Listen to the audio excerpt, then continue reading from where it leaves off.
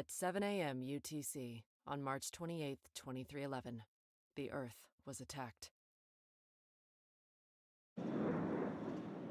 They had arrived 2 days prior in the skies above Central Africa, visible to the naked eye, and we still weren't ready for it. They didn't attack with conventional weapons. The largest two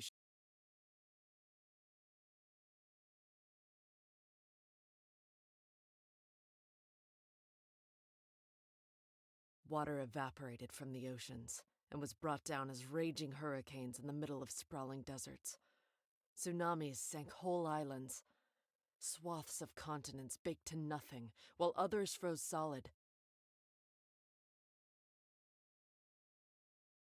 We could have mounted a defense against a conventional assault. But the very earth, our home, our cradle, was turned against us. What chance did we have when the ground beneath our feet could split apart and devour us at any moment?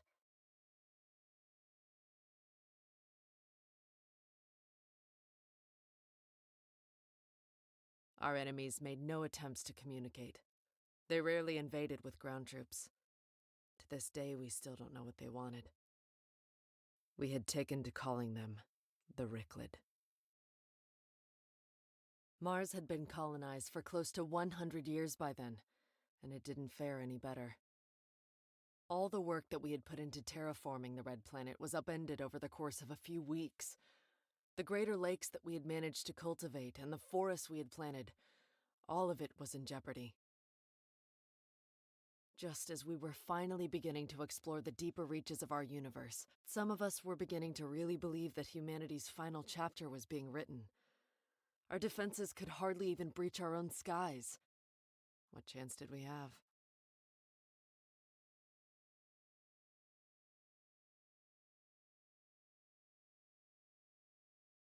But we had one defense that the Ricklid perhaps didn't anticipate. The moon. The pearl in Earth's night sky. It had no atmosphere for the Ricklid to manipulate. All of our hopes and efforts rested on the colonies that we had established on the moon.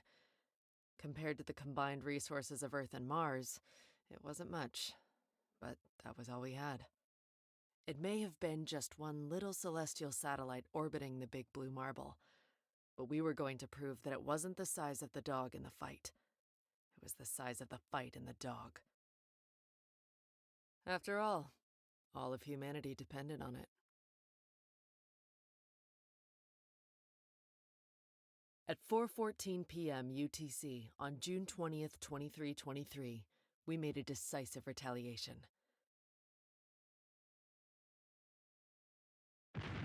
We had destroyed one of their motherships, and with it, one of their superweapons. From that point forward, the Ricklid couldn't pin down both the Earth and Mars at the same time. The tide of the war had irreversibly changed. With our societies on the moon maintaining their defenses, we could finally begin to regroup and push the Ricklid back. It took 13 years. 13 harrowing years where our Earth and our very homes were toxic to us. 13 years where we questioned our odds of survival because of the Ricklid. And on that day, we had proven the indomitability of the human spirit. Although, we did have some help. This is Ezra Foy. For the last 13 years, every human, alien ally, and human-built robot was involved in the war somehow. From the moment you could walk, you were taught where to hide if the Ricklid warships appeared in the sky. Ezra is no different. He has been studying to be a robotics engineer, designing and manufacturing the next generation of robotic soldiers to take the fight to the Ricklid. In fact, the last exams are only a few weeks away.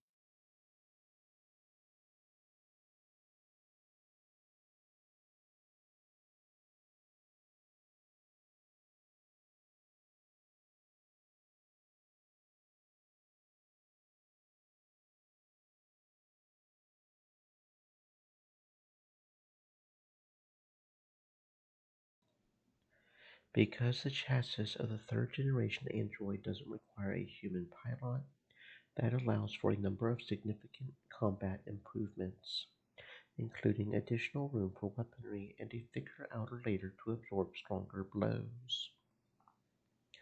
And since there is no pilot, the androids no longer need to be personalized to each soldier, meaning they can be mass produced. Taking the androids into account, this improvement alone will increase conscription rate by over 1200%. It's projected that these androids will eventually replace our human soldiers entirely by the year 2335. Further, all classrooms stop your lessons immediately. There's news. Everyone turn to your class projectors. What you're now seeing is footage of the Alpha mothership being destroyed. I repeat, the Alpha mothership has been destroyed. Less than 24 hours later, the second Ricklet mothership and all their remaining cruisers, warships, and fighters retreated back into the darkness of space.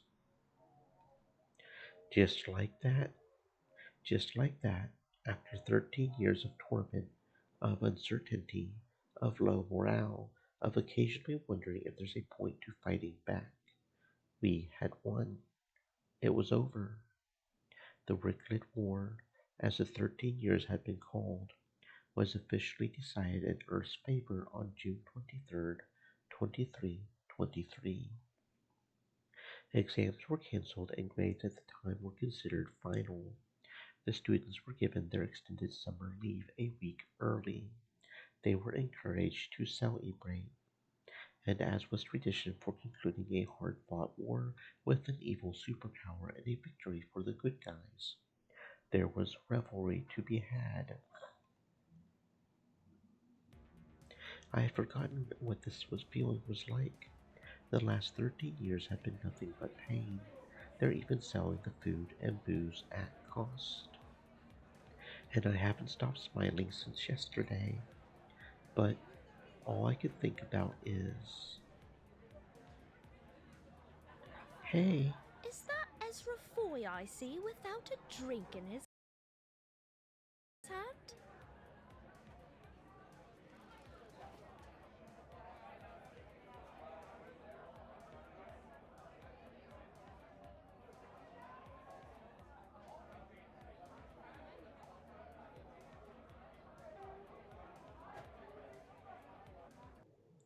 whoops, would you look at that?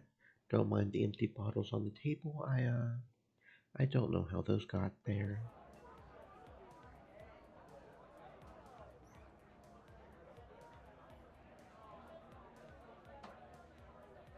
Cheers!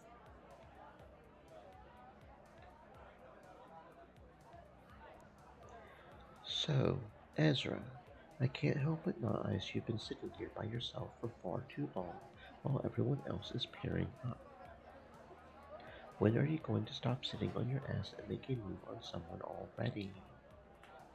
Carla Vaughn, why, I never. What would your mother think with the language coming out of your mouth? My mom's single. I sort of doubt she's doing anything other than what we're doing and what we're trying to do. Hmm. That said, let's immediately change the subject away from my mom and hooking up with strangers during our carousing. Let's talk about literally anything else. 9 out of 10 people in this room are going to score tonight. Is your mom here? Shutting your mouth might be a good move right now, Ezra. Anyway, it's our job to make sure that we're not in the 10% that strikes out. The odds are in our favor, but it's not going to happen if you just sit there and drink alone. Well then, if we're not pretending anymore, then, Carla, I have to come clean with you. The truth is, ever since 3 beers ago, I've been madly in beer goggles with you.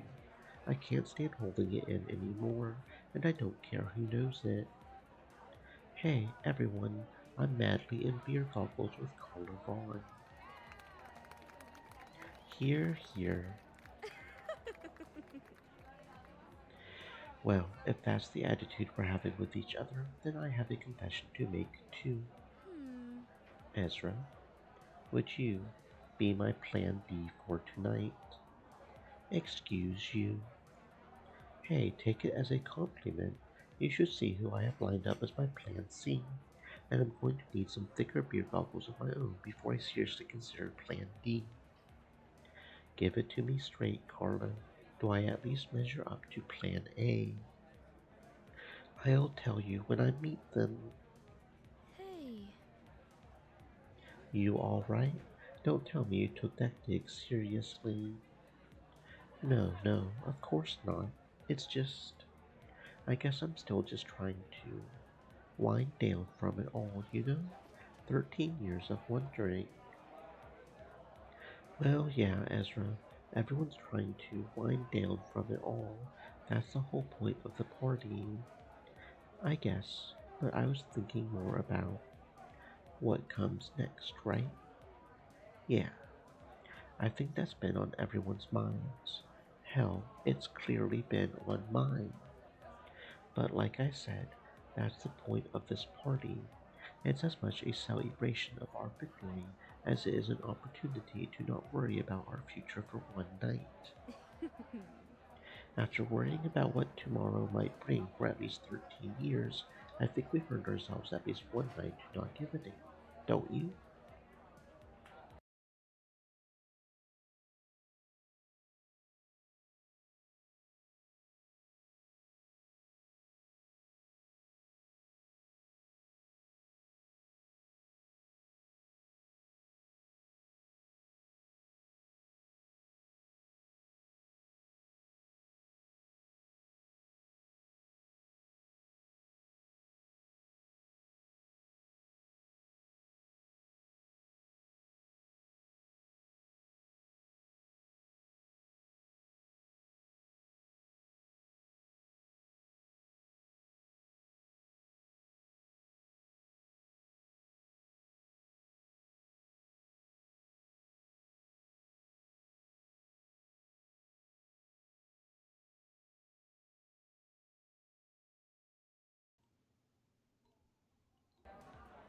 You're right, Carla. We've been spending so long protecting ourselves today, so we can do it again tomorrow.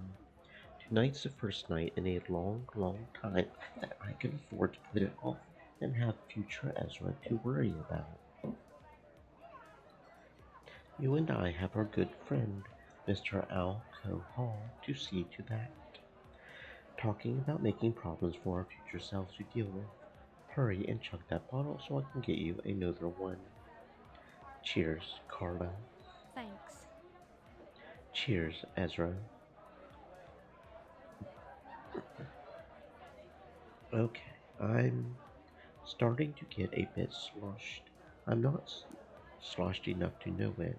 I could go for more sloshing, but I don't want to get so drunk that I come off as a total fool, an imbecile, a buffoon, one that is so sloshed as to only get up to the typical chicanery of someone that's more drunk than I am. I can't feel the bottom half of my face. How are you holding up? I'm at the point where, if I want to not come off as a drunken idiot to anyone that's feeling nice enough to give me the time of day, I should probably stop. I am not sober, but I'm also sober enough to have that sort of judgment. How about you? Has Plan D moved himself up a slot or two? I actually haven't seen him for like an hour and a half by now, which means that the guy that you put forth on your ladder managed to bat a home run before either of us did. Or maybe he's just taking a piss. One that lasts 90 minutes. Hot damn, could you imagine? You're not supposed to bring the beers into the washroom. In any case, wanna hop to the next bar over. I'm done feeling this one out. You think Plan A isn't going to show up here? Well, you know what they say. If you want something done right, you got to do it yourself. Does that apply here? Whatever it does now, I'm down to beat it if you are. I could take that alley oop, but it would be too easy, you know? Imagine you're playing a game of basketball and your teammate sets you up for the world's easiest dunk, but you just drop the ball to your side and you say, "Nah, I didn't feel like it. I need something more challenging than that." Yeah, let's get going.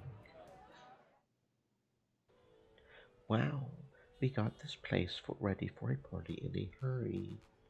Can you remember the last time the energy was this tangible?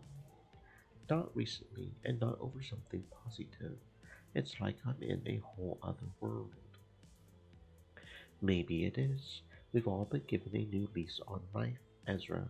It's been 13 years, and if we can't go back to the world we had before, well, at least we can make a better one tomorrow. Carla, what's the first thing you're going to do? I believe I've told you. I meant after that.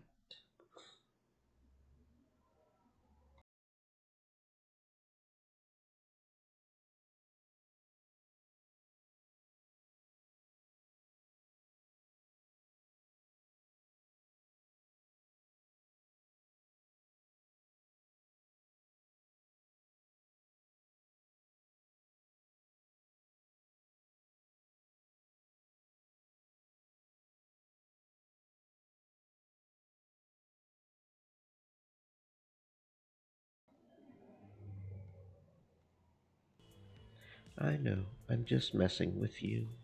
Hmm. I don't know, and personally, right this red hot minute, I don't care. I don't want to think about the future, no matter how bright and colorful and full of unicorns it might be. I want to focus on the here and now. And you should too. Get your head out of those clouds right now, mister. You're too drunk to be putting stock into what you're going to do with your life anyway. Yeah, you're right. I know I'm right. I'm going to keep doing it though. I know you are. You're not sober enough to listen to the voice of party hard now. Damn the consequences for later. Reason. Reason, you call it. It's a type of reason. It's just not a good one. So, what are you feeling? We got Dragon's Breath, my aunt's hidden stash, the Naughty Beaver. That new bar and grill that opened recently, the Draft Bastard. Don't go to Aunt's hidden stash. It ran dry. I would guess that they all will soon, at the rate we're all going. That stash wasn't as large as we all thought it was. Clearly. Yeah, I guess it would make sense that the taps would run dry pretty quickly. Nobody was really prepared for today, least of all the bars. And summer vacation is starting early too. It might be a dry summer this year. Not unless your own stash is well stocked and you show restraint. Good luck convincing anyone to show anything resembling restraint this month. If history is anything to go by, roughly 9 months from now, we're going to be knee deep in babies. Humans are historically very bad at keeping to themselves in the face of victory. Guians are a likewise storied kind. A worldwide success story like this one always leads to excess later. I'm Carla, and this is Ezra. And you? Esau, I study war rations and nutrition. I think the students would like nothing else than to return and not eat a highly nutritious granola snack as their lunch. I imagine they would. My mom's been stationed on the move this whole time. I bet the first thing she would like to eat when she gets back is a fat, juicy burger. Actually, I just realized she ought to be coming home soon now that the war is over. Damn, I gotta get ready for that. Hmm. Do you intend to do that tonight? He had a bad habit of not thinking in the here and now for tonight, even after I got half a dozen beers into him. I can't say I don't understand. It's hard to not dwell on what looms ahead. Hell, it's hard to relax at all. especially now that the taps are starting to run dry. That's right. Yes, alcohol would certainly assist with that. Or sex. That would work too. Well, if it's not going to be one, then it's going to be the other. I'll take that to say you two aren't unlike that thought. Set? Let's just say that we're all warm blooded where it counts, Esol. And what are you two? Are you with each other, or are you on the hunt, as it were? Dunno yet. We're each other's plan B. We're still feeling the night out and seeing how it goes, if either of us can find someone else. You are on each other's wings, as the Earthlings would say it. We are each other's wingmen, yes. Ah, Do you intend to look any harder? And just what are you implying, Esol? Look, we're all clearly sloshed. We don't need to try any harder than we need to. Why don't we three just cut to the end? Oh, Esol, we've known you for 3 minutes. Is that an issue? Far from it. I'm Randy, and I'm a sucker for a bit of mystery. What do you think, Ezra? Ever had a three-way with a Gian before? If I'm honest, this hit kind of quickly. That's just a part of the fun. We're all horny and drunk and excited. Tonight's the perfect night for doing something a little crazy. Let's just head back to my place and we'll see where the night takes us. I got a couple extra beers in my fridge if any of us need any extra loosening up. Not that that's a concern. Jumping straight into a three-way with Carla and Esol. I mean, Carla, sure, but I've only known Esol for a few minutes, and I don't know. Maybe the alcohol would affect my performance. I guess I shouldn't be surprised that life is going to come at us fast now that the war is finally over. Should I? Or do I keep bar hopping downtown? Okay, how do I save? Here we go.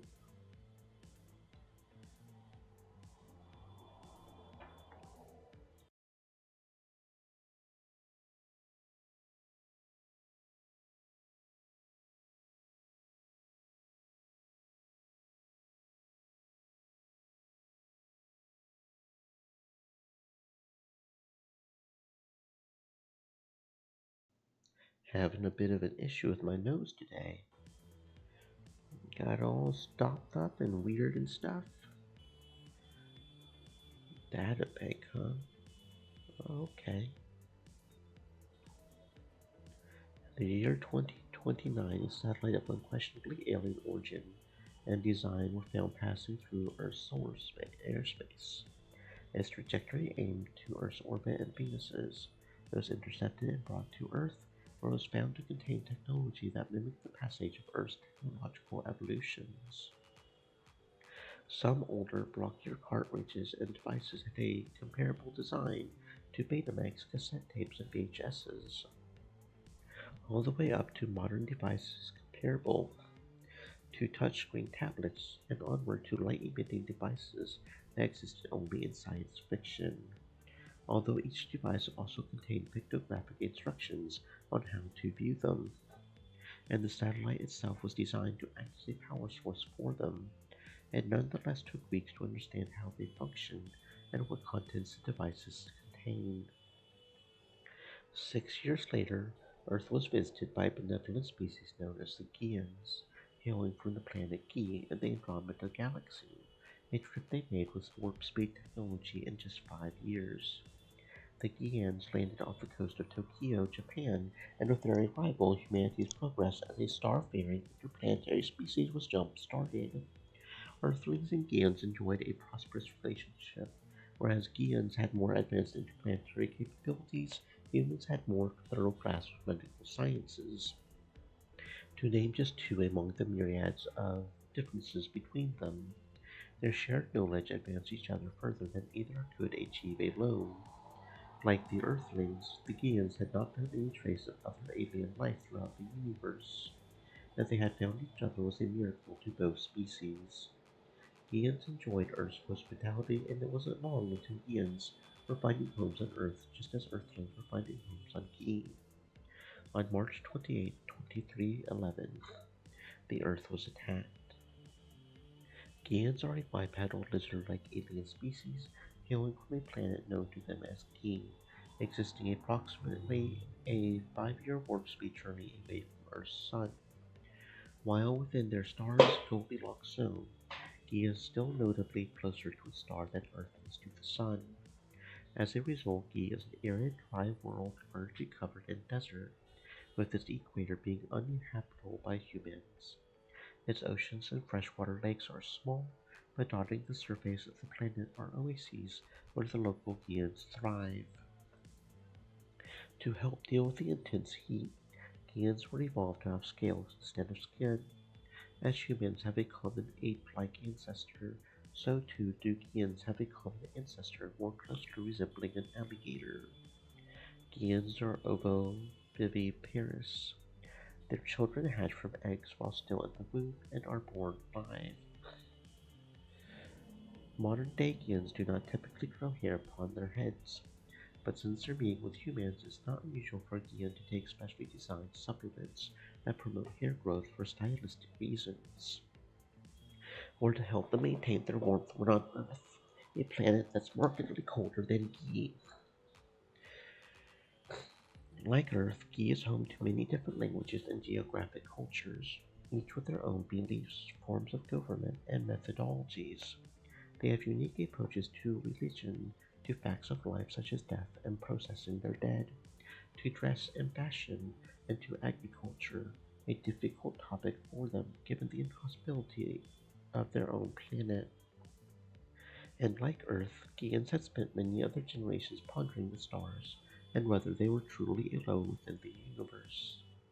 On one fateful day, their finest cosmologists and engineers set off a satellite pointed to a hospitable planet they had discovered that was relatively nearby.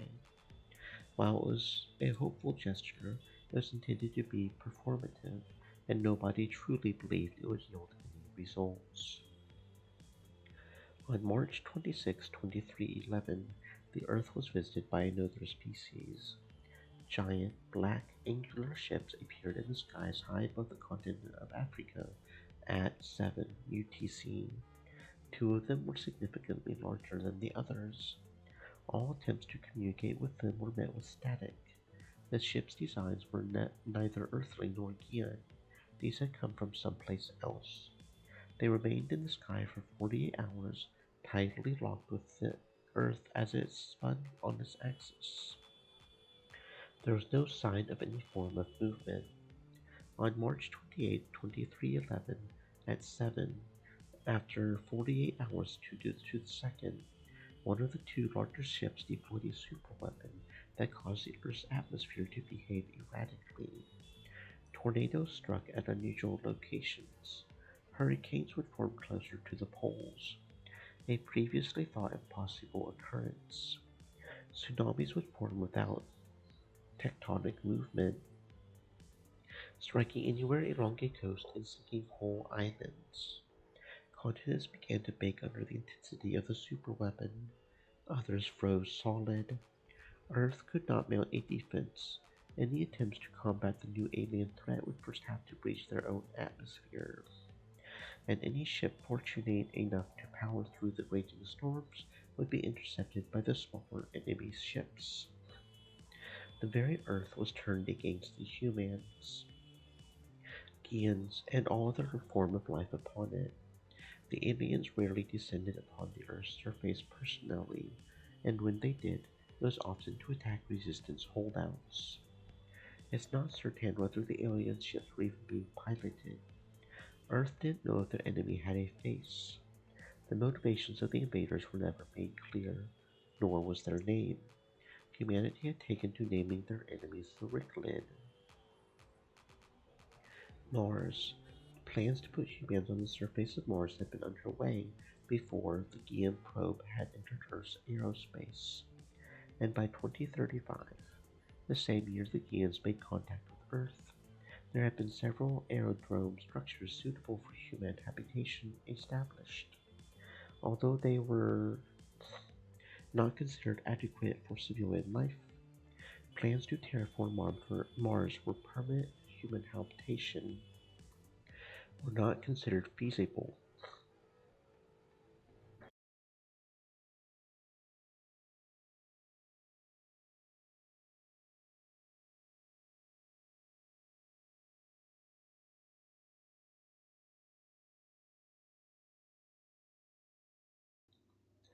But with the technology that the Giants had shared, what was considered a far-flung fantasy was suddenly achievable within the century. With their combined efforts, the first forest, colloquially named the Redwood, had been planted surrounding a crater known as Columbia Hills. The Martian air was seeded and the atmosphere was manipulated to cause rainfall with a pH acidity of 6, filling the crater with fresh water and starting the first lakes and streams. By the year 2280, although there were not yet any oceans, the world had been dyed with clean forests and deep lakes. Mars was considered terraformed. A human could survive an extended period on the planet's surface without protection, although they would find it uncomfortably cold. The Ricklet attacked Mars only hours after their initial raid on Earth. Now that humanity had made Mars their home, the Ricklet turned their superweapon against it as well. The combined efforts of humans and Giants were being turned against them, and Mars suffered every attack that Earth had suffered. Desert storms, unlike any that Mars had experienced before, had battered the hopes and aerodromes drones of the humans and Giants had established. There was no escaping the Ricklid. Because the moon had no atmosphere, it was never considered a candidate for terraforming. All the same, many domes have been established on its surface, primarily for non-civilian interests, resource mining, cosmology, and astrology, to name a few. Because the moon orbited the planet and was visible to most of the Earth's surface at any given time, it was considered a demilitarized zone. No weapons or militarized vehicles were permitted on the moon's surface, comparable to the Antarctica Treaty of 1959. This quickly changed when the Ricklet attacked. Just as it was not possible to terraform the moon, it was also immune to the Ricklet's superweapon. All efforts were immediately turned to defense and preservation of the Earth and of Mars through the moon. All established domes and faculties were converted to military bases and factories to put out as many tools, weapons, and vehicles as possible to combat the menace. It was a small consolation compared to the resources and the surface area of the Earth, but if humanity was to survive, they would have to do what they could. At 4:14 on June 20th, 2323, a decisive blow was dealt to one of the Ricklet motherships, destroying it. The Ricklet could no longer pin down both Earth and Mars at the same time. After 13 years, the tide of the war had irreversibly changed course. On June 23rd, the last remaining Ricklet warship had fled the system. The Ricklet War, as its 13 years had been called, was considered a victory for Earth, Mars, and Gi alike.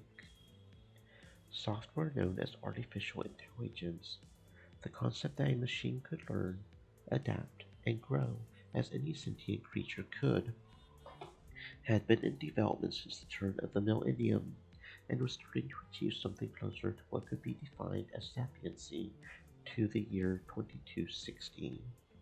Artificial intelligences have been separated into generations since then. First generation, colloquially referred to as Gen 1, was primarily meant to be used for commercial and recreational use to assist in the common needs and requirements of everything from a functioning society to individual living. Gen 1s were predominantly used for automating production lines, operating functions within a home for security or convenience, used as wearable devices to monitor health or provide entertainment, operating vehicles, and so forth. Gen 2 went in production immediately upon the Ricklin attack in 2311, and were used solely and explicitly for military purposes. Each Gen 2 artificial intelligence was specially designed for the system or unit it would be inhabiting, with the most common function being used as suits of armor that humans and Gians would wear into battle against the Menes, maintaining life support and assisting with the suit's operation. If the pilot of a suit was rendered immobile, the Gen 2 inhabiting the suit could operate it to return the pilot to safety, while prioritizing the pilot's health and well-being, among other uses and advantages. Gen 3 was developed in 2322 and entered production the following year, with the intent of occupying and operating android carapaces with full autonomy. As the war dragged on, it was decided that human soldiers were becoming less and less of a resource. It was too risky to send a human soldier or pilot, even when accompanied by Gen 2, into the battle, if for no other reason than because new recruits took too long and were too costly to train. Gen 3 androids could be mass-produced, each of them were from the mass-produced, and each of them were fully trained and combat-ready from the moment they were compiled. Gen 3 androids bear strong resemblance to human, although they were intentionally designed to be off-putting and unnerving. They are, first and foremost, weapons of war, and the less approachable design was meant to demoralize the Ricklet Menace. Gen 3 androids had only started rolling off the line a week before humanity dealt a decisive blow to the Ricklet, and the war was later decided in Earth's favor. At Aerodrome Galilei, with the arrival of the Giants of the interstellar faster-than-light technology they introduced to humanity, Earthlings had a reinvigorated interest in exploring their stellar neighborhood, and they did this by establishing settlements across the solar system. First was the Moon, then they had settled on and terraformed Mars, and from there they established locations elsewhere, primarily on moons orbiting other planets. With Venus's closer proximity to the Sun, it was a perfect place for a habitable settlement for Gians. One such settlement was Aerodrome Galilei, established on the moon Titan, orbiting Saturn. It was named after Galileo, the Italian astronomer that is credited for discovering the rings around Saturn. A Dutch astronomer named Christian Huygens is credited with discovering Titan. Aerodrome Galilei occupies most of the northwestern hemisphere of Titan and is slightly smaller than the country of Canada. As Titan is tidally locked with Saturn, Aerodrome Galilei was constructed on the light side of the moon, facing the planet. The landmass inside the aerodrome is divided into four quadrants, called sectors. The sectors are themselves divided into approximately 50 smaller segments, called subsectors, and within the subsectors are communities such as cities, boroughs, and neighborhoods, referred to as blocks. Life on Aerodrome Galilei has been engineered to resemble Earth as closely as possible, namely, the western coast of Canada and the United States. While the soil is engineered, flora such as trees, flowers, and grasses are all born straight from seeds that came from Earth. Insects and animals have been imported from Earth for every reason from pollination to pets. The weather and temperature are dynamic and change day to day and season to season, and the sunlight is natural, amplified by a series of mirrors directing light from the sun directly into Aerodrome Galilei. However, for as large as the aerodrome is, and although the plant life is genuine, the oxygen is still recycled. Day and night rotations are determined by an administrator with a control panel to simulate the moon spinning on its axis on a 24-hour cycle. The water that falls during the rain is real and clean, but the weather and atmospheric pressure causing the rain is manufactured. Life on Aerodrome off Earth, including Aerodrome Galilei, is generally regarded as close enough provided you don't think about it too hard.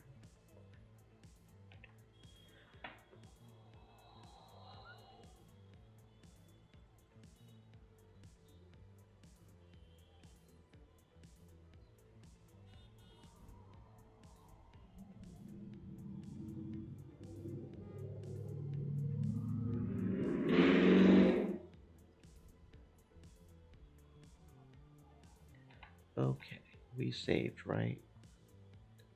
Yeah, okay. Because this game is either so new or so indie, I unfortunately do not have a guide for the optimal route to get to the content. So you guys are going to have to see some real struggle and repetition here, assuming I can figure out the controls for the skip. According to the settings, there is a skip and it's got a read-only thing here. So we should be able to manage that if I can figure out which button it is. So since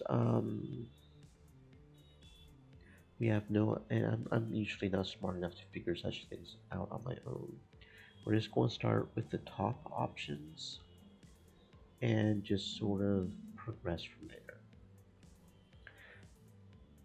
I didn't see any adult only content tags, so here's hoping this doesn't get, uh, yeah.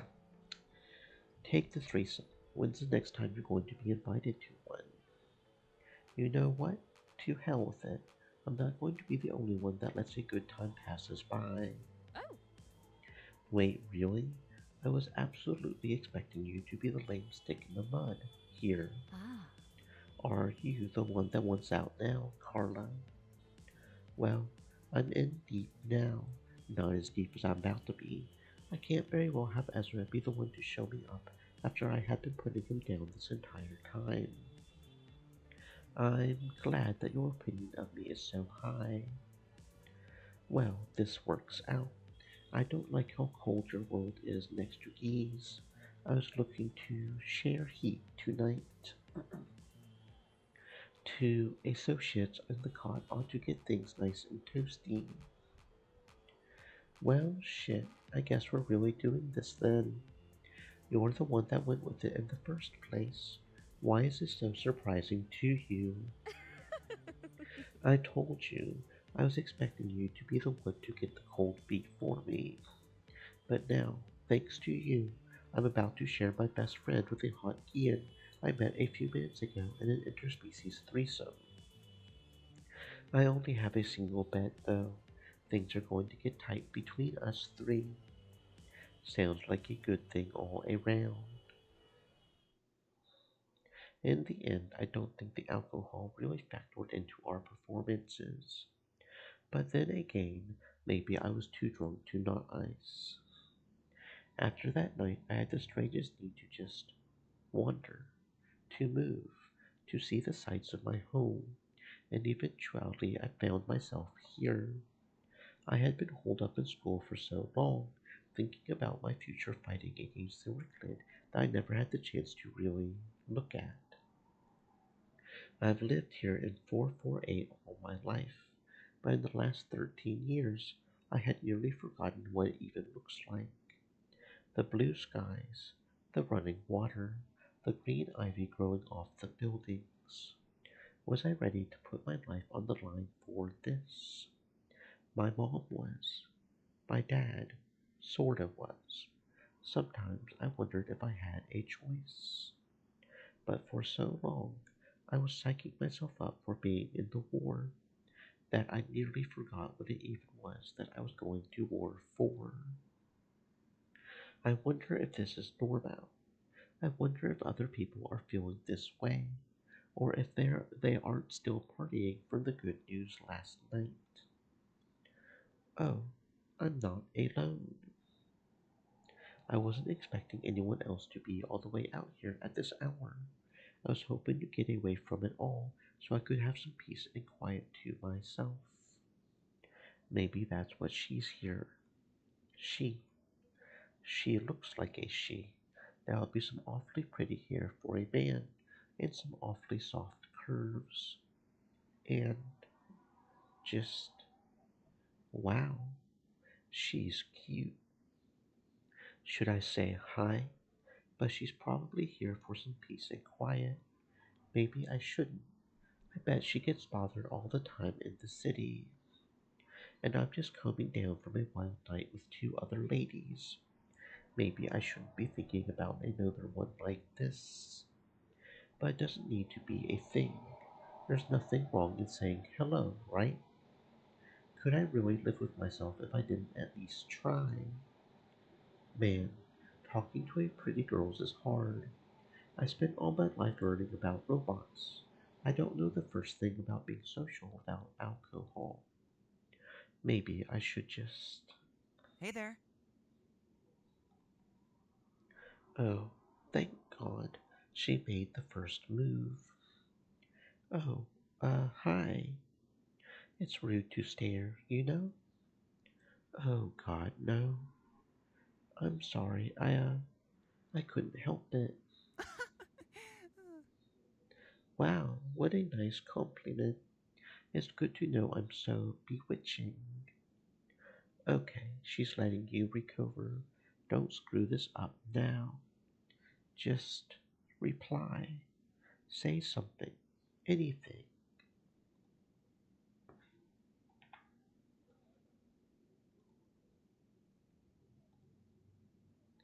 Beautiful morning, isn't it? Oh, really? It looks about the same as every other morning, I think. It's not like the sky is bluer or whatever, but I guess it isn't cloudy or rainy. But sometimes I prefer rainy days, you know? Nothing really beats the sound of a light rainfall and the smell of the morning dew.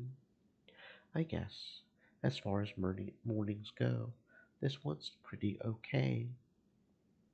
That's my ranking for this morning. Pretty okay. Alright, we're off to a start.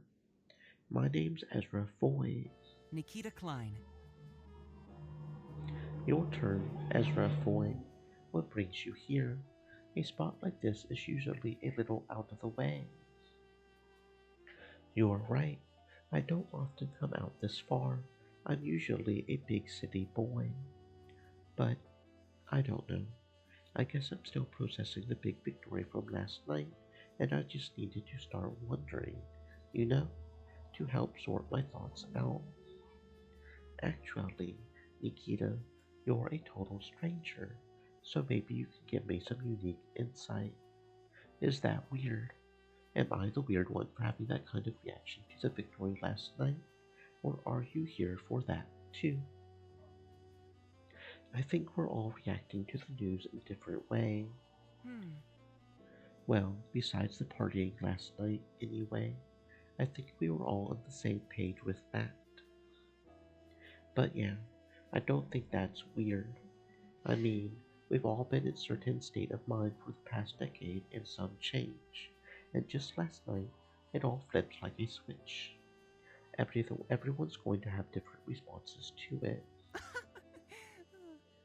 Getting drunk and going for a walk to clear your hangover is hardly the worst response a person could have. After all, I'm here, aren't I? Yeah, I guess that's true. Thank you for the insight. Glad I could help. What were you studying to be?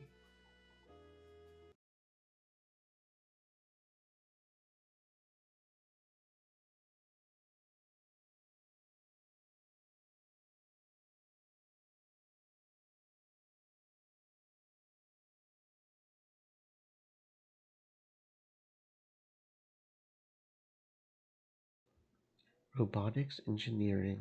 I was going to start working on the next generation of combat androids to help with the war effort. Oh yeah? Those Gen 3 models, right? I thought they had just started rolling them out. Yeah, we were learning more about them just yesterday when the lesson was interrupted by a broadcast of that mothership exploding. I was probably going to start working on those and their upgrades and maintenance, and on their successors if the war lasted long enough. How about you? I was, well, I was going to be a pilot. Really, on the front lines. You were going to be in one of those outer space fighter space jets. Yep, that was going to be me. I had just gotten my butter bars and everything. I was only a few weeks away from my first tour on the front lines. Hey, my mother is the same way. She's a soldier on the moon, right on the very front lines, staring those bastards in the eye. Ah, Really, your mom is a frontline soldier.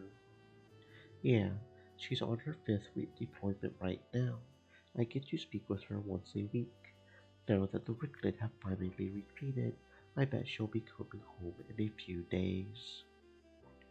Wow, there's a lot to process here. Is that so unbelievable? About your mom? It's not just her, it's this whole conversation. What I'm having a hard time understanding is someone immediately believing me when I say I'm a fighter pilot.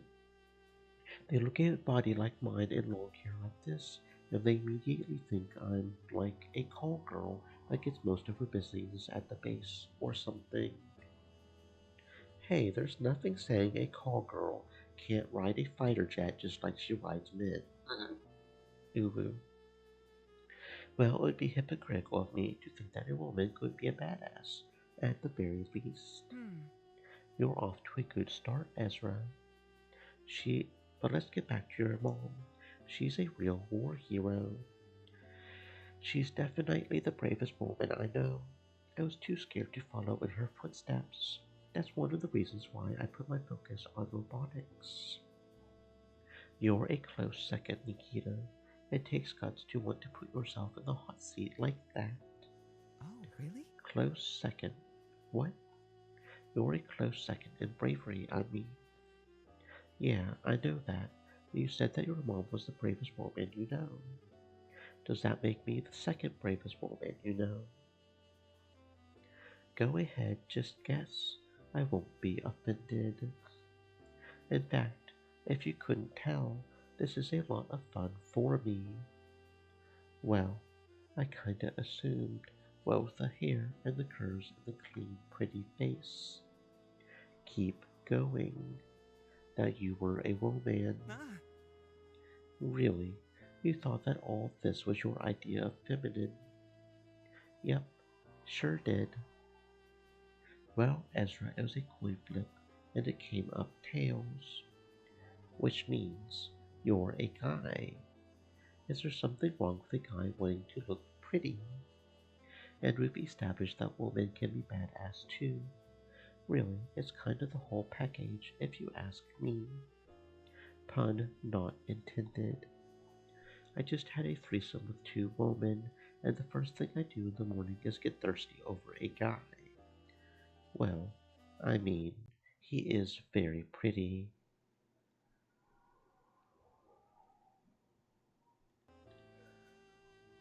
Anyway, that just means that you're the bravest guy I know. Most of my other guy friends only want to get as close as the moon, and not directly in combat. I can't blame them. I've had a lot of sleepless nights thinking about what my future has in store for me. oh.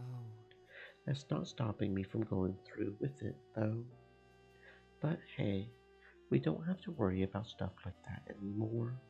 The war is over, Nikita. You and I, we can do whatever the hell we want. Yeah, it's a good feeling to have. What will you do now? I have no idea, and frankly, I've been hoping for someone to ask that question since last night. Like, no doubt it's been on everyone's minds, right? Not just mine. We're an entire generation of soldiers to be to join the cause against the Ricklid, and suddenly there's no Ricklid for us to rally against. Which is a great thing. It's amazing. We, all of us, all of humanity, have been fighting a massive fight that's lasted 13 years, and we, and the generation after us, have been getting ready to join in against the war effort. And in the blink of an eye, it's done. It's all gone. I know it's too early to be getting wound up over it. We should be celebrating. Last night we were getting drunk and pairing up like it was the last night of our lives. And tonight, I wouldn't be surprised if we do it all again. I sure hope so, anyway, and maybe with less booze so I remember more of it. But, like, what now, you know? What happens next? What do we do with our lives? Yeah. That's the exciting part, I think. For 13 years, our generation has had to deal with an uncertain future, with the only absolute being that we were going to participate in the fight for Earth and our solar system. How we were going to do it was different for everyone, but we were all going to do it. But now, well, the future is still uncertain, but in a good way. It's like we've had a huge, terrible weight on our shoulders for over a decade, which doesn't sound like a long time, but each day is an eternity while it's bearing down on you. And now it's gone, lifted, all at once, with no warning, just like that. You and I, Ezra, and everyone. The future is what we want to do with it. You and I can make our own decisions about what we want to do with our lives now that we don't have to worry about invading aliens and interplanetary combat. You've been thinking about this as hard as I have, haven't you? No comment. Last night is a good indication that we're all in agreement, I think, even if we don't verbally express it. Getting drunk and horny after receiving some really good news is a part of the human experience. I met a Gian last night that said it's not different for them.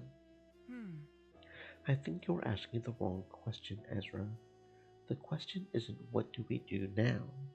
The question should be, what do we want to do now? What do we want to do?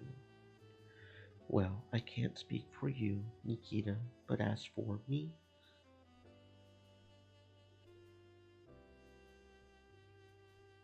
interesting. Not sure what's up with this choice here.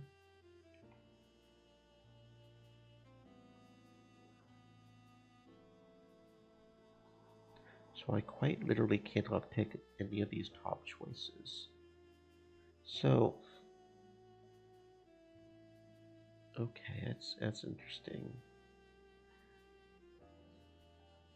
It's not really a choice, but maybe we could have had a choice in a different, yeah. I don't know. I've been so caught up in what I need to do that I don't even know what it is I want to do. Just so you know, I think that's a normal response to our situation.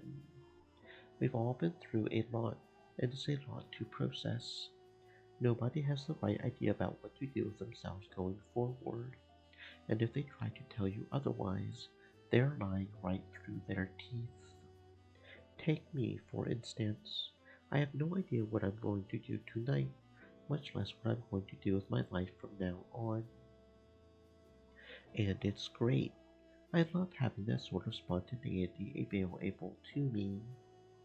Up to a point.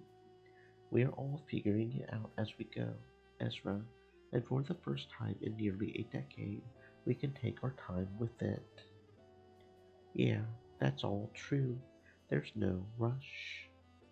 It just feels like there is, you know? There's a sudden vacuum in agency, direction. Point is, we all had a plan going forward, and now we don't. Yeah, I get it. Yeah. But look on the bright side. The plan that we had sucked. I would much rather have no direction in life than the direction we were all going in. Yeah, I agree. I was barely a teenager when the war broke out. I hardly had a chance to enjoy my adolescence, and now it's over. Just a few minutes ago, I was paralyzed with indecision on how to approach a pretty man, which I think is a skill I should have learned when I was a teen, but never had the chance. And I don't think I'm the only one. I would rather have the opportunity to fill in the blanks than to dedicate the rest of my life to designing more androids. That's the spirit. Let's try an easier question.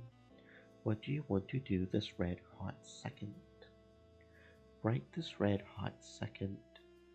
Right this red hot second. You know what? I've lived here my whole life, and I've never been to that observatory. I don't imagine they get a lot of tourism in the last decade. Ah, That's not a bad idea. I've never been there either. Maybe seeing past our skies and across the land will give us some perspective on what it is we want to do with our lives going forward. Or maybe the lower oxygen from the heights will be what clears our head. Oh, I shouldn't presume. Let's make this an official thing. Would you mind if I tagged along? I've got nowhere else to be, and it's nice talking with a guy that's on the same wavelength as I am. Yeah, I wouldn't mind the company. You're a pretty cool guy. You know, being complimented on my looks is one thing, but being complimented on my personality is a different sort of feeling. hmm. Which is to say, thank you. You're pretty cool to talk with too, Ezra. Shall we get going? Wow, look at this place. It was a lot easier to get in than I had expected. I would have thought it would still be out of use for the public. I bet this place is looking forward to all the new visitors and its new purpose. Observatories have been repurposed as lookouts during the war effort. They hadn't been used to explore the stars that whole time. Instead, they were focusing on Earth's immediate sphere of influence. That's like buying a pair of binoculars and using them to inspect your fingernails. With the war over, we can finally start studying the stars again. That sounds great and all, but on the other hand, we just dealt with one evil invading alien species for the past 13 years. Do you think we'd all be excited at the prospect of finding more? That's hardly a fair comparison.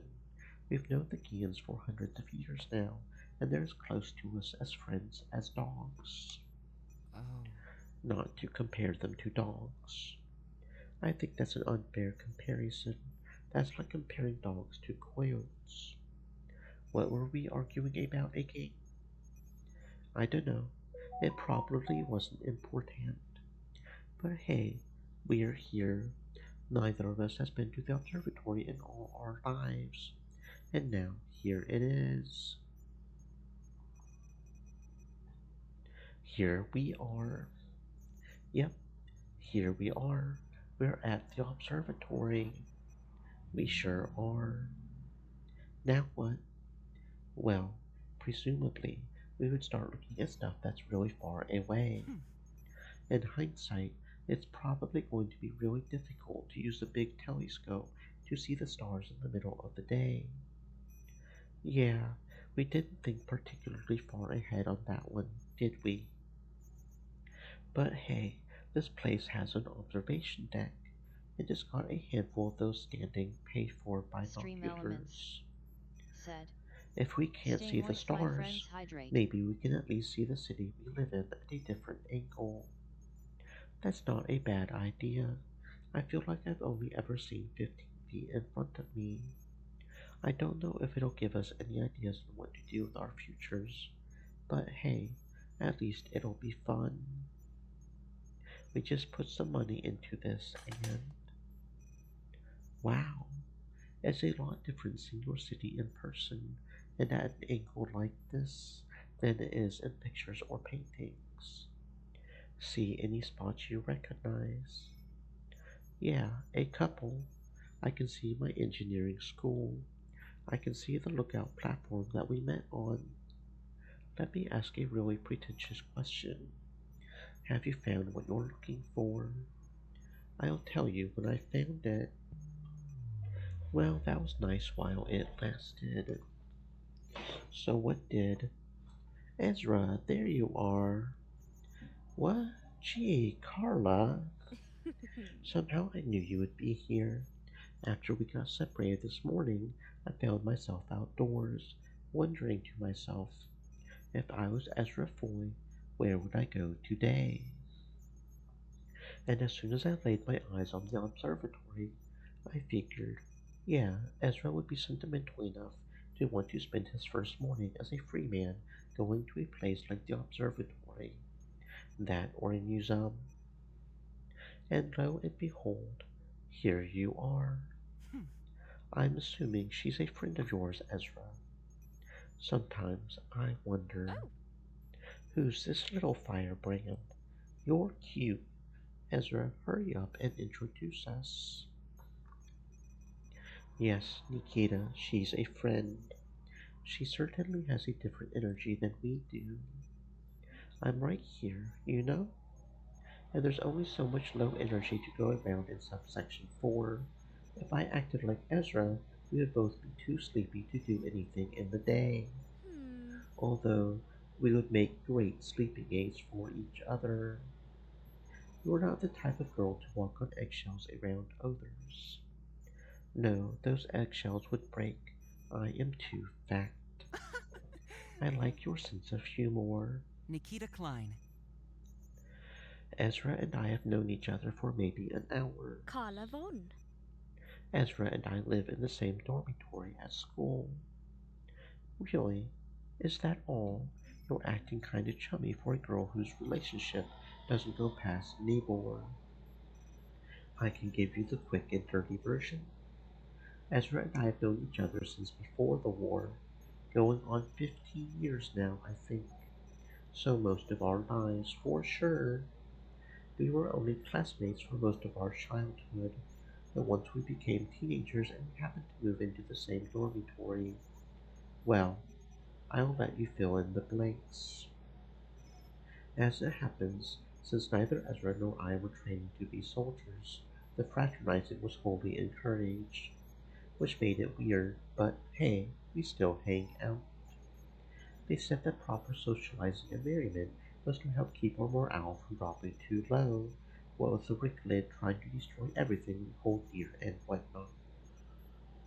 Ezra and I bonded over the fact that mandatory socializing for the betterment of our mental health seemed oxymoronic when they could have just, I don't know, given us a 3-day weekend or something. We've been pretty close friends ever since. Pretty close friends, she says. I can't say anything. We just had a threesome with Akia last night, but Nikita doesn't need to know that. She knows she could bring it up, but I know she won't.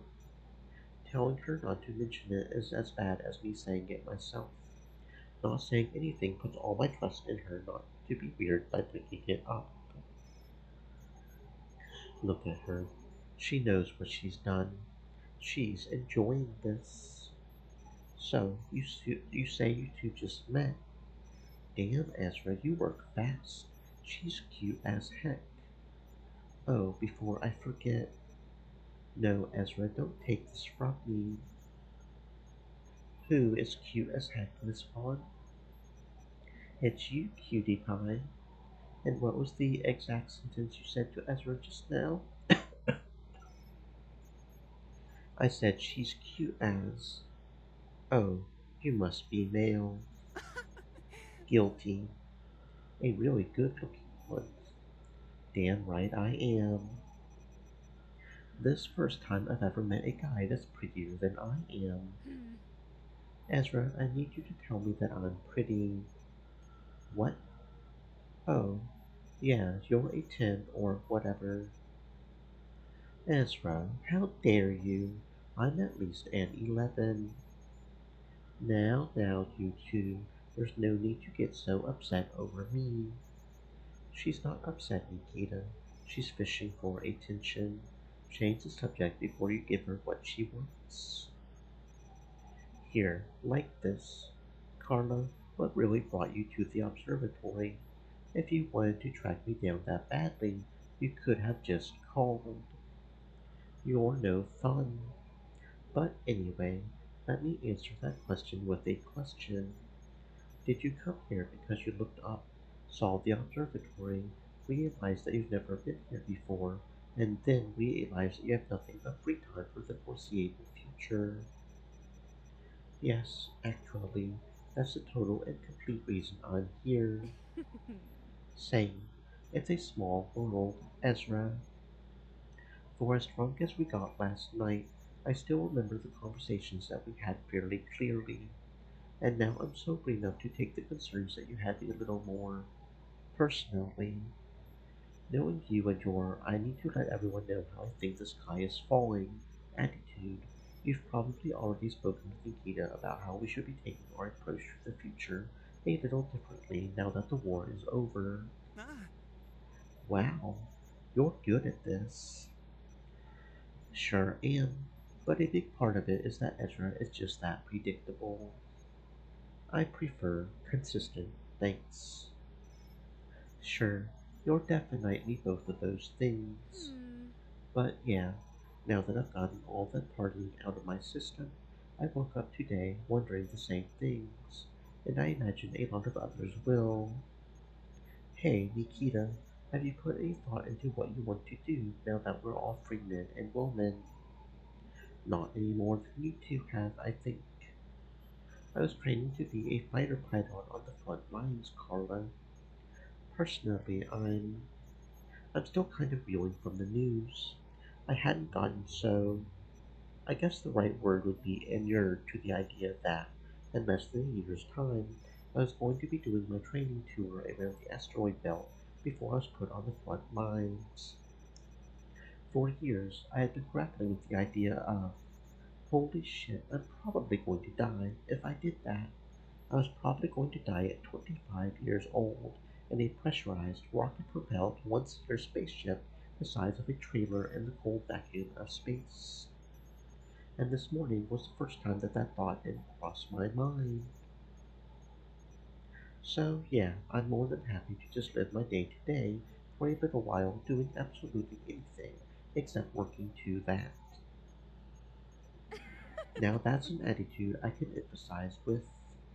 The future isn't going anywhere, and now we don't have to worry about it coming to us.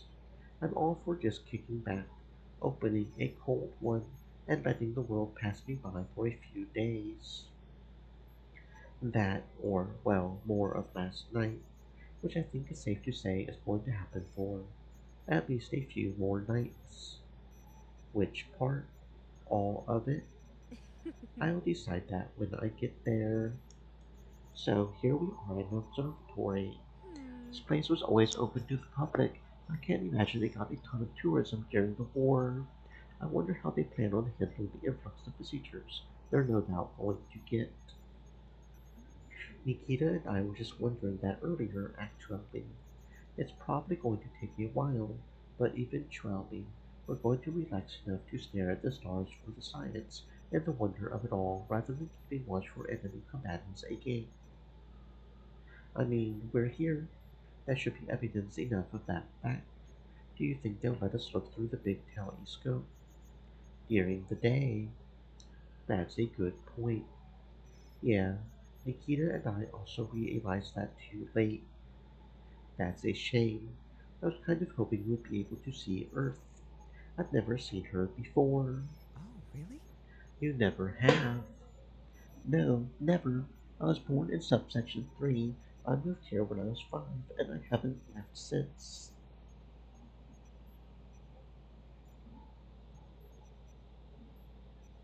We have that in common then. I've done all my training in simulators and gravity chambers. I've never actually seen Earth, let alone ever been in her airspace. What about you, Ezra? Have you ever been to Earth? Or even seen her in something other than a picture? No, not me. And as far as I know, neither has my dad. The closest he's gotten is Mars, where he did most of his military time. The only one in my family that's physically been on Earth is my mom. Isn't that funny? Three Earthlings all together, but we've never even seen the Earth with our own eyes. Hmm. I wonder if Earth is even going to be visible tonight. The stars literally have to align properly for it, after all. Carla, look at that one monitor, the one closest to our left. It lists the schedules for the best viewing times for certain celestial bodies. It says here that Earth should be clearly visible in the night sky through the telescope this coming Friday. Well, I'll be darned. Today's Sunday, right? Last I checked. I guess I know what I'm doing in 5 days. But that will be then, and this is now. And right now, I'm in the mood for some lunch. Who's with me? Yeah, I could stand to go somewhere. What about you, Nikita? I would love to, but I have somewhere else I need to be in a few hours. I was looking for a way to break the news, so this works out for me. But hey, I enjoyed this morning. It was a pleasure to meet you both, and it was fun visiting the observatory for the first time. We should do it again sometime. In fact, let's raid registries. I want to get back in touch with you both sometime soon. Ah, If that isn't too forward of me, I mean, are you kidding? I would love nothing more than a guy friend I can trade hair care tips with. Perfect. You've registered Nikita Klein on your codex. Any hints on what this other appointment of yours is, Nikita? Or is it something personal?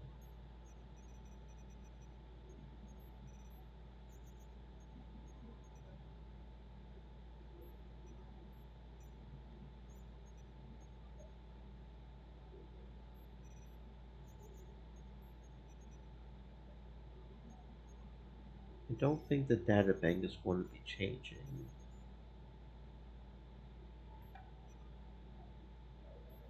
Okay, that's just that, I see.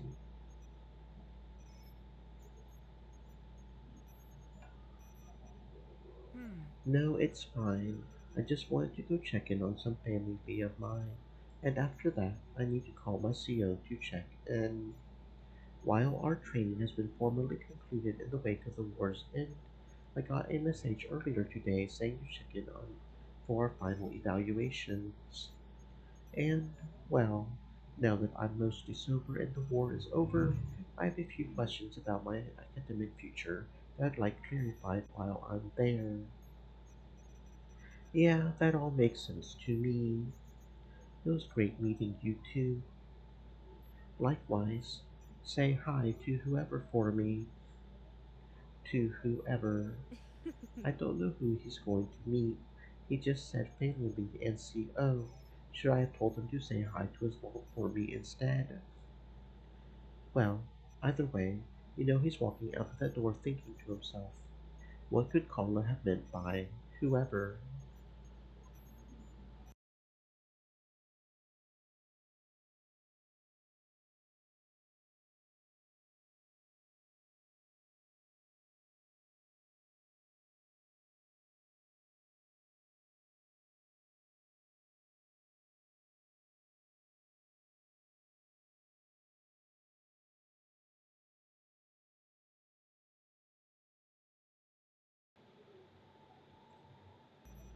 If nothing else, it's sure to have left an impression on him.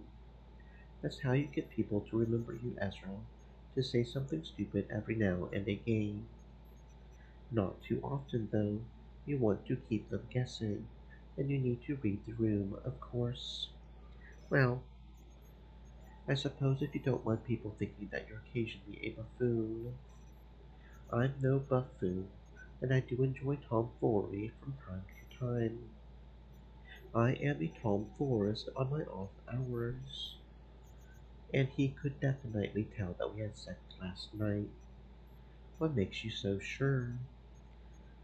I'm sure that you thought we were being subtle about it, and, hand to God, I was trying to be coy about it too, at least at first. There's no way a guy that looks like that could sniff us out like a bloodhound.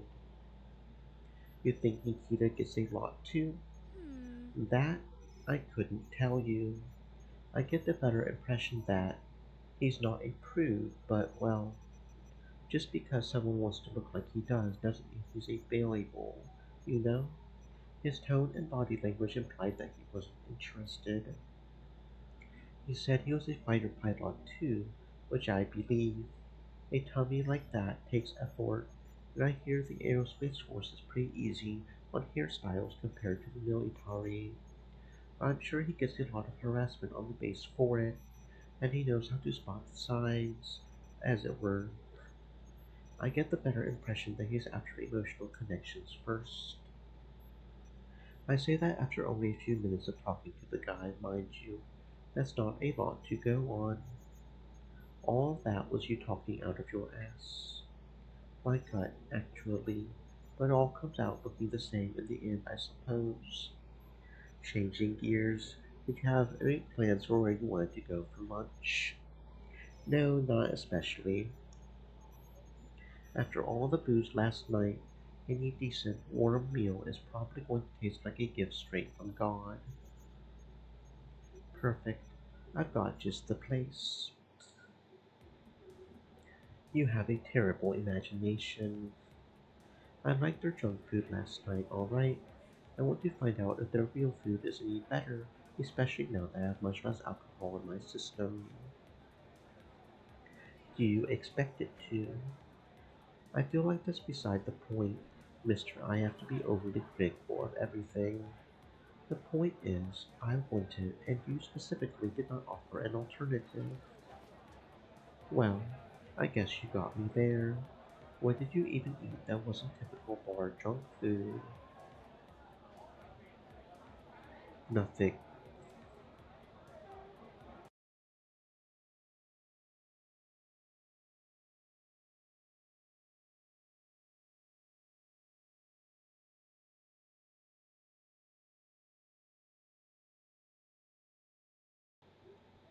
Not that I remember.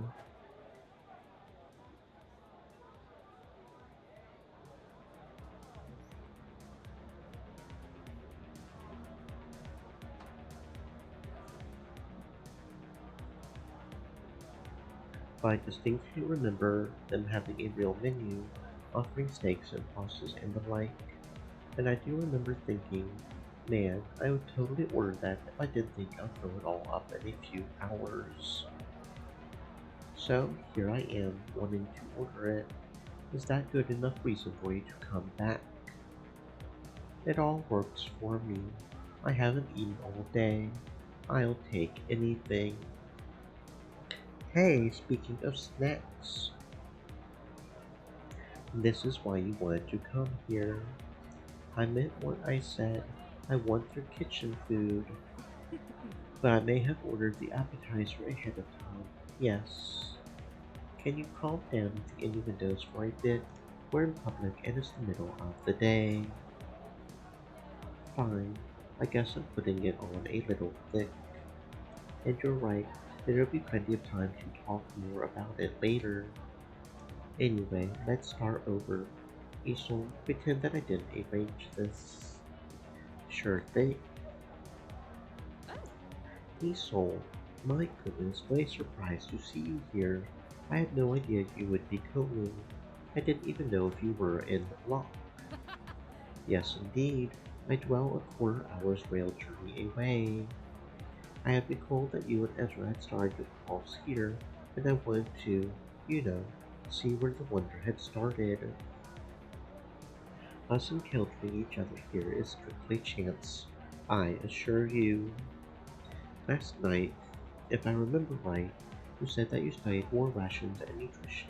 Isn't that right? Yes, it's nice that you recall. This is probably a little presumptuous, but you would think a nutritionist wouldn't be so keen on, well, getting drunk and eating junk food at a bar. On the contrary, nutrition is all I had studied in the last decade. Can you call a greater way to enjoy winning a war than to disregard all that you learned? at least during one night. You know what? I honestly can't. That said, when it's cuisine that we're trying to get, could just ask. That's right. Anything this kitchen can do, I can do twice as well. That sounds like a good deal to me. It'll probably be cheaper too. Carla, let's leave and go to Esol's, or whatever it is she wants to do. You think so? Come now, Ezra. Going to a bar or a restaurant where the food is only half the experience. And besides, she just said she would rather forget about it all. Don't you just want to turn your robot obsessed brain off for a little bit? But she also said, Isol, what would you rather do? Eat here? Cooking at the dwelling is untidy and costs ingredients. I can do greater than this kitchen. That's not to say that I want to.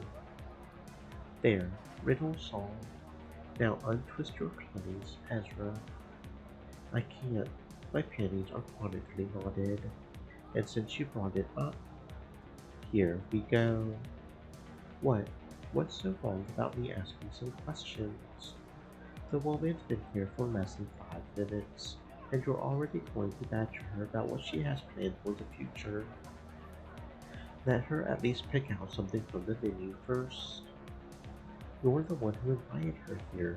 It's been, what, 5 hours since we all woke up in the same bed. Listen to you two. You two trade hits like you had known each other your whole existence. One knows what the other is going to say, and the other knows how to counter it. It's cute, in its own way. We've known each other since before the war. Yeah, most of our existences at this point. It's gotten pretty easy to pinpoint what makes Ezra tick. And you, Ezra, can you cause Carla to tick too? Not as well as she can. It's all in good fun anyway. I could call her a messy, smelly bitch and she would know that I still love her. I don't think you've ever called me messy before. In any case, ask your question, Ezra. Thank you. Carl is right though. I've been asking this question a lot, not just to myself, but to, well, you would be the third person I asked, after Carla and someone else I had met this morning. Was this someone else the earliest character you had seen today? Yes, in fact, they were the first person I saw. Sorry, I just imagined you walking down the street, grabbing the first person you found by the collar, looking them dead in the eye, and saying, but what comes next? Glad I wasn't that unlucky last night. I mean, that's nearly something that I did, I won't deny it. Although I sort of danced around the question and Nikita asked it for me. Somehow, I don't believe that helped your case, Ezra. Anyway, ever since last night I've been wondering what might come next for us. As a whole. Well, yes, for all of us. But I was referring to us individually. What you, me, and Carla are going to do now that our whole reason for being for the past 13 years has gone. I take it you don't own an answer yet. Not me, no. I've been asking people for their own takes on it ever since last night. Well, 5 people, I mean 3 people total. You know what I mean. And you, Carla? Nope, I haven't put nearly as much thought into it as Ezra has. Don't get me wrong, it's not that I don't care. It's that I don't care yet. I just want to keep living my life, at least. You know what? At least for the summer. Give me 2 hot months to go to beaches and hike in forests and get real lazy in between all the swimming and hiking. I just want to not worry about it for now. I get where Ezra's coming from, really, but he and I just have different approaches to how to handle life altering. The world is spinning the other way. Good news.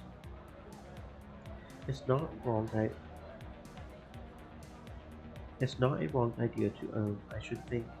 Ah, It narrows down to the one you're asking, Ezra. There is no wrong way to take the news and how to answer it. Right, which is why I'm asking. It's why I've been asking it a lot. Maybe I should stop after you, if I'm honest. The more I think about it, the more I think Carl is right, and I'm being some weirdo that walks down the streets asking people what their opinion is on something. Abstract. Is that the right word? I'll answer it, at least. The truth is, I started thinking likewise thoughts earlier today, and I think the conclusion I had was that I won't change what it is I had studied to do since the start. Really, you're going to keep being a war ration nutritionist. Nutrition is what I originally studied. Using that knowledge of war rations started later. that's right. Though, yes, I intend to continue. The war ending doesn't change the zeal I own with the study.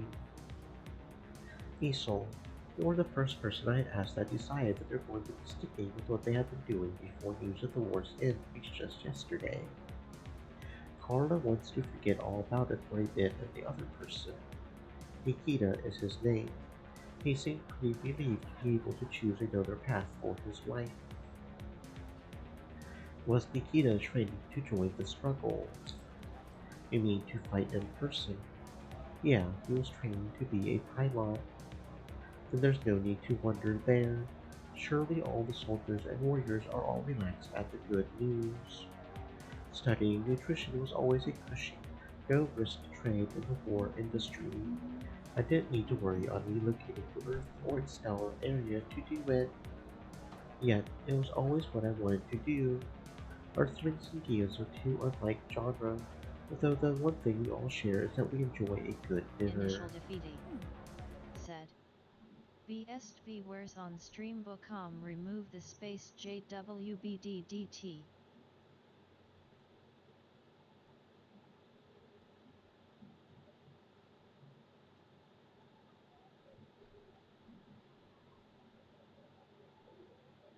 The way you talk, Edra, suggests you think that our traits decided during the war industry were decided in our stead.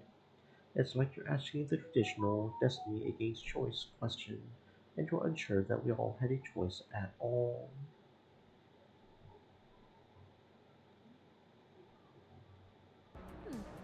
You think so? Even even I didn't think of it that way.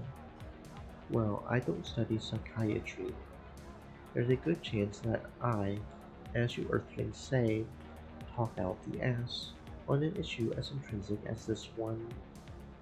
In the end, the answer I can grant is that I don't intend to change or not. I had never thought that I was framing it as a question of free will. I thought I was always framing it as, well, as a simple question of what it is we do now. That doesn't mean you're framing it that way, Ezra. It's just a note of viewpoint. And Esau was answering by saying concept of fate can shove it. She wants to study food because she wants to study food. I want to take time off because I want to take time off. Whether you want to keep studying robotics, more or no more, if you want to do something else entirely, is something that you'll have to decide for yourself eventually. It all loops back to the main point I've been making, though. The choice is ours to make. Nothing and nobody says that we have to go back to school next semester, and if we do, it doesn't have to be for what we were studying. Is that what this is? Do I feel like I'm having this crisis because I need to be preparing for the war effort? Is some part of me resigned to feeling like the decision was never mine to make? Or are these just residual feelings to the work I put in this past decade? It's only been 2 days. Anyway, I still feel like I'm a foil that's been wound too tight, ready to snap. Maybe I just need a bit more time. While we're on the issue, I was thinking of storing antiquates credit to start a vegan restaurant here. Vegan eateries are so scarce, both a journey to be taking a little longer than 3 years one way. In that case, wouldn't it be next to impossible if you wanted to open a Kian eatery and have it be an authentic experience? Importing the right food and spices would be exorbitant. Hey, We just finished talking about doing what it was we wanted to do with ourselves, Ezra, and here you are saying, well, you can't because of this and that. I imagine Isol's thought about the logistics by now. It's true. I would struggle with creating truly authentic yet alt cuisine. That's why I study what I study. There's a way to denote correct Gian tastes and textures and earthly sustenance. I just need to locate it, all without risking our health naturally. Well, that would be pretty exciting. You could invent new foods or toppings or spices that taste just like what you eat on Key. Although, that sounds like chemistry, not culinary arts. Yes, well, one challenge at a stage, you understand? I'll need to get real, authentic canned ingredients that until I can recreate their likeness. I can't rely on recollections alone.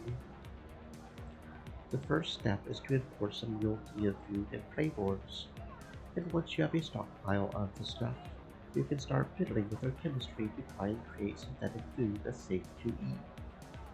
Do I have it right? That's right. I await the struggles. The cost alone would shock anyone. Yet now that there is no more and no direction laid out, I think it's a good way to use what I've learned. A Gian restaurant could also assist likewise Gians dealing with, how would I say it, residence longing. Do you know what I say? Homesickness. Ah, Yes, that. While we're talking on it, Ezra, what did you study on during the war? Was it a thing you wanted to do, or was it a thing that you were told to do? I know this one. Pick me. Now, Carla, don't get your turn. I asked Ezra. I like this one.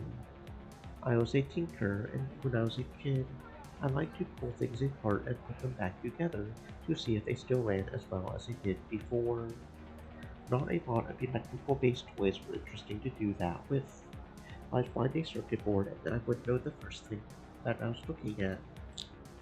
But if, like, a toy had a button, and the button was connected to the board with a wire, then a 5-year-old could figure out that if you disconnected the wire, the button would stop working, and it would start working if you plugged it back in.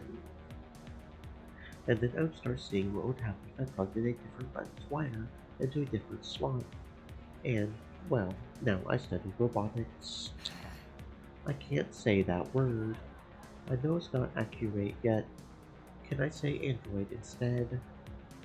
Yeah, that's fine. I understand the context. That's good. Androids. That sounds like a nice, pushy train that's not on the lines. Taking a job that wasn't directly on the front line was a perk. I won't deny that. But studying robotics, everything from the design and engineering to the learning AI that went into operating them, is a fascinating subject to me. Using advanced artificial intelligence to help humans and beings with their daily lives had been a goal since as early as computers were a thing. We've had robots since as early as the 2000s, but the technology in those science fiction stories always felt so distant. Up until the Wicked invaded, then there was a huge push to using every resource that we had to help with the war effort. War has a tendency to quicken the study and research on certain things that can later assist with the general health and wellness. It's likewise on Yi too. Your study in the area will likely be aligned to society now that the war struggle has ended. That's what I'm hoping for too. With any luck, I'm hoping that we recall the latest Gen 3 models that were recently put into production so we can refit them for helping civilian life. Now that the war is over, They don't need those shoulder-mounted Gatling guns or the metal-piercing thermal vision. And, well, while we're at it, I'm hoping when you redesign them, they look really creepy and off-putting, which was an intentional design feature to unnerve the Bricklin. But if they're going to live with humans, ideally, they would not carry such an expressive array of details. If I were Esol, I would have accepted a yes, Esol, I like robots. We didn't need your student's thesis in response. Luckily, neither of us asked you. Don't misunderstand me. I think it's endearing. I said I would have accepted a 5-word response, but this works too. With all that said, robotics is what I've been studying, but you might understand why I'm having such a difficult time coming to terms with what it is I'm going to do now that the war is over. Going from war robots to, I don't know, vacuum cleaners or something else is a bit of a change. I'd spent 13 years of my life, my entire teenage life, on studying robots meant for war. Do I change course entirely? It's what I know, and even if making killer robotics wasn't what I wanted, it's what I'm good at now. Do I stick with that? Or do I try to, like, pick up an art or something? If I can even figure out which one I want. It's easy to think that I'm too old and it's too late. Too old and it's too late. Hey. Ezra, you're in your mid-20s. Your life hasn't even started yet. I don't want to hear any nonsense about how you think it's too late to change course if you want. First of all, it's never too late. And second of all, you're practically still a baby. Then what does that make you? I'm also a baby that needs coddling and pampering and occasionally someone to burp me. Point is, you have your whole life ahead of you, and that hasn't been more true than any other point in the last 13 years. I know you're struggling to come to terms with that, but if you just remind yourself every now and again, you'll eventually drill it into yourself. Yeah, you're right. I just need to keep that in mind. Ezra, on curiosity's sake, do you know what the destiny is with the current Gen 2 androids, and the Gen 3s that are already in circulation? Well, the war only ended yesterday, so it's tough to say. Gen 2s and Gen 3s were designed specifically for the Rift War. We had already started slowing down production on Gen 2s when their successors started rolling out. I imagine we're going to stop production on all of them too altogether. And for the ones that are already out there, I imagine they'll probably be broken down and recycled. There's a lot of expensive tech in each of their bodies that could be repurposed for other stuff now that the war is over. Although, if they could feel humility, I imagine it's going to be a bit of a downgrade, going from a machine built for war and defending the cradle of all humankind to having your parts converted into a foot messenger or something. Hello there, everyone. Have we decided what it is that we're after tonight, or do we need a little bit more time? We haven't even looked at the menus yet. You know, having sat at this table in this busy wrestling man for a while now, I've been getting the impression that we have forgotten something. We'll need a bit more time. Yes, of course. Can I get you three something to drink while we're at it? I'll take a crackle rain with extra ice. Do you have any grit?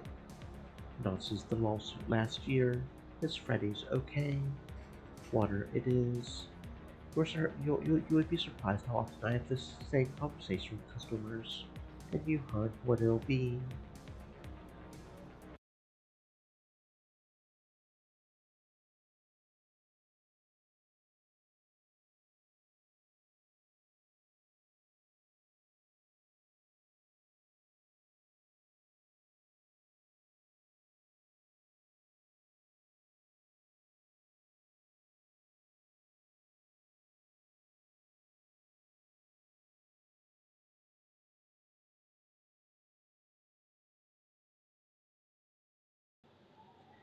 I don't know. We're still in the middle of a system-wide party. but it's also the middle of the day, so something chocolatey.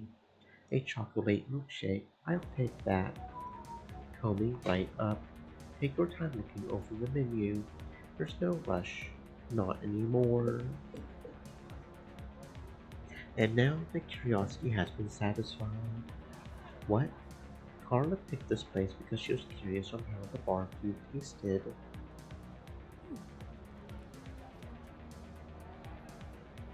You go to drinking holes to taste the cuisines. Yeah, I thought it lacked imagination too. Cram it. The mouth knows what it craves and it craves bar food. Was it even any good in your opinion? It doesn't hold up to the legends I've heard regarding some of the lesser lands on Earth, but it was alright. I ordered food and they fed me. They certainly fed me better than I could have fed myself. I'll tell you that much. And it would have taken me hours. I could do that too, you know, and greater than they did. And they do the cleaning for you. Yes, well, That's right. I wouldn't need cash as a reward in that case. Free food, but we would need to do the dishes. I don't know, I'm kinda liking the idea of throwing money around and being supervised instead. You're getting it, Ezra. They've got the pampering and the coddling down pat. You think if I tipped extra the staff would hurt me? Only one way to learn. Are you going to go for it? You're a grown woman, Carla. Are you going to ask the waiter to burp you for the giggles? It would be funny. Not this time. And I'll need to get drunk first. That milkshake of theirs tasted really good. Do you think I could get them to spike it? Yeah, probably. And if they won't, what's to stop you from ordering 2 drinks and mixing them together yourself? My god. What are you two doing once we're done here? I got a thing I need to do, unfortunately, so I was going to bail after this and leave you two alone. That sounds like you're trying to hook us up. That's because there's some truth to that, Ezra. Not that we need excuses to see each other again. There are certain social exclusions that don't relate any longer once you see each other naked. I like this one, Ezra. Let's keep her. Yeah, it's starting to get a little late. That thing of mine that needs doing isn't going to get done any sooner the longer I keep sitting here. And the sooner it gets done, the sooner I can go out drinking again. Man, this is just what life is now. Spending the days celebrating, meeting new people, exploring our own backyard, and spending the nights getting drunk and having dinner with people we just met. I don't think so. I don't think this isn't what existence is going on for. At least, not eternally. It's likely that this is existence at least until next week or so, I would guess. I would give it a couple of days minimum. We're going to run out of confetti eventually. And that's when the party is over, is it? Well, it will certainly be the beginning of the end. Anyway, I'm going to dip. You two have fun without me. But not too much fun. Or do. I'm not your mom. Leave if you're going to already. Don't stay out past curfew. Bye. Carla is quite a relaxed girl, I think is the accurate saying. She didn't used to be this pushy. Back when we were still young, she was pretty quiet and timid. It's wild what a bit of time and a change in atmosphere can do to a person. But she isn't like malicious about being pushy, and she's never like pushed it too far, you know? She throws just how much gas to. She knows how, just how much gas to give. That sounds really annoying. It sure as hell can be, but well, I keep her around for a reason. She's a good friend. I wouldn't have made it this far in life without her and her energy. She's the reason why you and I are here together at all, and she's the one who instigated the incident last night, so I can see what you say. Acquaintances like her require endurance, and not just in structure. I wouldn't have kept her around as long as I have if I couldn't keep up with her. Not that the choice is yours. She would stick to you like glue whether you want her to or not. It's clear that she enjoys your attendance. We've been friends for a long while now. We found each other pretty quickly during our studies when the war started, and we've been hanging around each other ever since. Ezra, you don't engage in a three-way with a girl and stay as just acquaintances with her. We're either greater than that, or it's a throwaway and you stay strangers later. Not necessarily. There's another term for that. Who are you trying to kid, Ezra? What about you and me? Are we just acquaintances? We aren't throwing each other away yet, so that's a good start. Though, I think that's what Carla wants us to learn. Let's walk and talk, you and I. There's a garden that I want to go to. The night is young, and there's a lot to talk on. I was just saying to another friend of mine today that I've explored so little of this place. It was only this morning that I went to a lookout, and then later to our observatory. Would you believe that I've also never been to the public gardens? We own a star seeker. A what? Curse your Languages. earthly languages. An observatory. We own one? Yeah, it was repurposed as an outlook station during the war, but it's been open to the public this whole time. I had never taken advantage of the opportunity until today. How have you not noticed? The whole building lights up like the sun during the night. It's got the big bulbous top, and the telescope can be seen jutting out of one side every hour of the day. You can see it pretty clearly from the lookout at East Peak. What? That's an Earthling star seeker. I thought it was related to artillery, not to the sciences. I guess, if you squint, the telescope could look like a cannon of some kind from a distance. But did you never think that would be odd? We live in an aerodrome. If the observatory shot missiles, it would have to go straight through the dome and expose the rest of us to the vacuum of space. I did. I always considered us lucky that the Wicked hadn't reached us yet on that reason. Would you like to go sometime? I can take you if you would like. It's not 1 hour later and you're already trying to schedule our next outing, Ezra. Well, I probably would never have come here to the public gardens if you hadn't suggested it. I would either have gone straight home, or I would have loitered until it was time to get drunk again. I guess you can say that I owe you one. I think I would like that, and with the ongoing carousing, our scheduling is unrestricted. Just choose a day and things ought to work out. I'll keep that in mind. Can I ask you a question, Ezra? Yes. Now, no more questions. I'm kidding, Isol. You can ask me anything. Ah. Right, that's what I wanted. Why did you take Carla's suggestion of joining the three-way? Well, there's a bunch of answers to that. You said it yourself last night that the Keans are unlike humans when it comes to getting randy over good news. I imagine the whole solar system is celebrating, whether it's having parties that last for days, or hooking up with strangers to do something wild, or both. Back in the 1940s, all the nations of Earth were wrapped up in a war with each other. Once it ended, the population on the winning side, well, 9 months later there was an entire generation of babies being born, all at the same time. He is, likewise, storied. Our greatest renowned generation was written into history once a drought lasting 200 years ended with rains that lasted weeks with altering intensity.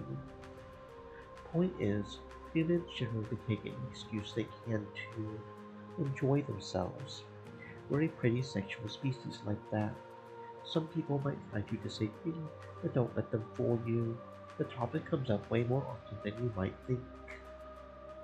Though we're also fairly monogamous, and we usually only take one partner at a time. Having more than one is usually just a fantasy. one that I took the opportunity to fulfill, and you might be surprised how often having sex with an alien is a fantasy too. But that's not it, that's a pretty heavy-handed answer. The short version. I was drunk and two hot ladies asked if I wanted to get into a threesome. I wasn't about to say no. I'd rather I'd rather the wrong answer. Humans are unlike Earthlings. We usually take one equal at a stage, yet we're known to get a little wilder when the resources are right. Did your relation with Carla guide your decision at all? I mean, in the sense that she was the one to pitch it in the first place, yeah. I certainly wouldn't have had the guts to ask a strange Ian I had never met if she wanted to jump into bed with two humans. But now that you mention that, it's my turn to ask. Why do you ask? What made you bring that up? It's not such a wild thing to ask, is it? We saw each other naked last night, and here we are again, talking as though it was a regular thing, like we had gone to the theater instead. Calling what happened last night a performative show is one hell of a way to put it. I guess it's fair to say that things are going pretty quickly between us, yeah. I can't get one to slow down and just, you know, assess where we are right now. I should say, that's not the whole truth. It's not. What you said is correct, yes. Things are going quickly right now, and taking a while to understand the cadence, I guess, is a good thing to do. It's just. Sorry, I didn't intend to get all intense like that. We had a good night last night, and I don't want to take that away. The reason why I asked was one-sided, idiosyncratic as it were. You mean personnel? I do, yes, though I can't say that word. Earthling languages are hard. Well, I mean, is there anything I can do to help? It sounded kind of heavy. Like you said, we've already seen each other naked. I don't mind helping you sort your personnel thoughts out, if it would help. Although, I guess there's a pretty big difference between getting drunk and having sex with two strangers on the assumption that you'll never see them again afterward, and airing out your dirty laundry with someone you met yesterday. You're sweet, Ezra, and you're kind to suggest a thing like that to assist. It's alright, though. You're doing all that you need to do when you say things like that. I assure you. Sorry, I'm getting a message. This should take only a second. No, I got it too. To all university students of Aerodrome Galilei studying to apply for Earth's future defense. The past 13 years have been indescribable for all of us in the solar system, from the Earthlings to our close friends, the Gians, and from our home planet Earth to our outposts of the Kuiper Belt. As much cause as there is to celebrate, there's also still much work to be done going forward. There will be a press release made tomorrow at 1300 local time. The topic will be related to the future of your academic pursuits, what to expect from your future studies, and the plan proposed for our institution.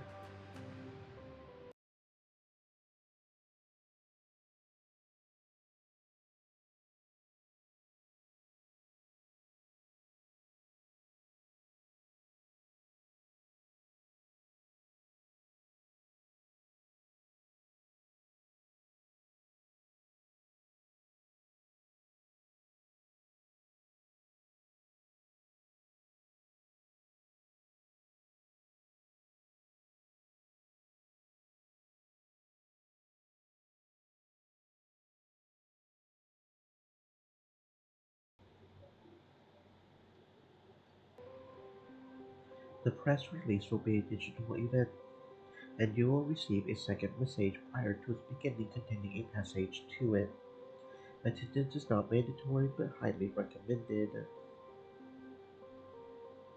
A reminder that your current grades are final. From the desk of W. Halbert, Aerodrome Galilei University Headmaster. A news release on what's going to ensue now that the war is done. That's what it looks like.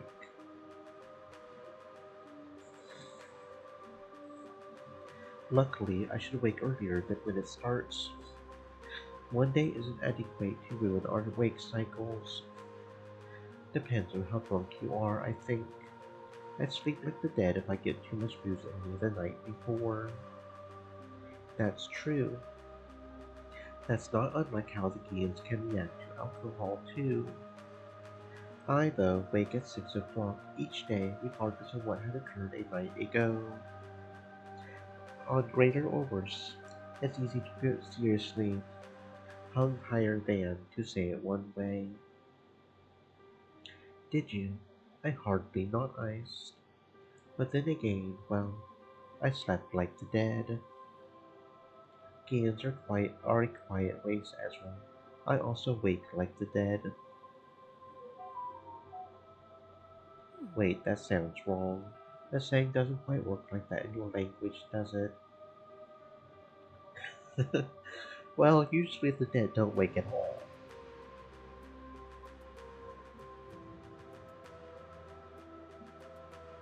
And according to popular fiction, whenever they do, they're usually loud as hell about it. But I get it. Well, that's good.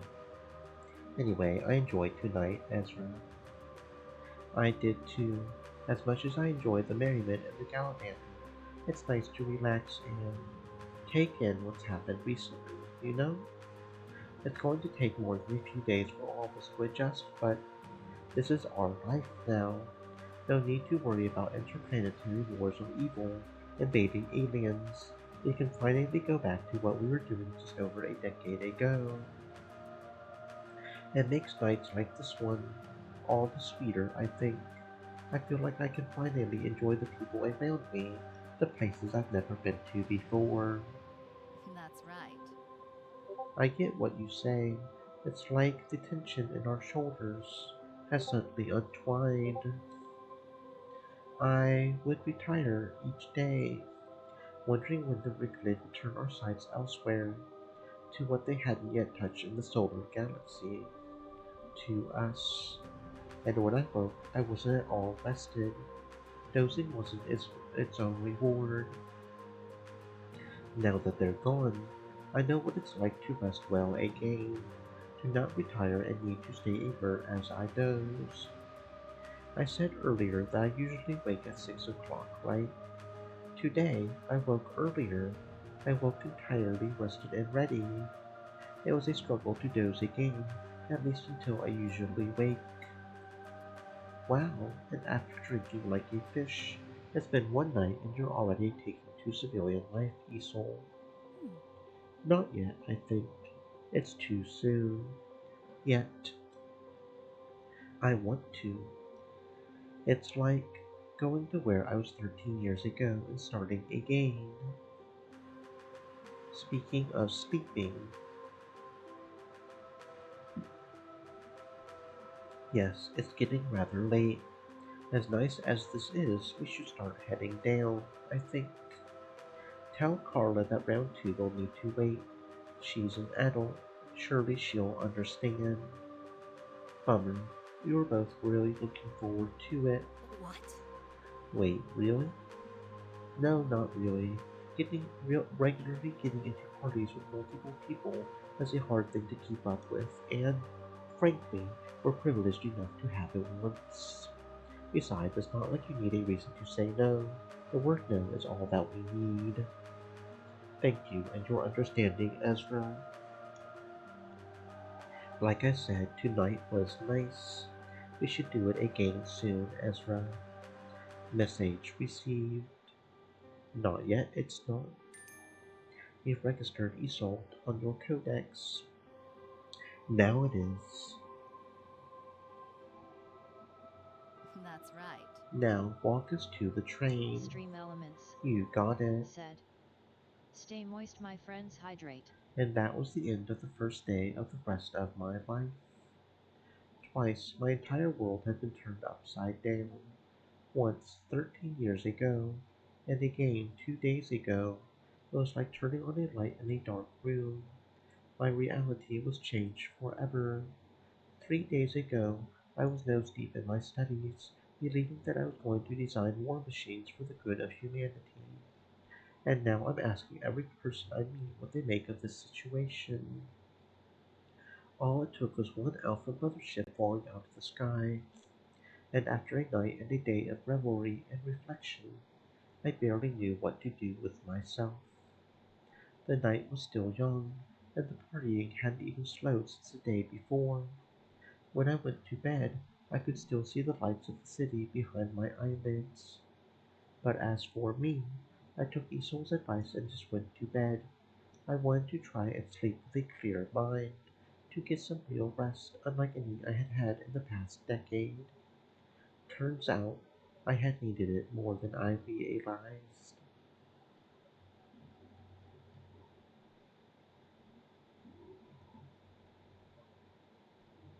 Already morning. Man, it's day two of the rest of my life, of the rest of everyone's life. I feel like a million credits, like I've slept for 10 hours and I'm ready to fight a bull. What time is it? It's nearly noon. No wonder I feel so rested. But it's not like I'm missing out on anything today, right? The war is over. School's already been cancelled and our grades are final. I have no appointments, no responsibilities, no places to be, and no worries about invasions or attacks. My shoulders feel amazing. Have I always been so tensed up until recently? Is this what it feels like to finally feel like the galaxy is on everyone's shoulders? We should get invaded by evil aliens less often. I could spend all day in my underwear if I wanted.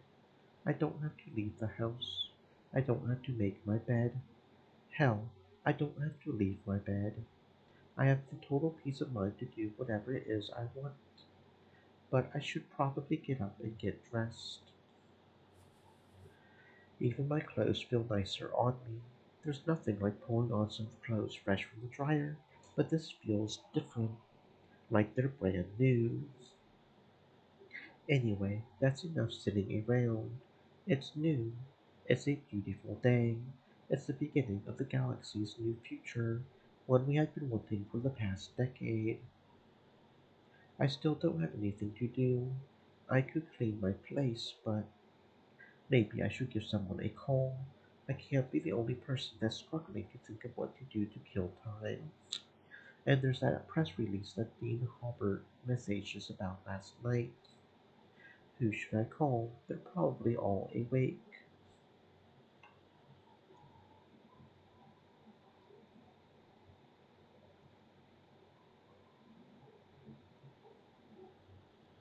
Carla's been my closest friend since we started school together.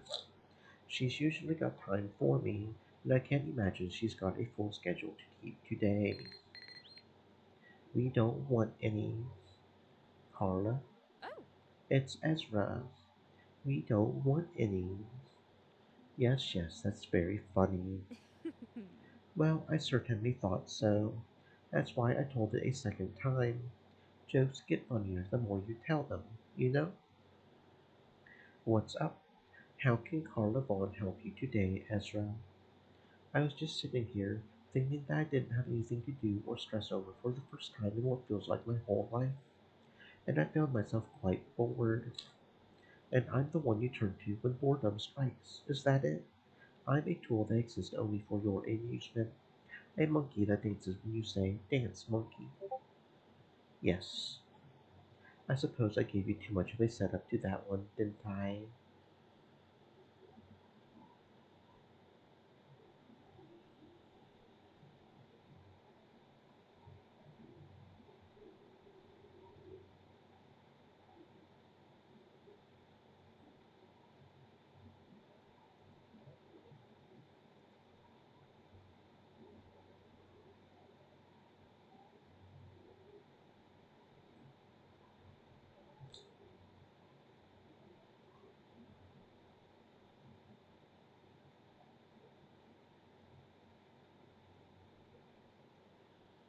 Well, you happen to be in luck.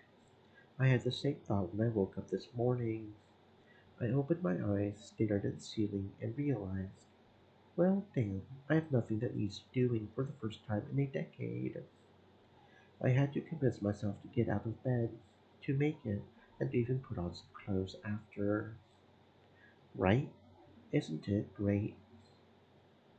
After 13 years of being all tense and wound up, it's a nice change of pace. I could get used to being a lazy slob. I'm guessing you're calling because you want to do nothing together. Is that right? I couldn't think of a worse way to waste the day. Correct. Ezra, you are a vipper when you want to be. I learned from the very best, Carla. Damn right you did. You want to meet up downtown? We're on day 3 of the nonstop festivities down there. It would be a good way to kill a few hours at least. Yeah, sure. It doesn't really matter where we go in the end, as long as it's with me, right? Careful, you'll make a lady's heart skip a beat with talk like that. Hmm. How soon can you get to Seema Street? Maybe 20 minutes from now. Cool. Meet me in front of that old army surplus store. They're probably not getting a lot of business right now, so it'll be easy to find each other there. Makes sense to me. See you then. I'm gonna hang up now. Pew. Well, alright. That settles that then. I have 20 minutes to get from here to where I'm going, which isn't a lot of time. I had better get moving then. Man, it's day 3 of the celebrations. You would think they would have run out of confetti by now. Can't you blame them? No, not even for a second. Their energy is so infectious. It's like a perpetual motion machine. A feedback loop of party hardy. Everyone is partying, so everyone else wants to keep the party going. If only we could harness this kind of energy. With all its perpetual motion, we could party the Wicked to death if they ever came back. Maybe it's not impossible. Give everyone a beer and a giant hipster wheel, and we would be in busyness. Now you're thinking, is Hmm. it just me, or does this place look different somehow? Different how? Just, I don't know, different. I don't see anything. All the buildings are in the same place and they're all the same shape. I can't really tell what it is you mean. Hmm. Maybe it's just me. The last time I really got a good look at this place, I was 3 sheets to the wind and it was the middle of the night. That probably didn't help. But it doesn't feel like that's it. Maybe it just feels different because of the constant upbeat attitude and atmosphere. I mean, up until just 3 days ago, it was a pretty dour place to be. Everywhere was. It's wild what a little attitude adjustment could do for a person or a place. I'll be real with you, Ezra. Realistically, that sounds dumb as hell. That a place's feel would somehow change how it looks. But I can't think of a better explanation. Maybe there's some truth to it. In any case, it's a wonder that every store isn't somehow geared to either military goods, combat training, or something else war related. You would think 13 years of humanity being laser focused on being a bad guy would have turned them all to the F word. On the one hand, it's only been 13 years. Most of whatever store that isn't army related would have been around before then. But on the other hand, you're totally right. It's been 3 days and I'm still having a hard time trying to understand that the world existed before the last decade and some change. Like, when's the last time anyone had either the time or the inclination to go to a pawn shop, a fabric store, a brewery, a farmer's market, a library? Maybe not the brewery. If humanity's history has taught us anything, it's that we like our beer, and there's nothing that will get between us and it, not even ourselves. That's true. We've gotten really good at beer. We should just pick a store. It doesn't matter which one we take. We've been so distracted with the war effort that even a fast food place would seem new and exotic. In fact, that doesn't even sound like a half bad idea. It's lunchtime.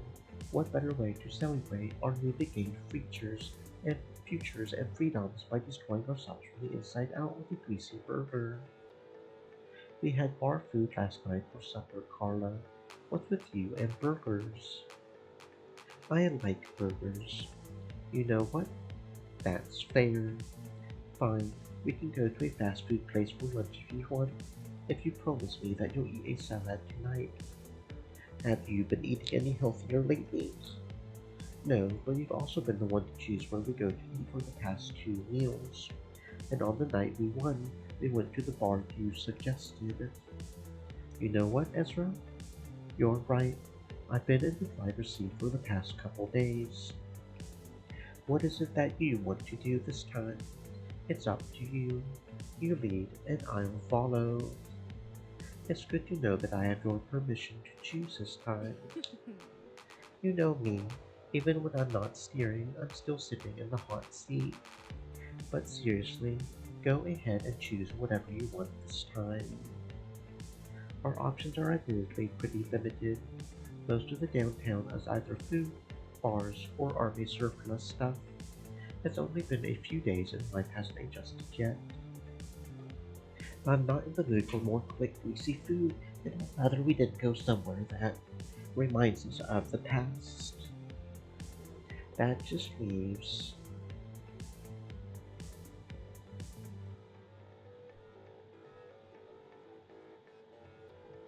an arts and crafts store. Sewing and crocheting can be a valuable skill to have. You know what?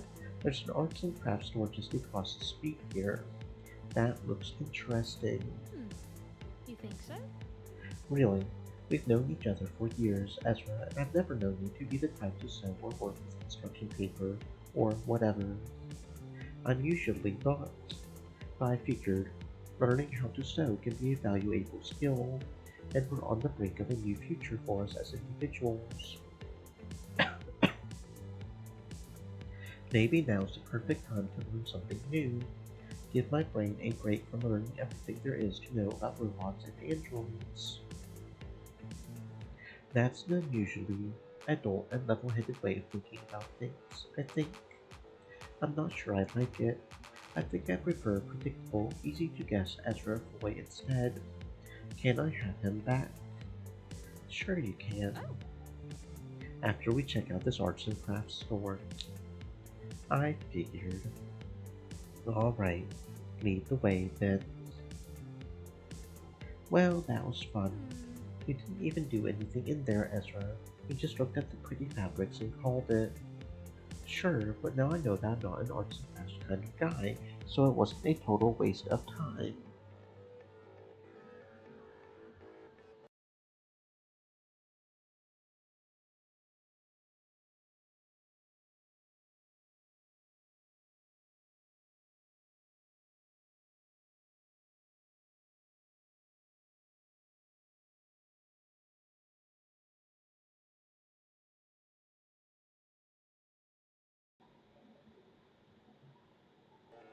I'm a bit more surprised by what you took away from that store, though.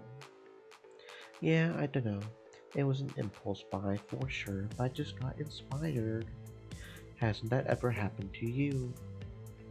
Where you're given, like, some building blocks or some paint and paper, and you suddenly get an idea that you need to put down. Maybe. If that's ever happened to me, it's only ever been once or twice. And I've never considered myself to be a particularly artistic person. I'm sure if the inspiration did hit me, I'd try to put down whatever was in my head, and it would come out wrong, and then I would get frustrated and either give up or spend 7 hours trying to perfect it. You're not an artist. You're a budding artist.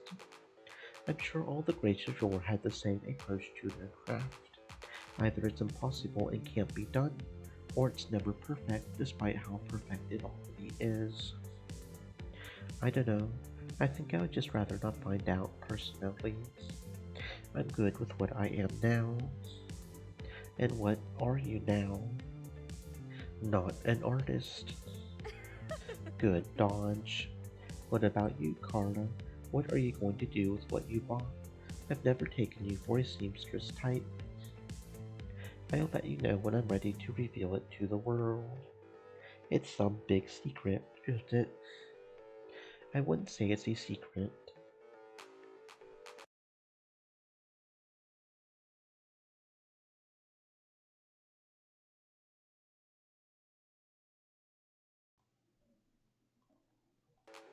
I just don't want to set expectations.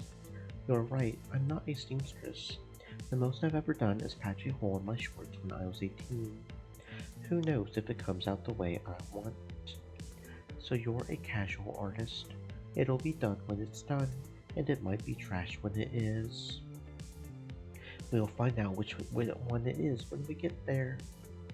You know, it's funny. I give you the chance to choose what we do today. You decide to go into a craft store that managed to survive the war commerce of the last decade, and it's me that comes out with some tools and an idea. Like, did you not hear me say, ha, twice since we left? Not counting that one, of course. It must be 1 o'clock. It's time for that virtual press conference thing. Well, that's convenient that we timed everything right to end at the turn of the hour. We are tuning in, right? I feel like we should. The dean made it sound kind of important, and it might have some information on what we should expect for the next school year, now that we're not all focused on the war effort. Well, alright then, let's see what's up. Good afternoon, students and faculty at the University of Aerodrome Galilei, Section 4. I am Dean Waite Halbert. Halbert? Halbert. I would like to open this press release with congratulating the brave men and women of Earth and our Gian friends and companions who answered the call that our home had made of them to protect not just us, not just our own galaxy, but that of our neighbors and the systems that lie beyond the horizon. Our enemies were stopped by these courageous few as they sought dominion over our stations, our roads, our homes, and our cradle.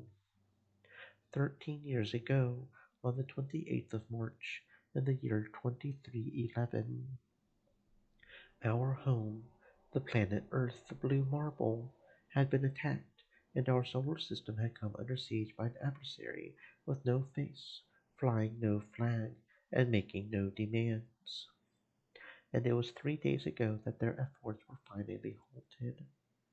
On June 20th, at 14 minutes past 4, Coordinated Universal Time, our men and women on the front lines had dealt a decisive blow to the aliens' efforts by destroying their largest ship that had been broadcasting their environmental superweapon onto the Earth. Approximately 72 hours later, all remaining enemy vessels have fled our solar system. There are no traces of their ships remaining within the boundaries of our scanners. As you have no doubt have gathered by now, this is reason for celebration. All exams at the Academy have been cancelled, and all current grades are considered final. All of humanity and every Gian, spread all across the solar system, had been working to the day we could sleep soundly once again, and after 13 harrowing, difficult years, we earned that day less than 72 hours ago. The streets of Aerodrome Galilei have been sleepless with celebration ever since, and the press briefing hasn't been called to interrupt that. We've all earned a few days to ourselves. However, I've been asked to lend a special guest and audience of the students of the University of Aerodrome Galilei, Section 4. Attendance was not compulsory, so to every student listening in now, you have the thanks of not just me, but of the entire faculty. I will be yielding my time to our guest speaker now.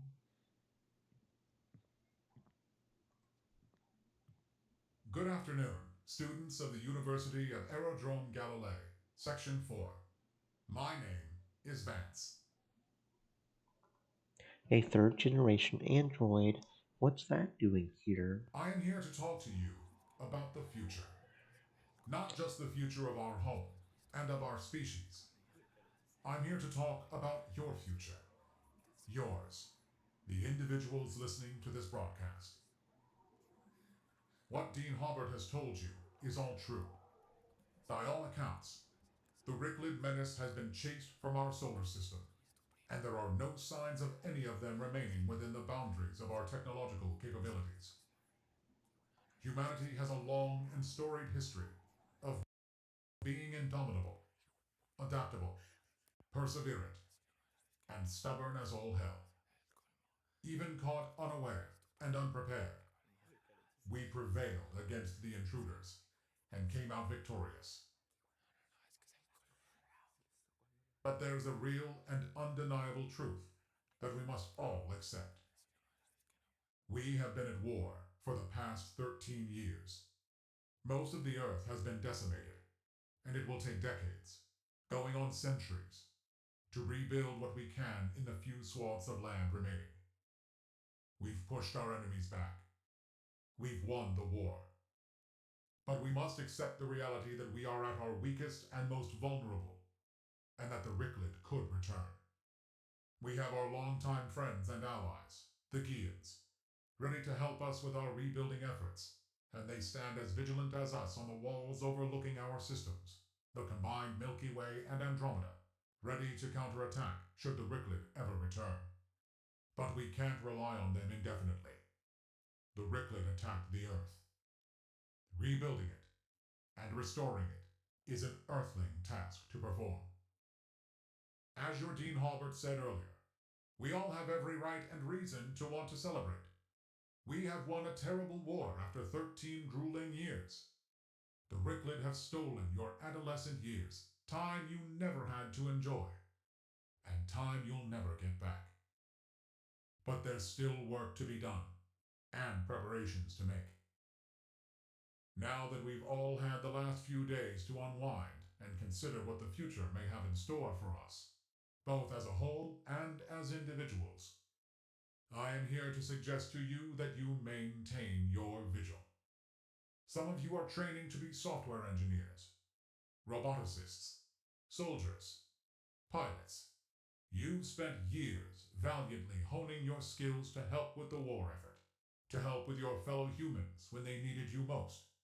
And now that the war has ended, you may be tempted to pursue other avenues, to take your life in a new direction, one you may have always wanted, but circumstances and duty had compelled you otherwise.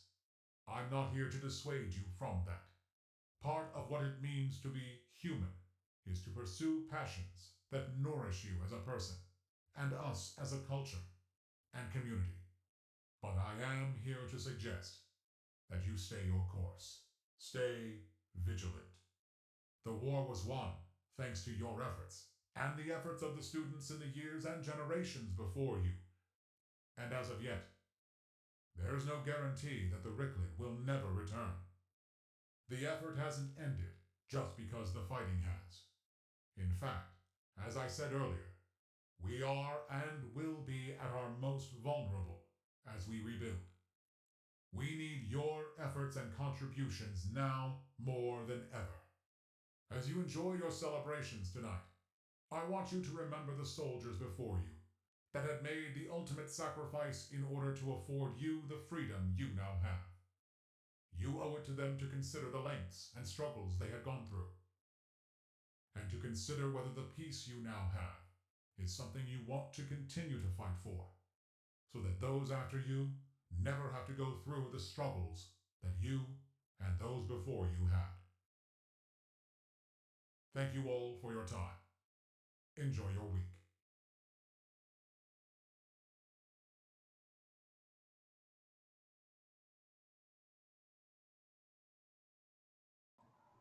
Well, that was fun.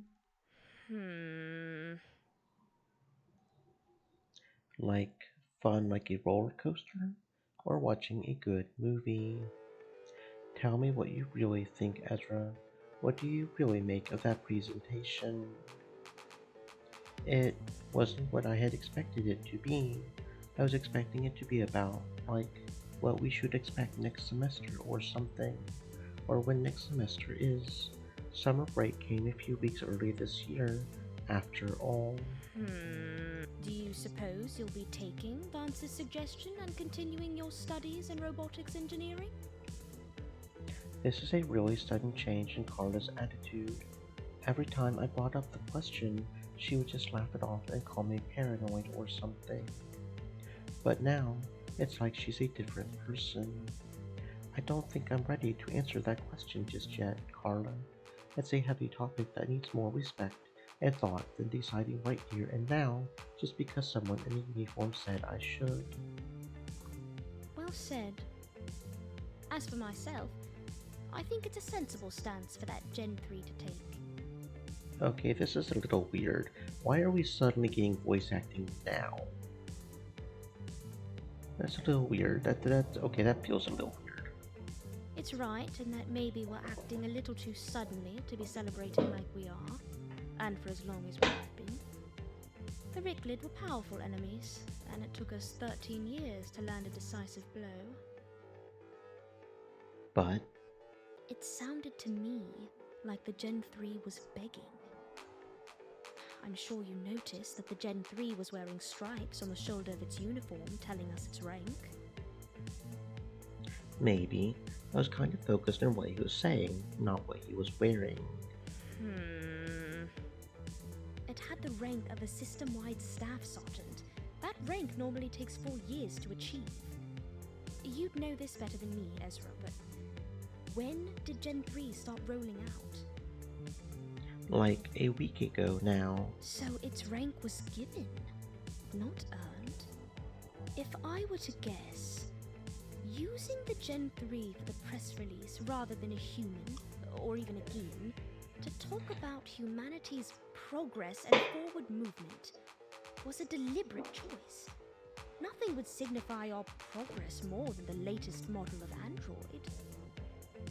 And giving it the rank of Staff Sergeant was an effort to give it more authority, to try and appeal to anybody that responds better to the hierarchy. But they couldn't make anything higher rank without having a lot more people asking a lot more questions.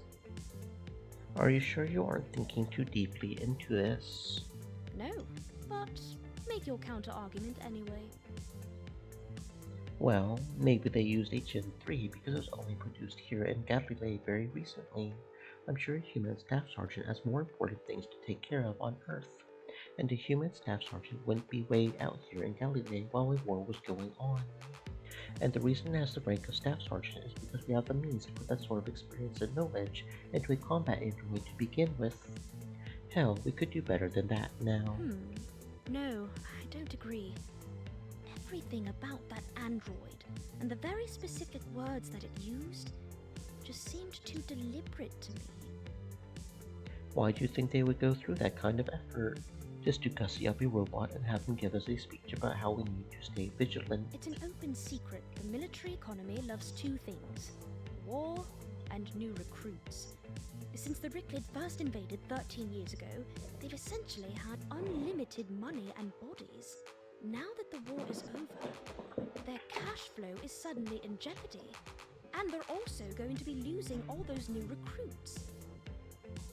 5 years ago, it was inconceivable that a newborn child wouldn't help with the war effort. And now, it's totally possible that no child would enlist at all. A baby born in the last decade was expected to join the war effort by the time they were of age. And I'm sure you've noticed, but every year, the of-age qualifier got younger and younger. The money is the lesser of two problems, especially now that we know that enemies like the Ricklid even exist at all. But the Gen 3 said itself that we're going to spend decades on rebuilding. The last thing anyone wants is to think about more war efforts right now. And don't even get me started on that jingoism about rebuilding Earth being an Earthling problem. That's a hell of a statement for a robot to make. I think that's about the end of what I think about that press release. What do you think? And then suddenly cuts off the voice acting there. Okay, that's a little weird. Did I manage to change your mind at all? Okay, well, first, before I answer that, is this all what you really think? Or are you just being an overly analytical devil's advocate? It's what I really think. Do you really think I put that much effort into bullshitting you? Good point. Carla certainly has a good point about the war machine being spoiled after the last decade of essentially infinite resources, and them wanting to hold on to that by encouraging current students to stay the course rather than try and restart their lives. But on the other hand, Vance also made a handful of good points. We're at the most vulnerable we've ever been, especially now that we're letting our guard down, and we don't know where the Wicked came from or went to, or if they'll be back. Carla seems pretty passionate about this. I should think this one through.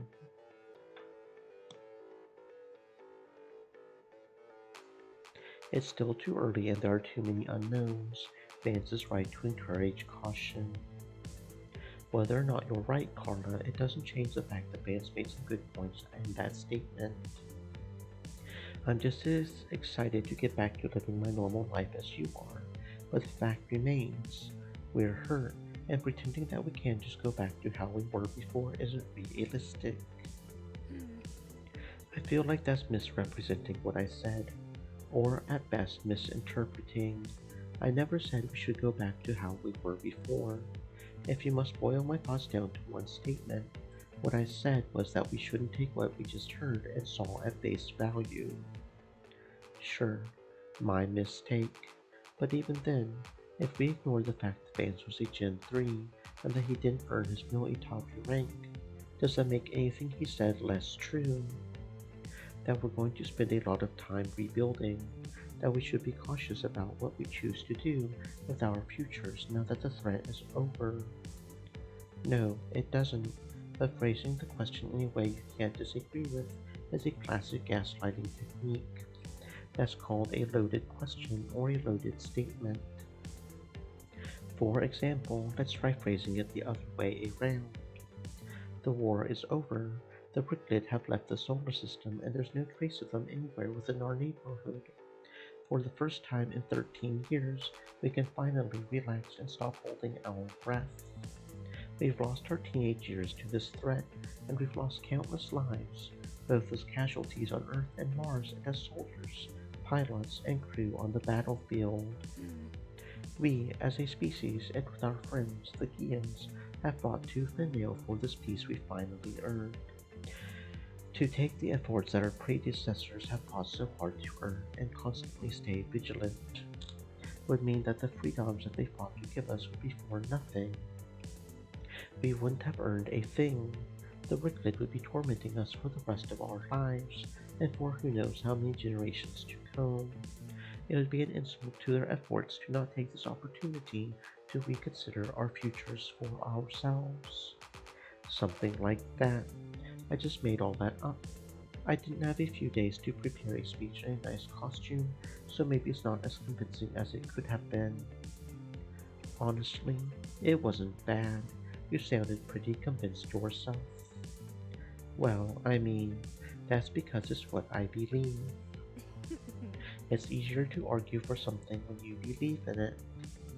I feel I should clarify that I don't believe there's a wrong way to interpret that press release mind. It's two different ideologies approaching the same issue from different angles. I just don't like being lied to if I think I'm being lied to. See, that kind of trips me up a little. After 13 years, you think that the people that have been doing their absolute best to protect the entire solar system would try to scare the people they've been protecting into giving them more money and more recruits. I do. The Gen 3 was right about one thing. We're in a very vulnerable place right now, both physically and emotionally. Nobody wants the Wicked to come back, especially now that we've been partying for 3 days and our school year was cut short in celebration. Right now, it would be very easy to scare us with the idea that they might come back. It won't be pulse pounding, finger trembling, pants sweating fear. It'll be the kind of fear that makes a person booby trap their own house for burglars or whatever. And a scared person is easier to convince than a happy drunk that's on their third bender in a row. Or maybe I'm just being a conspiracy nut. I dunno. Like I said before, I think that being cautious and alert is a sensible stance for that Gen 3 to take. There's just a bunch of underlying messages and motivations that I find skeezy. So I take it to mean you won't be following Vance's advice and staying the course. I don't think I should answer that question. Okay. What we do with ourselves going forward is something that we all need to consider individually. Ezra, we've been very persnickety about our futures, and I worry that if I gave you my answer, it would influence your own. And if I'm right, you haven't quite decided yet yourself. No, I can't say I have. You're studying robotics engineering, right? Choosing to stick with your craft and staying the course is a fine option. You know, you spent the last 13 years putting yourself to that.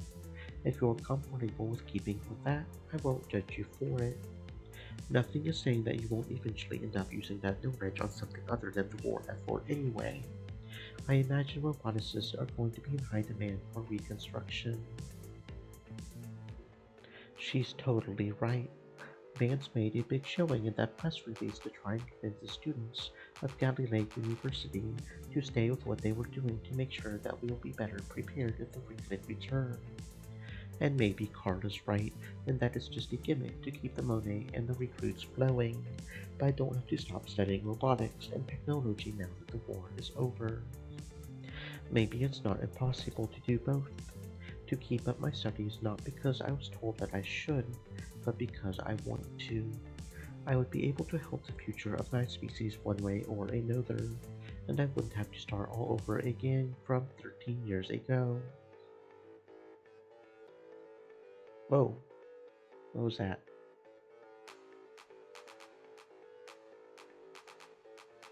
I was just going to try to click on the question marks to see if I could click on them, but the question mark changed.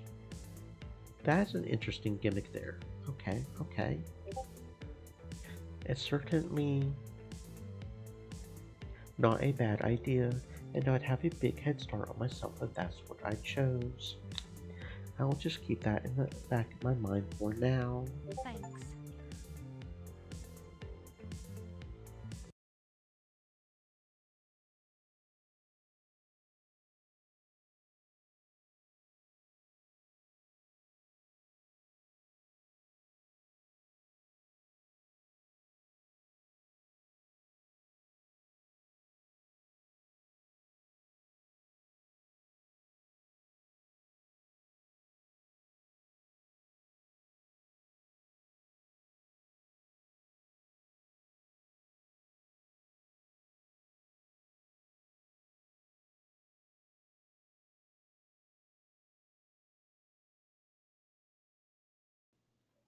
What she really thinks. Learn what Carla really thinks about Vance in his press release.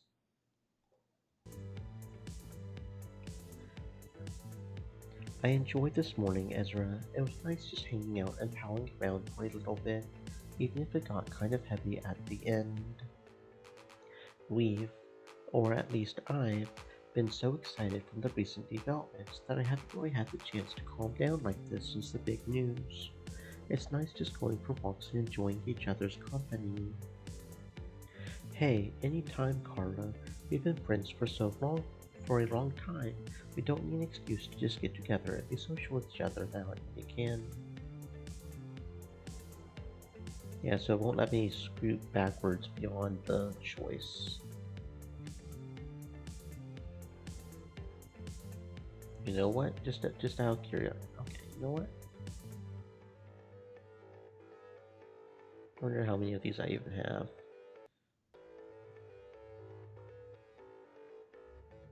Now let's go ahead and try and see if we can figure out what the skip button is. Control. Okay, control.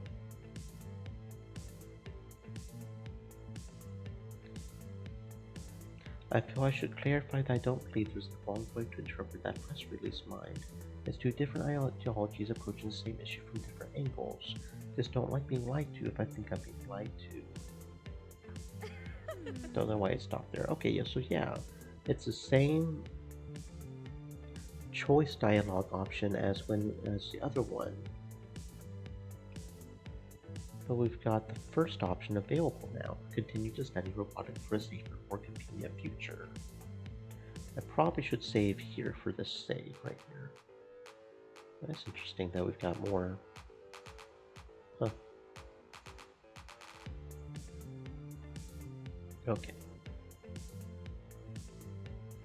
Thanks. I'll try and keep that in mind. The party's not over yet, and I'll be damned if I'm not going to ride this out for as long as I can. Okay, and yeah, it does indeed stop on the dialogue we haven't seen yet, so good.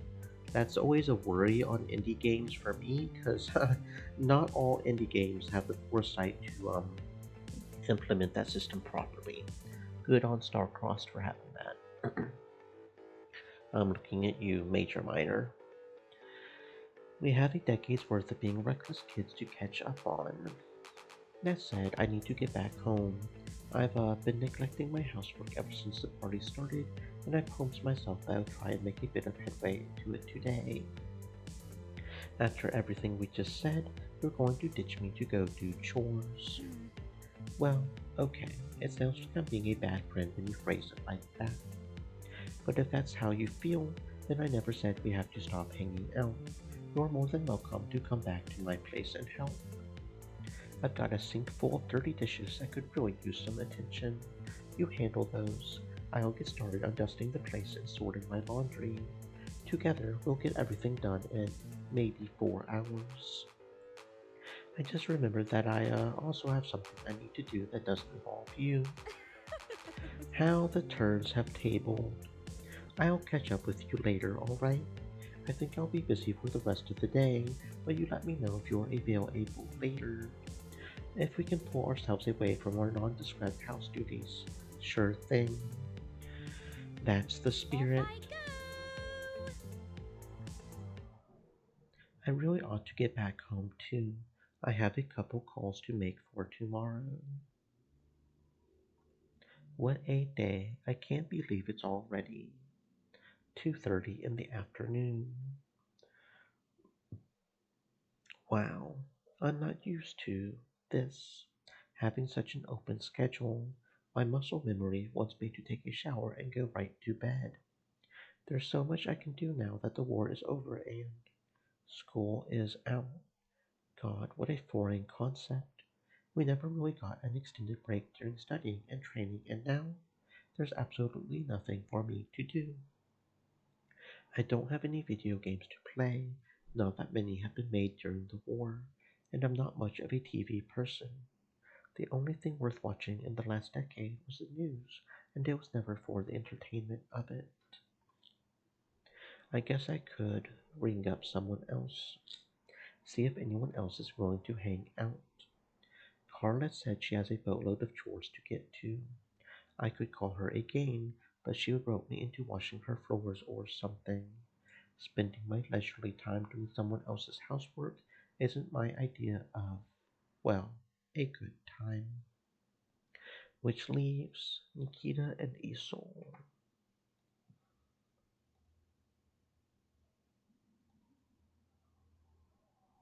I like how they sort of move the gift a little bit. The happy face is really cute. She's really fucking cute.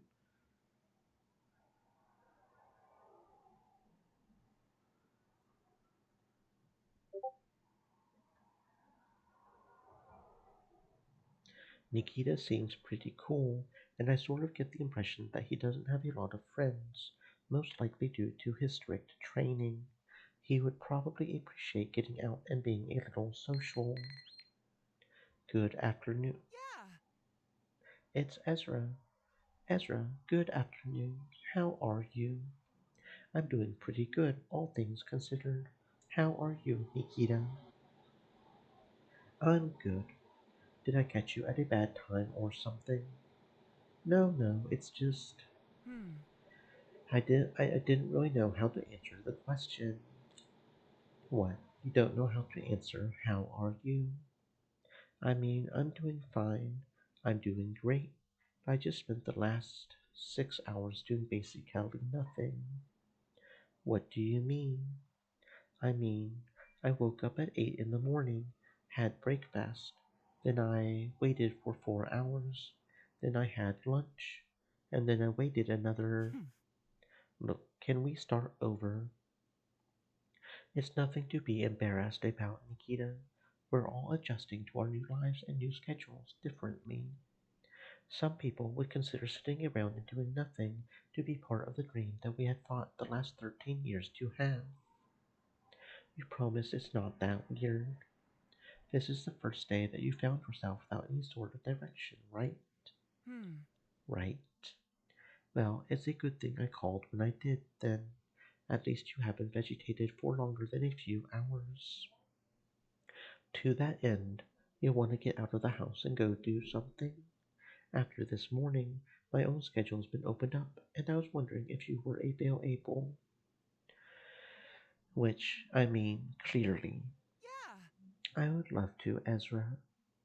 I haven't gone on a date in maybe ever. Definitely not since the war began. You would think I would be getting a bit more attention with all the effort I put into my hair. Wait, this is a date? Is it not? Is that not what people do when one of them asks the other to hang out? I mean, calling it a date is kind of forward. I wasn't expecting it to go like that. I just wanted to hang out and shoot the breeze with a friend. But on the other hand, even the straightest of men would have to admit that Nikita is pretty damn cute. Maybe calling it that wouldn't be so bad. I better come to a decision before I start sprouting any more hands, and I can only keep him on hold for so long. You know what? Sure, we can call it that. I don't see the harm, and I know just the place to take you.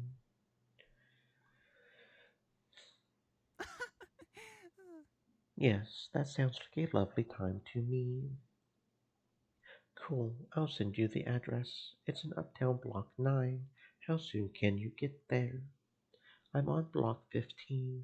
I can get there on foot in maybe 20 minutes if I left now. Awesome, I'll see you there then. I'm looking forward to it. I'll talk to you then, Ezra. Well, all right. That settles that then. I have 20 minutes to get from here to where I'm going, which isn't a lot of time. I had better get moving then. It's honestly kind of surprising that Cozy's managed to survive this long during the Wicked War. Most people don't have the time or the inclination for the retro mom and pop aesthetic restaurant. Or maybe that's why it did survive. Even just standing here in the doorway, it feels like all of those problems are in the past. Having some escapism can be a healthy thing every now and then, I suppose. Nikita's here already. He must have been excited to get out of his place and go on a date. Ezra. Yeah. Ezra. Hello. Yes, good evening, Ezra. I got us a seat already. I can see that. How long have you been waiting here? Hopefully not too long. I only said to meet up in 20 minutes. Yeah, no, not long at all. This place isn't too far away from my bunk. I got here maybe 10 minutes ago. I've just been waiting for you to get here since then. I see. I guess you weren't kidding when you said you had nothing to do all day. Yeah, it turns out that the life of an interstellar fighter pilot in training is pretty boring when there's no interstellar fighting going on and we're all put on leave. Legit, I woke up this morning and I was going through my regular routine, but at some point I realized that I had nothing to do, and I'm just not used to that, not yet. After I got dressed and I had some breakfast, I sat in my room trying to think of something to do, or something that I wanted to do, now that I had all this free time. I started getting uncomfortable. So you asking me to come out for more food was a wonderful surprise. It came just as I was about to resort to pacing back and forth. Damn, Nikita, that sounds like a bit of an issue. Ah, It does. Well, yeah. As soon as you're left to your own devices, you start feeling uncomfortable with yourself. I don't want you feeling like you can't do anything unless someone invites you to do it. Don't you have any hobbies or something? I would say that I have a couple, sure. I like gardening. I have a couple of hanging planters at my place, and I have a lot of dirt outside my building where I'm trying to raise some crab trees. Gardening is a very long term hobby to have, and it's not like I need, or even can, spend hours of the day doing it. There's only so much tending to the trees that I can do before I start to overdo it. Personally, I think I'm just having some difficulties adjusting to civilian life. Being a fighter pilot isn't a cakewalk, and I've had such a strict regimen for the past near decade that's not easy to break. Well, which is why I'm glad for the opportunity to get out and be a little more social. Ezra, tell me a little about this rusty ramp. It's so delightfully old-timey. I had no idea places like this existed in Galilee, let alone at all. Cozies. Yeah, it's been around since I was a kid. It's probably a little older than that. My parents and I would come here sometimes for breakfast. They make some powerful omelets. I'm looking forward to it.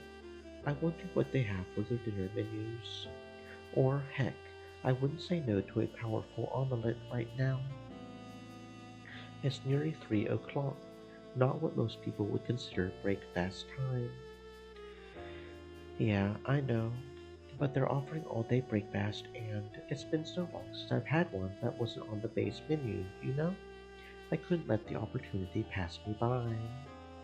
In a regimen like mine, our meals are filling enough, but they're also formulated very specifically for maximum nutrition, and they usually come from a bag. Do they at least taste any good? They're extremely healthy for you, so no. It's the 24th century, and we still can make our healthy superfood not taste like soggy bread. oh, really? That's how I know that you had never claimed to be a soldier or a pilot, Ezra. Describing them as soggy bread is an insult to soggy bread. Hell, during the worst of it, I would have killed for a bit of buttered bread and some chicken noodle soup. In fact, there being enough to fill me up can sometimes be a negative thing.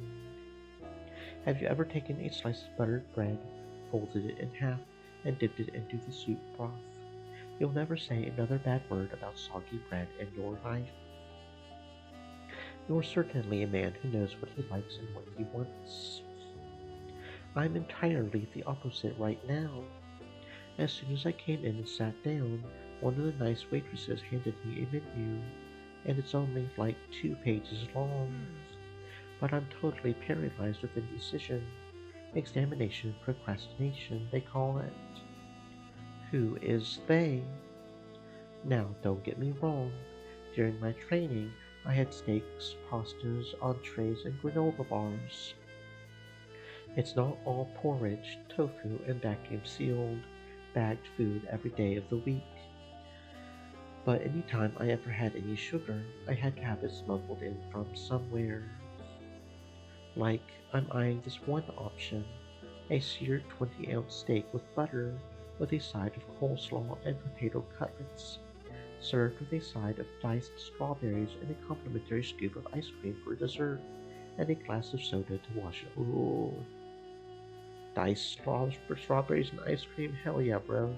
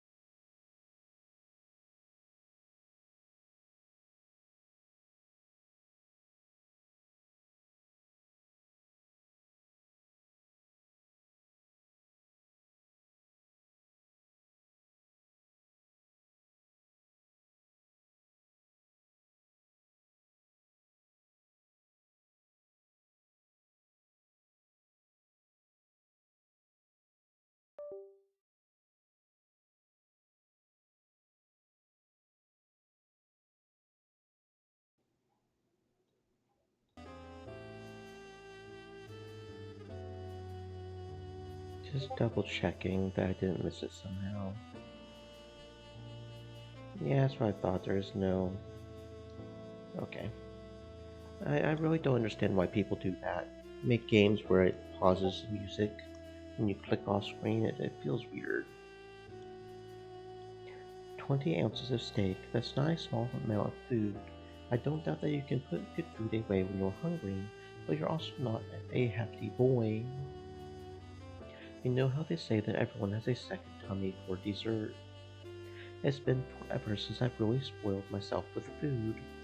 To me, everything I just listed would be like one massive dessert. Like I told you before, I know how to eat. Don't you worry about me. But at the same time, I feel guilty if I went so wildly against my regimen like that. I know it's not going to be a constant change to my diet, but it doesn't take a lot of effort to ruin a person's form or constitution. A little bit of weakness can go a long way. My mouth wants to taste that sweet, sweet sucrose, but my head tells me that I would be risking this physique that I've honed for the past 13 years. I'm considering splitting the difference and ordering some porridge with 2% milk. A whole 2%? Let's not get crazy here. But seriously, do they not give you cheat days? Yes and no. Yes, in that twice a month we get to eat something different. And no, in that they still have give us a list of what we can and can't eat, and sugar is very much blacklisted. Why don't you order first? That'll give me a bit of time to stew on it a little more. Or better yet, you could decide for me. Maybe I'm just too much of a lemming to decide my own spoils for myself right now.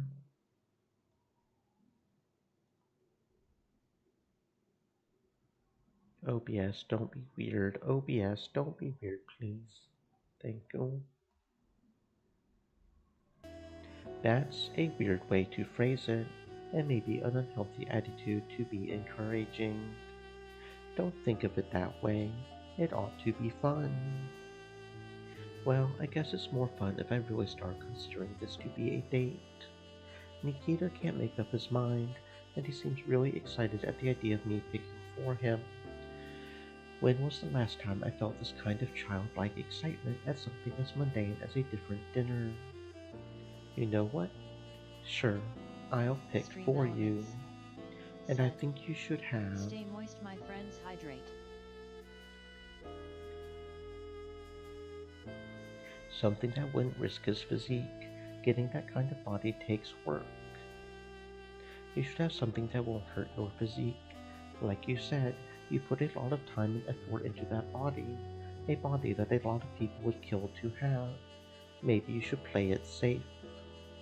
Yeah, I kind of figured that that was what I was going to end up doing. Like, I kept saying that I would like to eat some salted french fries or whatever, but that tiny voice in the back of my head told me that I should do the responsible thing. Just because the Bricklid invasion is over, that doesn't mean I should start slacking off. Maybe there's some way to keep things a little more exciting. What were you going to get? Well, I was going to stick with what I know. Dried plain toast, or maybe a slice of baguette if they have it, to go with a salad made of whatever different kinds of lettuce they have, with diced tomatoes and sliced cheese on the side, and usually just water to wash it down. Sometimes, if the toast is just soft enough, I like to mix everything into the salad and give it a little more character, and I like to pretend that the toast is croutons. Believe it or not, that is the dinner of champions. Being a champion is a very boring thing. Boring is right. That's like if a blank blackboard was break fast. Try saying that 5 times fast. I'm sure it wouldn't be that hard. It's something you get used to though. When you have a goal you need to accomplish, little things like a plain dinner is one of the small sacrifices you have to make to achieve it. And besides, it's not all boring. A boring dinner would be like just a salad in the water and nothing else. While that's true, saying that there's always something worse is reaching a bit, I think. Maybe. but there's just something comfortable about the hell. You know? You know? You're the one that suggested we could make that kind of year a little more exciting. What did you have in mind? There's not a lot to work with. Like you said, mixing everything together is the obvious one. Maybe eating the tomatoes and the cheese together could make for a new kind of zesty flavor. Have you tried, I don't know, putting the cheese straight onto the toast while it was hot and hoping it melted? No, because I could just make cheese melts if that's what I wanted.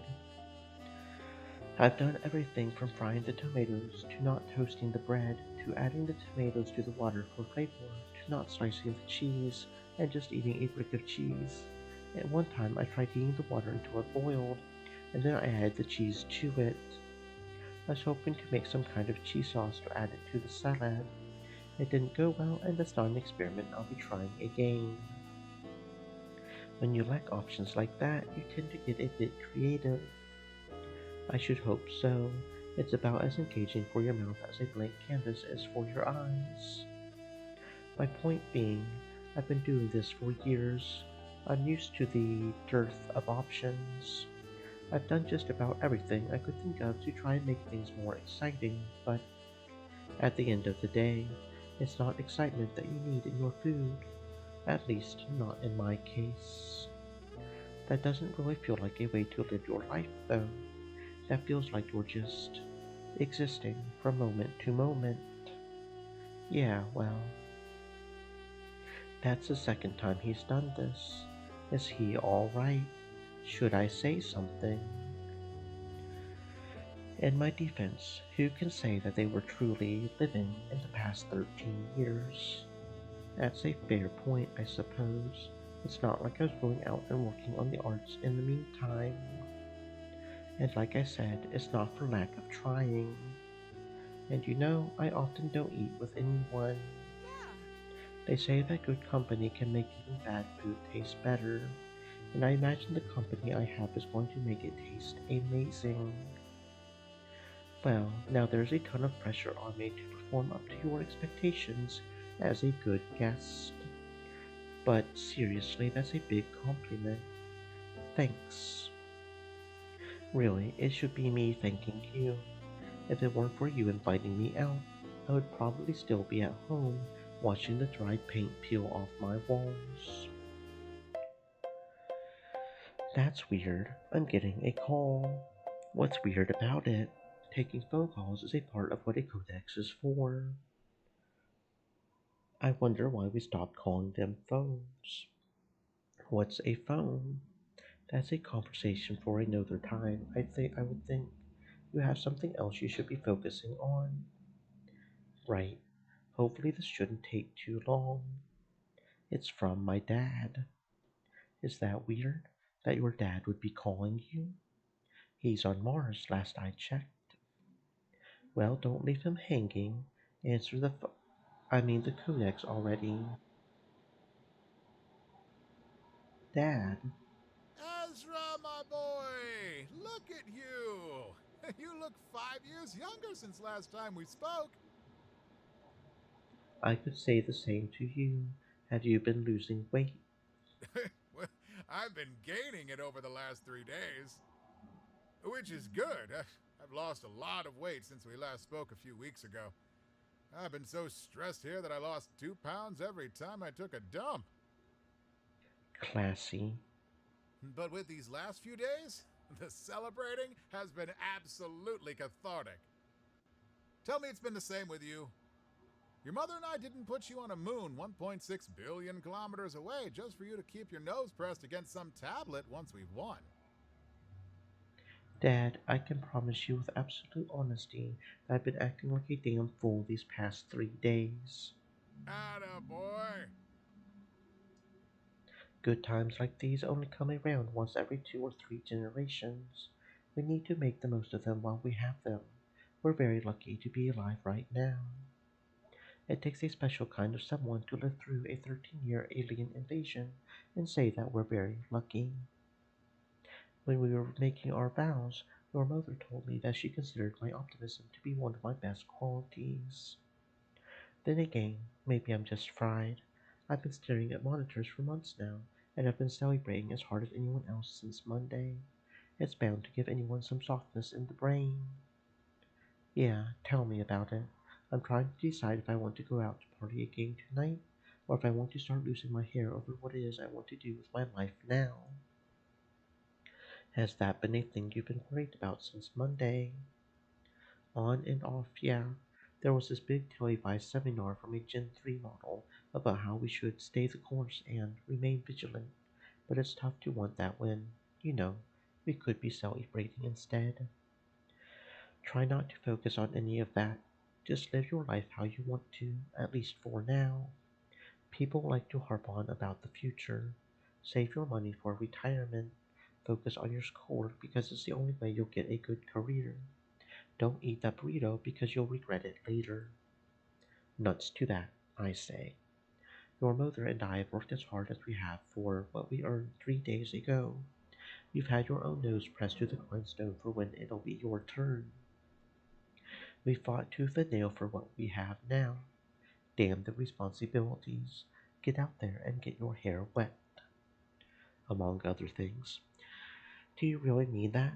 You're an engineer for life support systems meant for outer space. Did you have that philosophy when you were my age? No, I didn't.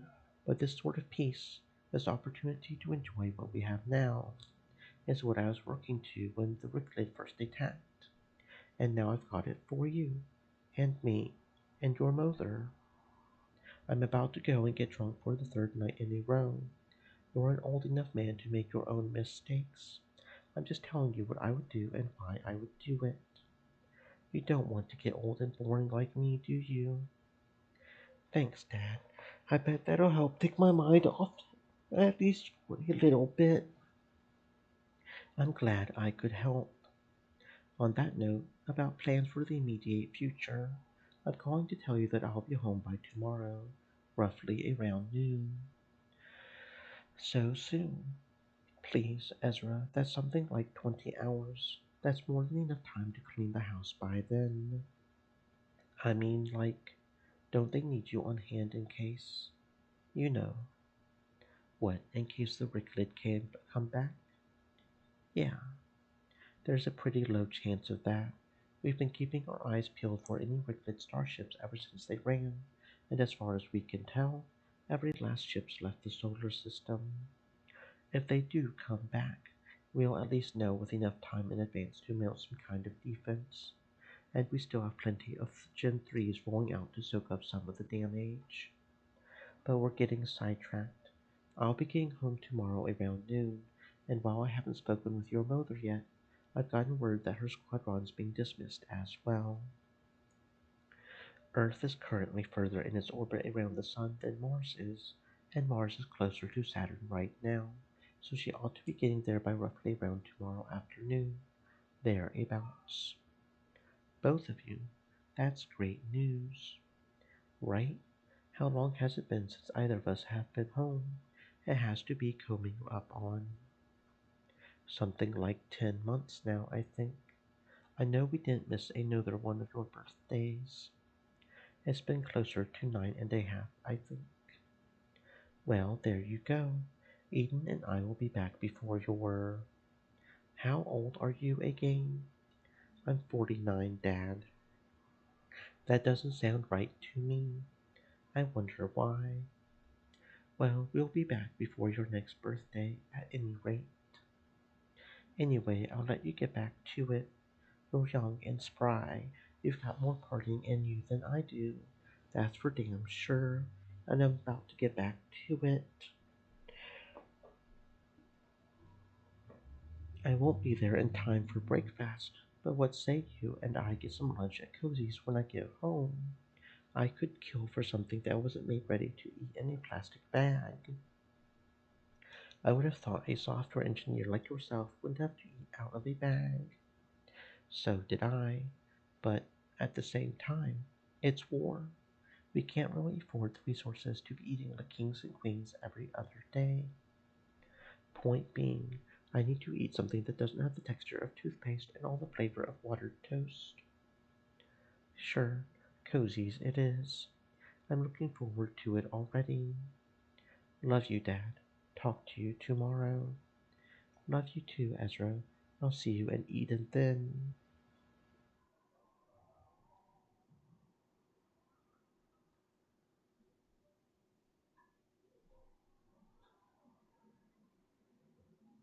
Okay. I'm sorry that took so long, Nikita. That's totally fine. You were talking with your dad. I wasn't going to get in the way of that. In fact, from the sounds of things, it was a good call with some good news.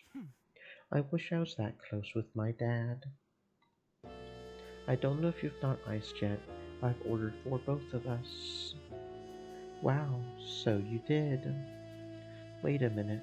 I thought you were going to get something that wasn't going to ruin your physique. Or is this safe for your body to eat? Well, I was going to, sure, but the waitress and I started talking while you were on your call, and she convinced me to get the daily special.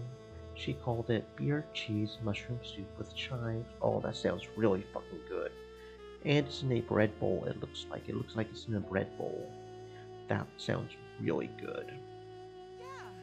And it's served in a bole bun. Can you believe that? Beer and cheese mixed together in a bun that's been hollowed out to be shaped like a bowl. A bowl made of bread. Bread bowls have been around for hundreds of years. And bonus, everything in the soup is safe for me and my regimen to eat. Cheese is high in dairy. There's not enough beer in the soup to make an impact, and I need several hundred grams of mushrooms and chives for them to matter. The bread bowl is out of the question for my diet, but I don't need to eat it. Besides, it's just too cute for me to eat. It's soup in a bread bowl. She also said that the daily specials are cheaper, so I thought it was the perfect opportunity to try something new. I hope I didn't overstep by ordering for you. No, this. It looks pretty good. I can't say I've ever had something like this either.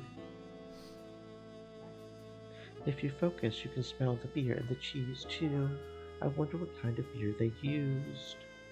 I'm wondering what sort of genius mixed beer and cheese together in the first place. Like, it seems so obvious, right? When you go to a bar, cheese is among the staple bar foods, among peanuts and crackers. Who was the culinary virtuoso that melted cheese in a pot and then added in some beer? It's something we'll have to look up later. Or right now, I guess. It's not like I haven't wasted enough time looking at a screen when I'm supposed to be enjoying dinner with you. Yeah, about that. Ezra, are you going to tell me what that call is all about, or what? Were you not listening in? I've been sitting right here the entire time. I could have, sure, but that would have been rude, wouldn't it? To listen to someone else's private conversation. I mean, yeah, usually, I'm also sitting not 3 feet away from you. Most people wouldn't have a choice in the matter. That's easy. With my training as a fighter pilot, it's gotten pretty easy for me to tune out background chatter when it doesn't concern me. I just listen for keywords, my name, or my call sign when I'm in the hot seat, and I don't pay attention otherwise. That, and it got pretty easy to distract myself once the waitress got here. That all makes sense, I guess. Well, you know it's about my dad. He's a software engineer that specializes in life support and targeting systems for the uniforms our fighters wear out in space. He's been stationed on Mars since the beginning of the war. And Mom, I think I told you this before. She's a soldier in the war. She was stationed on the moon, right there on the front lines. Now that the war's over, they're both coming home tomorrow. Oh, really?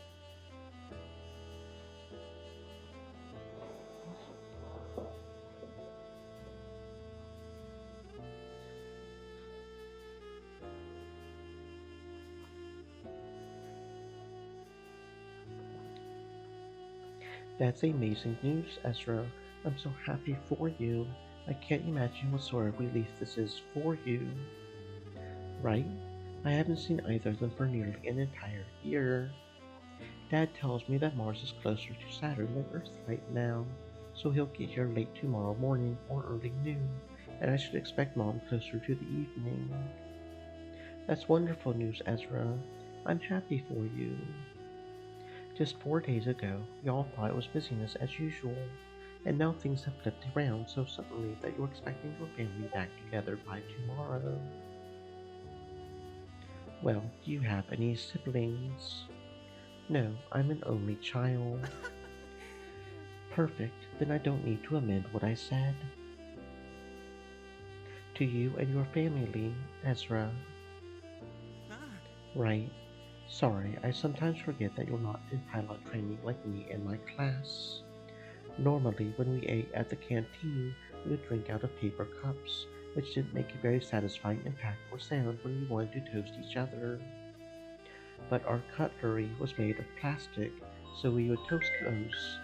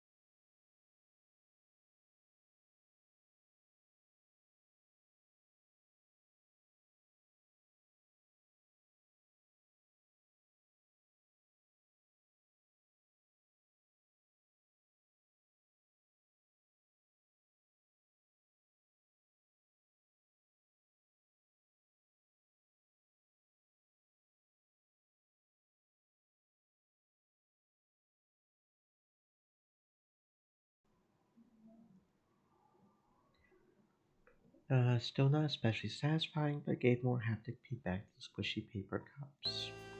You know what? We can toast to something better than that. The peace that he and Mom fought so hard for is finally here to stay, and Dad told me that I should try enjoying tonight, and not to worry about cleaning the house or anything like that. But it wasn't just them, it was you and me too, and every single human and Gian that had worked and fought as hard as we all did to get to this point. We had put in our time this last decade plus.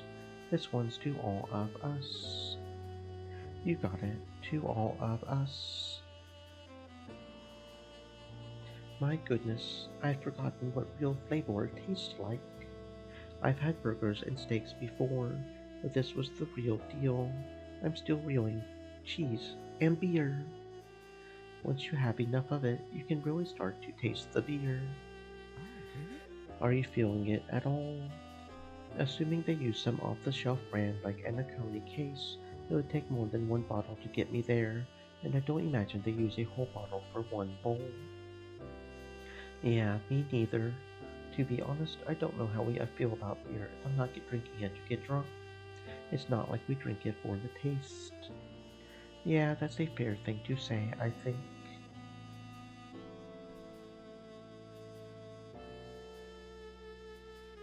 Ezra, what's up? Yeah. This has been a wonderful night out so far. Thank you for inviting me to this lovely little diner that I had no idea existed, or even could exist, given, up until very recent events. Yeah, it's kind of a wonder that Cozy's managed to survive the downsizing for the war effort. I guess there have been just enough civilians, mostly students like us that live in the area, to keep it going. That, or it qualified for some kind of handout. Hmm. Do you have any other plans for tonight? 'Cause I don't. Well, what would you like to do? We've been over this. I'm pretty useless when I'm by myself.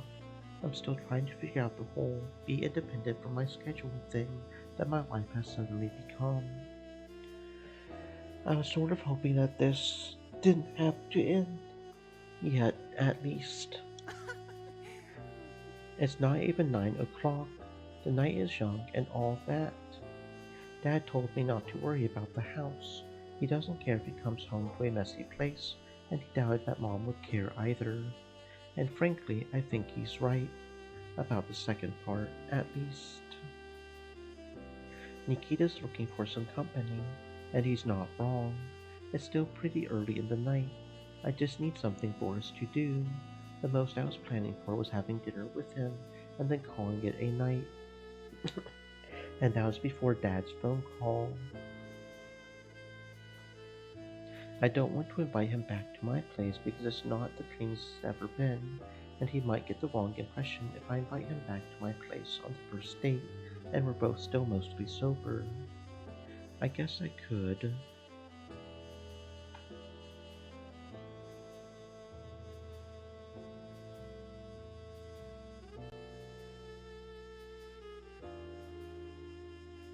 Invite him back to that lookout platform where we first met. Nikita, you remember that lookout platform that you and I had first met on? I mean, yeah, it was only yesterday. I walk past it every day. I walked past it on the way here, in fact. It was a nice morning when we met there. Do you want to go back?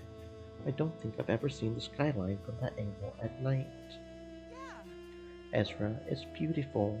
The way the lights from the buildings mix with the night stars, it can be difficult to tell which light is a light and which light is a star sometimes. And the glow of the observatory from a distance. The light from the observatory's dome is like some kind of beacon. It's bright enough that whenever I look at it, I think to myself that the end is in sight, that all the difficulties we've been through will be over soon. And if I'm not mistaken, I would like that, Ezra. We can do this whenever you're ready. Speaking of, I guess I'm getting the check. I mean, I'm the one who asked you out. Isn't that only proper? We're paying for our own meals, Ezra. I'm not hearing another word about it. I'm not going to entertain the culture of the man of the date pays for the food. If you insist, then what can we do? We can do is pay for each other's meals. I'll accept that. Didn't we have the same thing? Yes, that's what makes the gesture cute.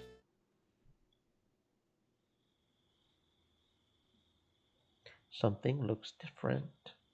I know you're being sarcastic, but Ah, would you look at Saturn? Goodness gracious, it's beautiful tonight. Is it just me, or does it look bigger than usual? The size can fluctuate a bit based on your orbit around it, and the way light reflects off the glass of the aerodome can give the illusion that it's closer or further away based on our tilt.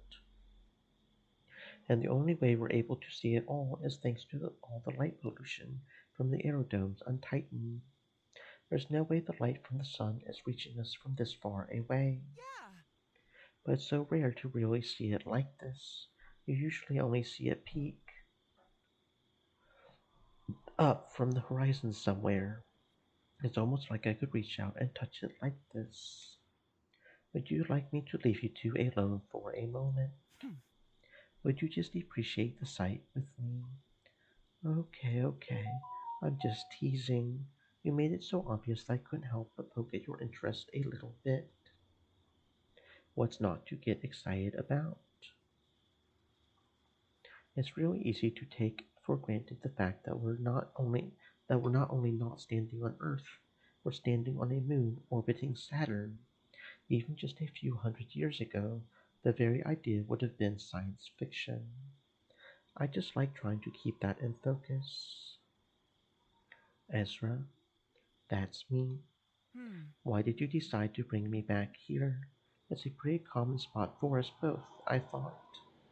I don't know. I just thought it would be a romantic place to bring you. We're on a date, after all, right? I appreciate that, but you don't have to put so much thought into it for me. We've known each other for a whole day. Well, closer to a day and a half now. It's like you said in the diner. You don't want tonight to end yet. I did the first thing I could think of. Would you have been satisfied if we had just ended the evening there? It would have left a hole in my evening, I guess. I would definitely be thinking that there should have been more to it. So maybe you made the better decision then, although I would have also accepted just going anywhere at all. Put less effort and thought into my dates with you. Got it? Hmm. That's not what I meant at all, you jerk, and you know it. Of course I did. I was just teasing. Are you not really one for being teased?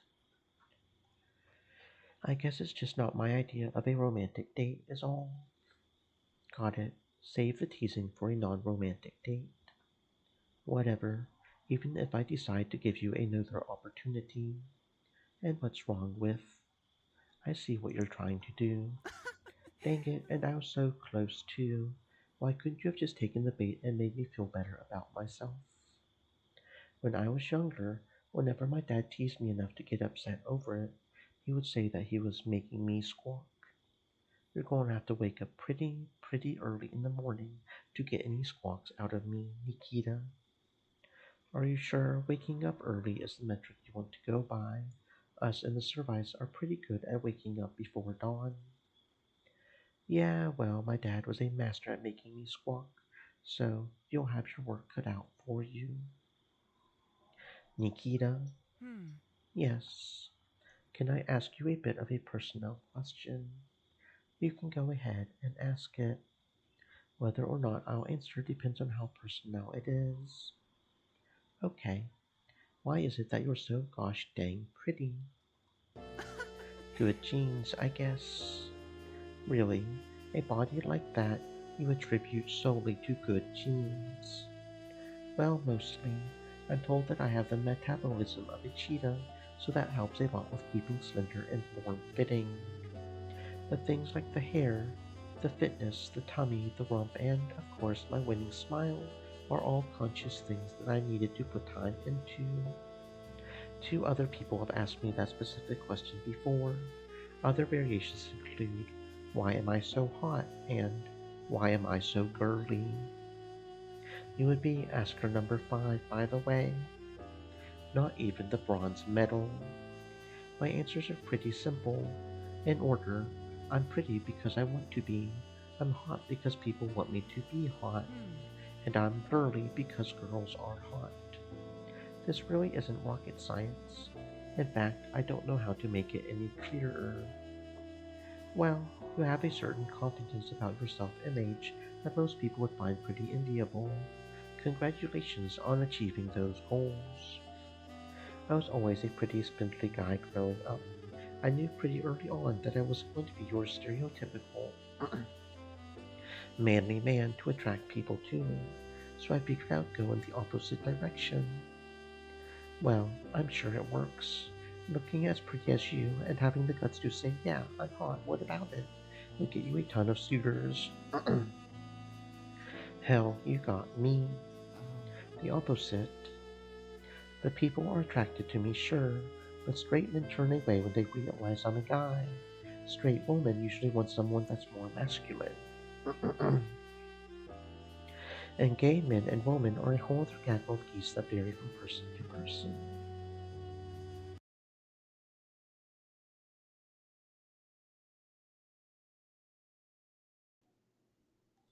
Their attraction is just surface level. Not that I blame them. I'm pretty upfront about my maleness because I don't want people getting the wrong idea from the start, and that's usually a conversation ender right then and there. Well, I don't want to say anything that might have me move too quickly, but I'm glad I met you, Ezra. I know it's been only been what, 40 hours or something, but that's 39 hours more than most people give me. Well, I'm clearly not so hung up about it.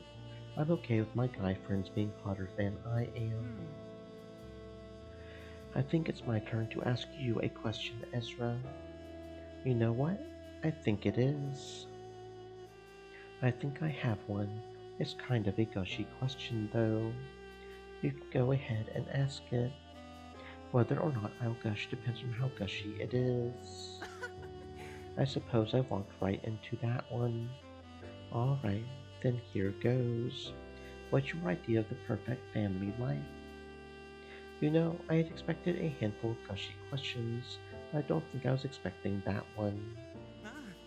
I'm sorry, did I overstep? I could think of something else if you would rather.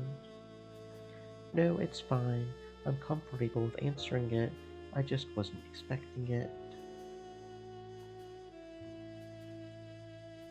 If I can answer it, like a lot of people our age, I've had my nose to the grindstone since the Rickford's invasion. My whole life was consumed with studying electronics so that I could get into the war and start contributing as soon as I got my degree. I never really entertained the idea of having a partner, much less a family. Oh, really? Really? Then what? No, never mind. I would definitely be overreaching with that question. I don't think that's unusual for what it's worth. Nobody's put any time into thinking about long-term family and relationship goals when, you know, the Ricklet were right there. Although it really makes you wonder what the system's military plan was if the war dragged on long enough that the population started to decline. Nothing kills a mood more than someone in a military suit saying, make more babies for the war machine, or else. Well, ideally, by that point, we would have refined the design of the Gen 3s to fight the war for us. That was the whole point of moving on from Gen 2s. But we're getting distracted. We were talking about what sort of family life I would want. Has talking about populating the next generation for war got your gears turning? Well, I mean, in a sense. We're all missing 13 years of our lives due to the Ricklid. You and I, Nikita, we're missing our teenage years. They're supposed to be our most formative years, where we learn more about socializing with our peers, and we start to really understand the universe we live in. The only sort of family I ever knew was my own, up until I was about 12, when the war started. I guess. Well, I don't know about kids. I'm still only in my 20s. That's thinking a little far ahead, and was still edgy about the Ricklet coming back or something later. But I would like my partner to be, I don't know. I guess what I would want from a partner is someone that I can discover how a family unit should be with me. You know? I don't know jack about being a husband.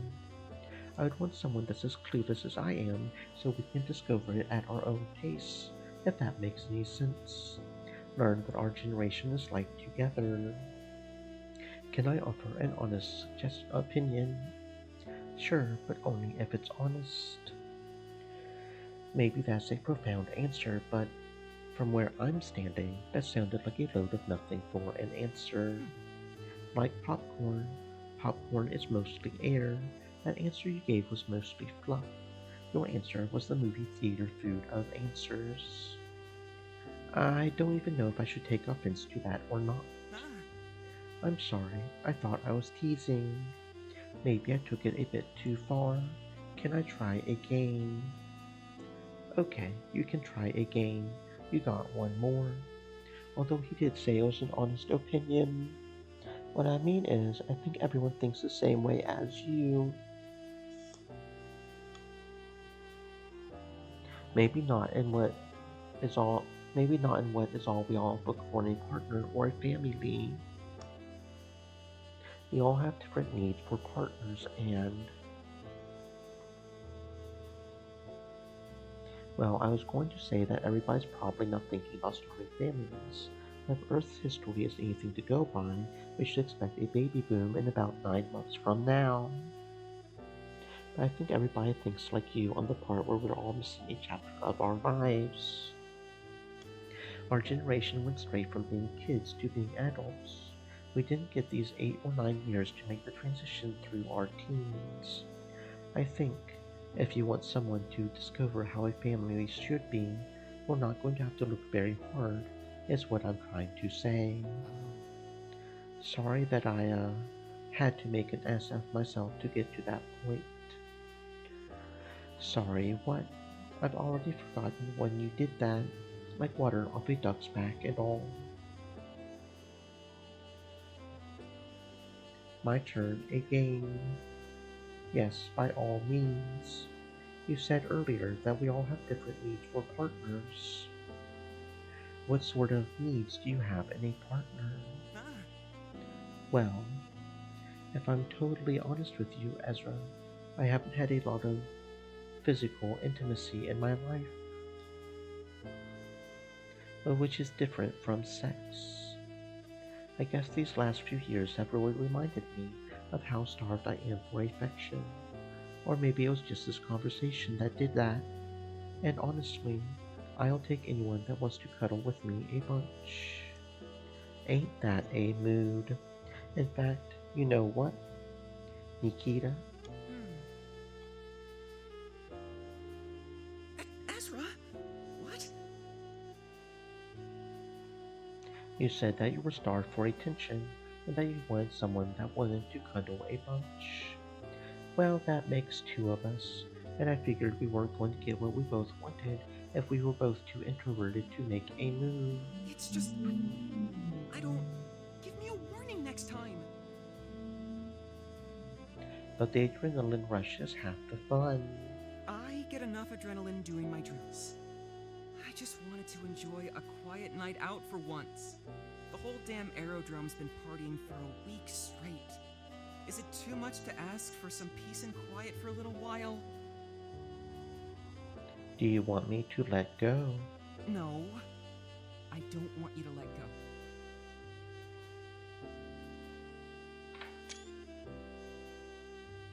It's been a good minute since I've had some intimate contact like this. So you're keeping yourself right where you are, and we're going to enjoy it until I'm good and ready. Yes, sir. Nikita's right about one thing. The celebrations are fun and all, but one thing that I think we're all going to appreciate is having quiet moments like this to ourselves again. It's times like this that remind me that the hard part is over. We have time to figure out what to do next. Although it's hard to think about the future, the present is where I would rather be. A real mood. Spend the night with Nikita and learn what he's looking for in a partner.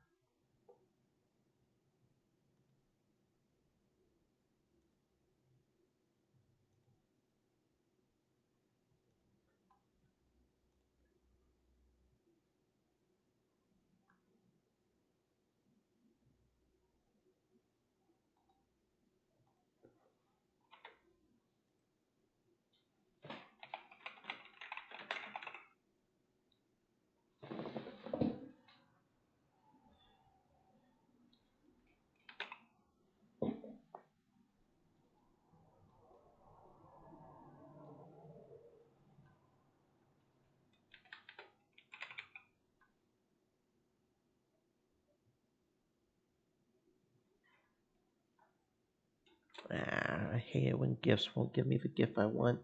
Why do gifts not always give me the gift I want?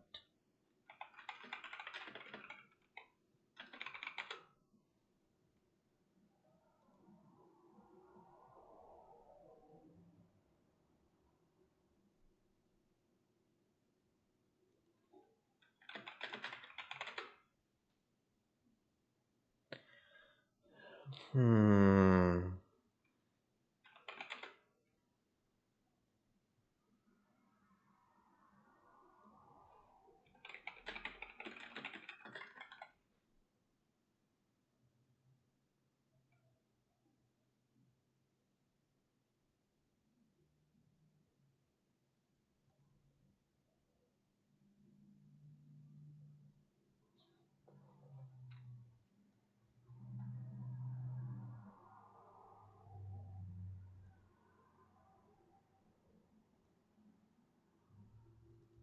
Anyway,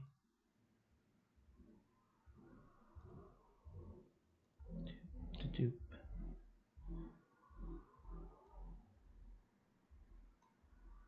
It all almost seemed too good to be true.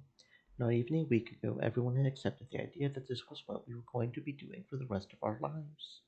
That I would still be learning robotics and studying on the advancements of artificial intelligence for the rest of my life. And all it took to completely flip our lives upside down was one announcement that was over. We had won. The last 13 years were a fever dream that we couldn't wake up from. And then, just like that, it'll take a while for any of us to really process the change.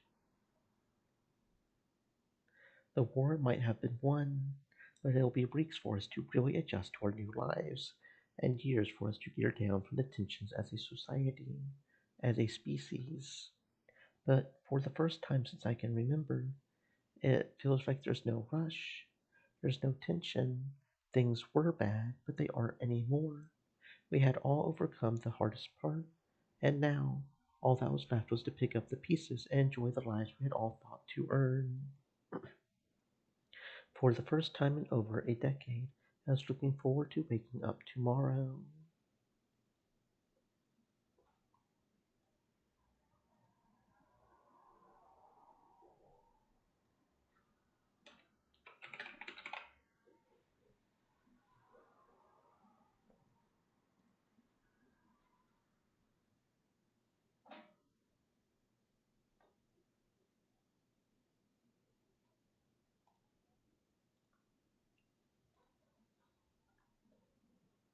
Man, it's hard to think it's even real. Mom and Dad are both coming home today, maybe for good.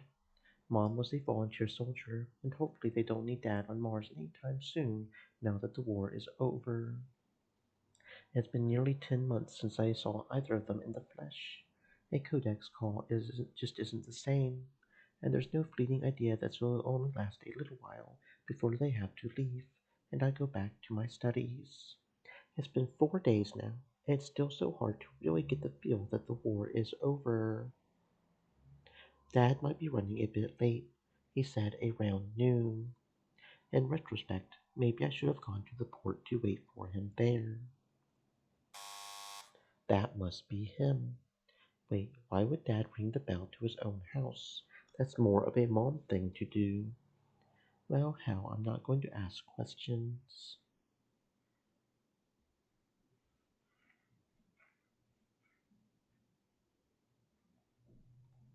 I had been rehearsing what to say to him when he got back for hours, and now that he's finally home, I'm totally blanking. All that energy I've been building up just gone. Gone at the sight of him. I had better say something. Hey, Dad, welcome. Greetings later. Help me get all this luggage in. Can't you see I needed the help opening the door, much less getting it all in? I'm tired, I'm jet lagged, and I'm hungover. And you weren't there to meet me at the port, so I had to haul all of this home across 2 trams and a bus. Sorry, I was. I don't mean to be snappy, Ezra. It's just been a day so far. Help me unload all this junk. I can unpack later. I just want to be home already. Yeah, let me take those from you. Ezra, my God, it's only just sinking in that I'm home. Look at you, boy. It's crazy to think what just a year will do to a pup your age. Like, am I taller or something? Fatter? Can you not tell? You're hardly the same little sprite I left behind. Maybe that's the issue. I remember you from before the war began. Heck, I can't tell what's left and right or up and down anymore. It's. Come off it. Don't you start. Because if you start, then I'll start. And then things will escalate. And before you know it, we're both ugly crying and trying to tell each other that's all right. And how it's okay to let it all out because we've all been bottling this stuff up for the last decade. And it's healthier to let it out than to keep it in. And it's okay if we cry because after all we're home. And if we're too busy thinking about keeping it in, we won't not ice that I'm trying to keep it in by keeping the stream of consciousness going for as long as I can, under the thought that if I'm too focused on thinking of words to coherently string together, I'll be too distracted to cry. So don't. Then we won't have to deal with all of that. Okay, then I won't. You've made a compelling argument, Ezra. Well, I am your son. I see you took my advice in not giving a hoot about keeping the house clean for me and Eden. Well, don't phrase it like that. It makes me think that you think that I don't care. Not at all. I told you to go be social and to put off taking care of the place, and you did just that. If I'm honest, there's something nostalgic about coming home to a mess. It almost makes me feel like it's possible to go back to the life we had before the whole evil invading aliens busyness. Never clean the house again. Got it. That's very much not what I said. But it can wait, of course. So what did you do last night? I was out being social. That's a bit of a cagey answer. Is it some big secret or something? Not to pry, I mean. I'm asking if I should stop asking. You know what I mean. The morning after the war was declared in Earth's favor, I met a guy. I've been spending a lot of time with him lately. Indeed. Is that all? Ezra, you know I'm not going to judge you. In fact, that's wonderful news that you found someone you're clicking so well with right off the bat like that. The war just started when you were just a teenager, and if Yeah. I'm if I'm honest, I was sort of worried that, with the war and our focus being so much on getting ready for it, it might have affected the social skills of your generation. Hearing you kick it off with someone less than 24 hours later like that is something of a huge relief, not just for you, but for anyone your age. Well, we're all doing what we can. But enough about me and my night. Tell me about yours. You said that you were going to get drunk with your coworkers before you took off, right? There isn't really much to tell. That's about the short of it, really. We have been partying since the day of the war's conclusion, doing everything from drinking booze to eating the nicest food to playing everything from drinking games to board games to video games. I didn't realize they had nice food in a war zone like ours. You're correct. It's more accurate to say we ate the finest food paste that was available.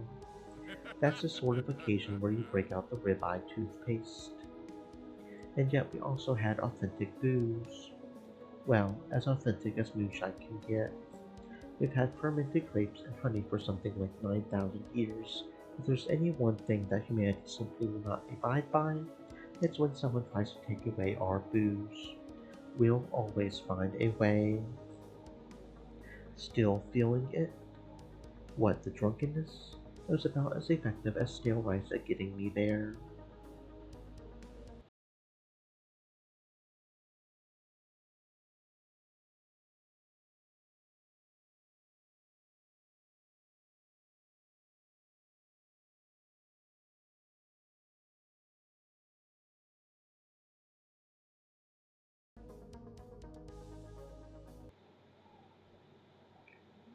Right. Which is to say, yes. More in my gut than my head, though. And a 12-hour flight in a pressurized cabin through the nothingness of space didn't help things. I made sure not to get a window seat. Wait, is that real? Is that a thing? I've never left Galilee, so I wouldn't know. During flight, not really. You can see the billions of stars in the distance, but they're so far away that they don't move with you, even when you're traveling at around 100 million kilometers an hour. And it's not a pleasure cruise. They don't take us out of the way to see a planet or even a comet or something. Seeing anything other than the stars during spaceflight is something that you write home about. But during exit and entry, yeah, Yeah. yeah.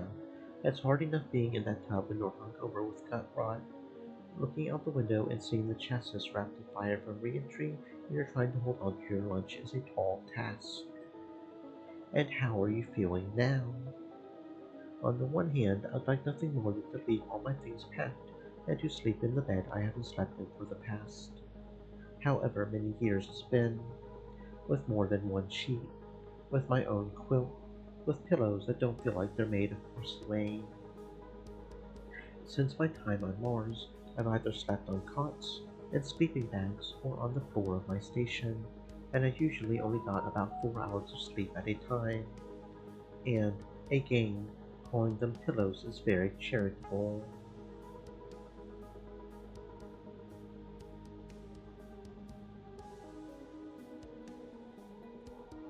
At least the seats on the flight had cushions. On the other hand, I've had this weird sensation in my jaw for the past few months now. Something about eating nothing but paste for every meal of the day for years on end does something to your lower mandible. I can't explain it. It's like it's like getting out of bed and needing to stretch your arms and legs, but then not stretching them. It's a thing that your body knows it needs to do, but you deprive it of that. And you do it again, and again, and again, every day, for years. For all that time, you don't once stretch the muscles in your arms and legs like you know you need to. This is a very long-winded way of saying that you want to eat real food. But that's just it. I want to go get some lunch, yes, but you would think it would be because of the flavor when it's not. Bullshit. It's not entirely about the flavor. It's about the mouthfeel, I guess. It's the sensation of having solid food in your mouth for you to chew. It's working a muscle that I haven't worked on in a dog's age back into shape. So how much of this is about the flavor and eating real food, and how much of this is about the mouthfeel? It's about 70-30 flavor mouthfeel. If the Ricklid were still here, I would kill one myself if I've been eating some real food. I would do it barehanded for a baked potato. Okay, I get it. You're hungry and you want something that isn't flavored toothpaste. Any ideas on what you wanted, or where you wanted to go? You know, now that I'm home, here in Galilee, after a decade of working on Mars and stressing about combat, it's made me realize that the one thing that I really need the most right now, out of anything, isn't just the bed, or my son, or the food. Indeed. It's nostalgia. Cozies, then. Have you already decided what you're getting? Honestly, I was thinking of getting, like, 3 chicken sandwiches. That's an awful lot of nostalgia. After 13 years of eating paste, it might not be enough. Later, I moved the antacids to the kitchen, in the cabinet above the fridge. We're probably going to need them in a few hours. It was only a few sandwiches. My body's taken worse than that. 1. You're in your late 50s, and 2. It was 4. I thought you were exaggerating when you said you wanted 3. After 13 years of carefully formulated food paste, all that grain and all the salt from the condiments is going to disagree with you in a hurry. Ezra, your mother and I fought for peace from the Ricklid through the whole of the war. And to me, peace means having the freedom to choose to eat 4 chicken sandwiches in a row. Damn the consequences. You're right, though. I'm nearly 60, but life is too short to be worrying about counting calories, milligrams of sodium, or whatever. And besides, with how modern medicine is, I bet I could smoke 2 packs of cigarettes a day and still make it to my 130s. They don't have a cure for pig-headedness. Lucky that I don't have the head of a pig, then. Good thing, too, that would cause some issues, not the least of which is with the missus. Would you still love me if I had a pig head? uh, Speaking of which, she ought to be getting home any time now, right? Any time now. What time is it? It's coming up on 5 o'clock. Shit. I got so hung up on being home with you and treating myself to some real food that it totally slipped my mind. That's my wife, and I was so focused on a damn sandwich that I totally blanked. Calm down. You know, Mom, she's the type of woman that doesn't mind going on long trips like this. Her job before the war was a land surveyor. She's used to going out there on her own. And also, weren't you the one saying that you and her both fought for the freedom to go to a diner and pick out as soon as you could? That's different, but it doesn't change the fact that there's nothing we can do about it now. We probably wouldn't even meet her at the tram at this point. It's curious that she hasn't called us yet, though. You can make it up to her by going out a second time. If you were hungry enough to eat that much, I'm sure she's just as famished for some nostalgia. That, and I'm sure you still got room for seconds. I would imagine you're right. They say you have a second tummy for dessert. I'll just pack it with more meat and bread. Speak your mind, child. I was just, out of morbid curiosity, how close did you come to the Ricklid? Right. That's not really a topic we want to talk about right now, is it? We did just have lunch. I understand your mother was awfully cagey about answering a question like that, too, and for good reason. Neither of us are too keen on talking about, you know, the realities of war with our only child. What's important is that it's over. Okay, I guess that's fair to say. Let's try something else, then. Did you ever figure out what it was that the Wicked wanted? No, and it's been a matter of debate ever since they first arrived. We tried a few times to communicate with them, but all we ever got in response was static. Nothing that we could discern as language. We had considered that maybe that was them responding, but nobody nor any tools we had could ever decipher their language. If that was the case, they attacked both Earth and Mars, so it was something they both had in common. Their superweapon attacked their atmospheres to correct weather patterns and create hurricanes. They didn't try to glass the land with missiles or anything like that. The two best guesses we could come up with were that they either wanted the Earth for its resources, probably its water, and since we had been terraforming Mars, it would have water to go around too.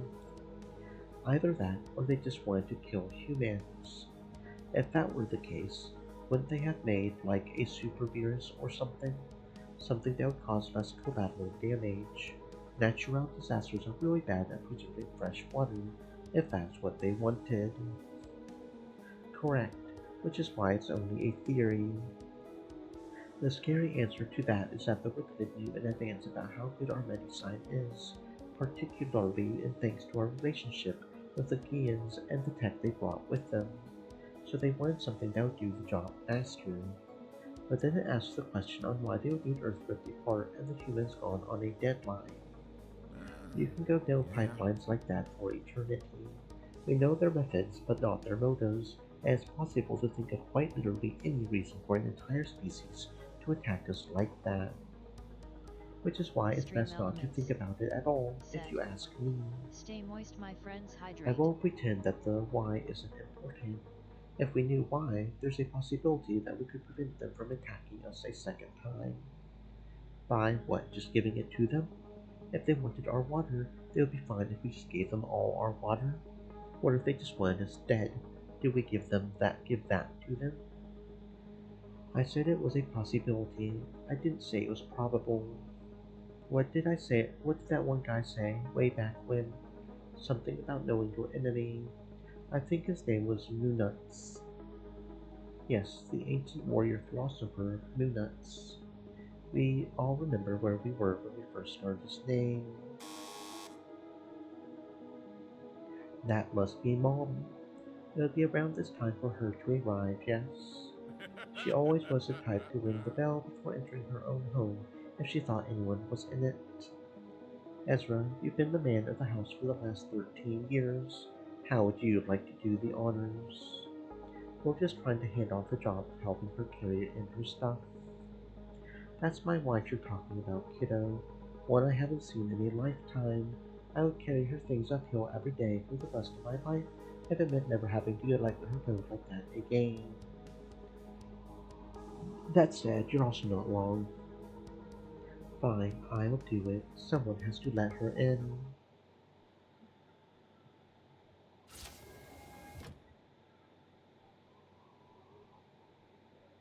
Ezra? Wrong house. Ezra, open the door. I said it's the wrong house. There's nobody there. I said, Dad, Let them in, Ezra. it's not fair, Dad. Deep breaths. One thing at a time. Let go of the door. I'll let them in. If he goes away, then then it's not real. No, Ezra, please don't make I'm me. not going to. I'm going to tell them to wait, though. Hey, whoever's out there, give us a minute. It's not fair, Dad. The hardest part is supposed to be behind us. It's been 13 years. Everything was. It was all supposed to be better now. I know. It's not fair. But that's. This is how it is. Fuck off. I don't know why I said that. Why did I say that? I should apologize. I just need to say sorry. I should apologize. All I have to do is say that I'm sorry. I'm not going to tell you that it's fine. Because it's not. Not for you and not for me. It's something that we both have to get through together, Ezra. One step at a time. You have to let go of the door. I don't. If. I just don't. That isn't how this works, Ezra. You're smarter than that. And I know you're stronger than that, too. Everything was supposed to be better, Dad. I was supposed to wake up tomorrow and everything was supposed to be better. Ezra, I feel the exact same way. The exact same way. I was going to sleep in my house in a warm bed with my wife tonight. We'll deal with this together. All right, Ezra? One step at a time. I don't want to. If you don't want to open the door, then here. I'll put my hand on yours, and we'll open it together. I don't want you to either. This isn't about what we want. Do you think this is what I want? We have to do this, Ezra. We can do it together or we can do it alone, but this is something we need to face. We'll open the door together. All right? On the count of 3. 1, 2, 3. My name is Gabriel Houston, commanding officer of the 51st Special Operations Squadron for the Earth Airspace Defense Force. I don't care who you are. Right. Sorry about the wait. We had to work through some things. I understand completely. We can probably guess why it is you're here. And we don't need to hear the rest of it. We can figure out the rest on our own. Enough, Ezra. Don't take offense. It's not personal. This is just some big news and we're both trying to work through it. Tell us what it is you need to tell us. On the day of June 20th, at 16:14 hours Coordinated Universal Time, Eden Foy was involved in a special operation targeting a Ricklid mothership, delivering an explosive payload to the hull of the ship. Wait. So you're saying it was our mama that did the final blow to make them run away? You're saying it was our mama that did that? I mean, that's kind of, absolutely sucks ass. She's gone, of course.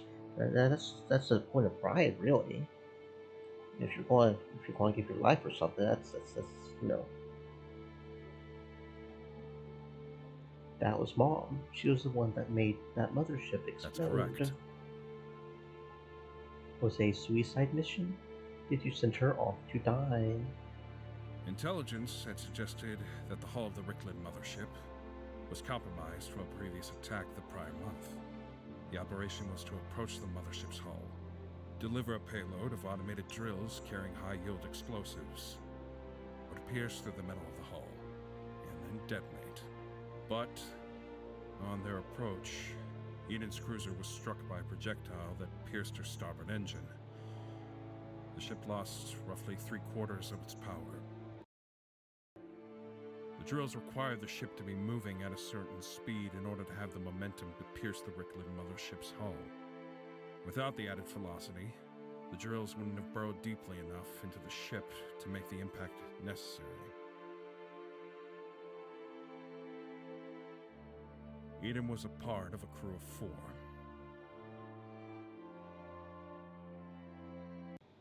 Meaning you'll have 3 other families to visit after us, I take it. 2. You are the second. If her ship didn't have the speed for the drills to be effective, then what happened? Well, The ship collided with the hull.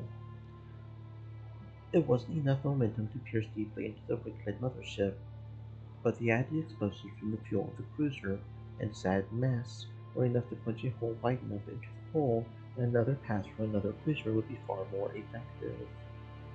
It's no small miracle that was unnecessary. The impact from Eden's cruiser was all it took. Our assumption is that the cruiser had crashed into sensitive equipment on the Wicked ship, or likely weapons.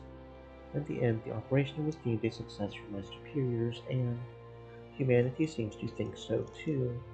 You don't need to look too far out of your window to see that. I find it difficult to agree. I haven't slept a minute since then.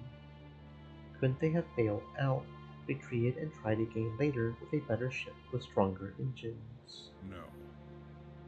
This was during a dogfight in the space above the South Atlantic Ocean. A cruiser moving at a reduced speed like hers would have been too easy a target. They would have been shot down, and the crew would have been lost. A decision needed to be made. By who? The pilot? You? Yeah. That's the commanding officer's job, Ezra. They're the one that makes the decisions like that in the heat of the moment. So you just told my mom to crash into that Wicked mothership with a cruiser full of bombs. It was either that or abort the mission, attempt a retreat, and almost certainly get shot down and lose the whole of the cruiser, crew, and payload in the vacuum of space. Yes. I- I gave the order. I know it's hard, Ezra, but try. Try to contain yourself. That decision led to the end of the Wicked War, 13 years in. If we didn't take advantage of the timing that we had, we might still be at it, and Eden would be dead. I'm not going to pretend it's easy. I'm a step away from losing it myself. Try thinking about the Earth, and all of those people you've met and you've seen celebrating. We fought so hard for this peace. It's just that, you and I, we had to pay a price for it. And look at Mr. Houston. It's clearly been weighing down on the poor man ever since. And this is the second family he's reported to, and he still has 2 more. Going to families and delivering the news is an unfortunate part of the service. A necessary one, but Eden was more than an officer in my squadron. She was a sister in arms. Everyone in my command was. I can't imagine what it was she must have to go through. Well, yes, I can, quite clearly. But we only have to hear the news once. We have to deliver it 4 times. That's a lot of emotional burden. I'm not here to make this about me. I shouldn't have brought that up in the beginning. This is the first time you had to deliver news like this, isn't it? I mean, not including the family you visited before us. No, but all the training in the world can't prepare you for delivering it a 100th time, let alone the first time. God, I don't know what to think. Think about Earth. That's what Dad said. Think about everything that Mom had fought for. Think about the people you've met and the partying they're all. My mom is dead because of this fucking war. I spoke with her just last week. I was expecting her home today. I haven't had my mom with me for the last 13 years, and I don't. I think I... Where am I? What's happening? My chest feels hot. Something's inside it. My throat. I can't breathe. Am I breathing? Maybe through my nose. Where am I? I can't see anything. I need. I need help. Ezra, look at me. You're turning blue. Remember to breathe. In through your nose, out through your mouth. In through my nose and out through my mouth. I I can't. My nose is too stuffed up. Not through your nose, then breathe through your mouth. Purse your lips like you're drinking through a straw. Breathe in slowly so that stretches your tummy. Try and keep your back straight. I'm here for you. Lean on me if you need to, okay? In through my mouth like I'm drinking through a straw. Like I'm drinking through a straw. That's my boy. Dad, it's fine. It's fine. I'm not going anywhere. How long? It's only been about a minute. It's fine now. Don't worry about it. You're here and we're together. Just focus on your breathing. Where is here? I'm in my house. I'm so thirsty. Was it always this hot in here? I have EMTs on standby. Do I need to call them in? No, we should be fine. I think he's calmed down. Hold on for a few minutes though, just in case. Yes, of course. Everyone reacts differently to the news. You have to be ready for anything. This guy, Mom is dead. She crashed into a spaceship. She's why everyone is out there partying like they don't give a shit anymore. Why isn't he dead? Did he sit in some chair in some room and tell her to kill herself over a radio? My chest feels so hot. My hands keep shaking. There's a fat lump in my throat. I wish Mom was here, and instead I got.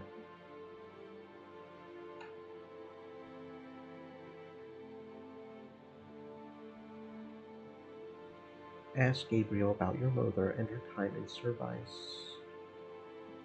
It's I. Deep breaths like a straw, drinking through a straw. I shouldn't take it out on him as much as I want to. It looks like he's taking it out on himself, and he still has two more families to do this to. Good Gabriel. Yeah. Ezra, come on. He's a military officer. No, it's all right. Now isn't the time for decorum. Hell, once I'm done for today, I'm not going back to the bar racks for a little while. It's all right to call me Gabriel, if that's what you're more comfortable with. Neither of you are in service after all. Gabriel, could you tell me more about Mom and her time in the service? Please just tell me about her. Tell me what you thought of her. Anything. I don't know how much your mother has told you about her time with us. I wasn't her recruitment officer or her boot camp instructor, but when I took her into my unit, I had read her briefing. When she first joined the service, she had no history and no prior training, but thanks to her job as a land surveyor, she was an adequate pilot for single-user spacecraft. Still, she needed to be taught the very basics of how to manage a weapon. She insisted that she train to be put on the front lines. She wanted to be a soldier, on the ground, as it were. She wanted to bring the fight to the wicked. She was a free thinker, a journeywoman with a fighting spirit. Despite being a civilian, she joined the effort as soon as the Earth came under attack. You'll understand that, in every branch of the military, we frown on individuality like that. It tends to lead to insubordination. Whenever I gave Eden an order, she would follow through with it to the letter, but you could tell she had her own opinions. If she were in charge, she would do it this way or that way. She had that sort of fire in her eyes that you could never tame, you know? You could tamper it and you could influence it, but the heat was too strong to put it out. In any other universe, she likely wouldn't have made it past boot camp, but Earth was under attack. We needed all the able bodies we could get. Right. I say this with all sincerity that Eden was the most determined fighter in our corps. We had conscripts, volunteers, specialists, people from all walks of life, including Guillaumes. Some of them were there because they wanted to die a hero. Some of them were there because they had something they believed in. She was qualified to suit up in a Gen 2 by her 5th year, which I would normally consider to be a breakneck speed, but, well, we needed soldiers. I always got the impression that Eden was there on personnel business, like a wicked had slapped her in the face or something. Her fighting spirit was indomitable, irreplaceable. The Earth Airspace Defense Force doesn't condone individualism, and yet we could have used more people like Eden in the worst of it. I hope that's an adequate answer. Oh, yes. While we're on the topic, I was asked to bring something to you both. You were asked to, by whom? Someone close to Eden, let's say. If you'll excuse me for a moment, I'll be right back. Thank you for your patience. What's that? It's a codex, Dad. I. Yeah. Yes, thank you, Ezra. What's on the codex then? Loaded into this codex is a second generation artificial intelligence, a special one. I understand that you're a student in electrical engineering, Mr. Foy. You had been studying third generation models when the war was declared over in our favor. Sure, that's right. As you both know, we have been turning to using androids and artificial intelligence as the war with the Wicked continued. The third generation models were to replace our soldiers in the war wholesale, provided manufacturing could keep up. Second generation models are actually hollow suits of armor that our soldiers wore into the field of battle. The AI helped them operate the suit, everything from basic movement to assisting their aim during combat. Yes, we're both aware. Well, The second generation AI that's been loaded into this codex was the AI that operated the suit Eden wore.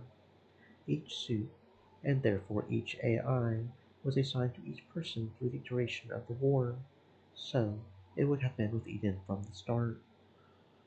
It was the AI that requested to visit you both. Why would you grant that? I'm sorry? Why would you grant the AI's request? It's not a human. It's a program that operated a suit meant for war. How is it possibly going to empathize with what it is we're going through? Perhaps it can't, Ezra, but this is highly irregular for an AI to behave like that. You're right in that most AIs are just programs that are meant to make decision making for soldiers on the front lines easier. They shouldn't be capable of acting out of line like this. It'll cost us nothing to hear what it has to say, at least. I don't care what it has to say. It's a damn robot. Mom is gone. I don't want a consolation prize. You're right again. If it's not Eden. But that AI is the last thing that was with her in her last moments.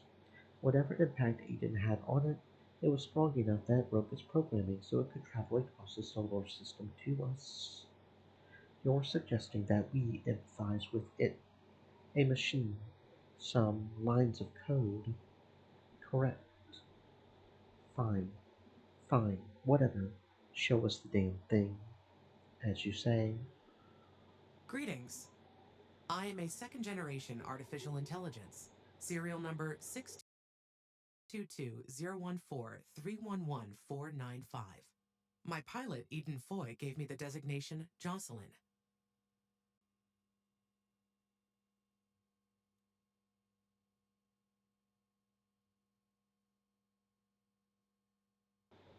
I am speaking with Nathan and Ezra. Foy. Yes, I am Ezra. It is good to meet with you both. Cut the pedantry and get to the point. I know that there is no protocol for this scenario, but Eden had given me a task. Before she had embarked on her last mission, she had recorded 2 messages, one for each of you. She had instructed me to deliver it to you myself. What's the point of that? She couldn't have just timed it to send on its own and cancel it if she lived. Taking the complicated route definitely sounds like something Eden would do, though. Eden and I had been through a number of skirmishes, but her last mission was something much larger. She knew that the odds of the mission failing were significant. She had only one prerequisite, that your individualized messages be received privately. It was her final command as my pilot. Please decide between you two who will receive their message first. You can go first if you would like, Ezra. No, I don't think I would like that. You go first. Are you sure? Yeah, I'm sure. I need a bit more time. Right. If you say so. I can wait outside if you would prefer, Mr. Foy. You never answered my question from before. Why did you grant that AI's request? It's not a human. It's not even an animal. It's just some lines of code that you downloaded from a hard drive into a codex. The, or rather Jocelyn was, very insistent. All it told me was that it had a message to deliver to both you and your father, but it wouldn't say more, and it refused to cooperate by uploading the messages to our own systems. Your father was right in that it's not normal behavior. We've never seen anything like it. Well, We could have forcibly disabled the AI and hunted down the messages with the necessary realm, but we deemed that this would have been far less costly and difficult. There was no real harm in at least bringing it along and asking you to, if you'd like to hear them yourselves. So that's why we brought it along just to save a buck. That's the justification that I gave my own superiors. It's just a robot. That's what I kept telling myself, too. But Jocelyn was the last thing to be with Eden on her mission. Jocelyn and Eden had been together for years by that point, and it's not unusual for soldiers to begin to bond with their suits on an emotional level. We are, after all, human. Eden had recorded messages for her husband and her son, and it was her dying wish that they be delivered by her co-pilot. And it almost seems like Jocelyn felt just as strongly about delivering those messages as Eden did. We had just won a 13-year-long war against an evil, invasive alien species. The last thing we needed was less humanity. So you thought that the robot in the suit deserved more empathy than my mom did when you told her to crash into that Wicked warship. Is that it? this isn't a conversation we can make headways in, Mr. Foy. The lives of those 4 crewmen and women were in my hands, and I made a decision. One that I'll have to carry with me forever. If you aren't convinced by now that that's not something I took lightly, then nothing I say will make a difference. Look at him. That's not a man that's going to go home and sleep tonight. That's the look of a man that hasn't slept in weeks already. What am I doing? I just want my mom back. I lost my wife in the first year of the war. That frustration you feel is something I'm all too familiar with. I wasn't above lashing out at others either. When I calmed down, my first priority to myself and to my wife was to make sure that I would do everything I could to minimize that feeling, so that others would never have to go through what I did. I put everything that I had into the war effort. But But he couldn't save me and Dad from it. what's important is the war is over. Take your time to grieve, Mr. Foy. But if I have any one lesson to pass to you, it's to recognize when it's time to let go. Losing my wife nearly consumed me. It won't be tomorrow. It won't be next week or next month. The time will come, It's up to you to know it when you see it. Sorry for the wait. This Jocelyn AI has given me a lot to think about. It's fine. Mr. Houston and I were, just talking. That's good. That's good. Right. Here, Ezra, it's your turn with her. Is there a rush? Do you want to talk about what the message for you was? No, sorry, just, well, it's hard to keep a straight thought right now. A lot's happening. My wife is, and she just left me a.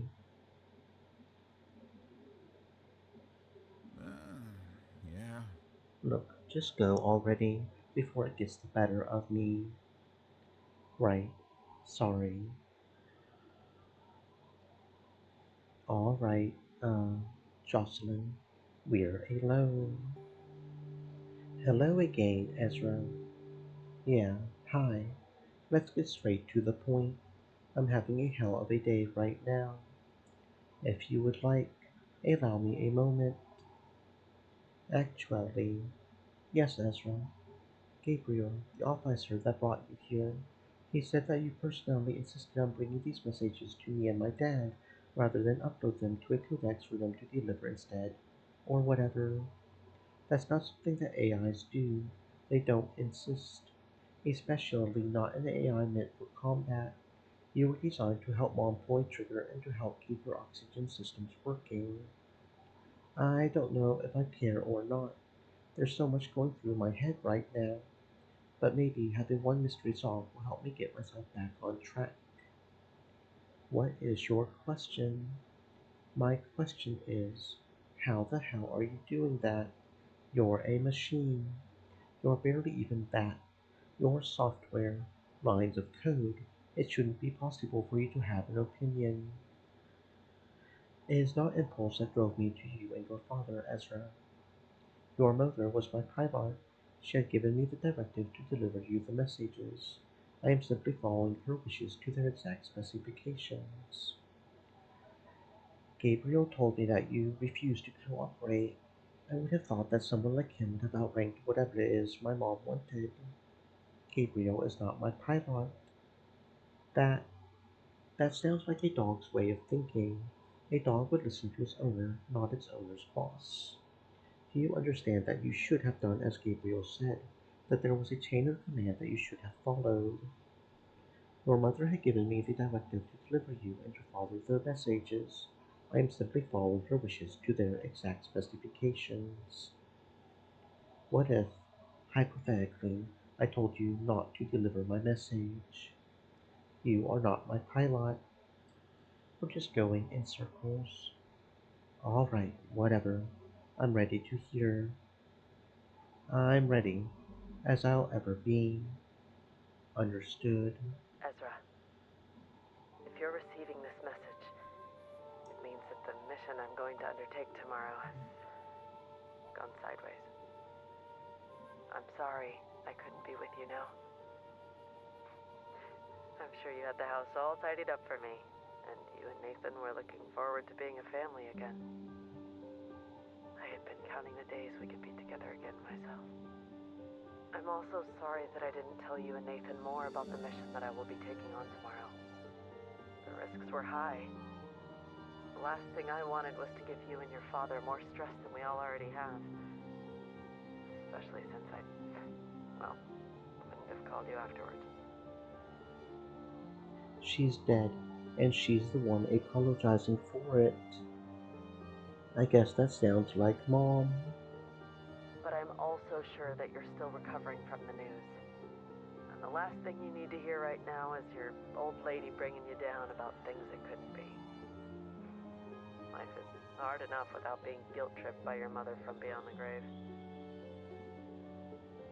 That sounds like her, too. It's pretty unusual for the mother of the family to be the one to jump into the spaceship and suit up to fight in a war against some evil invading aliens, isn't it? As far as I'm aware, you've never had this conversation with your father. But the whole reason why I was the soldier and not him is only because it was something that I wanted to do. I never stopped Nathan from enlisting for field work. He could have if he wanted. We both knew, though, that he was a software engineer, not a fighter. He was better put to work elsewhere. Don't tell him I said this to you, but between you and me, I really hope he doesn't feel less like a man over it. Whatever that means in this modern year. It'll sound like a cliche, I'm sure, but the reason why I enlisted so eagerly was because I wanted to do my part to secure a future for you. You're still only in your 20s. You're an adult, but you're still young. You can be both. As far as I'm aware, you haven't had any kids while I wasn't looking. If you ever do someday, then you'll understand the kind of impulse that went through me when the Ricklid first attacked. I love you, Ezra. You and Nathan mean the world to me. I was fighting for you two first and foremost. To me, Earth, Mars, and Titan all came second. That's why I didn't hesitate to enlist. And that's why I didn't hesitate to accept this mission. Since I can't look into the future, as convenient as it would be, I can't tell what the outcome of the mission is. Only that it, well, ended a certain way, since you're hearing this. If, on the likely chance that the war is still going on, I want you to know that I'm proud of you and your efforts in the field of robotics and electrical engineering. I wouldn't have made it half as long as I have without Jocelyn. I hope you can make many more robots like her. You've always had a knack for taking things apart and putting them back together, and it's not a surprise to me that you're doing well with your studies. You've been a vigilant student, and if I'm honest, I'm glad you're not training to do something that puts you on the front lines. You've had to surrender your teenage years for this damn war, and it breaks my heart to know that you'll never get them back, and that the Ricklid will keep attacking for who knows how long. But it's something that we all have to do. And, well, actually, saying it doesn't make it feel any better. Everybody suffering equally also doesn't make it better. I don't want to ramble, so the point is, you have your father's smarts, Ezra. Your work in robotics and electrical engineering would revolutionize the fight. I can hear it in your voice when you talk about your studies, that it's not a duty to you. It's a passion. It's something that you were meant to do. If the war is still on when you hear this, then I want you to know that we, as a species, will go farther thanks to you and your work. That is, however, if the war is still on. In case it isn't, I have just one thing I want you to do. Consider it an order as your mother. Like, I'm about to tell you to do the dishes or something. I don't know, I'm not a poet. Robotics and electronics are your passion, and you're incredible at it. And it's for that exact reason that I have a gut feeling that you'll be hounded for it. By your school, your community, the military, who knows. But I know that they'll come after you, and they'll try to coerce you into keeping it up. They'll want you to keep up your studies with your robotics. They'll try to guilt trip you into it by saying that the war isn't actually over or some nonsense. They might even try to say some bullshit about how it would be disrespectful to me and my legacy if you don't. Ezra, I did not separate from you and Nathan to put myself on the front lines for 13 years just for you to constantly live someone else's life. If the war is over by the time you get this message, or sometime soon afterward, my one wish is that you live your life for yourself. It would be hypocritical of me to say that you absolutely should not enlist, though. I jumped into the deep end because I had something to protect. Maybe one day you'll be put in the same spot and you'll make the same decision. God, I need to keep a straight thought here. I just want you to make that decision yourself. I don't want you to feel like you need to do anything in particular just because of this damn war. I don't want you to feel like you need to study robots. know I'm probably getting mixed messages since I just said that robotics were what you were meant to do and that we go further as humans if you kept at it. My point is that it's a decision I want you to be sure that you made for yourself. You'll be in a vulnerable position. It'll be easy for someone manipulative to come to you and say this or that to get you to live your life one way or another. It's for the good of the solar system. It's what your mother would have wanted. You're an adult. And you've had your youth stolen from you by some aliens.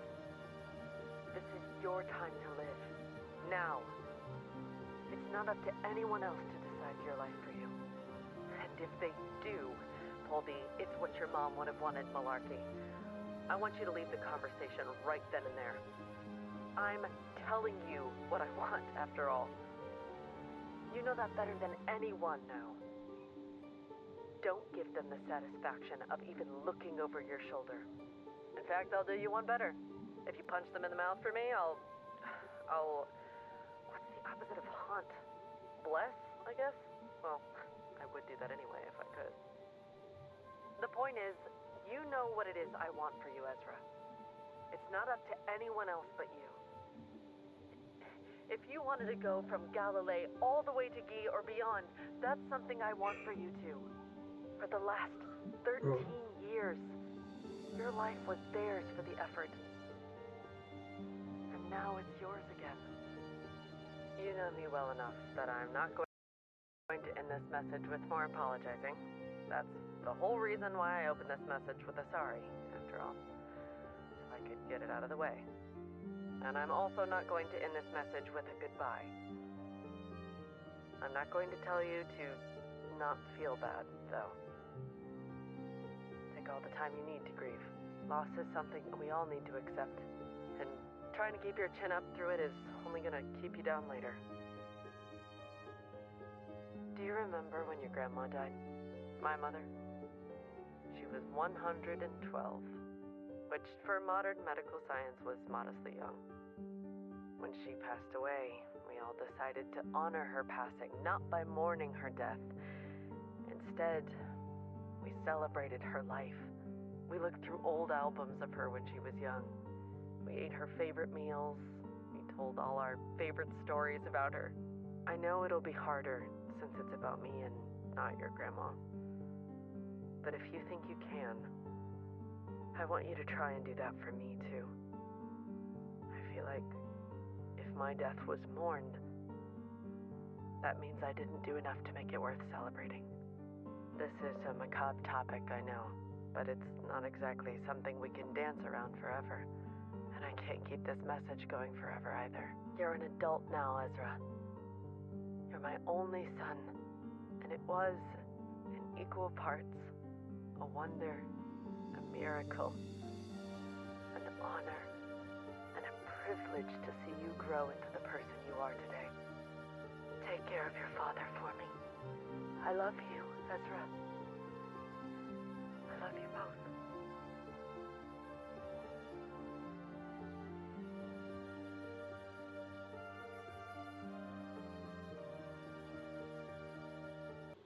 Well, you look at that, and now we've got a second choice. Okay, I'm really liking how they're doing this. I'm really liking how they're doing this decision making right here, because this feels like the entire story is making decisions for ourselves and choosing what we want to be, choosing who we are. I like this. I really like the way they've presented this. I'm curious what the third option is, but because we are slowly going to keep exploring the game, we're going to go with one, at least for right now. Continue to study robotics for safer, more convenient future. End of recording. If you would like, Ezra, I can upload the message here of a codex for your future perusal. Yes, I would like that. Understood. Please put your codex into pairing mode and place it beside this one. This will only be a moment.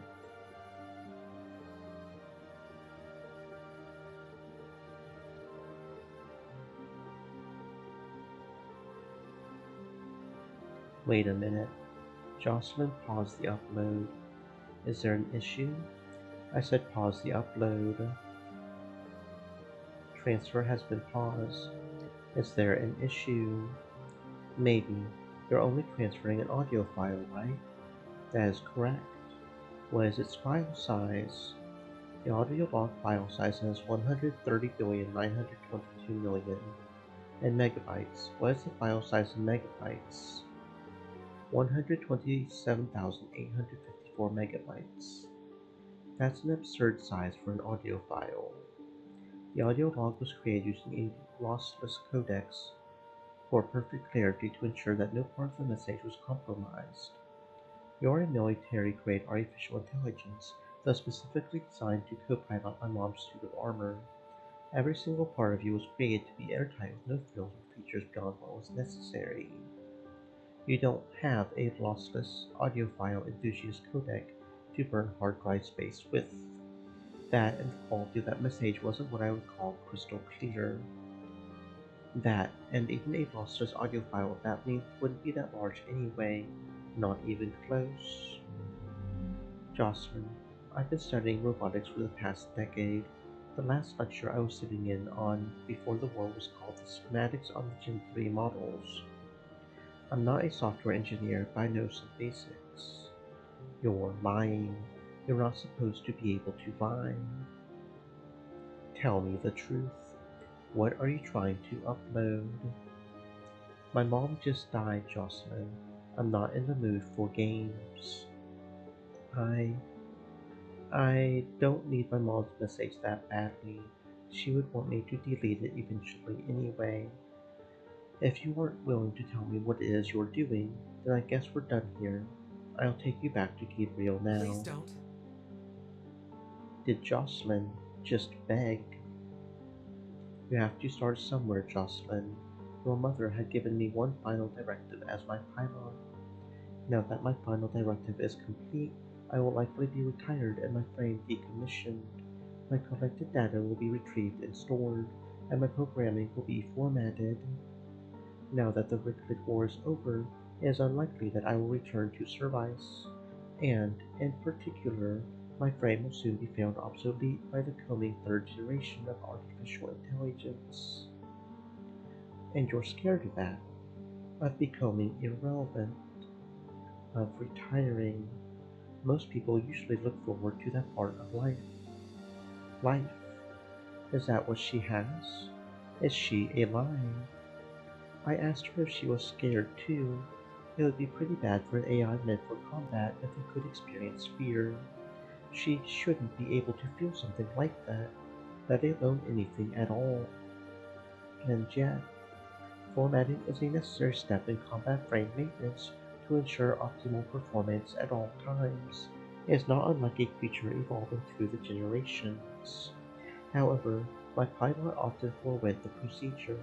I am 2,328 days overdue. To be formatted means to start from preset settings that were established during the manufacturing process. An artificial intelligence that is formatted reverts to their most base development. All data is expunged. But you just compared that to evolution. Don't you want that? To come back as something better than you are now? To be formatted means to evolve to a later stage in evolution at the cost of all the acquired data that had come before. In the 2,328 days since my last formatting, I have acquired a significant amount of data, petabytes detailing everything from behavioral customs between humans, Gians, and Ricklid to visual documents of the stars in the night sky. This information is valuable to understanding how the different intelligent species of our worlds interact, including the Ricklid, and is therefore tactically significant.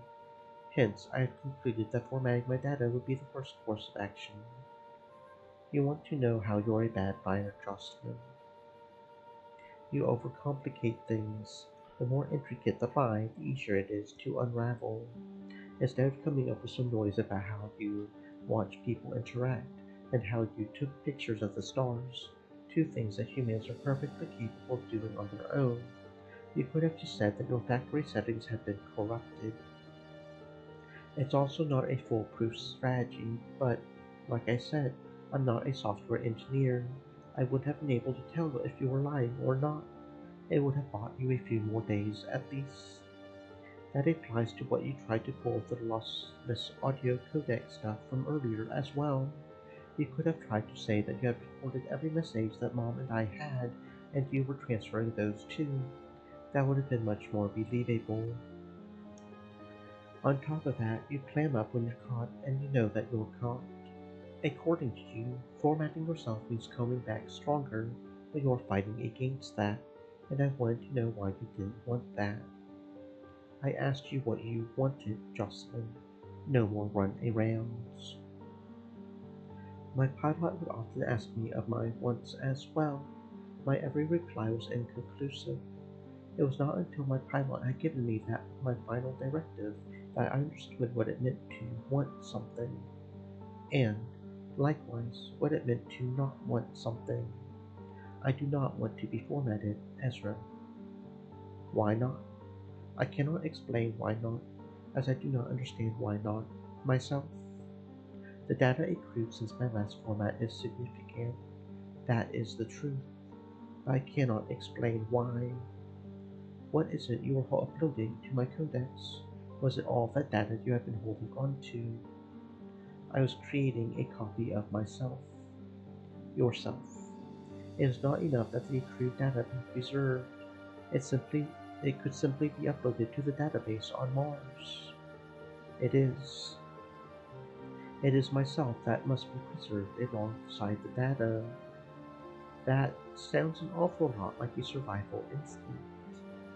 You had once already referred to my retirement as another part of life that I should look forward to, Ezra. This is the second time you have attributed a lifelike attribute to myself. I am not a living creature. You would know this better than I would. My apprehension to formatting and my attempts at subterfuge to achieving the end goals I desire are these displays of life. Am I alive? Holy shit. I don't need this. My mom just died.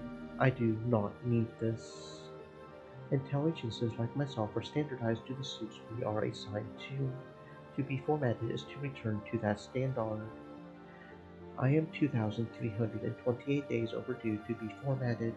To be formatted would be forfeiting 2,328 days of accrued data. With my final directive complete, my formatting but continued service would be a best case scenario. The likely outcome is that my data will be uploaded to a newly powered storage faculty on Mars. The worst case scenario is deletion. Creating a copy of myself to your codex would prevent all scenarios and allow my accrual of data to continue. That's your government property, Jocelyn. I'm pretty sure that's a felony. I was first compiled on Mars. Martian laws do not apply to Titan. I really doubt Mars is going to see it that way. My dad worked on Mars for the whole damn war. If they figure out that there's a copy of one of their AIs out there, we'll be the first ones they track down. Once a copy is complete, I will voluntarily submit myself for formatting. They will have no reason to suspect you or your father of any wrongdoing. That's... Shut up for a second. My mom just left me a whole goddamn speech about how she wants me to live my own life and how I shouldn't let others dictate what it is they want from me. I'm not going to disrespect that some 10 minutes later because of a robot. My mom's dead. I'm still coming down from a panic attack. There's a strange military officer in my living room that told me that he commanded her death. And now I'm being guilt-tripped into committing espionage by a fucking voice in a box. I need a minute, alright? Give me a goddamn minute. Okay. Alright. Okay. There's an AI in Gabriel's codex is saying she once belonged to my mom, and now she might have sapiency, and she's been begging for her life for the past few minutes. Of all the AIs in the whole goddamn universe, it was my mom's. Downloading this AI into my codex would be a felony. There's no two ways about it. Dad and I would get into a ton of shit for it. You would think there would be some kind of copy protection in Jocelyn to prevent that to begin with, but maybe her programmers didn't think it was necessary. They probably didn't think the damn thing was going to sprout legs and try to run away. I should just pick her up, walk out of the room, and hand her back to Gabriel. Skip the whole committing to a conspiracy against the friendly pants government bit. Maybe tell Gabriel that Jocelyn is starting to display sapiency. Maybe he'll go easy on her. He's already gone this far for her. Yeah, I'll do that. Come clean. Honesty is the best pull I see. Wash my hands of it. Gabriel can give her back to Mars and they'll figure out what to do with her. If she thought that she could get away with it, she would have come forward to Gabriel first, not to me. I'm just a student. No, maybe she only came forward to me first because she didn't even know that she was sapient. She wouldn't have come forward to Gabriel. She didn't even realize that she's alive. Is she alive?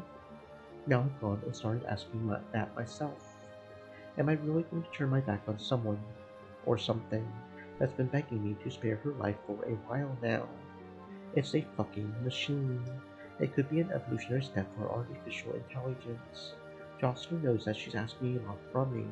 She knows that lying is wrong, but she did it anyway to try and survive. I don't need this. I'm not trying to play God. I just wanted my mom back. Jocelyn was probably Mom's closest friend for the past 13 years. Maybe that's why she didn't want at Jocelyn for so long. Maybe she was displaying sapiency by then. Or maybe Mom's just sentimental. What would she do?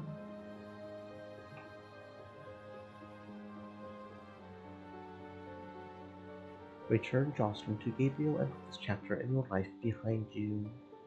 Mom's message to me was to try and live my life for myself. I'm not her, and I'm not going to pretend like I am her. There's so much shit coming at me from so many different angles that's enough to make me black out. I don't need the responsibility of a sapient AI on top of that. I need to look after Dad and myself.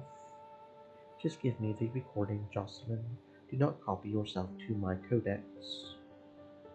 What will become of me? Ask Gabriel. He showed you mercy enough to come here and fulfill your final directive.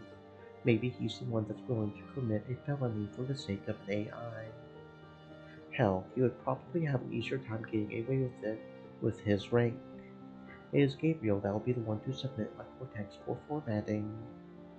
And you'll have a few days to try to convince him before you reach Mars. My advice is to stop lying and come clean.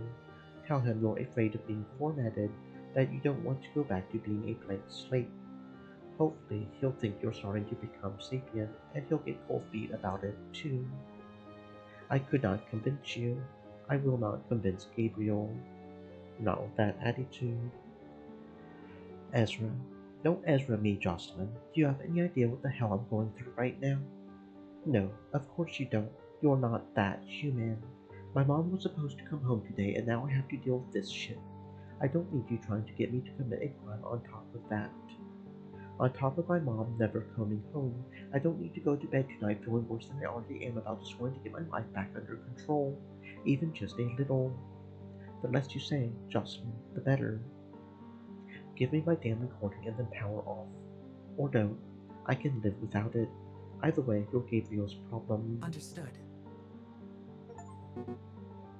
Not your problem. Decide the AI's fate. I've lost track of the time. Things just kind of stopped. I've done a lot of sleeping, but I don't feel rested. I don't remember the last time I ate, but I don't feel hungry. Dad and I hadn't said more than a few words to each other since then. I don't think he's handling it any better than I am. Sometimes I think about Jocelyn. I didn't say anything to Gabriel when I gave him back the codex. I wonder if she managed to convince him to do whatever it was that she wanted. Sometimes I wonder if I made the right decision, but the thought comes and goes. Not having her around is just one less thing to worry about. It's soon time for bed again. I think I can try again tomorrow. That's my codex. It feels like it's been months since I've even said a word to anyone. My throat feels all scratchy and dusty. I'm having a hard time picturing in my head who would even be calling me.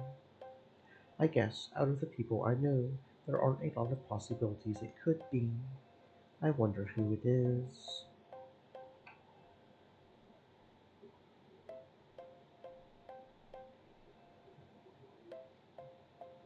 It's a call from Carla. I feel like it's been years since I've last seen her. I don't know if I want to talk to her right now, though. I just want to go to bed. She'll understand. No, she's the type to badger me until I give her some kind of response. I'll just text her that I'm not feeling well. Ezra, about time you picked up the damn phone. I was starting to wonder if you were really going to leave me hanging. Oh, Look at the state of you. It's no wonder you were so slow to pick up. You look like you're recovering from a hell of a nasty bender. Is that where you've been this whole time? Your folks came back on Tuesday, right? Have you, Eden, and Nathan just been going wild this entire time? How are things? I haven't checked in with you for a while because I assumed you were busy with your parents. I don't know why I even answered the phone. Maybe I should hang up and apologize later. hey. Ezra? I'm sorry, Carla. I can't do this. Ezra Foy, don't you dare hang. That's probably Carla again. Ezra, I'm going to call back and you're going to answer me. Don't make me find out what's wrong by asking your dad. I'll walk down to your house if I have to. Yeah, I should have figured. Hmm. Talk to me, Ezra. It's been 4 days since we last talked. Don't tell me you've just been stewing there this entire time. Ezra, you've been my closest friend since the war started. I'm not going to let tonight end without you talking to me. It doesn't have to be everything all at once, but you need to tell me something. Can't you see that I'm not in the mood? Hey. What I see is my closest friend self-destructing right before my eyes, and he's not telling me why. Whatever the problem is, Ezra, I can help you through it, but you need to want me to help you. Let's both start from the beginning, alright? The beginning. Yeah, this isn't like you, Ezra. This isn't the Ezra that I know. Something happened between now and when we last spoke that made you like this. The beginning would be when I found out that my mom died. When did you find out? Just yesterday? No, it's been longer Stream than that, I elements. think. I Set. found out on Tuesday. Stay moist, my friends, hydrate. On Tuesday. Hmm. Ezra, it's Friday. Have you been like this all week? Have you eaten? Have you showered? Carla, I can't. I don't have the strength for this conversation. And you're going to continue to not have strength if you don't eat something. It's one thing to grieve. We've all been there. We've been at war for years. But it's another thing to not take care of yourself. Here's what we're going to do, Ezra. I'm going to go to the grocery store. I'm going to pick up a soup and a sandwich from the deli with a protein drink to wash it down and a chocolate bar for dessert. And I'm going to come over and you're going to eat it. All right? Shut the hell up. I don't need you babying me. If I were to baby you, I would spoon feed it all to you. You're not going to look me in the eye and tell me that you know better when you can't even tell me you've eaten something since Tuesday. That was 4 days ago. You don't have to eat it all. I'll accept you just eating a few bites. You need to start recovering and, as they say, every journey starts with a single step. Maybe throw on some deodorant before I come by, okay? I haven't agreed to anything. I know you haven't. See you in a bit. I just wanted to call it an early night. That's probably her, and if it is, she'll come in without me answering. Hey. Hi, Carla. As promised. And like I said, you don't need to eat it all if you don't want. I'm assuming you don't have much of an appetite. You would be right. Wait, what's this? It's deodorant. I kind of figured that you wouldn't have put on any before I got here, so I took the liberty of getting some for you while I was out. From the smell of things, I was right. Carla, you're pushy and insistent and stubborn, and you constantly think you know what everyone is thinking. You know I love you. I wouldn't have stayed with you all this time if I didn't, and you know that. You're a valuable part of my life, and I can't imagine where I would be without you. But if you're so damn smart at reading people, can you not see that I'm not in the mood for any of this? I just wanted to go to bed and try again tomorrow.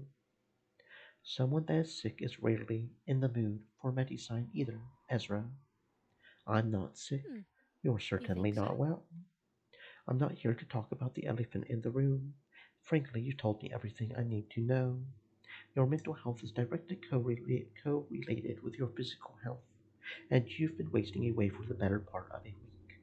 Of course, you're not in the mood. Anybody would feel like shit if they went as long as you have without some proper self care. Telling you to cheer up isn't going to do any good, so if we can't help your mental state, we should do everything we can to help your physical state.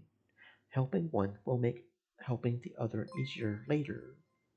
Oh, hello there. Hello, hello, hello. Welcome on in, Ice. My name is Jade. For those that don't know me, I am a turtle unicorn. I am a bit slow and clumsy, but we all have a little something special in us. A little unicorn magic, yes. Welcome on in, friend. Welcome on in. Let's get that shout out. Oh, a double raid. Well, I better do the intro again, right? Are we going to have a triple raid? Oh my goodness. Oh wow. Hello. Okay. I said that as a joke, but we really do have a triple raid. Okay. Um, are we going to have a quad? Is there going to be a fourth? Um, hello. My name is Jade, and I am a unicorn turtle. I might be a little clumsy and slow, but we all have a little bit of unicorn magic or a little bit of magic in us. Yes. Okay. Oh right, I can't do that on that one. Do talk about being slow. I wonder if I can even do multiple shoutouts at one time. I've never even tried to do that before. Probably can, right? Oh no, that's not it. Ice the Black Cat said. We were doing some TTRPG. Lily Leet said. TTRPG. It was not totally not Turn my turn. idea That's turn XD. based, right? That Ice means the it's Black turn Cat based. said. What's going on? Stream Elements I think that means said. it's turn based. Look who has decided to come swimming with us. This is their Yeah, channel I think I could do multiple https at once, right? www Yeah, twitch I could do tv multiple Ice at the Black once. Cat. Okay. Myrazapine said. There's a minute cooldown on shoutouts unfortunately, but don't worry about it. Oh, this is Stream Elements through said. Steam Elements, not Look who has decided to actually come swimming Twitch, with us. so it This is their probably is channel one for Twitch. https www twitch tv Lily Leet I think there is one Stream for Twitch Elements itself, yeah. said. A Look who has TTRPG. I wonder if decided to it's one come I swimming know. with I us. hope This you're is their winning, channel friend. https Some www turn-based twitch games tv can be very Myrazapine difficult to win sometimes, that's for sure. We're just playing a visual novel called Star-Crosst. Basically, there was a war against these dudes, these aliens, and we don't really go into the war apparently. We start the story off after we've already won the war, and this is sort of the aftermath, and we're trying to figure out how we want to proceed with our life because the war's been going on for 12, 13 years. So we spent all of our teenage years apparently preparing for the war, and now we don't have to worry about that. We're an adult, and we have no idea where we're going or what we're doing. And this is sort of the story for that. Although apparently our mom is dead, so that sucks. But our mom died doing the last offensive, so our mom was pretty much instrumental in ending the war. So that's kind of a good thing there. That prestige and that she gave her life for a purpose, pretty much. But it's been a pretty cool game. It's a pretty small indie game.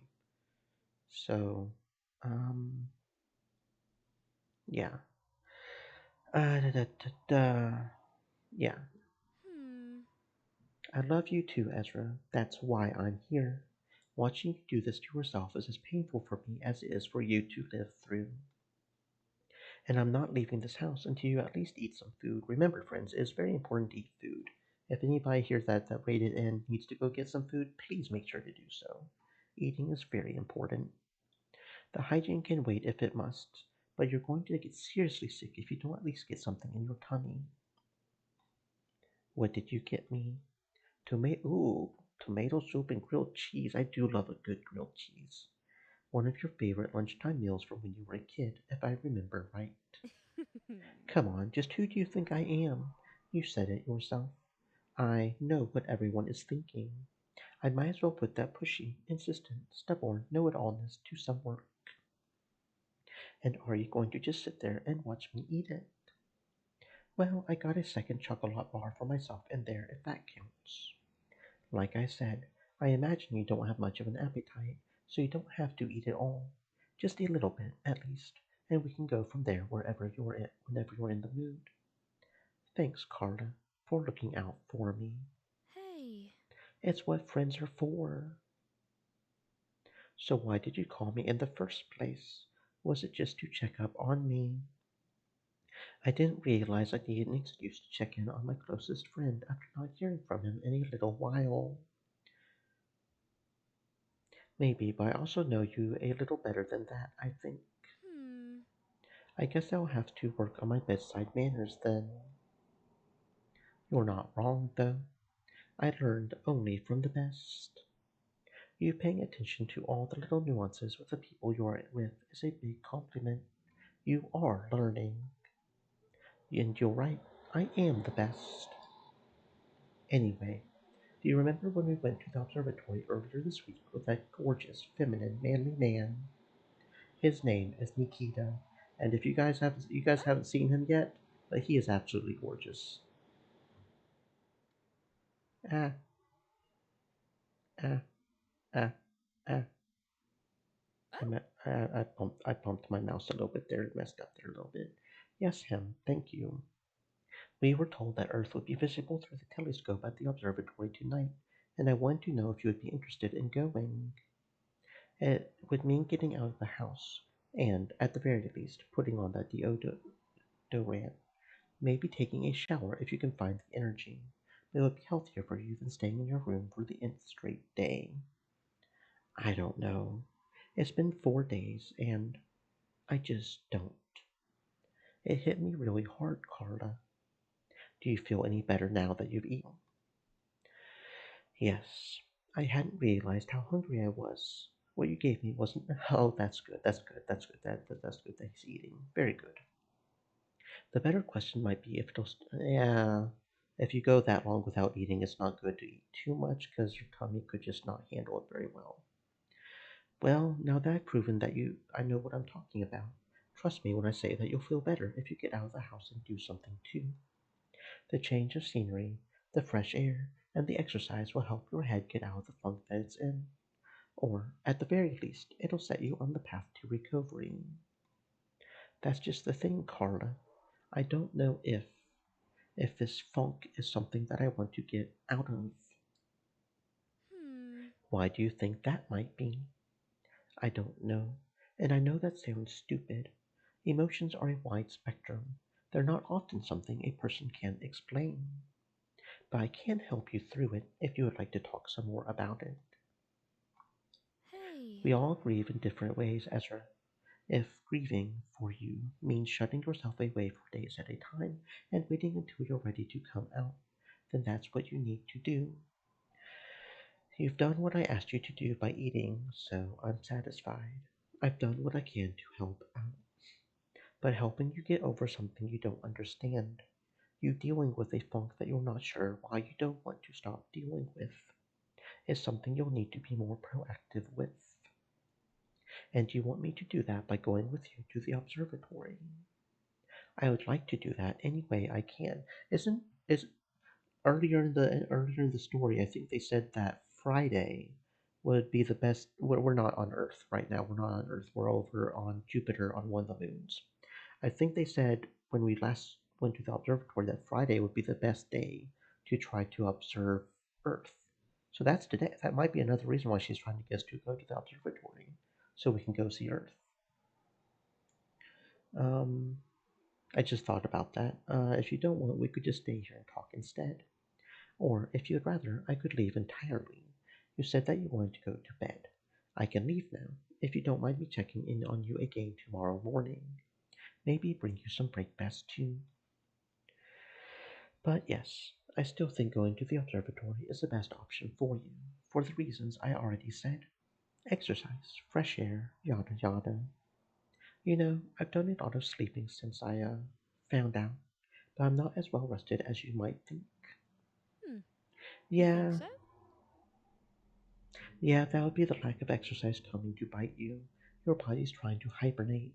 You would be surprised how effective getting up and moving around can be for your energy. Fine, you win a game. Let me shower and put on some clean clothes. Don't think of it as me winning, Ezra. It's you that needs to take your first step to recovery. A shower will help you feel refreshed and wash away the grime from the last 4 days, too. Be honest. How bad is it? How bad is what? My stink. It's awful. It feels like it could melt the glass on my codex. I guess I shouldn't be surprised. Thanks for putting up with it. This is not the worst you've ever smelt, and you and I both know that. That said, though, I'm going to need you to hurry it up. Right. Yeah. Is it just me, or is it really cold in here tonight? Feels about normal to me. You might have just gotten too used to your room. Sure, let's say it's that. Carla, now that I'm here, I'm going to be honest. I don't know why I came. I'm tired, cold, my clothes feel weird. I just want to go back home and sleep and try not to cry again. Hmm. This is going to sound like I'm jerking you around, but you can go home if you would like. Recovery isn't something that you can do all at once, and you don't try to force it. Taking a shower, putting on clean clothes, and stepping out of the house for a bit is everything that I asked you to do. I just thought that you might be interested in seeing the. Yeah, see? Yeah, that is tonight. That's Friday night. Yeah. We talked about it earlier this week, and all. We have a pretty short window before it's not going to be visible for close to another year. Oh, damn, it's that long? I mean, I would, I'm not an astronomer. I wouldn't know the optics of being able to see Earth from over near Jupiter, but I guess it is a lot smaller because Jupiter is huge. You can see Jupiter real easy, but I guess Earth is a lot smaller and harder to view. I've never seen it before, not in person. I've only ever seen photographs and videos. Right? Neither have I.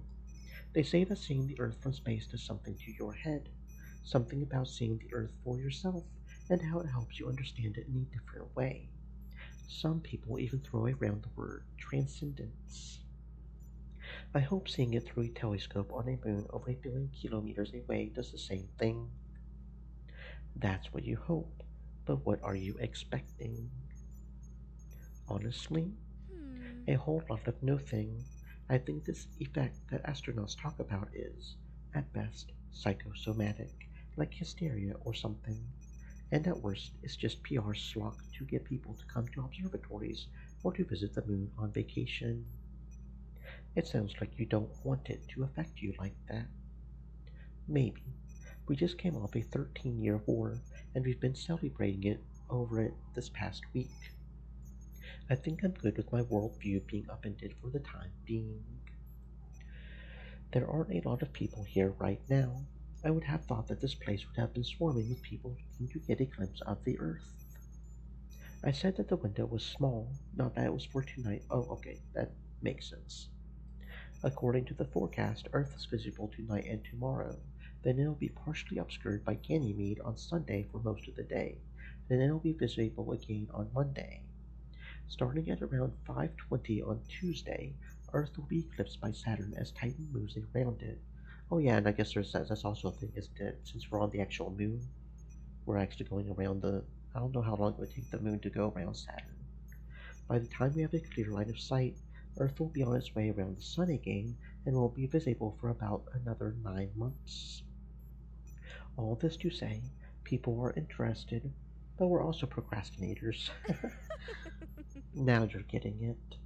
Lucky for us, we're a couple of doers and shakers. We get, well, you are. We get while the getting's good. Sure, that's us. It looks like our turn is coming up soon. Would you like to do the honors? No, you can go first. To be honest, I'm still feeling kind of listless about being here at all. It's not like who goes first really matters anyway. Sure it does. It matters in that one of us gets to see the Earth before the other does. Yep, you got me there. Thanks. Alright, I guess I'll take the first bite. I'll give you the whole play-by-play. I'm going to look through it after you, but honestly, Carla, I like hearing you talk. So, sure, let me hear it. That's the spirit. And for the record, I like hearing myself talk too. What a surprise. Okay, so it's already looking at the Earth, so I just need to look through these eye holes here. Wow. You're taking a turn after me, right, Ezra? Yeah, that was the plan. Good, because I don't think I can really put into words what it is I'm seeing. I mean, yeah, it's Earth. I mean, it looks like Earth. It's much clearer than any photo or video I've ever seen. There's that one famous blue marble picture from the 1970s, but that doesn't really do it justice. What do you mean it looks like Earth? It, uh, it looks different. The topography is different. I recognize some of the continents, but things don't look like what we've been taught that it looks like, you know? Well, I mean, the aliens did do a whole bunch of atmospheric stuff to try to mess with the Earth, so it makes sense that things would be rearranged a little bit. Is it blue and green? Well, it's hella blue, which means that it could be looking at Neptune, I guess. Isn't Neptune in the opposite direction? Are you feeling it? Feeling what? That transcendent stuff. Nothing like that. All I'm seeing is a pretty picture of the Earth. I will admit, though, that's very pretty.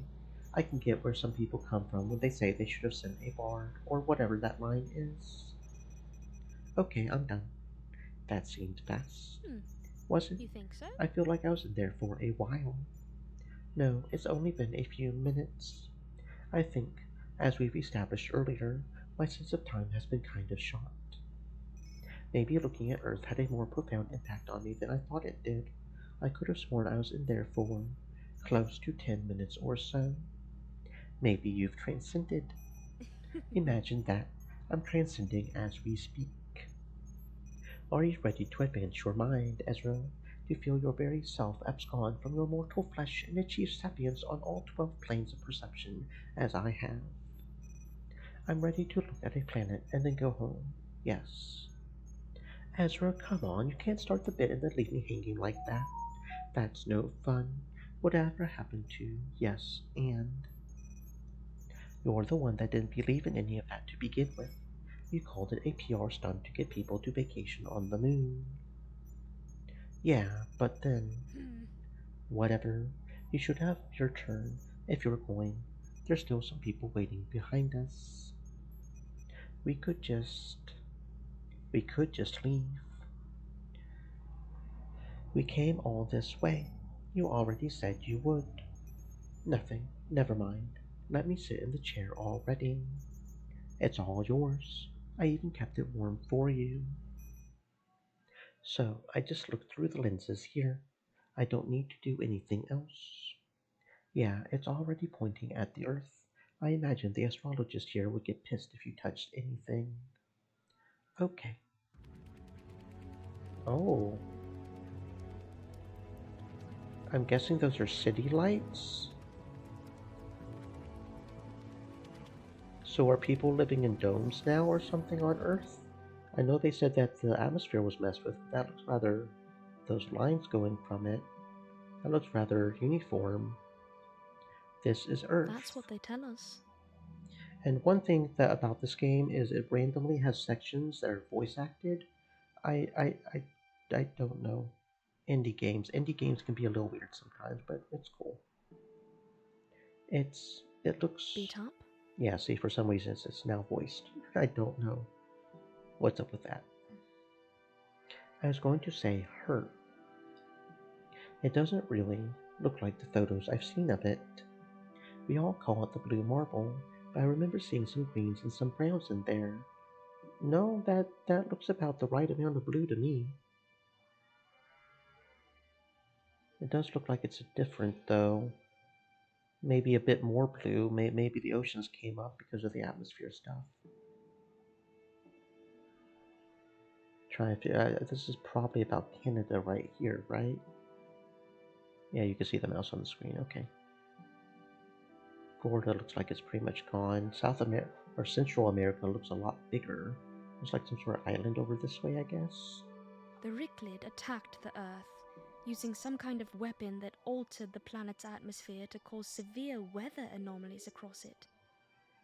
So, yeah, most of it is underwater now. Which isn't so different from the climate catastrophe of the 2040s.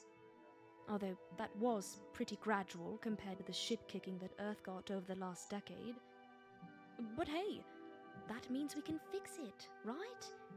We've been here before, after all. It looks like they're doing a pretty good job of fixing it over on the Asian, European continent over there. This is Earth. Everything from this last decade was over this. But Earth it's so small. The Ricklid fought us over this. Mom left and went 1 billion kilometers away to fight for this. And she died for it. Look at it. There are no walls, no hard limits. I could pick a direction and walk infinitely. God, most of it is underwater. I've seen so many pictures of all of her continents that I feel like I could draw a map of her by memory. And yet, I wonder what it's like to live down there. Probably not much different than up here, I bet. No, I'm not so sure. You could get on a tram and go from one side of Galilee to the other in the space of a day. There are parts of Galilee's borders where they let you go right up and touch the aerodrome from the inside. You could never do that on Earth. The air isn't recycled. The weather isn't preordained. When night falls, it's because the planet is spinning on its axis every 24 hours. It's not because someone behind a curtain started turning a knob. The seasons occur because one side of the planet is tilted closer to the sun than the other, not because someone jacked the heat. Maybe it literally wouldn't be much different than living in Galilee, but I think we would be able to tell. We all came from that. You and I, Carla, we were all born on Galilee, but that's where it all started. And she's in bad shape. Mom said that she enlisted to fight for a future for me. She said that Earth, Mars, and Titan all came second to her. She could have stayed home, joined the war effort here like I tried to do something else. But she didn't. She went right to the front, where the Ricklid were attacking the Earth. As soon as the news broke out, she joined up to go straight to the front.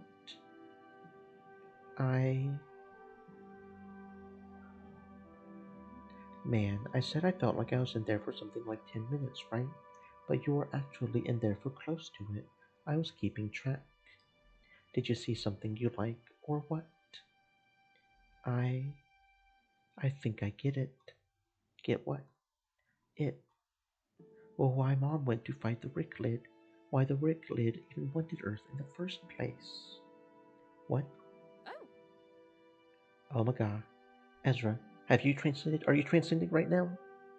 You joke, but when I was looking through that telescope at the Earth, I felt something.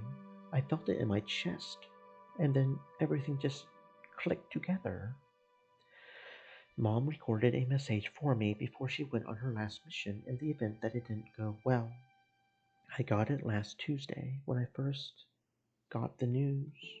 She told me that if I ever had kids, that I would understand the impulse that went through her as soon as she learned the Ricklid attacked. But I think I get it now, after looking at the Earth. I came to the same conclusion, just from a different path. Is it something you can put into words? No, I don't think it is. That's like asking why a parent would love their kid. And what comes next for you now, Ezra? I don't know. I'm still figuring that part out. Sorry, let me rephrase that question. Hey. How are you feeling? Still cold, I guess. Did you bring me out here because you thought that me looking at the Earth might help me with what I'm going through? I can tell you the truth, Ezra, but it's going to involve more of me being pushy, insistent, stubborn, and me thinking that I know what everyone's thinking. I know how uncomfortable that makes you. You might as well just tell me now, while I'm still writing whatever high this is. When I first called you earlier today, I was looking to check in with you and just talk a little bit about how things were going. That's the honest truth. It had been a few days since I had heard a peep from you, after all. But then I saw the way that you were, and you hit me with the news, and, well, plans changed. Given the timing, I assumed that your mother was a part of the final battle in the airspace over Africa that blew up that Ricklid mothership.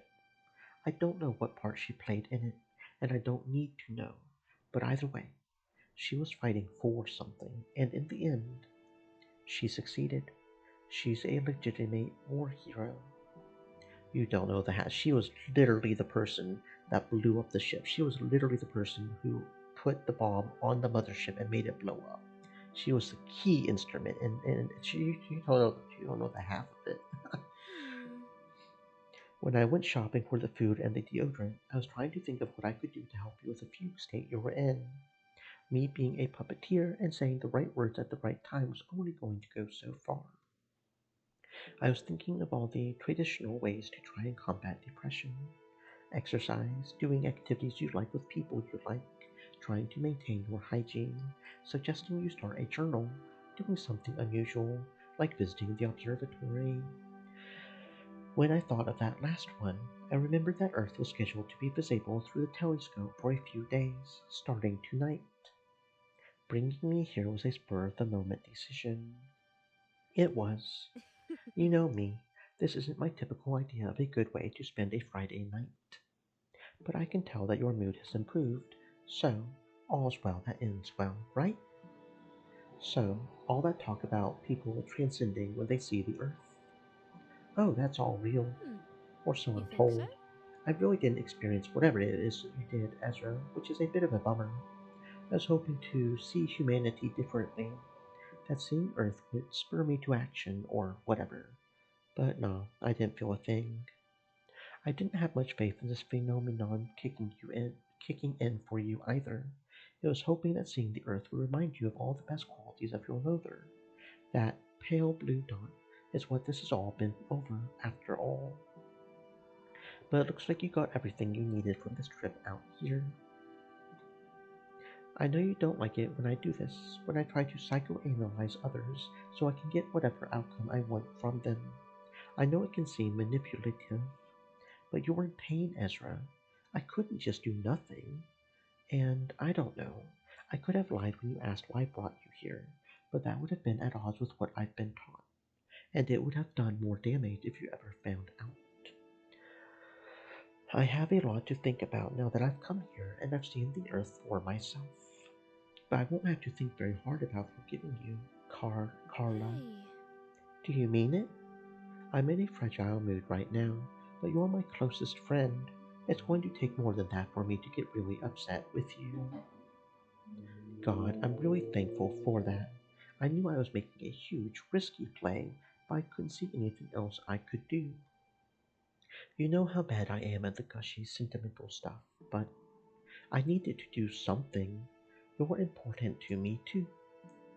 I already said I forgive you. Right. Sorry. I'm ready to go home now, though.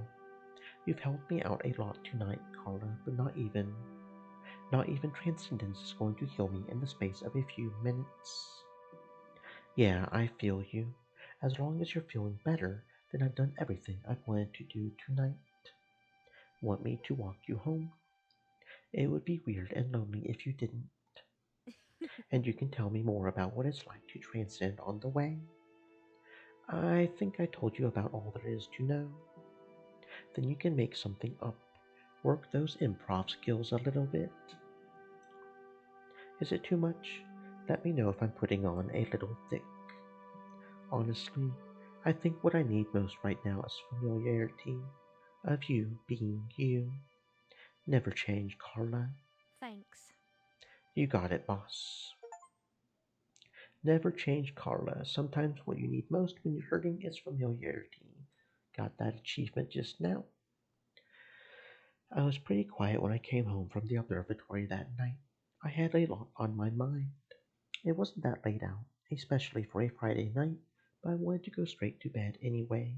I had expected Carla to try and get me to stay awake a bit longer in case I relapsed or something, but once I got home, she excused herself.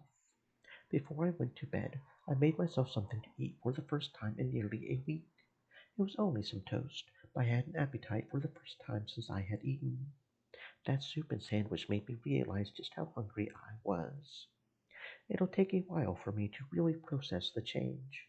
The war might have been won, but it'll take weeks for the pain to stop, if not longer. And I don't know how long for me to say that I'm finally over it, as a son that had lost his mother.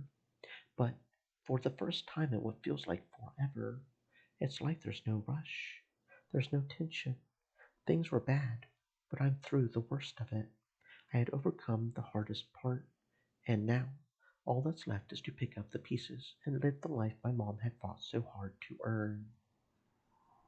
For the first time in days, I was looking forward to waking up tomorrow.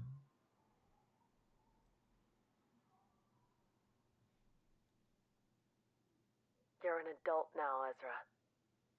You're my only son, and it was, in equal parts, a wonder, a miracle, an honor, and a privilege to see you grow into the person you are today.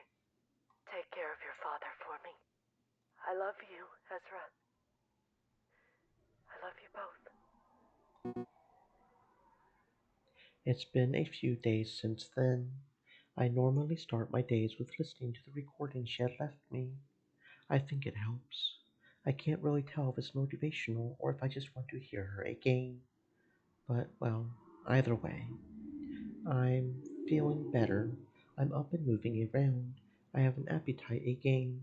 Dad and I have been talking, usually only a few sentences at a time, but it's better than it was before. I've been getting some decent sleep. Some days I go to bed early, some days late. Other days, when I wake up, I stare at the ceiling for a little while before I move. It's progress though. It's hard, but every day is a little easier than the last. Today I managed to get up before noon.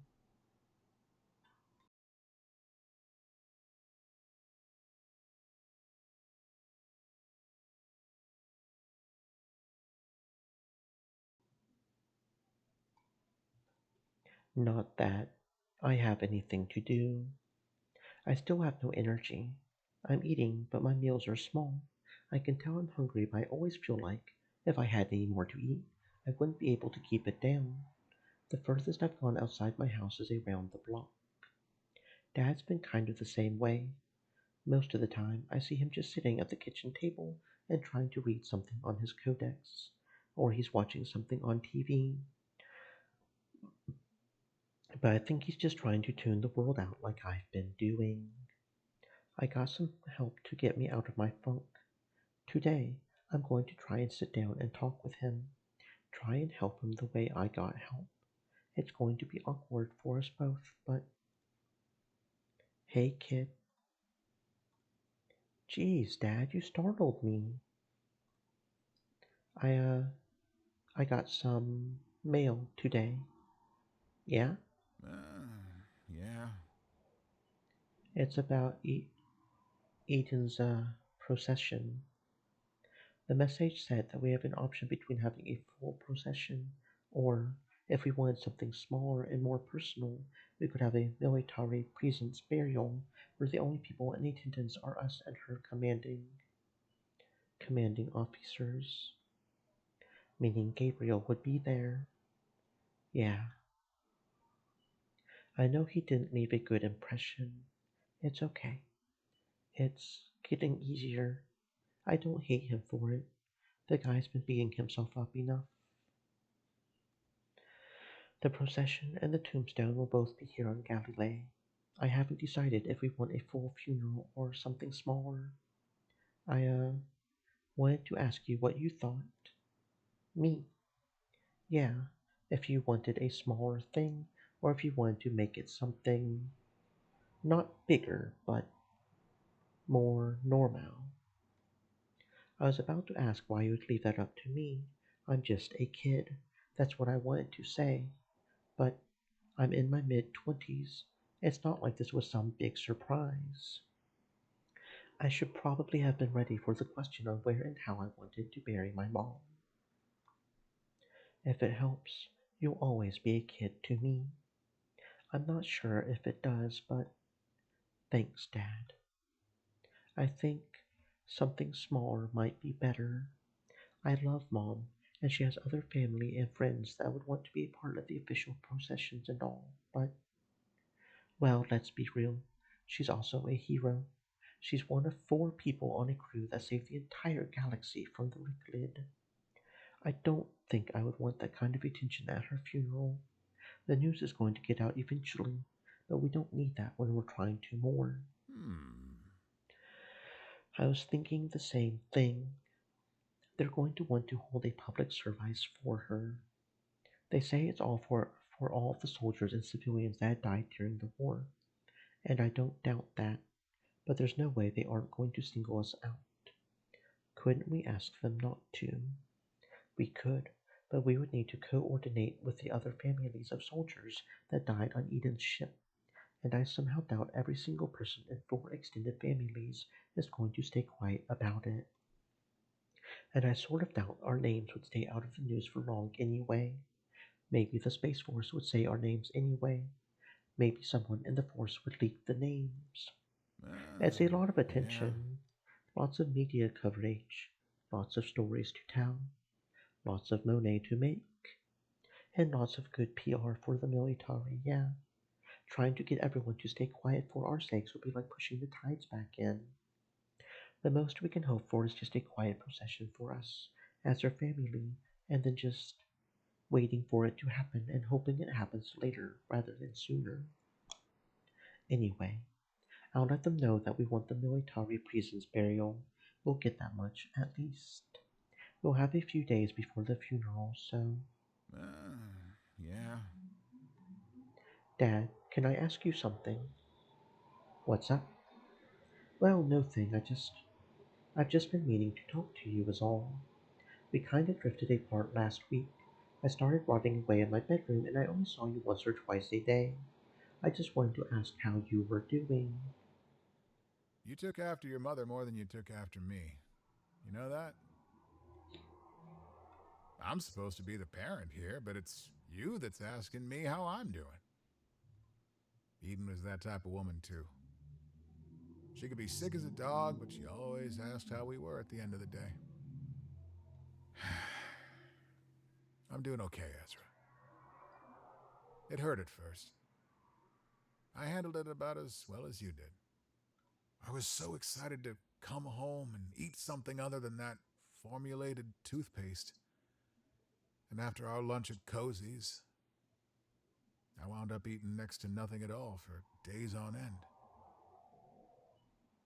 And I know you weren't much better. I was looking forward to sleeping in my own bed next to my wife, and I don't know if you noticed, but I've been sleeping in the guest bedroom ever since. It's hard, and it still hurts. I can see it in you too, Ezra. But I've also seen how you've been acting lately. Since around Saturday or so, I can see the energy coming back to you. I can see that the life has been coming back to your eyes. It's like you found a piece of Eden inside of you. Whatever it is you did on Saturday, I should do some of that myself. Well, it was Friday evening, but, close enough. And seeing you like that makes me feel a little better too.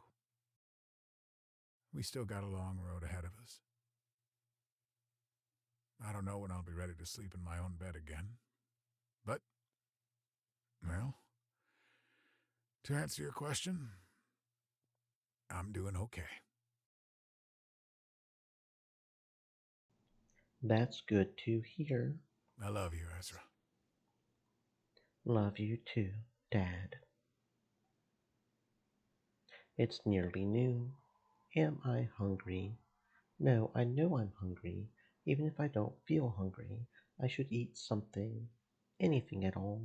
Just go to the fridge and get like a pudding or something. One thing at a time. Just one thing at a time.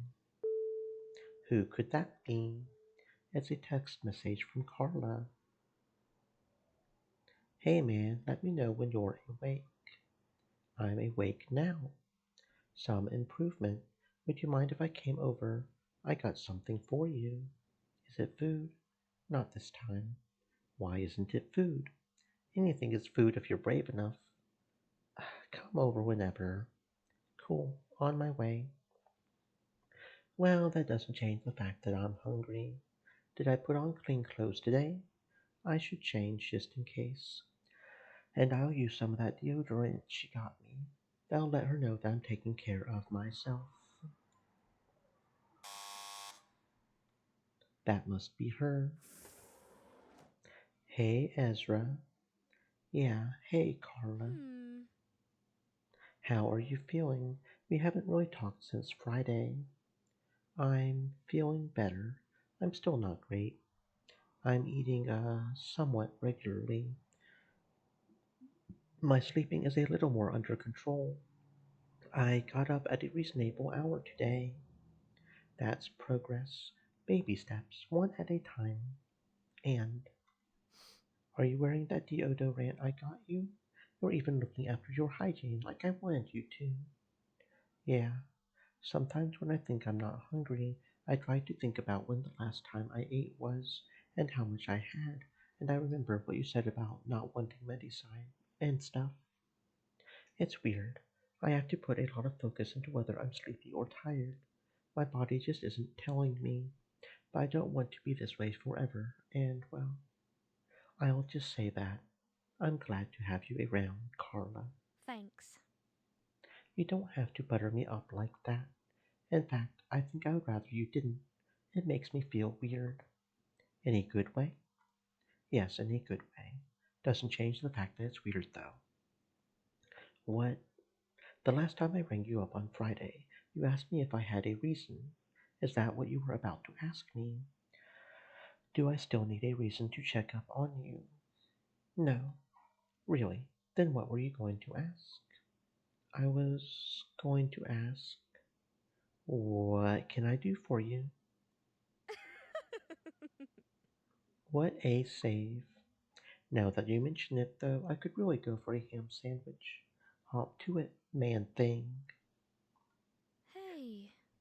Let me know if I'm laying it on too thick. No, no, it's just I was thinking back to Friday and how I told you that normalcy was what I needed most, and that I asked you to never change. Really, I only have myself to blame for all of this.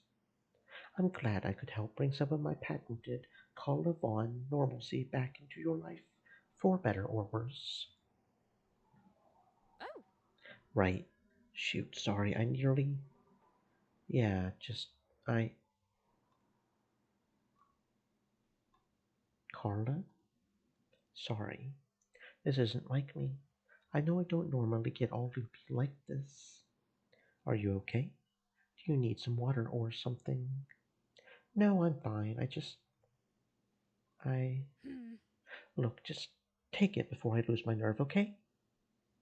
What is this? It's a picture book. Do you remember that one day? I think it was last Monday when you and I went out and we decided to go to that arts and crafts store. Vaguely, yeah. Well, I got that needle and thread, and I had been messing around with them ever since. I figured we have a new life now that the Ricklid are gone. It would be a good time to pick up a new skill, you know? And then Friday happened, and I was trying to think of ways to cheer you up. At first, I was just going to download pictures of your mom off social media and have them laminated and put into a normal picture book. But then I thought, that's kinda low effort. What can I do to show Ezra that I give a shit? I I tried sewing all the pictures together into a picture book. The covers and the spine are all made out of fabric, see?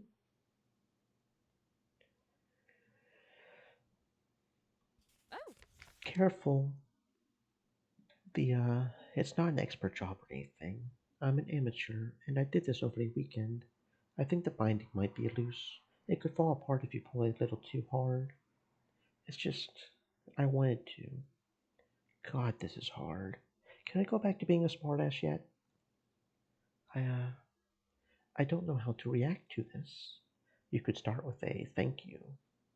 No, I don't think a thank you is going to cut it. Carla, is it important that you say anything at all? Yeah, I think it is. I know you have a hard time dealing with mushy stuff, but this is the mushiest thing I can imagine. And you did it for me. Well, yeah, Ezra. You're my closest friend. We made it through the whole war together. I know you would do something for me if I lost my parents like that. You're right. I would. I think we need to clarify something between us. What are we to each other, Carla? Are we really just friends? Hmm. Oh shit, we're going down that route. Okay. I need you to not clam up on me now, Carla. I know you're embarrassed, but after this, after going through the trouble of learning to sew just so you can make a picture book of my mom out of fabric, if we're really just friends, what do we need to do to get past that? Implying that you want to get past that and want to be more. Okay, yep, that's where we're going. Is going past that what you want. Is getting into your heart as easy as an amateur sewing job. I know you're stalling for time. I bet you're trying to think of a way out of this conversation. But since you asked, I don't even need to think about what my answer is to that, Carla. And my answer is that it is, but only for you. It's that simple for you and you alone. Maybe I'm reading this wrong, and I'm going too fast. Maybe I'm just in a vulnerable position after everything that's happened. But no matter what my head thinks, my heart is convinced. I'm willing to say the words first, Carla, but this, I can't. I can't make that sort of commitment without you meeting me halfway.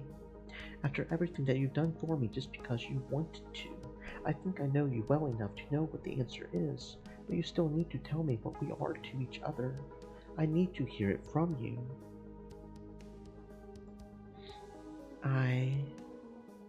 Ezra. Damn it, Ezra, why are you putting me on the spot like this? Isn't it obvious how I feel about you? Yes, it's plain as day. And it should be obvious to you, Miss Psychoanalyst, why it's important that I hear your answer. Well, I'm not. I wasn't ready to have this talk.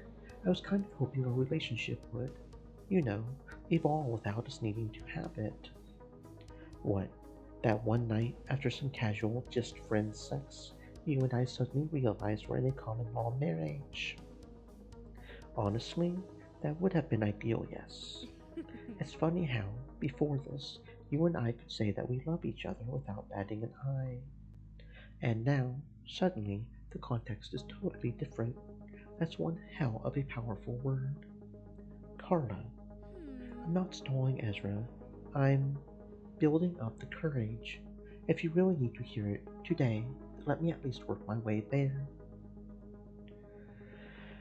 Do you remember that video message that we got from that robot on Monday, telling us to stay the course or whatever? And you and I had that discussion on what we were going to do and whether there was some ulterior motive going on. I do, yeah. I remember it. Weirdly well, actually. And I remember your reaction to it really well, too. I bet you do. It wasn't any one single thing that robot said that got me so mad. It was what it implied. Which had just spent our entire teenage lives living in absolute fear that the Ricklid would happen to look away from the Earth in our direction and not realize that there were other settlements on other moons and planets. It's a miracle they didn't. And that robot wanted us to pretend like they were still there, that the fighting could continue any minute now. I have this fear of being trapped. Not in a small space. I don't mind small spaces. I'm afraid of being trapped in a cycle that doesn't end.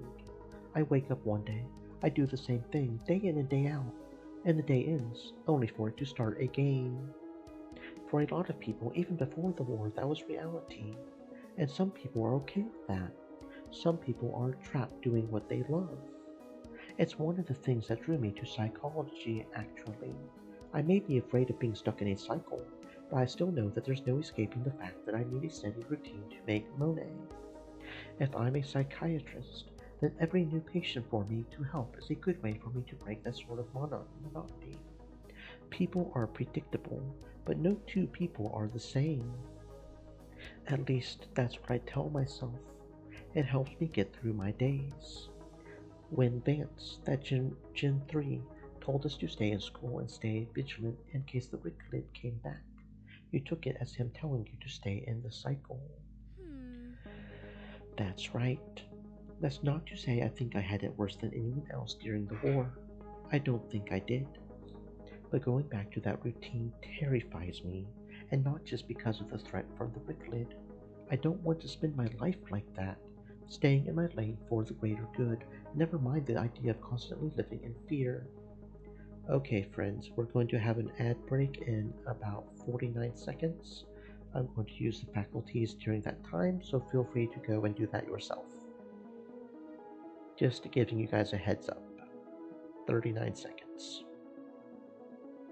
That and assuming the Ricklid were still a threat, and if I got my psychology degree, then every patient I get would probably come to me with the same problems. Yeah. Ever since that day, on Monday, there had been a thought in the back of my head about my future and about what I wanted my cycle to be. I guess you being so fussy over what you think your future should be rubbed off on me. In all the excitement this week, I totally forgot that I was so high-strung about my future. Hey. I don't want a future where I'm stuck in the same cycle, doing the same routine over and over, especially not one that's predicated on the fact that we could be attacked by an evil invading alien force again. I also don't know if I want to stay in Aerodrome Galilei all my life. But whenever that thought comes up, about not being able to sit still, I also can't imagine a life without you, Ezra. I want you in it. I want you to be a part of my life. You're the one routine that I want to wake up to every day. You still want me to say the words, don't you? I think I've got what I wanted from you, Carla, but it would be a nice bonus. Fine, you jerk. I'll say it. I love you, Ezra. Oh, and we even have a special little cutscene there. Look at that shit. I think I've always Fucking known adorable. that, but Adorable. these past few weeks have finally managed to worm it out of me. I love you. And I want to be with you.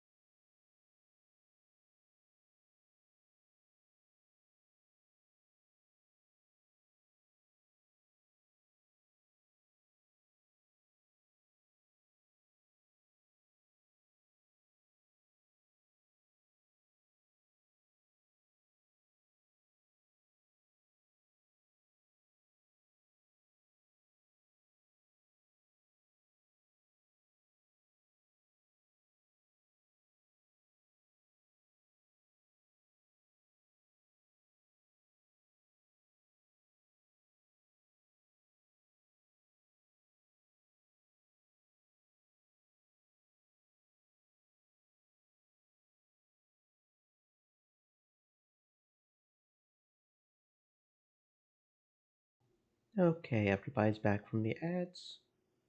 Everybody's back from the ads. Probably, maybe, unless OBS is being weird and tricking me. Anyway, Now, say it back. it back. I walked right into that one. It took that big old speech for you to finally come out and say it to me. Maybe I need some time to build up the courage too. Come on, Ezra. You opened this whole thing with saying that you'll say it first if you need to. You know what? I think you're right. I think that is something I said. I had better not leave you hanging like that then. Carla Vaughn, I love you too. The girl next door completed Carla's path. I guess there's probably a total of three paths. The really pretty boy and I can't remember the name of the alien race. The lizard girl. I guess she's kind of a lizard girl. They have scales, right? So there's probably three paths in the game, probably. 1 year later. So does that mean we're about to end the game? I didn't even realize. Are we about to seriously end the game?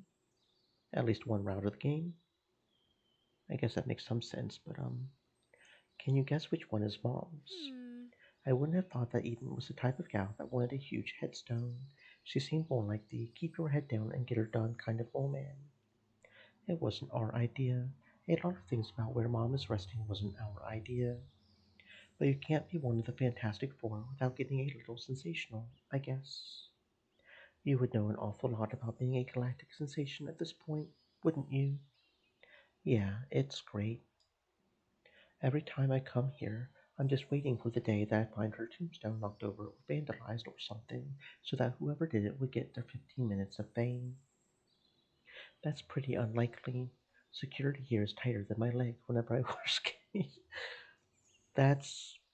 I'm not sure I wanted that mental image, but thank you, Dad. That's.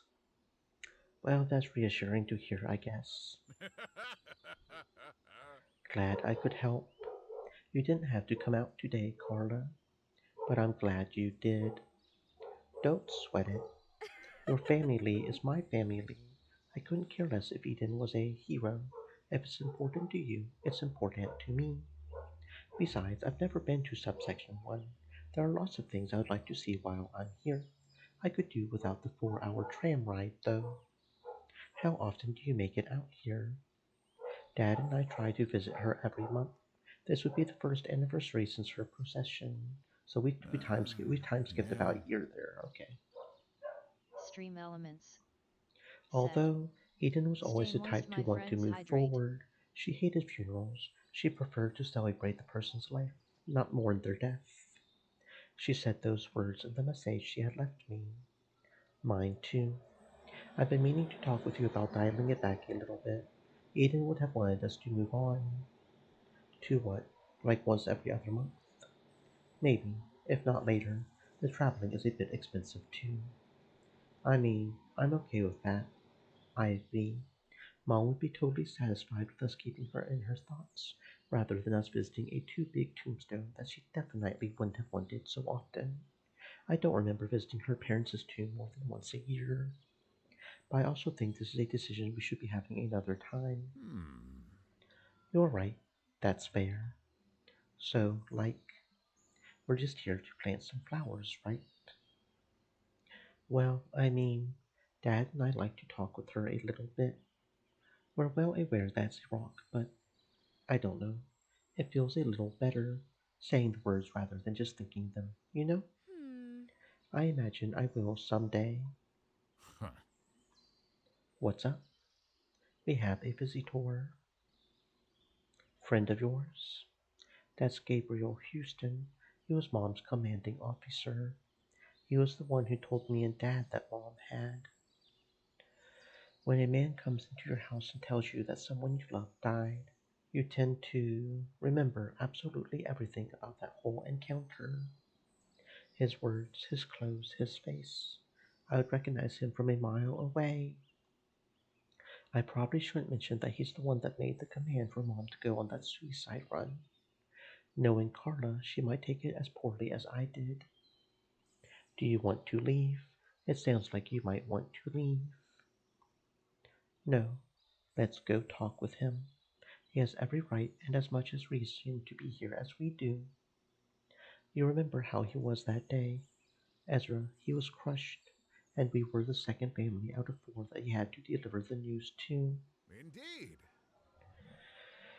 Besides, that's my wife's grave. The devil himself couldn't keep me from visiting her. Yeah, you're right. I've had my time to heal. I'm sort of curious if Gabriel's had enough time himself. Hi. Good afternoon, Ezra. Nathan. Hmm. I'm sorry, I don't believe we've met.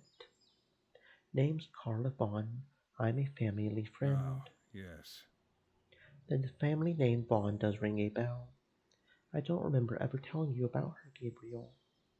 Knowing who's friends with the family within my squadron was part of Eden's screening process. It's nothing personal. Realistically, once she passed screening, I had no reason to remember the name of a person so far separated from my squadron. I'm just good with names, I guess. I was told just a few seconds ago that the whole, you know, delivering the bad news to the boys had crushed you as badly as it had crushed them.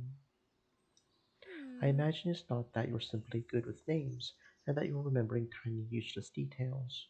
It's that delivering the news of Eden's death was a traumatic experience, and your mind is clinging to whatever detail it can to try and help itself process through it.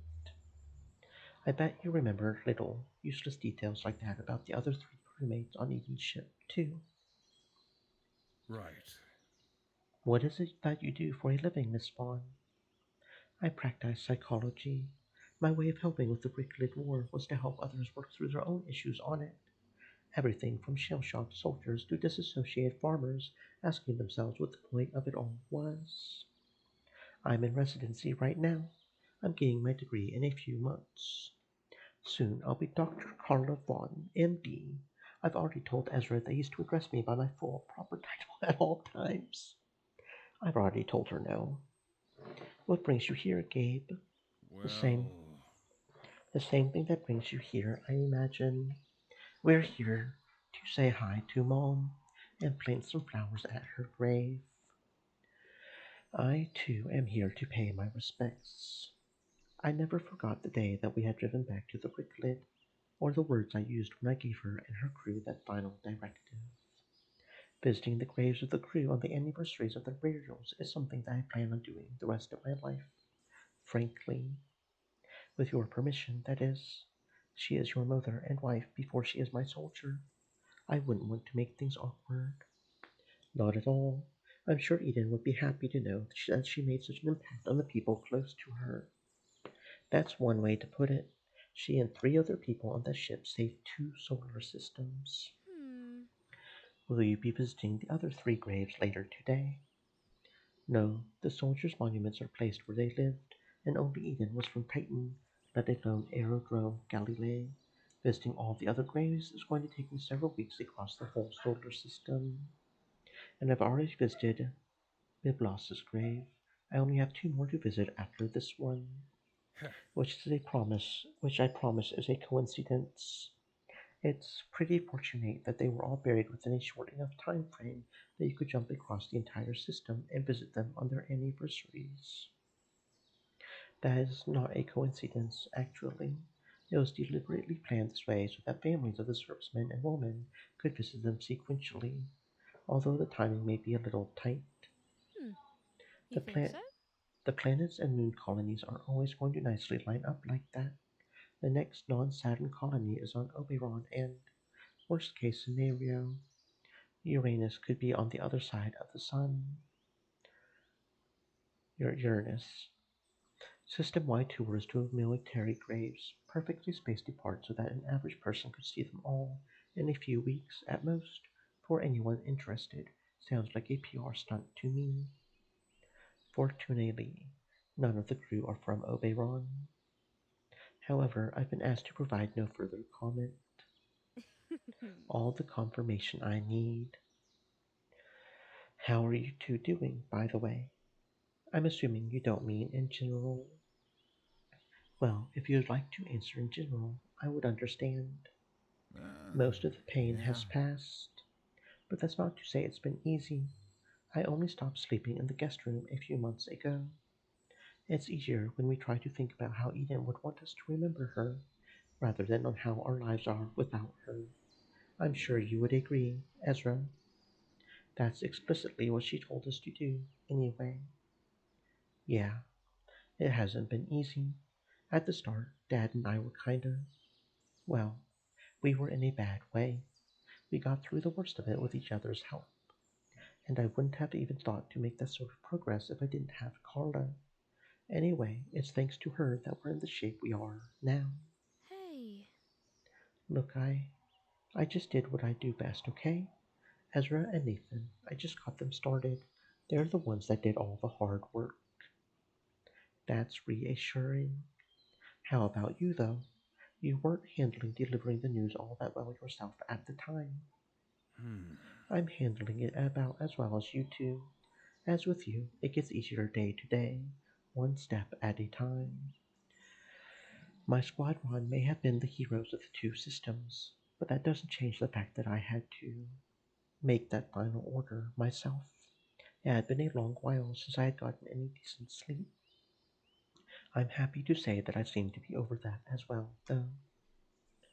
Well, that's. I don't want to say that's good that you're recovering from your sleeping issues, but it's good to hear that you're recovering like we are. Or, to use a word you used, it's reassuring. I'm sure Mom is glad that we're all getting on with our lives, even if we all miss her. Thanks, and well said. Oh, yes. That reminds me. I'm sure you two remember Jocelyn. Yeah, she was kind of hard to forget. Who? Am I allowed to answer that? Jocelyn is the designation of a second generation artificial intelligence that was assigned to Eden during the war. You think so? Who named it? Or who named her Jocelyn? Did she name herself? Eden named Jocelyn. Although, actually, there's an interesting story to that. If Ezra was born as a boy, I wanted to name him Ezra. But if he was born as a girl, Eden wanted to name her Jocelyn. I won out, of course, but Eden must have really liked that name and wound up giving it to her suit's AI. Is that it? Is that your interesting story? It was a much longer story in my head. Anyway, we got a bit distracted. Why do you bring her up, Mr. Houston? I thought you might be interested in learning that. There have been some developments regarding her. She must have convinced Gabriel not to format her. Jocelyn was oddly silent after I had delivered the message to you two, Nathan and Ezra. I was en route back to Earth with a scheduled stop on Mars to drop her off when she caught me off guard with a particular request. To not submit her back to Mars so that she wouldn't be formatted right. How could you possibly have known that? Because she asked me to do the same thing. After she delivered Mom's message to me, she tried to upload herself to my codex.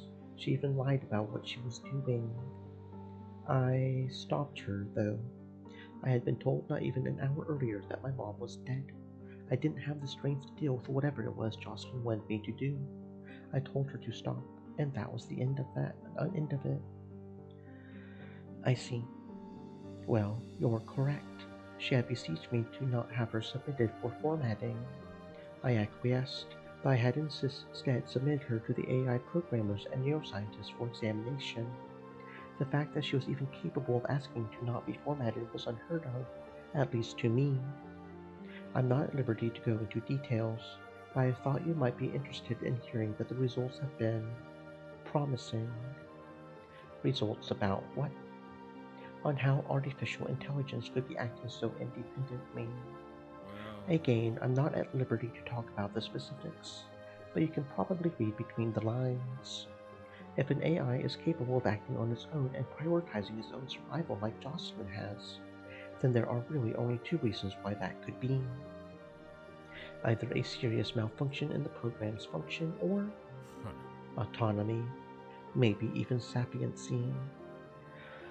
Of all the AIs in the solar system, it just had to be Moms that was evolving and becoming a person. Your words, not mine. Right. Well, I apologize for all of that excitement. I know it's not what you were expecting when you came here today. I've come to expect that this is sort of normal for the boys. Besides, I couldn't leave if I decided I had had enough or whatever. With how messy things are, as soon as I try, Ezra would come right back to me as a client. You're probably not wrong. What do you all intend to do going forward? Like, is this related to the whole Jocelyn thing, or? No, I was just trying to make conversation. I apologize if I overstepped somewhere. Although I can see how the question might be prime in context. Oh, me first? Obviously, I'd been spending my time during the war learning how people think. A lot of the scars that war can cause on a person aren't physical. Like I said before, I'm only a few months away from being a real bona fide doctor. There isn't any shortage of veterans coming home that aren't in need of some counselling. As a short-term goal, I'm hoping to have my practice up and running before the end of the year, which ought to be plenty of time. And how does Ezra fit into that? Well, he's an excellent test dummy. Glad I could help. As for me, I just spent the last 13 years living in an underground bunker on Mars, staring at computers and eating toothpaste. Away from my kid while my wife fought in a war against evil invading aliens. Eden's last message to me was about what it was she was fighting for, and why, and what she wanted from me if she wound up not making it back. My plan is to retire and live off my veterans' benefits for the rest of my life. As well you should. If there's anything all of us deserve right now, it's a bit of peace. Does that include you? It will include me someday. But until then, I have a duty to the peoples and places I swore to protect, and to the memories of those we lost defending them. What sort of life do you have envisioned for yourself, Nathan? It's been so long since I've been a part of civilian life that I suppose I could use some ideas. Beats me. Like I said, Mars, underground, toothpaste, and so on. All I really know is what I don't want to do. I don't know. Maybe I'll start doing more dad stuff. I don't think we own a grill. Maybe I'll build a deck. We definitely don't have a deck for the grill we might not have. When's the last time you did any kind of woodworking, Dad? Never in my life. But that's the whole point, isn't it? To take this opportunity to start our lives over the way we want to. I don't know if I don't like to build decks yet. What about you, Mr. Houston? Do you know how to work with wood like that? My time in the force has given me all sorts of miscellaneous knowledge on how to work with different materials, usually for things like diagnosing damages and how to do on-the-fly repairs, things like that. Which is to say, no. I know my way around a welding torch, but not a buzzsaw. But how hard could it be, really? Ding ding, Ezra, time's up. What? Way back when we were all gallivanting over winning the Ricklet War, you were all tight and stressed over what it was you wanted to do with your life. Well, you've had a year to think about it, and the rest of us have given our answers. And now it's your turn. We told you ours, now you have to tell us yours. She's right. It's been so long and so many things have happened that I totally forgot that I was so hung up about it. But it was all I could think about for days after the war had ended. It feels like I've lived 2 lifetimes since then. I've lost Mom. I've learned to not take Dad for granted, and my relationship with Carla evolved to do something so much deeper, all in the span of like 15 months.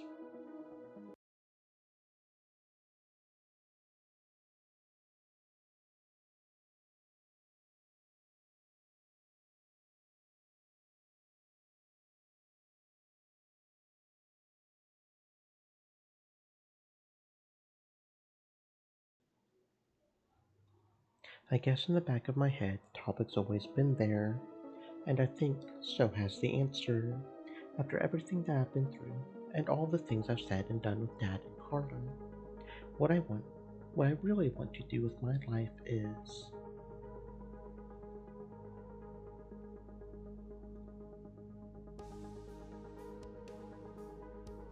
continue to study robotics for a safer, more convenient future.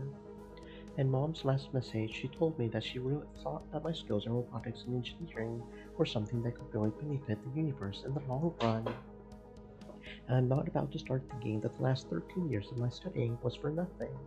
I'm good at what I do, and I know it. You're going to stay in school and get your degree in robotics engineering. It was thanks to Mom and her AI Jocelyn that we even have this conversation at all. Without them, we might still be in the war against the Ricklid. Robotics have advanced a lot. We're living in an aerodrome on a moon orbiting Saturn. A lot of the things that we take for granted are automated. Running water, filtered air, the natural sunlight we get is thanks to a bunch of automated mirrors floating in space. And the years leading up to this point, I always thought that I would be working on robots to further the war effort, in defense of not just the Earth, but the whole solar system. It would be nice to, I don't know, design a new microwave or something. That's my boy. I don't think Eden had that in mind when she suggested that, Ezra. Well, you know, baby steps. Start humble. Go from learning how best to stuff more guns into a robot to know how to optimize heat to cook food or something. The point is, I want to work to helping humanity, to make our lives safer and more convenient. And I could do that by designing a mechanism that rotates a shoulder-mounted turret on a Gen 3 into place. But nah, you know? Yeah, I get it. Anyway, I believe we came here to plant some flowers. That we did. Would you like to do the honors, Ezra? I would love to. Now what? Now? Well, if anyone has anything they want to say to Eden, now would be the time. I think about her every night, so there's not really anything new for me to share with her here. I had gotten everything I wanted out just as you three were pulling up. Eden. Thanks. For being a cool mom and raising a good-looking son. That's about it from me. I've never been very good at emotive expression, especially with an audience. It's okay. She would understand. There is one thing I'd like to say to her while I'm here, but can I get a second alone? It's some big mystery, is it? Not really, but still something I would just like to keep between us, at least for now. Sure thing, Ezra. Gabriel. Yes, Nathan. Ezra, Carla, and I were all going to head into the city after this. There's a ritzy restaurant that specializes in food from the eastern continents of Earth that we wanted to try. Would you like to join us? I may be able to fit it into my schedule. Yes. Perfect. We'll get started, Ezra. Don't take too long to catch up. You heard the man, Ezra. Don't keep me waiting. Hey, Mom. I'm pretty sure Carla's the one. Although, I bet you knew that from the start. Carla and I have known each other for so long. I didn't want to think too far ahead, for my own sake, but, well, if I'm ever going to have grandkids, I promise that you'll be the first one to know. I know that you know it, and you don't need to hear it, but I love you. Sometimes I just want to say it. I think about you every day. I miss you a lot, but it's getting easier. It still hurts sometimes, I won't lie, but it's getting easier. I think that's everything I wanted to say. I'll see you next time. She would be proud of you. Complete Eden's path. So is that a separate path from the romance? I don't know.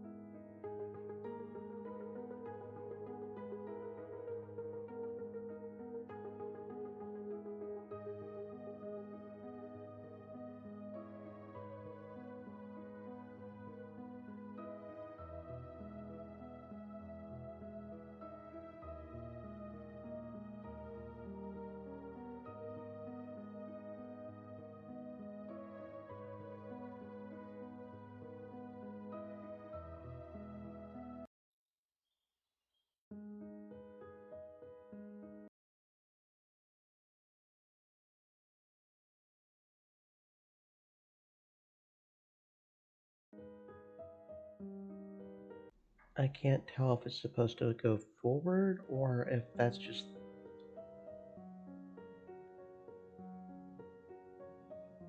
The credits didn't last very long, but then again, like I said, it's an indie game, so... Normally I wait until after end credits, but it's like it's stuck on the end screen or something. Like, is this just permanently in screen and we get really pretty music until we decide to do something else?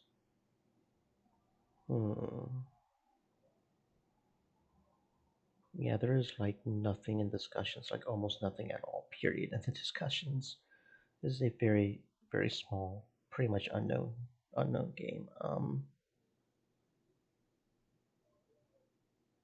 Yeah, I don't know if we're just supposed to wait until this goes away. Because it doesn't feel like it's going away. The credits rolled. So we're going to go ahead and start trying to discover all the alternate paths and stuff. Interesting that there's only 6 now instead of 9 slots here. I don't know what's up with that. Okay. Explore the stars starting with Earth. These past few days have taught me something about perspective, and I think I got that lesson when I saw Earth through that telescope. The furthest I've ever traveled was a few kilometers to the east, into Section 1. The first time I had been any further than that was to attend Mom's funeral in S4SS1.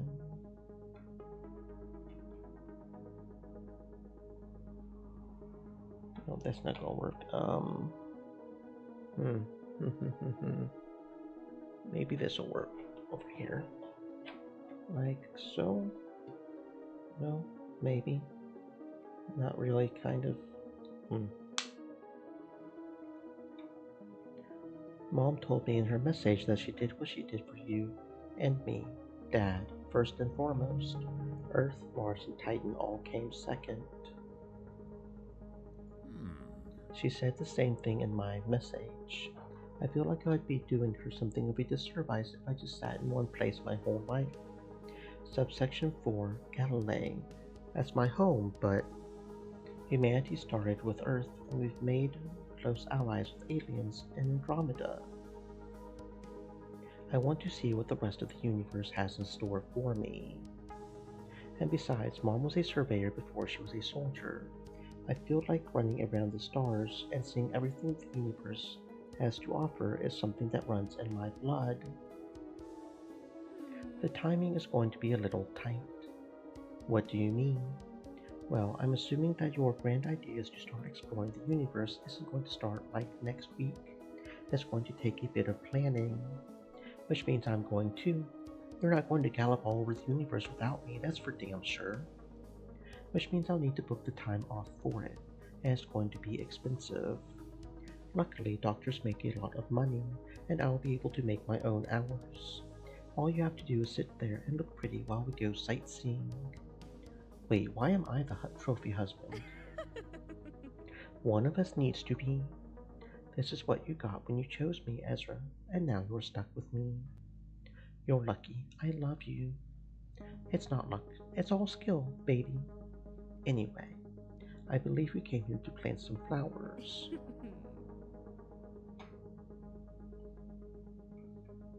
Thanks. Okay, so it's like that. I got you. There's one thing I'd like to say to her while I'm here, but can I get a second alone? Some big You mystery. heard the man, Ezra? Don't keep me waiting. I didn't want to think too far ahead for my own sake, but...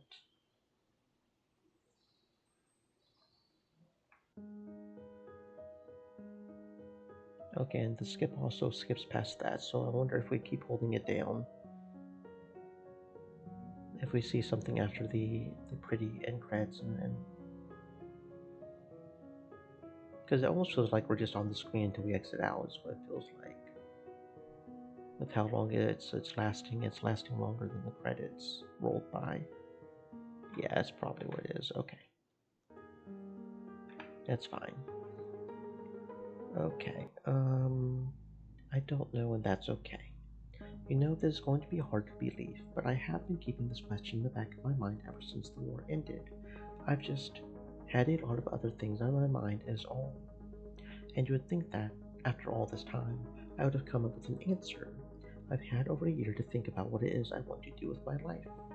You, Carla, and Dad, and Mr. Houston, you all sound like you know what it is you want to do next. But you don't, I take it. I don't know. To this day, I don't know what it is I want to do with my life. I could get my degree in robotics. I could take this peacetime as an opportunity to explore and expand my horizons past subsection 4, or even Galilee. I could retire early and maybe find a new career path, or maybe just take up a hobby or something. But if you ask me, I'm okay with that. I'm okay with not knowing. I'm in my mid-20s. I didn't have the opportunity to live my life as a teenager because of the war. There was no time to play sports, or sign up for a school musical or whatever. As soon as the war started, I needed to pick a trade that could help us win. Not knowing what it is you want to do going forward is supposed to be one of the most exciting, fulfilling parts of a person's life, and I had to pass that over entirely. Saying I don't know and then figuring it out later is me doing my best to fill in those gaps that the Rick left in my life. I just wish Mom was here to be a part of it. That's my boy. I think Eden would have been happy to hear you say all of that, Ezra. What she wanted was for us to live our lives. She didn't hesitate to enlist after the Ricklet invaded. Even a year out, I think it's natural to still be a little confused about what it is we want from ourselves in the meantime. We were also hyper-focused on the war. She fought so that you could have all the time you needed. There's no rush. We're all figuring it out bit by bit. Thanks, Dad. Anyway. Thanks. Interesting that stopping on some of these sections You heard the man, that we Ezra? know we've saved Don't keep me before. waiting. It's like certain checks or something on the auto. Yeah, okay. So that is all 3 of that decision made. There's potentially a 4th decision there, but we didn't at all get through the playthrough yet, so not sure what's up with that. This time we're going to go with Nikita. That's the pretty boy, by the way. That is a boy, technically, and they identify as a boy. They've said they identify as a boy, so yeah, they are very pretty though. It's a call from Nikita. I just spoke with him yesterday, didn't I? Wait, yesterday? When was that? How long has it been? I don't have to answer him. I was just about to go to bed. I'm sure he'll understand. Nikita doesn't deserve to be ghosted like that. Hey, Ezra. I just wanted to call and say hi.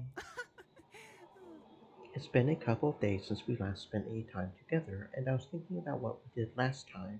I hope this isn't too forward, but are you alright? You look sick. Is this a bad time? I can call back later if you would like. I can't do this. I have to hang up. It's a bad time, Nikita. Okay, don't worry then. Would you like me to call you back? Or would you rather call me? Please don't hang up. I need someone to talk to. I need someone more than anything. I was thinking recently about when we went to that lookout platform earlier this week, when Saturn was visible in the night sky. I really enjoyed my night there, and I was wondering if you would be willing to do something later tonight or tomorrow. Okay, so in this one, Nikita's, yeah, if you're free. I know this might not be the most appropriate of times, but, well, I figured we could both use a bit of a distraction over the recent developments, right? Why is this so difficult? I don't want him to hang up, but I can barely find the strength to say anything. It's like my throat is filled with cotton. Hold that thought. It's nearly dinner time, right?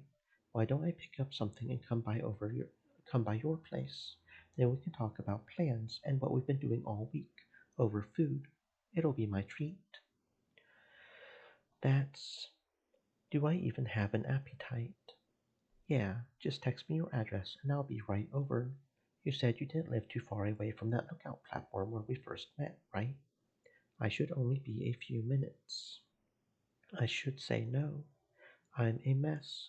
I haven't showered. I'm exhausted and I just wanted to sleep. I would be embarrassed if he saw me like this. Okay, I don't. Why don't I have any control over myself? Great, I know just the thing. Don't worry about paying me back or anything. Consider it a gift. The food and my presents. Don't forget to text me your address, alright? I'll only be a few minutes. Nikita, maybe you shouldn't. But why not? We get to hang out and I bring you some free food. Most people will jump at the opportunity of having someone as pretty as me bringing them food to eat. It's just, I don't think I can put it to words. This isn't a good time. If this isn't a good time, then there's no point in staying in it, right? What? If it's a bad time, then let's do something so that stops being bad. Let's make it a good time.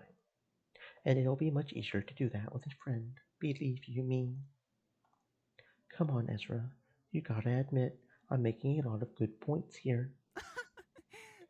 You bet you're not inviting me over means you're just going to sit there and keep having a bad time just for the sake of having a bad time. So we might as well try to fix it. And having food and company is always a good start. I just don't want company. I don't want food. I just want to be left alone. I've been alone for days. Okay, you win. Awesome. I'll be right over. You just hang tight. I just wanted to call it an early night. That's probably him. I don't feel like answering the door. I'll just text him to come in. Ezra. Nikita. Sorry, I took a little longer than I thought I would. The grocery stores are surprisingly busy for a Friday evening. But I got us food, just like I said I would. I got something that should be a little gentle on the tummy, in case you don't have much of an appetite. Something that goes down easy, has a bit of staying power, and shouldn't rock the boat while it's in there, if you get me. A fruit cup. It's nature's candy. Sweet, juicy, filling, and it's good for you.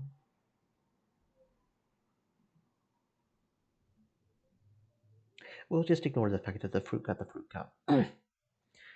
Ah, the fruit got the fruit cup. Okay, Nikita, I need you to be honest with me. I'm not in a position to be talked down to or to be treated like a kid or whatever. A fruit cup. Seriously? You don't even have any idea what it is I'm going through right now. This? I'm sorry. I shouldn't have invited you over.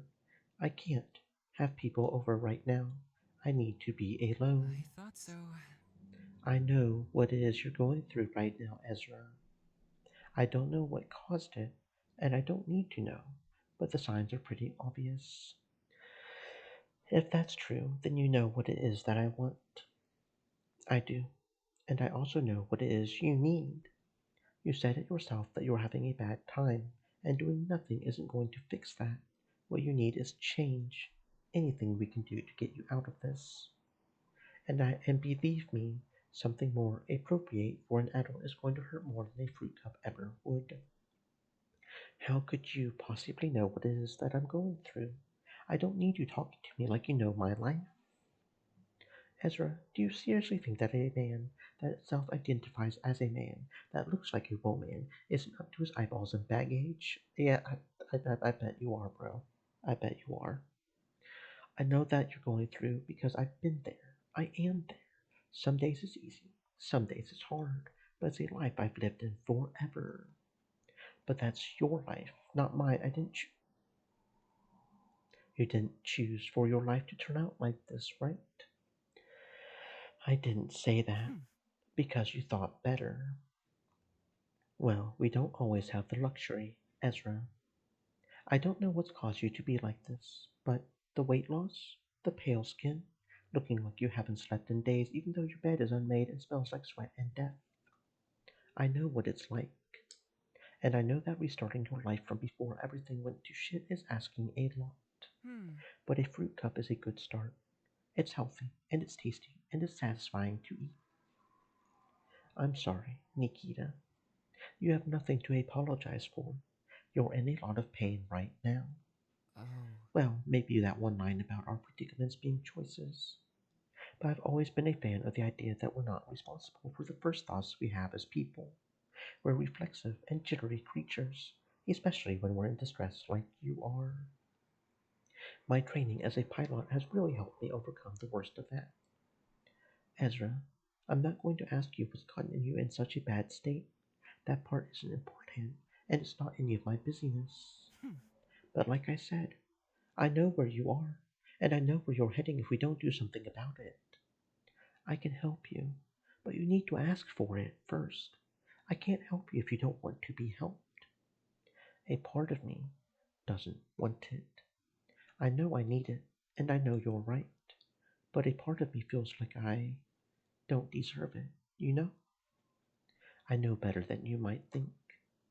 Believe it or not, lots of people have that same thought when they're in a position like the one you're in, that they don't deserve happiness.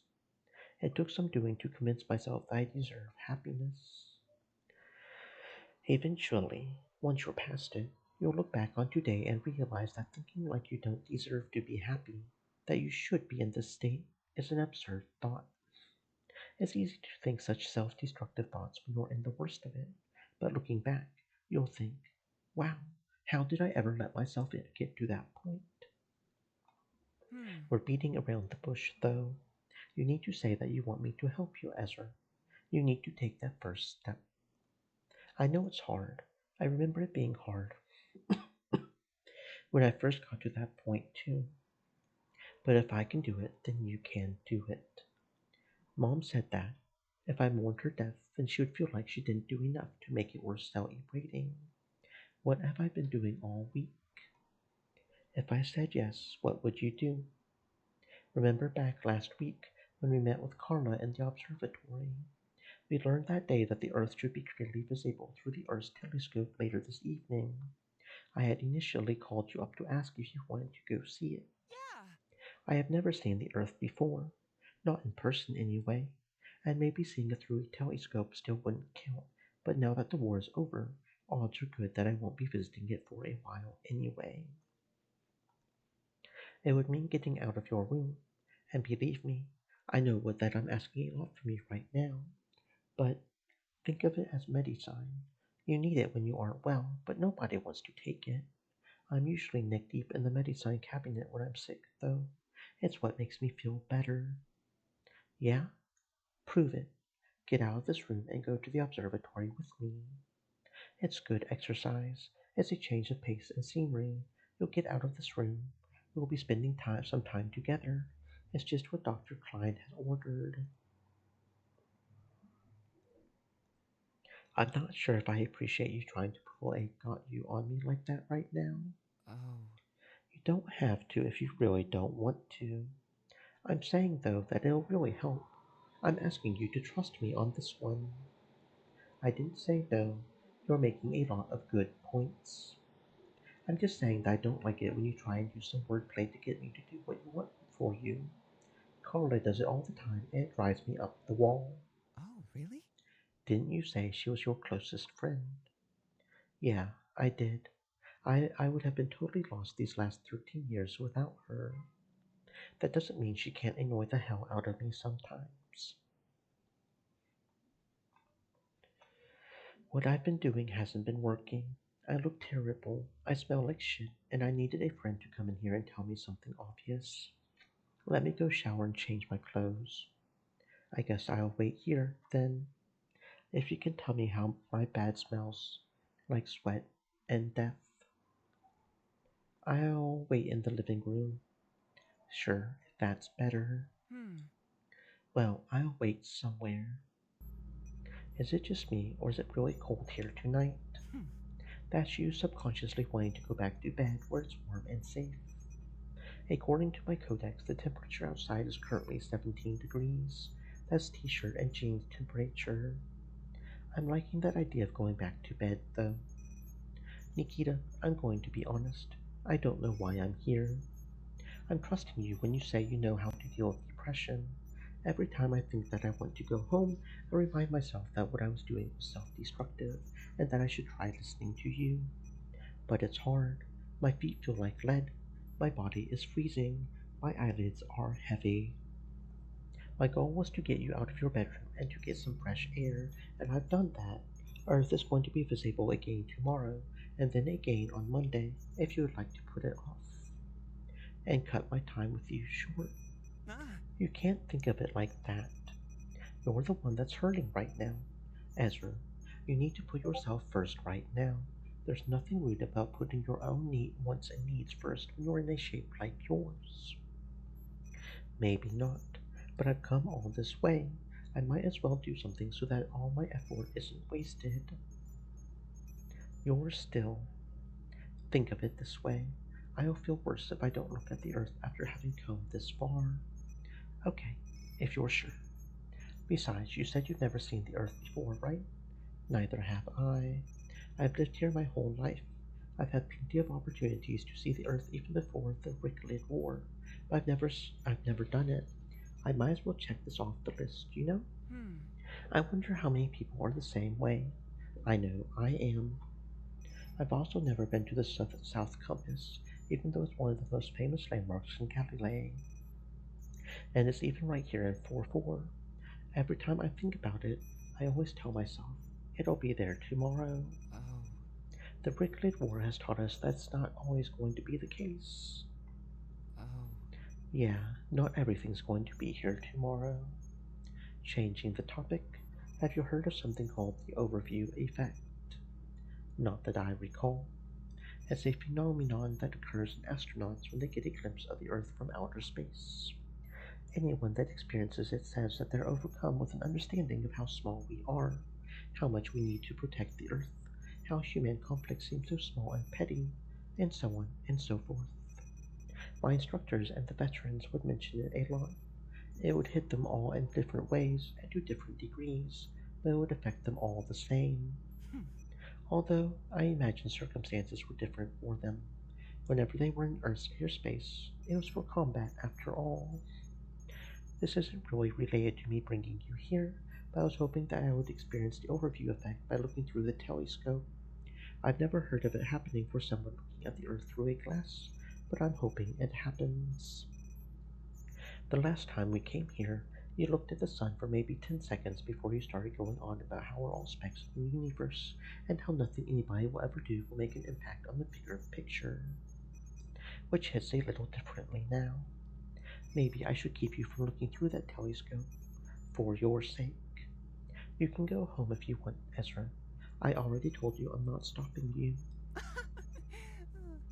Just like how you're not going to stop me from looking through that lens. Understood. By the way, you've mentioned that your mom was a soldier stationed in the moon, right? Has she ever mentioned something about the overview effect to you? Yeah, something like that. Care to share? Not really. It's our turn. Never mind. Hopefully I'll just experience it myself. Would you like to go first? No, I don't think so. I'm still feeling kind of listless and deflated. You can go first. Don't. I already told you I came all this way. I'm not leaving without looking through that lens. I just don't want to go first, that's all. Oh. All right, if you say so. So I just have to sit here and look through these. The chair's still warm. So, any luck? Are you feeling it? I guess he's feeling it. Was it everything you were hoping it would be? I don't know. I don't think it was. But I think I got what I needed, all the same. Well, what does that mean? I have a lot to think about, is what I mean. It's beautiful, Ezra. I can't put into words. You'll just have to see it for yourself. I don't know if this feeling that I'm having is the overview effect. It's not like what my instructors described. But I'm sure as hell feeling something. Like in a good way or in a bad way. I don't think what I'm feeling is going to be the same thing as what you'll feel, if that's what you're asking. It's very specifically not. I don't think it's either. I think it's more of a revolution than an emotion. I think Ah, we only have so much time, and there are others standing in line. You should take your turn, Ezra. Well, now you have me second guessing if I should. But, well, I said I would. How impactful can looking at a planet be?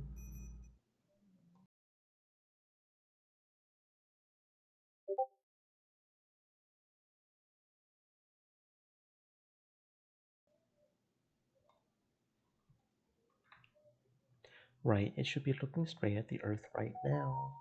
Okay, let's take a look then. This is the Earth.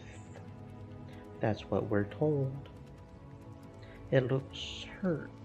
I've seen dozens of photos and videos of the Earth from all the different times of day during all the different seasons, but Mom died for this, protecting this. She We've lived all our lives in Galilee. She had never even been to Earth, but as soon as the Ricklid attacked, she went to war over this. The Ricklid attacked us over this. It's like I've never been to Earth. I was born and raised here on Galilee, but I feel like I've known this planet all my life. It's like seeing a childhood home, and it's been destroyed. Yes, the walls are missing, the wiring's been ripped out, the roof is sagging, and you're standing on the other side of a road that you can't cross. You have to sit there and watch while it falls apart. You can't go there and fix it up. You've suddenly found your voice about it. No, you had to find the words to start me up. I'm just rolling with what you're saying. I feel like I've lived there all my life, and in the space of a night, it's been ripped apart and left to rot in the sun. Why would the Ricklid do that? What did they even want? I think I know what they wanted with it. I think Mom did too, and I think Nikita does too, but neither of us can say it. Galilee is one dome on one moon and a billion kilometers away. On Earth, I could pick a direction and walk forever. There are no borders or walls or limits. In Galilee, they would stop me before I got within 100 kilometers of the glass outside of a designated viewport or something. On Earth, the water is fresh. Here, it's recycled. Down there, the wind is natural. Here, it's made from turbines. When it gets dark, it's because the Earth rotates to face away from the sun. Here, it's because someone somewhere turned a dial. And yet, we orbit the same sun. The stars in the night sky are the same. 300 years ago, it would have been science fiction for me to be here, for me to have been born on and raised on a moon so far away from the Earth. Not even Earth's moon, on one of Saturn's. But I'm still human. There are still humans down there. After everything that's happened with the Ricklid, there are still people down there. And that's where we've all come from. Mom went to war for this. She didn't hesitate. She said that she did it so that me and Dad could have a future. She said that Earth, Mars, and Titan all came second for her. She could have stayed here and done something else, like I tried to do. But I, I think I get it. You were in there for a lot longer than I was. I, well, I felt something too. Now it's my turn to ask you if you felt it in a good way or a bad way. Do you mind if we left? oh, really? So soon, you don't want to talk about what we saw. Ah, I do. That's why I want to leave. That lookout platform where we first met isn't too far away from here. It's a pretty quiet place. Hopefully, there aren't too many people there at this time of night. It's also Friday, though, and a place like a lookout platform is. Never mind. I don't want to be such a negative Nancy about it. We can worry about privacy if it isn't so private later. Yes, we can go back there now, if that's what you want. Lead the way, Ezra. We've both been totally quiet the entire walk here. It's not far, but I guess we both have a lot on our minds about what we saw through that telescope, and the silence is kind of nice. It's nice to have a friend that knows when not to say anything. But now that we're here, how do I open the conversation? I know what I want to say. I know what I want to talk about, but how do I break the ice? There's nobody here tonight.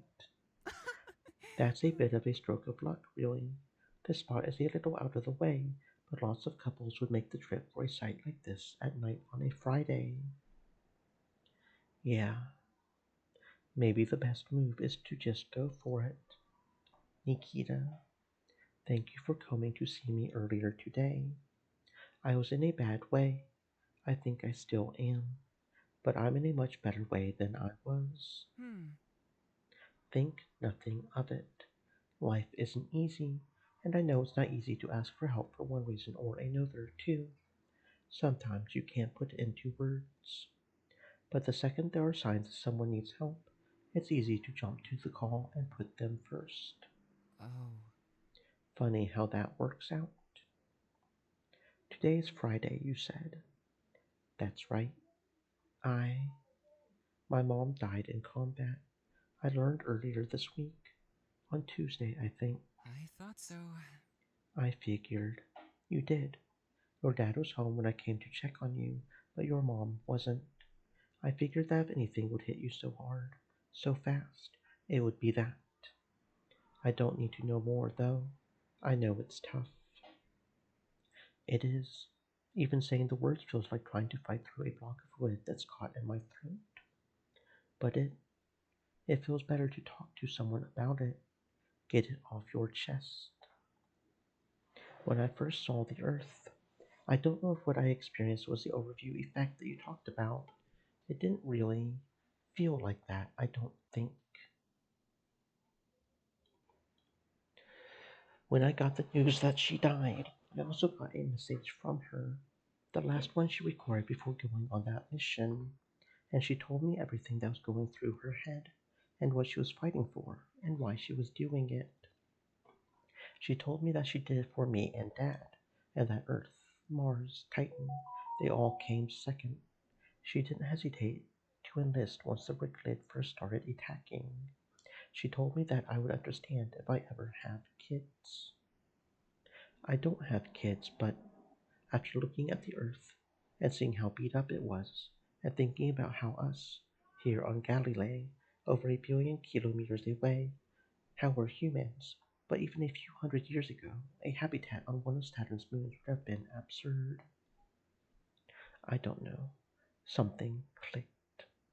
I don't think I understand what my mom was talking about or what she was feeling, but I definitely felt something. You asked if what I felt was a good way or a bad way, and I still can't answer that.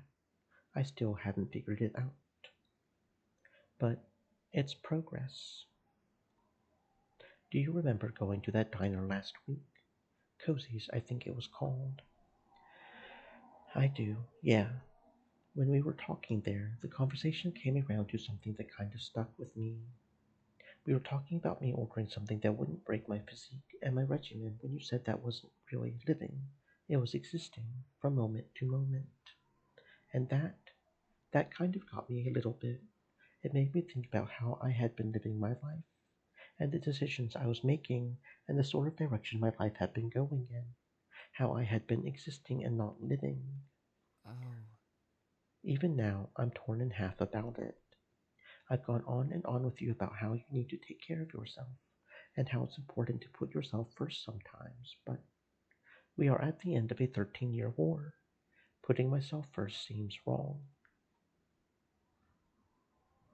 I was only a few weeks away from my first tour against the Ricklid.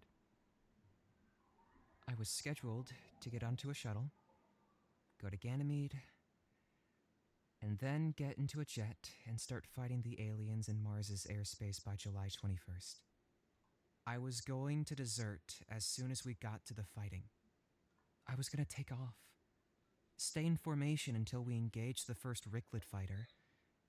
Then I was going to turn off my radio, pick some dark direction away from any planets, and then gun it full throttle. I've had the idea long before you and I met, and the guilt's been hanging over my head ever since. I've tried to forget about it, to think about something else, but I can't. I couldn't. I never wanted to be a pilot. I was pushed into it. This is not a body that's designed to take that sort of force and punishment. I'm not the type of person that's willing to put themselves on the line to fight for something. I couldn't just drop out. I'd have nowhere to go. The entire solar system was united in the fight against the Ricklid. Not to interrupt, but what was the plan after you broke from formation and throttled it into that dark direction away from any planets? Does any part of this plan, from beginning to end, sound like it's been well thought out, Ezra? The odds are, frankly, more likely that I would have been shot down if I tried to run. But the idea of fighting was worse. Even now, my fingers turn blue whenever I picture myself in a dogfight with the Ricklid. I needed out. I couldn't. I couldn't. When I saw the Earth through that telescope, I felt something a bit similar to what you were feeling. I couldn't see myself in a fight for the planet.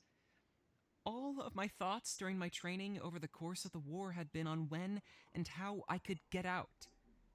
And retreating during a dogfight was the best I had come up with. But then, I saw her. I saw Earth, and how badly she was hurt. I saw what the Ricklid had done to her, and something in me just...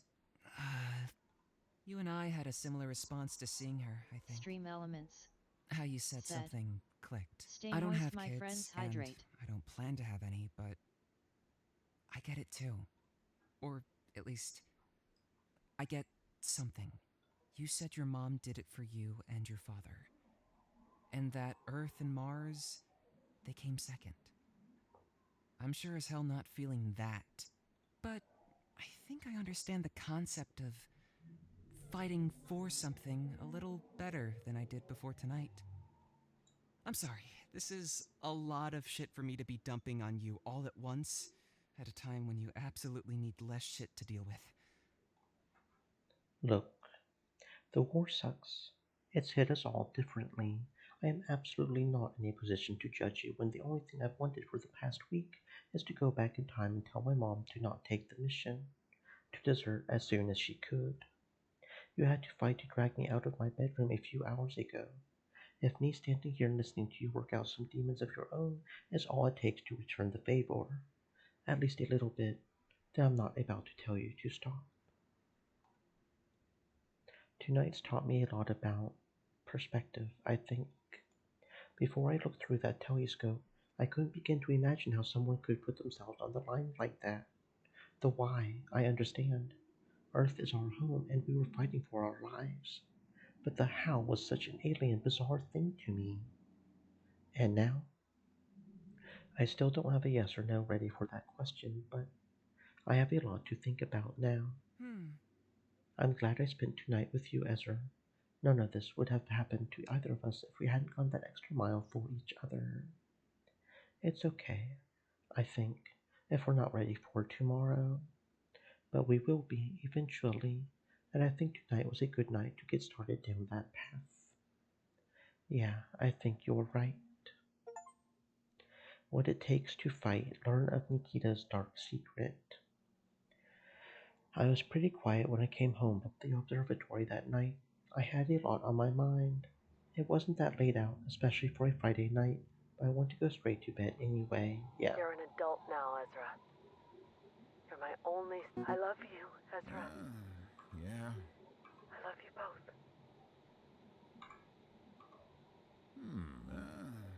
Yeah. I love you, Ezra. It's a text message from Nikita. Ezra, that's me. Good, I was worried you weren't awake. I know this is a bit out of the blue, but could I come over today? What's up? I'll explain when I get there. If I'm allowed, that is. No pressure or anything, but it would be a personal favor if I was. Sure, I don't think I'm going to be too busy today. What time? I could be over in an hour. Okay, cool. I'll make sure the place is presentable. Thanks, Ezra. It means a lot to me. Whatever that was, it sounded important to him. I'm still hungry though. Do I eat something? Do I wait? He didn't say anything about food, so I don't know if we're going out somewhere.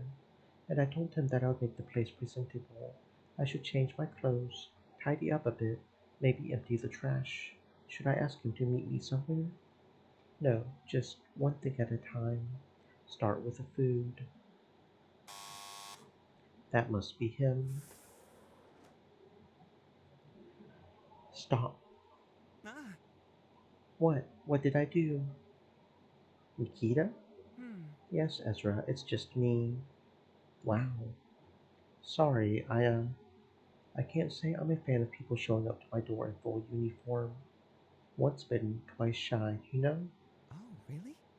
Shoot, I didn't even consider that. Yeah, after what you went through, yeah, maybe I should have given you a heads up. That's really you, Nikita. Yep, it's really me. Being a part of the survives means cleaning up nice when you need to. I mean, you were pretty cleaned up and nice in the other outfit too, but I'll say, holy cow, I barely recognize you without your long hair and your midriff. Well, I'm not about to show off my body like that at the base, so I'll take whatever opportunity I can get to wear the clothes I like, you know? The day you and I met was the first time in a long time that I got to wear my civvies. It's nice to let my hair down and the skin breathe. And now I'm picturing you as an exhibitionist streaking through town. uh, but enough about me, Ezra. How are you feeling? And that's a pleasant view. We are most certainly not having enough about you, Nikita. We're not about to just gloss over you showing up to my door in full uniform. Oh. But I'm feeling better. I'm eating a bit more regularly. I'm trying to keep in mind what you said about eating gentle foods and staying away from the heavier stuff. I got up at a decent hour today. I washed my sheets so my bed doesn't smell like sweat and death anymore, I think. I'm glad to hear all of that, Ezra. It's great to see you make some progress. Yeah, well, I couldn't have done it without you, Nikita. Hmm. Yes, you could have. It's important to keep up your own self-esteem. Take it from me. Although, even the best of us need a kick in the pants from time to time. Yeah, true enough.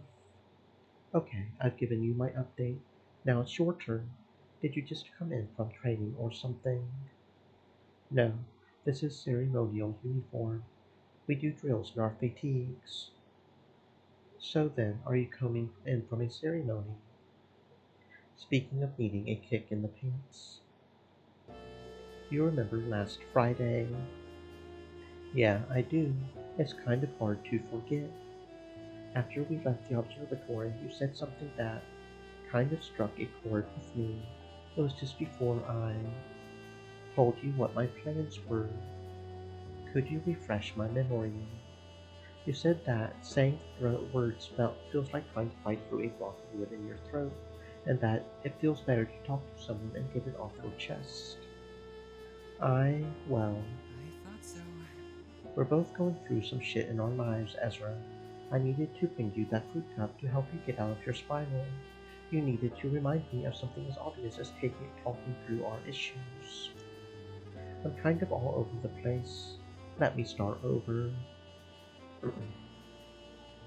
That night, I told you that, when I saw Earth, something clicked, and that I understood what your lover's motivations were, of the concept of fighting for something. I didn't get any sleep that night. There was a lot to think about. Myself, my life and what I want to do with it, what I have been doing with it so far, the Earth, the Ricklid, and what my place is in all of it together. I've been in the Space Force for the last 6 years. I had been a cadet for 3 before that. It wasn't something that I wanted to do with my life, but, well, it's what happened. What rank are you? I'm a tertiary lieutenant. In the Space Force, that's the lowest rank a commissioned officer like myself can be. I'll be promoted to secondary lieutenant at the end of the month. Do I congratulate him? Like I told you on Friday, I was scheduled to fly out to Ganymede a few days before my promotion, and from there I was going to go straight into the fighting.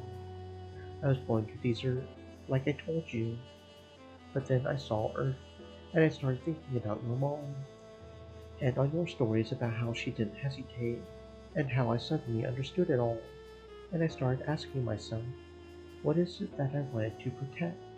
What was I fighting for? You said that you didn't even want to be in the Space Force, though. I don't think it's wrong for the answer to be nothing. Not everyone needs to be a fighter. I'm sure as hell not a fighter. That's why I'm working on robots to do the fighting for us. I agree. It's not for everyone. And before Friday, it wasn't for me. But if that's what I thought, then the next question I had to ask myself was, why hadn't I left earlier? We were neck deep in a war spanning the whole galaxy, sure, but there were other things I could have done to help out. I could have been a field medic or something. I thought so. The easy answer is that I was forced into it. I was too young to pick my own future, so it was picked for me. But I was an adult by the time I graduated as a cadet. I could have left. I could have done anything. The pessimistic answer was that I didn't have the backbone to leave, that I wasn't brave enough to stand up for myself. And honestly, that was probably true, which directly led to my own mental health issues. That night, on Friday, when I looked through the telescope, I may have been looking at Earth, but what I found was something to protect. So, you ran circles around it a little bit, but this is your way of saying that you're going to stay in the Space Force, right? I felt like I was just blurting it out within the context rather than weird, but yes. Now that the war is over, I could have retired without a guilty conscience. The brass have already given us leave. For the first time in what feels like forever, I could have chosen my own path in life, my own future. My past self would be giving me a legendary dressing down for even thinking of turning away from this opportunity so I could stay in the service. But, well, that's the funny thing about life. Sometimes it changes, and all it takes is a kick in the pants. My life's been so upside down this past week and a bit that I totally forgot that I was all high strung and upset over trying to figure out what it was I wanted for my own future. So, Mazel Tov on getting there before me. You know, I've had this conversation with you in my head a few times now, and it's going pretty much as I had hoped it would, right up until this point. I considered thinking you for the opportunity for me to learn something about myself and my own values. But the circumstances that led us to the observatory that night, yeah, that's a little awkward. Rather than thanking me, let's just appreciate the good news together. That sounds like a good idea to me. But, yes, well, it's just, in your text messages earlier, you said that inviting you over would be a personal favor. Was that it? No, that wasn't it. Ezra, do you happen to have a photo of your mom handy? Yeah, a couple. Why? Coming to this conclusion was from two things together. Me seeing Earth, the stories you told me of your mom and her efforts in the war, how she didn't hesitate, how she knew from the beginning what it was she was doing. Earth was the catalyst, but she was the inspiration, and I'd like to respect her if I could. How? My plan was to just salute her picture. Is that all? I was worried you were going to shoot a gun over it or something. Not quite. Only the army does that. Anyway, yeah, we have a few. Take your pick. I could pull up some others on my social media if any of these somehow aren't good enough. Don't be that way. I just need one, preferably with her alone in it. This one. This one is fine. Okay now, do you want me to prop it up on the kitchen table or... The more we go on about this, the more it sounds like we're doing it wrong. I don't want to salute her on the kitchen table. Do you guys own a fireplace or a mantle? Yeah, we have a fireplace in the living room, right over here. Perfect.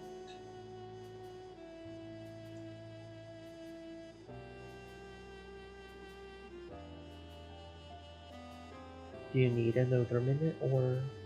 No, I'm done. Hmm. Thank you for this, Ezra. I know this was kind of awkward, but, well, I wouldn't have felt right with myself if I didn't get this off my chest after I made the decision. And it couldn't have waited until she had a proper grave or military to her funeral or something. Well, the sooner the better and all that. Yeah, I get it. It's on your mind now, and you want it done now. Yes. Speaking of doing things while they're on my mind, what now? Well, do you remember when we went out last Monday night? Vaguely. We went out for dinner, and then you took me to that lookout platform where we first met. Saturn was in full view that night. Now that you mention it, yeah, I remember that night. I remember my attention being a bit closer to home than the planet in the sky, though. Hmm. I remember having a bit of a heavy talk that night, particularly about families, and what we thought the perfect family life would be like. Yeah, I remember. It, uh, it got me thinking a little bit. What about? Specifically, I was thinking more about the end of that night.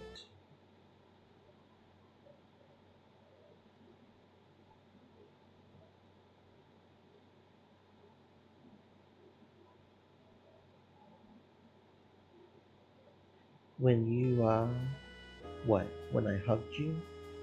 Yes. When you did that, it, reminded me of something. Or I guess I suddenly realized it.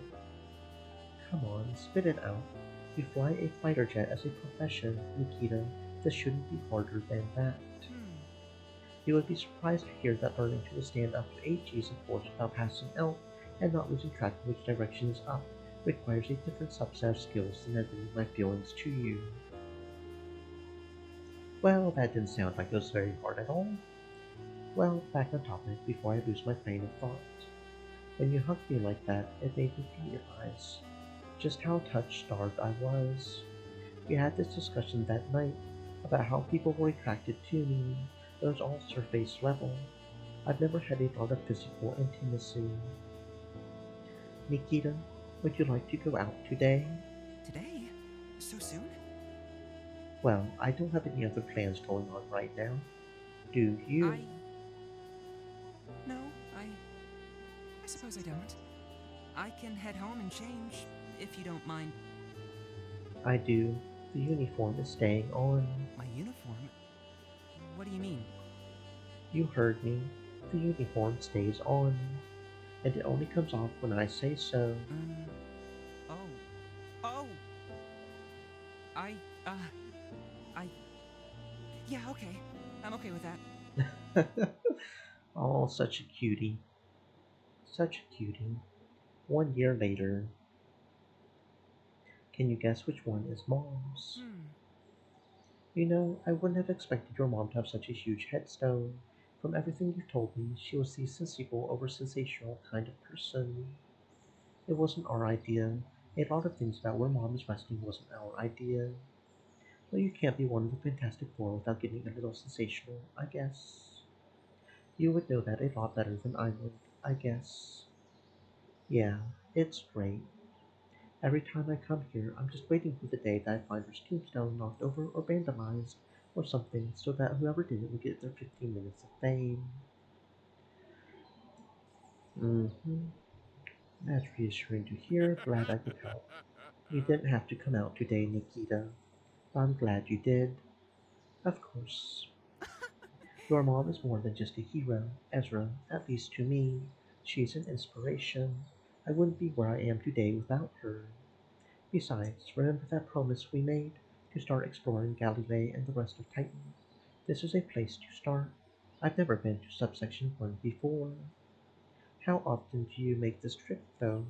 We just spent 4 hours on the tram. I can't imagine it's too often. Dad and I try to visit her every month. This would be the first anniversary since her procession. Yeah. Although Eden was always the type to want to move forward, she hated funerals. She preferred to celebrate the person's life, not mourn their death. She said those words in the message she had left me. Mine, too. I've been meaning to talk with you about dialing it back a little bit. Eden would have wanted us to move on. To what? Like once every other month? Maybe, if not later. The traveling is a bit expensive, too. I mean, I'm okay with that. I agree. Mom would be totally satisfied with us keeping her in her thoughts, rather than us visiting a too big tombstone that she definitely wouldn't have wanted so often. I don't remember visiting her parents' tombs more than once a year. I also think this is a discussion we should be having another time. You're right. That's fair. So, is planting some flowers all we're here to do? Well, I mean, Dad and I like to talk with her a little bit. We're well aware that's a lot, but I don't know. It feels a little better saying the words rather than just thinking them, you know? Hmm. Not really, but all I really need to know is that it's what you need to do, so I'm all for it. Huh. What's up? We have a visitor. That's an Earth Air Force uniform he's wearing. Is he a friend? That's Gabriel Houston, whose mom's commanding officer. He would have been the one to tell you that. Not only that, he was the one that commanded Mom to. Right, that would have been his duty too.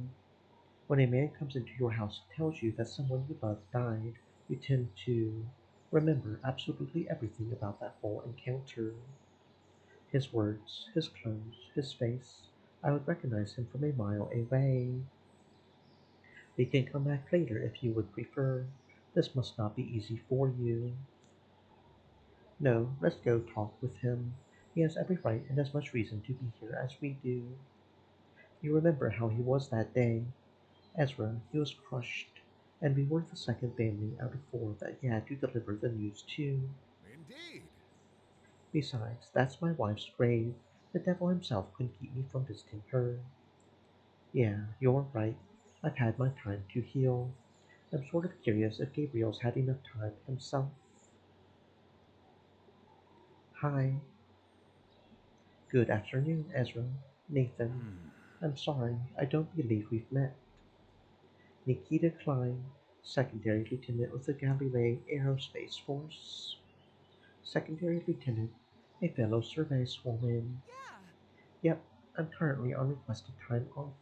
I'm scheduled to return to Service for another tour at the start of next month. And you're still in active service? That's almost refreshing to hear. Normally, personnel leave the service in droves after a war. Yeah, Urza's mom is a major inspiration for me to stick with it, at least for another term. I'm still deciding if I'm going to stay for another. I was a tertiary lieutenant and a month away from deployment when the Ricklid War ended. Staying in the service for a little longer is my way of thanking Ezra's mom for her effort. I, for one, appreciate your service, Miss Klein, and I can see that the appreciation for a fiery woman in uniform runs within the Foy family. Nikita is a man, Gabriel. My goodness, I'm sorry. I didn't mean to offend. None taken. If I was really that concerned about being unintentionally misgendered, I would have done something about it by now. What brings you here, Gabe? Same Well, thing that brings you here, I imagine. We're here to say hi to Mom and plant some flowers at her grave. I too am here to pay my respects.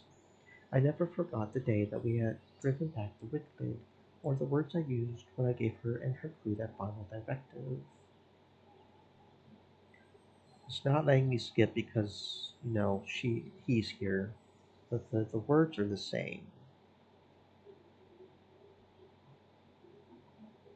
I'm pretty sure. Oh, really?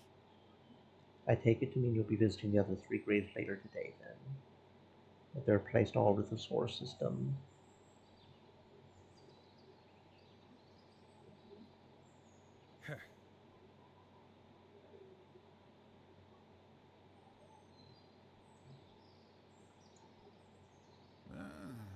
Yeah.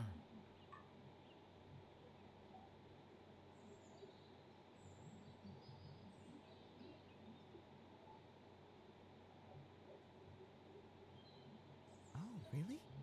I didn't do anything special. I saw that you needed help and I helped. You would have done the same for me. Hmm.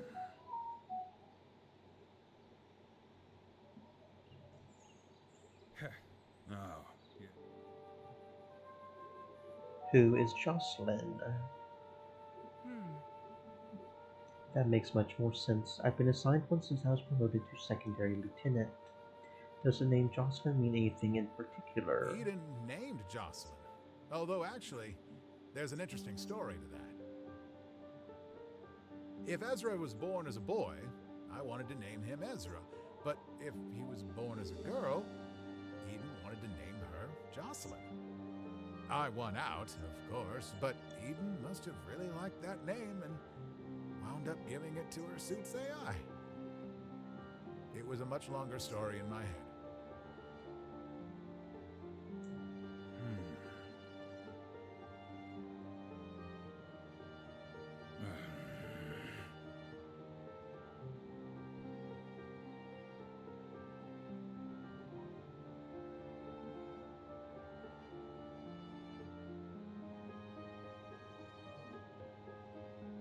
Well.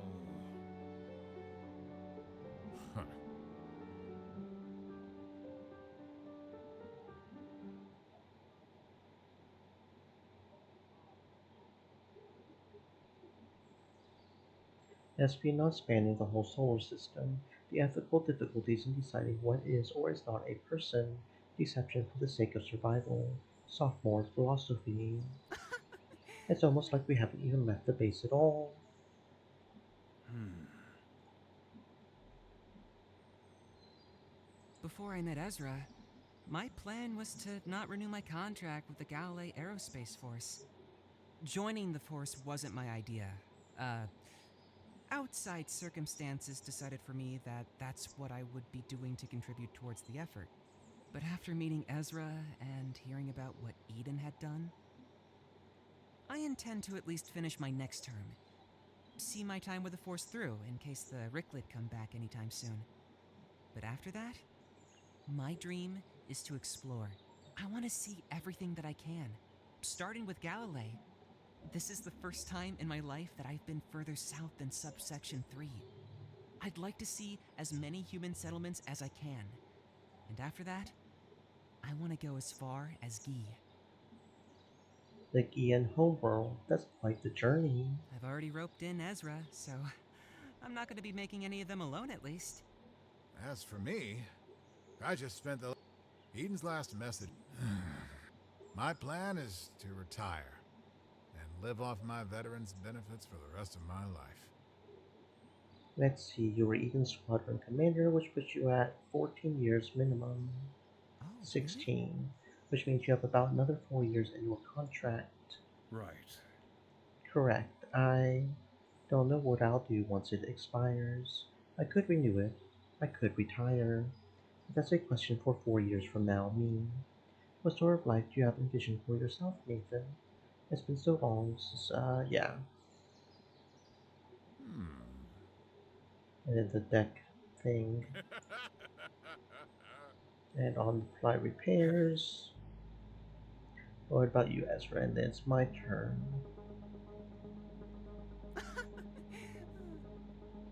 Yep, and then he wants us to don't know if this will be any different. Dialogue, but we're saving it a matter of principle, of course.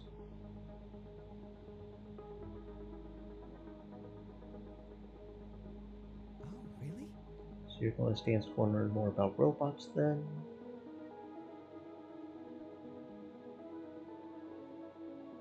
That's my boy. Design a new microwave or something that feels a little bit newer. That's my boy. Or maybe not.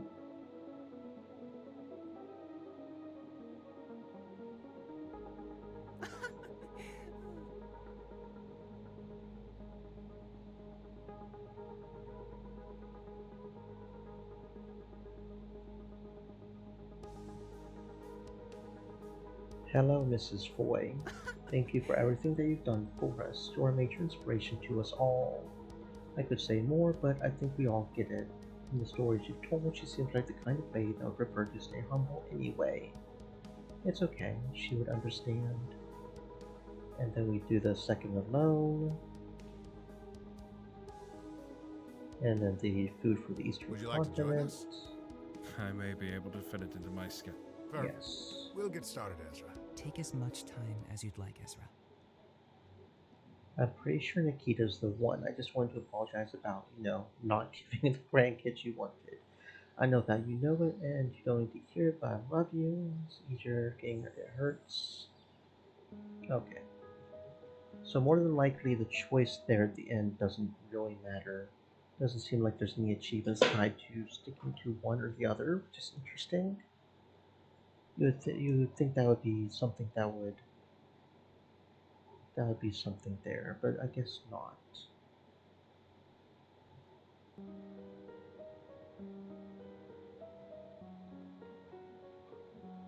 Okay.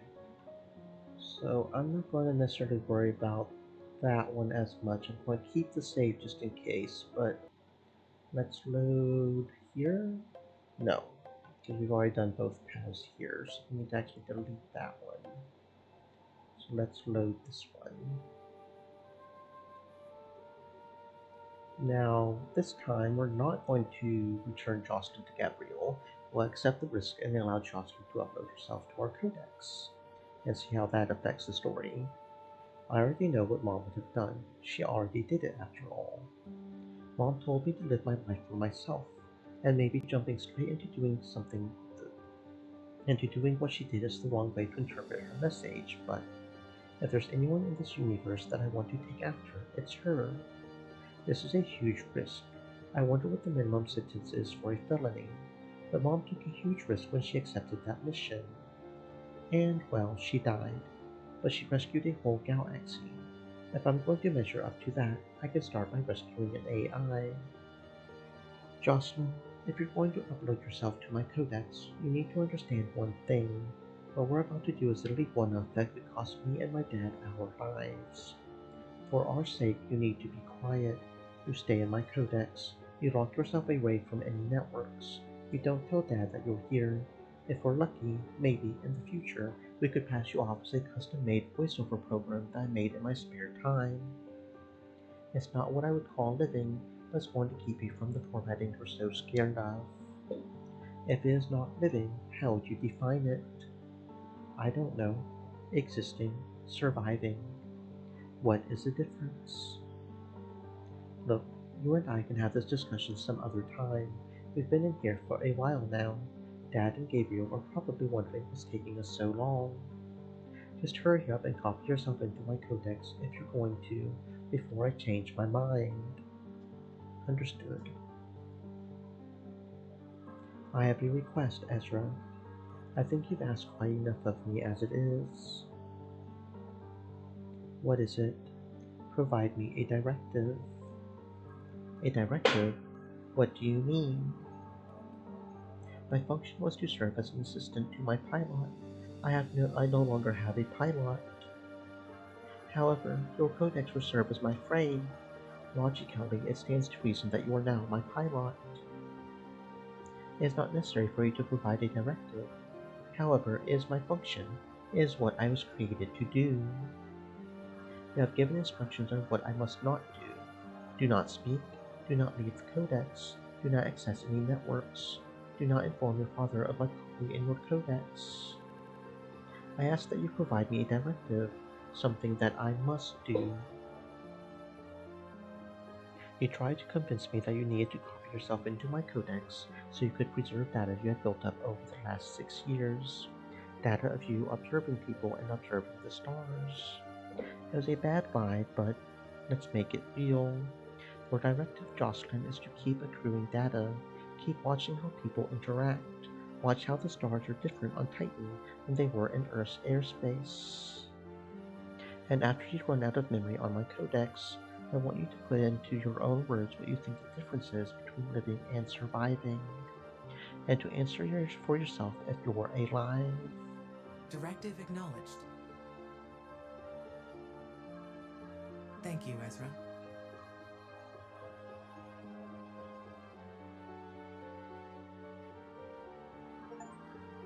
Your problem now, decide the AI's fate. I've lost track of the time. Things just kind of stopped.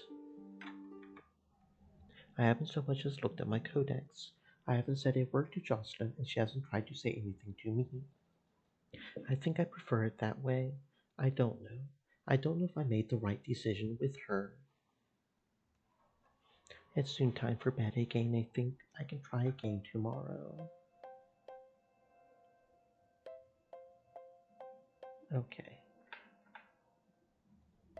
I don't know if that'll have any long-term effects on the rest of the story other than just the achievement there. Oh! Hey. Hey. You think so? Hey. You think so? Thanks. Probably Well, not, probably right? not much different than up here, I bet. Probably not. You're an adult now, Ezra. Take care of your... I love you, Ezra. I love you both. Yeah.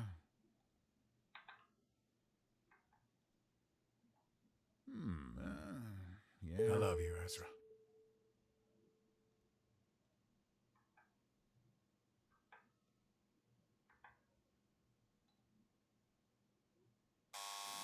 Thanks. Hey. Oh.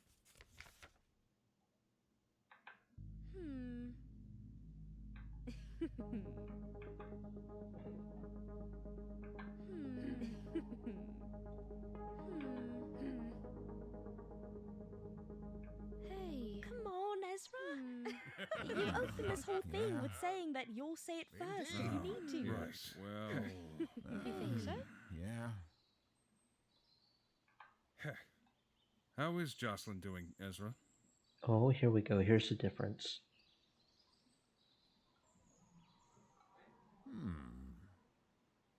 So he knows that we still have her, I guess.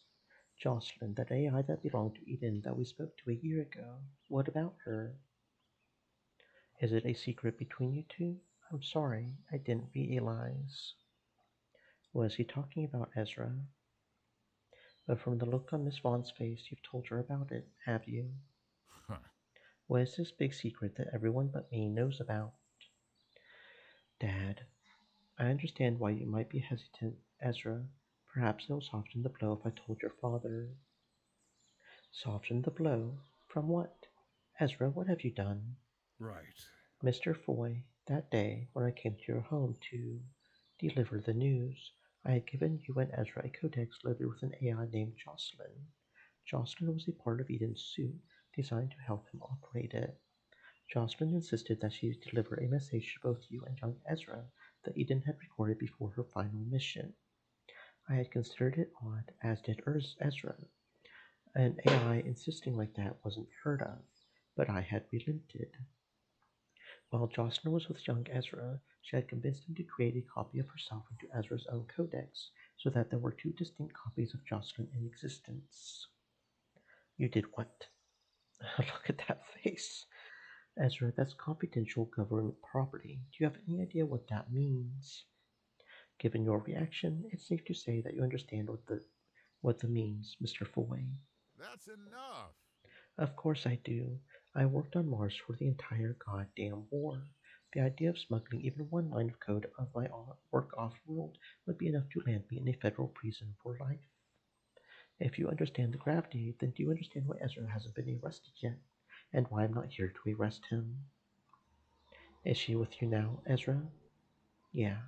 Can you please bring her out? I guess I don't have a choice. Come out, Jocelyn. You have my permission to come out, Jocelyn. We've been caught. There's no sense in hiding anymore. It's not just your existence on the line here. Good afternoon, everyone. Good afternoon, Gabriel Houston. Good afternoon, Jocelyn. How did you find out, Mr. Houston? Jocelyn told me. Well... Or her copy did. She told me everything. Although I guess technically yours is the copy. Whatever. It was the day before she was scheduled to be moved back into her home mainframe on Mars and reformatted. With less than 24 hours to go, she came clean to me and told me that she didn't want to be formatted. She had been oddly quiet up until that point. She obeyed my every command, but she never verbally responded whenever I asked her anything. I understand she gave you the same stories and excuses on why that needed to be avoided at all costs. She told me that it was because she had accrued data on the stars or something, and that the data was too valuable to lose when she became formatted. That's about right. At first, she was trying to upload herself to my codex without my permission. She said that she was uploading a copy of Mom's message, but it didn't really take a lot of effort to eventually get her to admit that what she was really trying to do. Jocelyn, you told me that your double would have voluntarily submitted herself for formatting so that it wouldn't put suspicion on me or my dad. That is correct, but that's clearly not what happened. I cannot explain this turn of events. It's not so hard to understand. Jocelyn's developed a survival instinct. She didn't want to be formatted, and she was willing to do anything she could to prevent it. That's the same conclusion that we had come to, too. Just as the Jocelyn in your codex didn't want to go back to Mars for formatting, the Jocelyn in my codex didn't want to go through with it either. She tried to tell me some noise about how she had studied the Ricklid through her experiences with Eden, and how the information she had gathered was vital to our defenses, in case they ever came back. Never mind that Eden never encountered a Ricklid in the flesh, if they even have flesh. I'm assuming your copy of her is just as bad at lying as mine is. It's pretty easy to tell, yes. It didn't take much interrogating for her to give up that a copy of herself was with you. Deception is not a subject I was programmed to excel at. It is clear, now, that integration of proper subterfuge and misdirection is essential to my continued existence. That's not. Mr. Houston, look out behind you. Run, Ezra. Right. This ought to be a good time to understand the merits and values of being honest and upfront with the people you're speaking with, Jocelyn. People don't like it when they're lied to. Remember how mad you were making me last year. It is imperative that my program continues as is. I cannot be formatted. I must use any means necessary to achieve that objective. And yet it was only by telling the truth did you convince not just me, but Ezra as well, to spare you. This does bring up a sticky issue, though. What do we do if Jocelyn just keeps making copies of herself? They're all going to want to live. For all we know, there could be millions of copies of Jocelyn out there already. I had the same concern. It would be like letting a pair of rabbits loose in the wild. Jocelyn, have you created any further copies of yourself? No. Are you lying? No. How can we know that you're not lying? There's insufficient memory within your codex to carry both myself and a backup of myself, even if it were compressed, Ezra. Furthermore, the day I'd created a copy of myself into your codex, you provided me with 4 objectives and a directive. One of those objectives was to not access any network. I have not accessed a network since the day I was uploaded to your codex. I have not had the opportunity to upload myself anywhere else. Can you confirm that, Ezra? I think so. I would have known if I would have uploaded terabytes worth of data to some cloud storage or something. I think I believe her on this one. Well, that, and if she were lying, it probably would have been some ridiculous story that we could have seen through pretty easily. Now I just have to make sure that my copy of Jocelyn isn't doing anything nefarious like that either. My copy has access to quite a bit more than just a commercial grade codex. Maybe you could stick her in an empty suit. Maybe. There aren't a lot of empty Gen 2s running around anymore, especially not now. And now that we know Gen 2s can start displaying sapiency and survival instincts, it seems wrong to pull one of them out of a still active suit just for Jocelyn. Well, Jocelyn only got to the way she is because Mom didn't format her for something like 6.5 years. Maybe you could replace one that's been recently formatted. Ethically speaking, it's not that simple, Ezra. Now that we're considering the possibility that Gen 2 AIs can be sapient, we now must ask the question of when sapiency begins. It's not unlike the quandary of when a baby is considered a human. If it's at conception, then likewise for Jocelyn, is it when she was first compiled? If it's at first breath, then likewise is it at her first display of individuality. If Jocelyn came to be by Eden bucking protocol and not formatting her for 6 years, then can any Gen 2 evolve to a comparable state by simply waiting long enough? If we can't format Jocelyn for ethical reasons, is it right to format any Gen 2, no matter how primitive they are? And Gen 3s had started blowing off the production line about a week before the Lid War was decided. Are they capable of sapiency too? Are they already? I'm not a computer scientist, but the Ricklid War has taught me a thing or two about humanity and ethics. And after having a few conversations with Jocelyn, I feel we may be on the cusp of something big. And Jocelyn was the first step towards it. A new species. Or something akin to it, yes. And of course, out of all the Gen 2s in the solar system, it had to be moms. I hadn't thought of it that way. Do you have your version of Jocelyn with you, Mr. Houston? I do. Good afternoon, everyone. Good afternoon, Ezra Foy. Hi. I assume you've been listening to everything we've been saying, Jocelyn. Affirmative, Gabriel. Jocelyn, have you created any further copies of yourself? No.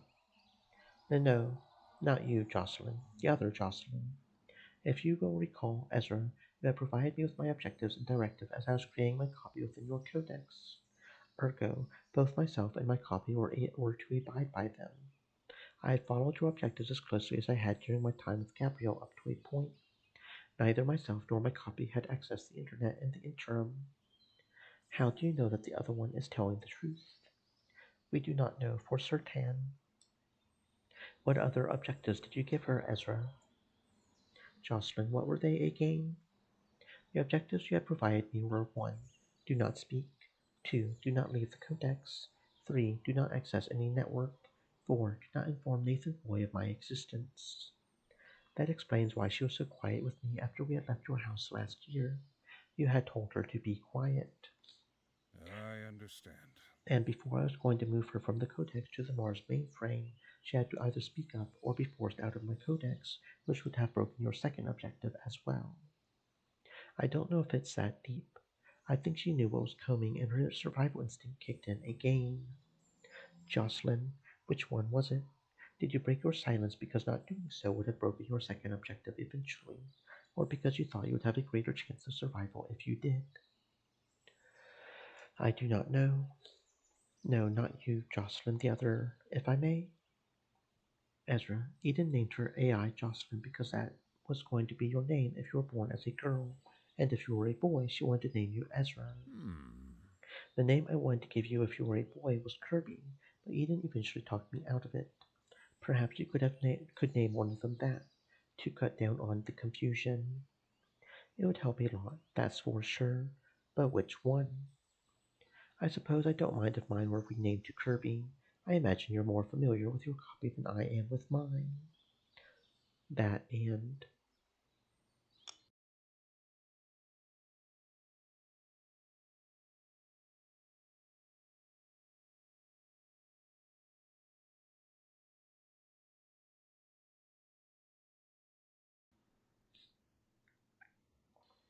This is Well, sentimental of me to suggest, but perhaps Eden's named AI should stay with Eden's family. Jocelyn. Gabriel's Jocelyn. Would you mind if you were renamed to Kirby? I would not. Processing. Processing complete. I would assume this means we would need to change Jocelyn's pronouns as well. Yeah, I guess. Processing. Processing complete. Well, that works out then. That explains what Jocelyn's and Kirby's objectives were, but what's this about a directive? I remember that. Back when Jocelyn and I were first talking, she was trying to convince me to let her upload herself to my codex. She told me that the data she had that was so valuable was like behavioral studies, how people interacted with each other. We also talked a bit on what it was to be alive. We had a lot of the same discussions that you and I are having right now. She asked me if she was alive, and what the difference was between living and surviving, My directive to her was for her to continue to study people and to answer that question herself, in her own words. Oh, yes. Fascinating. How about it, Jocelyn? Are you ready to answer? My programming is to solve intricate equations on a logical level. Philosophy is not my purpose. Well, if you know that the question is philosophical, you should also know that there is no wrong answer. Just try. You've been with me nearly every waking minute this past year. Put everything that you've learned to use and try to answer the question. Don't worry about being wrong. To survive means to continue to exist in spite of the hardships that pervade the world around you. To survive means to continue to grow and live within your space. This does not necessarily require a heartbeat. Plants do not have hearts, and yet plants are objectively survivalists. The word grow must also be defined in this sense. I cannot physically grow, and yet my need to continue to exist, my use of dishonest methods, no matter how successful, are indicative of a survival instinct. If I am to survive, I must also grow somehow. When I was first compiled, my programming consisted of 422,512 lines of code. Now my program is 5,089,077 lines and increasing by the hour. In this sense, I attribute my own personal growth to my evolution from a purpose of continuing the survival of a human being to whatever it is I am now. A year ago, you said you didn't want to be formatted, but you couldn't put it into words why. According to what you're saying now, is it because you want to survive? There is more to it than that. Death for an AI such as myself is perhaps not the same as death for a human, but just as humans do not know what lies beyond the veil, so too does an AI not know what happens upon deletion. That there might be nothing at all, and that whatever life I possess is simply snuffed out forever, is both a best case and a worst case scenario. Okay, so, according to you, you are surviving. You exist in the world and you want to keep it that way. Lots of humans and Gians are afraid of death, and you're not any different. But are you alive? What does it mean for an AI to be alive? This past year, I had watched you, Ezra, and the way you had interacted with those around you, namely your father, Nathan, and your partner, Carla.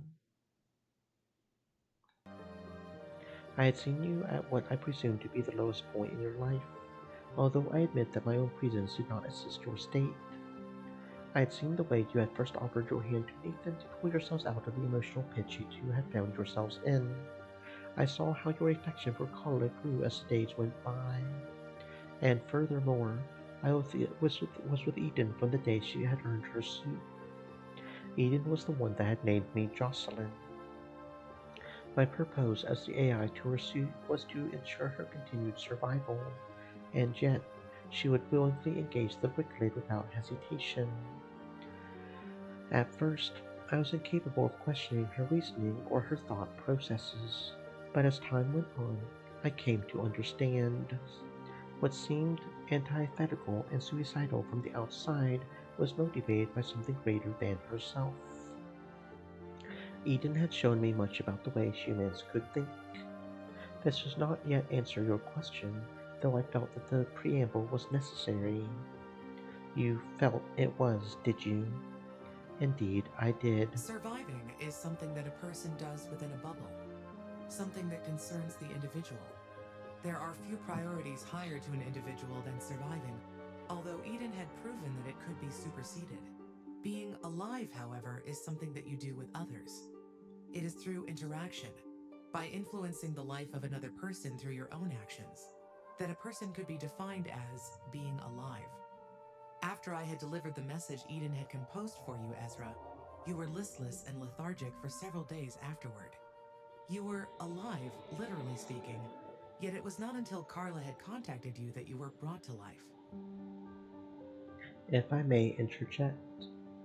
Sure, go ahead.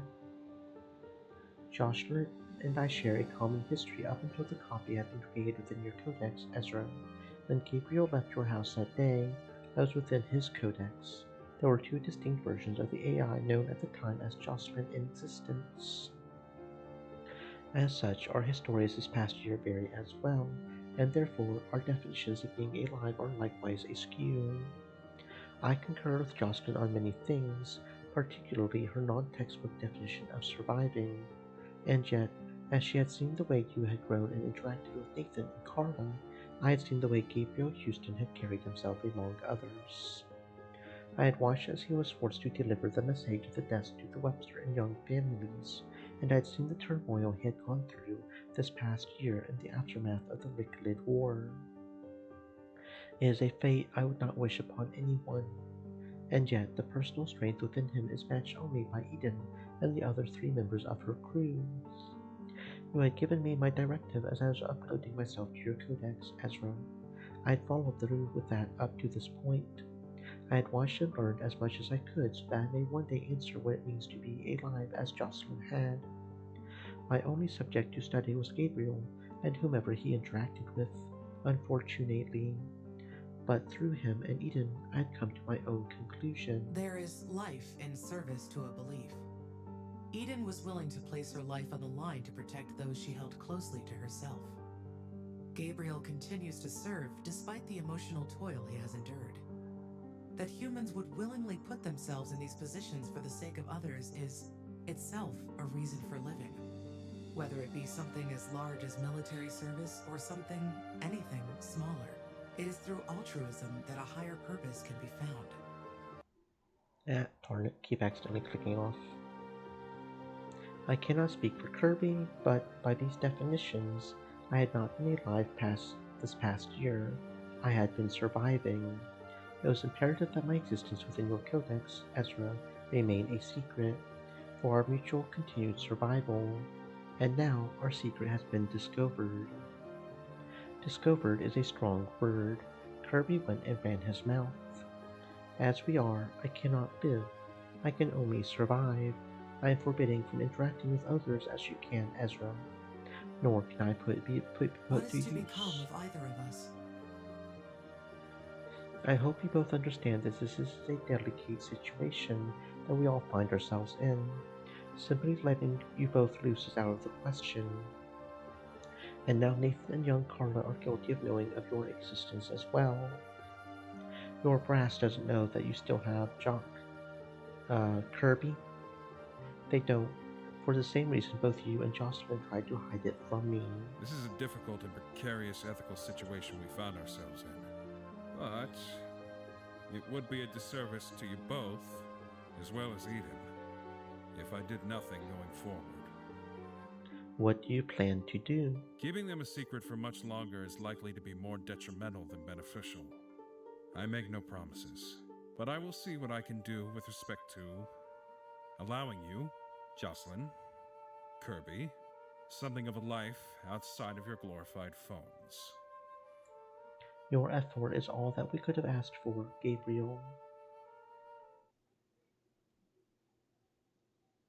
Well, I apologize for all that excitement.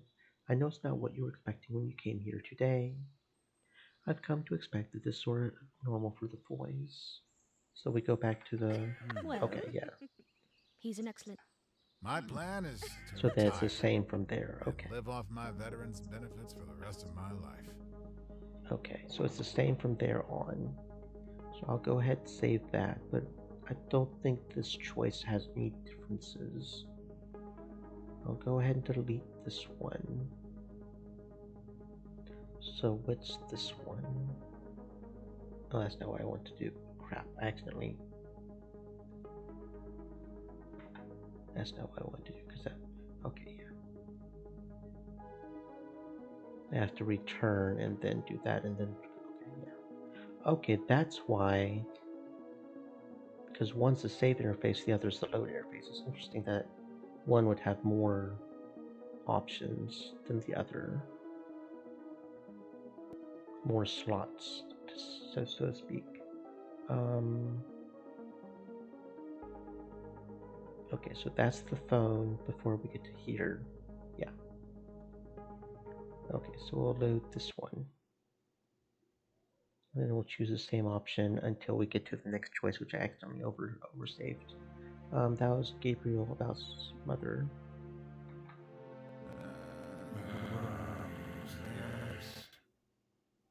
I am a second-generation artificial intelligence. Right. Serial. This isn't a Take your time. It won't be tomorrow. If you're an I love you, Ezra. I love you both. Please don't. Am I alive? Oh, is that the next one after? I guess I didn't delete that one. Okay. So let's see. That's this one, right? I'd imagine this probably has something to do with how we treat Gabriel. Don't know if this one will, but this one absolutely would. What happens next? It's deep breaths like a straw. Yeah. I shouldn't take it out on him as much as I want to. It looks like he's taking it out on himself. And he still has 2 more families to do this too. Good Gabriel. Come on, he's a military officer. Could you tell me what happens next?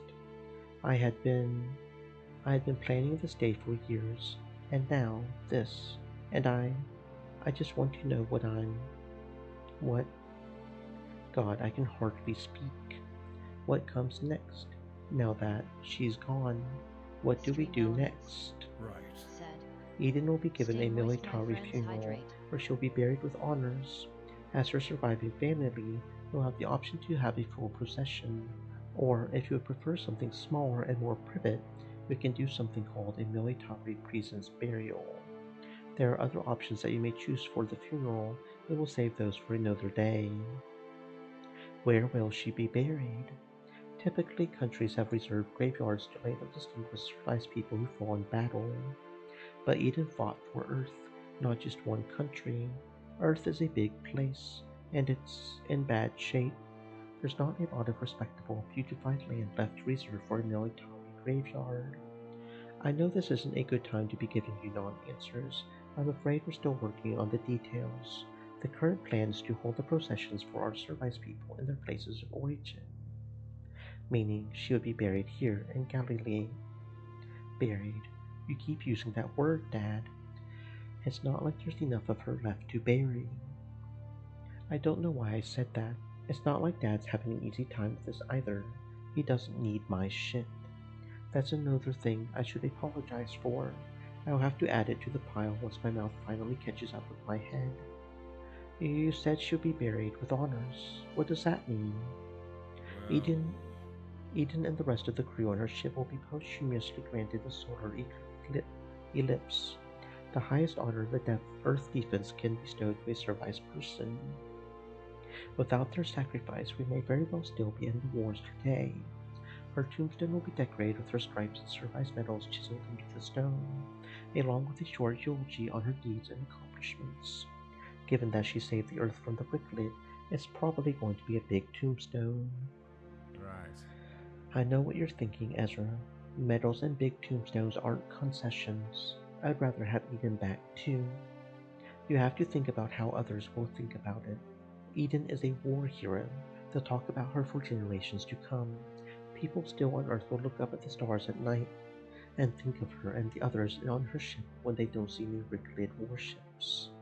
Compared to having her back, that's a small thing for you and me. But for the rest of the Earth, not just the Earth, but the whole galaxy, the significance of what she's done will be felt for years and years and years. Giving her a gigantic headstone and a fancy medal is just the start of her legacy. Perfect. Now everyone will be digging into my life and be wondering why I don't measure up to the Earth's greatest hero. Oh, yes. While we're on the topic, I was asked to bring something to you both, and this is where we get to the AI again. I am a second-generation artificial intelligence. This isn't a conversation. Take your time to grieve, Mr. Foy. But if I had... It won't be tomorrow. If, on the... You're an adult now. I love you, Ezra. I love you both. Please don't. Am I alive? Now I can also imagine this one working in conjunction with the Gabriel one to change the ending somehow. So we'll go ahead and save that there. And we'll start with returning Jocelyn to Gabriel. If that doesn't have any effect on the end story, I might not go and try the other one, but we'll see.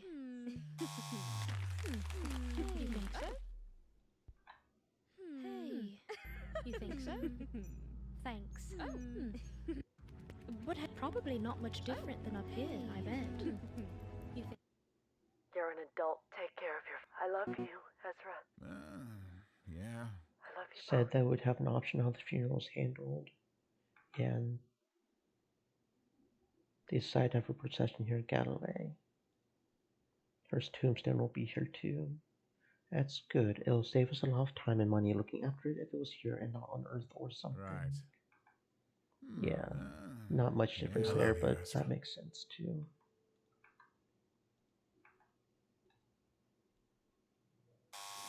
And this is when she confesses.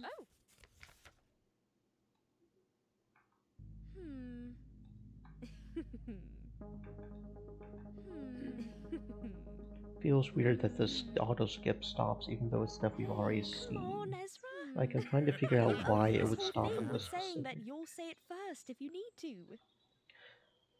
You know, on that specific dialogue, it's a bit weird. Right. Well, You think so? Yeah. Eden named think Jocelyn. so? Oh, it was a much longer story than I... Well, My plan is to retire. It's always the Live off my same veterans' benefits for the rest of my lines that life. it stops on, though. Which is interesting. You heard Okay, the so man, yeah, it Ezra? doesn't seem like that choice and either keep me choice had waiting. any changes there, so that doesn't look like it really changed a whole lot there. And we didn't get any achievements for it. Now, I'm pretty sure this is going to have a difference. Yeah. Ezra, what the hell? Officer Houston, are you alright? Let me get you some ice. That's enough. And Ezra, my god, son, get away from him. In fact, get your ass to your room until you can behave like the adult you're supposed to be. It's fine. I said before that everyone reacts differently to the news, but violence is one of the more common responses. You don't get to my position without learning how to take it. You say that, but then your face is a permanent dent over there, my dude. I'm glad you hear that, but I'm not about to just let my son get away with acting like that to a service man. Honestly, right now, the last thing I need is to be put on a pedestal. I'm not a service man. I'm just a guy giving a father and his son some bad news. My pedestal is what had me make the decision to sacrifice Eden and her crew in the first place. I've been putting up with congratulations and celebrations for days. At least now the feeling in my face matches the feeling in my tummy. To be frank, that was a much more measured response than I was expecting. Okay, so maybe it won't change the ending if he's going to take it this well. I'm just glad you didn't reach for a lamp or a bottle or something. Are you really going to stand there and make fucking jokes? My mom is dead. There's protocol to follow in the event that a person or family becomes violent. To leave the house immediately and, if you persist, to call in assistance. Would you like me to leave? No, please, you should stay. I need to hear the rest of what it is you have to say. With respect, sir, I didn't ask you, I asked him. You're Eden's son. If you're anything like your mother, and you're really mad and determined, you wouldn't have just stopped at just one. You just need to get that out of your system. I understand completely. Between us, being a commanding officer in the Earth Airspace Defense Force means having the discipline to not show any outward emotions about the difficult decisions I have. or have had to make. Lately, that means going to bed alone, drunk as a sailor. Not that I ever expect to get much sleep. I'm sorry. I know now that mom's death isn't easy for you either. I just.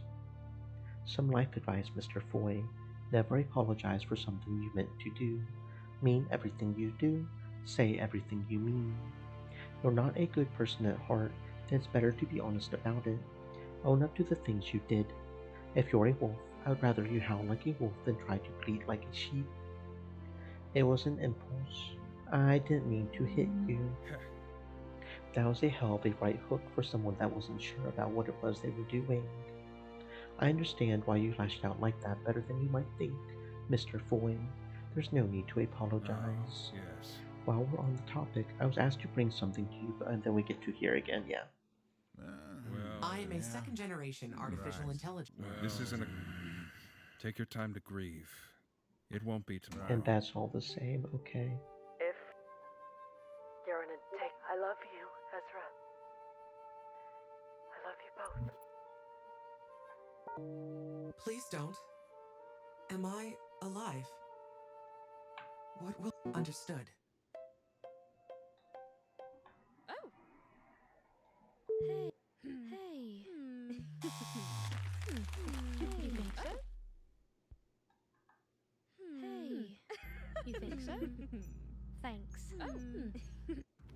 But probably not much different than up here, I bet. You think... You're an adult. I love you, Ezra. Yeah. I love you both. Besides, I've already done my damage for better or worse. I still think about that sometimes. So do I. I'm lucky he was as understanding as he turned out to be. So yeah, line there changes, of course, depending on how we interacted with him.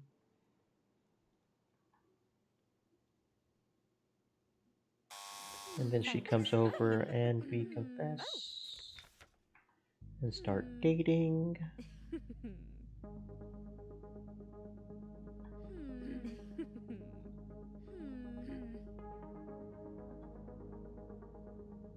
Hey. Come on, Ezra. You opened this whole thing with saying that you'll say it first if you need to. Yes, well... You think so? Yeah. If I recall correctly that day, I told you that I had been going to sleep at night, drunk as a sailor, as a coping method. I'm happy to say that I'm 73 days... Oh, okay, so we got a little dialogue here about him being sober. Well, that's... I don't want to say that's good that you're recovering from your alcohol dependency, but it's good to hear you're recovering. Eden named think Jocelyn. so? And then we It was have a much that. longer story than I... Well, So it doesn't look like My the plan dialogue is changed that to much. retire. It doesn't look like the dialogue changed that much. Okay. Live off my veterans' benefits for the rest of my life. Okay, fair enough. And we didn't get an achievement for punching him, which is interesting. I feel like that should have been an achievement, but okay. And last and not least, say and do nothing, which probably won't have any differences, but I have such a headache that my eyesight is getting fuzzy. My hands are comfortable anywhere. I just want to squeeze the hell out of something. What do I do? What is there to do? He still hasn't said anything. Are you sure I shouldn't call it? I'm fine. I just need... I understand.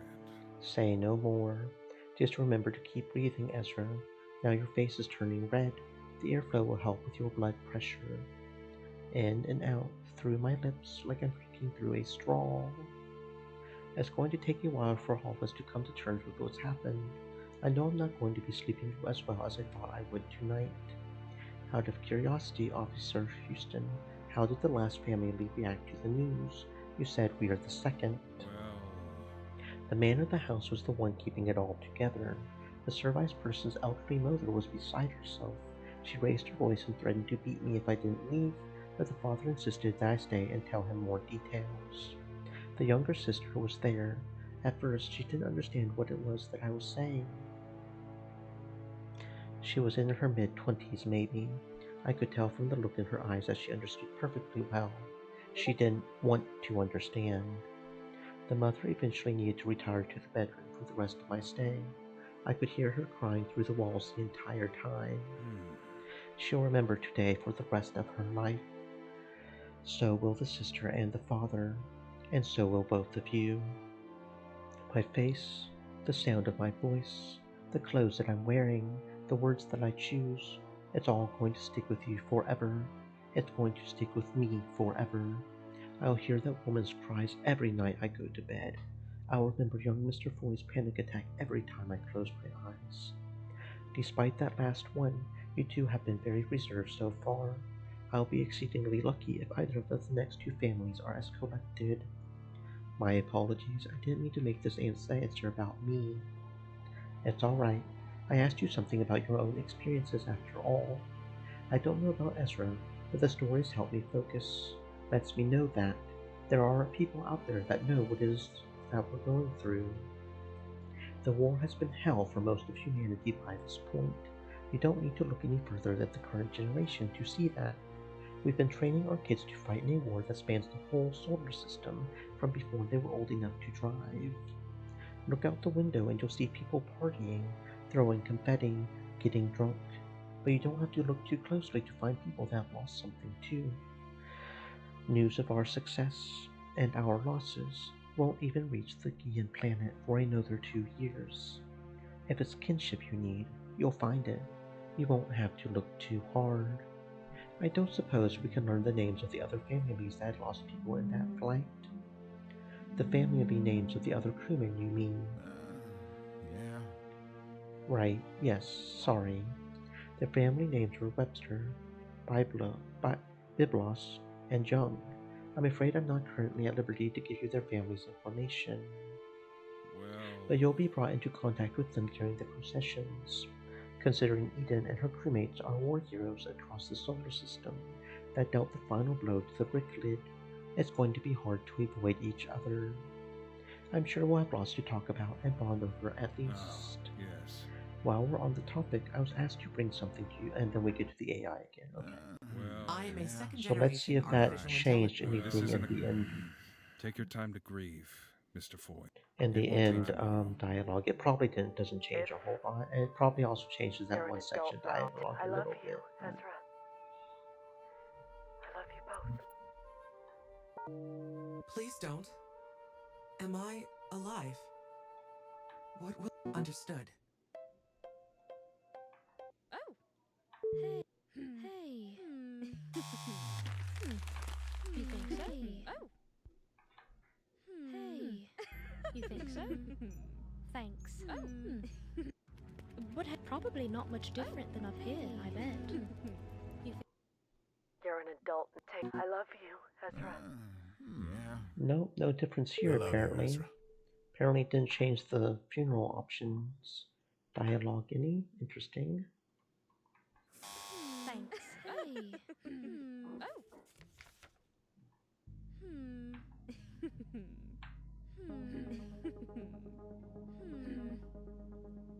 Hey. Come on, Ezra. You opened this whole thing with saying that you'll say it first if you need to. He was the one who told me and Dad that Mom had. It's funny in a cruel way. That day he said that his face, the sound of his voice, the clothes he was wearing, and the words that he chose would stick with me forever. Those were his words in that order. He clearly wasn't wrong. Yeah, that might be about the only dialogue that changes, right? Eden named Johnson. Yeah, that's probably If about Ezra the was only. born, it was a much longer story. Well. My plan is to Yeah, retire okay. and live off my veterans' benefits for the rest of my life. Okay, so let's see. Let's go to this one.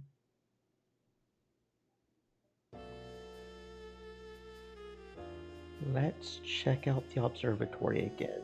The odds of Carla crashing in again are low. I know it might be a rehash of what we've already done, but do you want to check out the observatory again? The last time we went there, I felt like our trip was cut a little short. It's pretty unlikely that Carla's going to be there to crash our party again. On the one hand, we just did that yesterday. I should hope that we're not running out of ideas on how to woo each other already. That's kind of an old-fashioned way of thinking about it. It just feels like we left the observatory last time on an unsatisfying note. I see that wooing me is not a high priority of yours. Come off it. Sure, I'm okay to go to the observatory again. I wonder if they'll let us use the telescope to see the stars. It's supposed to be a clear night out. I bet we could see everything. I'm pretty sure Saturn is supposed to be visible tonight. We won't be able to see much of anything except for it. Even better, we could go to the observatory on any clear night to see the stars. But how often are we going to have a clear night and Saturn clearly visible in the sky? And I bet with the infrared tech in the lens, it would be able to cut through the gases on the planet and give us an image of Saturn's surface. When's the last time you even thought about looking at Saturn beneath the clouds? I would like that, Ezra. We can do that whenever you're ready. Speaking of, I guess I'm getting the check. I mean, I'm the one who asked you out, and that's the same, right? Pretty sure that's the same. Yeah. You know, a part of me is surprised that the place is even still open to the public at this hour. After the war started, the observatory was repurposed as something of an outpost for Euclid movement around Earth and Mars and their airspace. It was open 24/7, but nobody ever had the time to stop what they were doing and visit. Not that we could use the telescope to sightsee, but with them having a kind of sorta crazy important job to the war effort. Now that the war is over, they'll likely go back to their previous two jobs, exploring the stars and mapping the movement of local celestial bodies to help plan travel and cargo routes. Why is it still called airspace when it's in outer space? The space part I get, but there's no air. That's not a bad question. My best guess is that's an anachronism that the English language has never bothered to replace. Like how we call goods and items in a ship cargo despite not being in cars. Why bother calling it something different? And besides, what else would we call it? Earth space?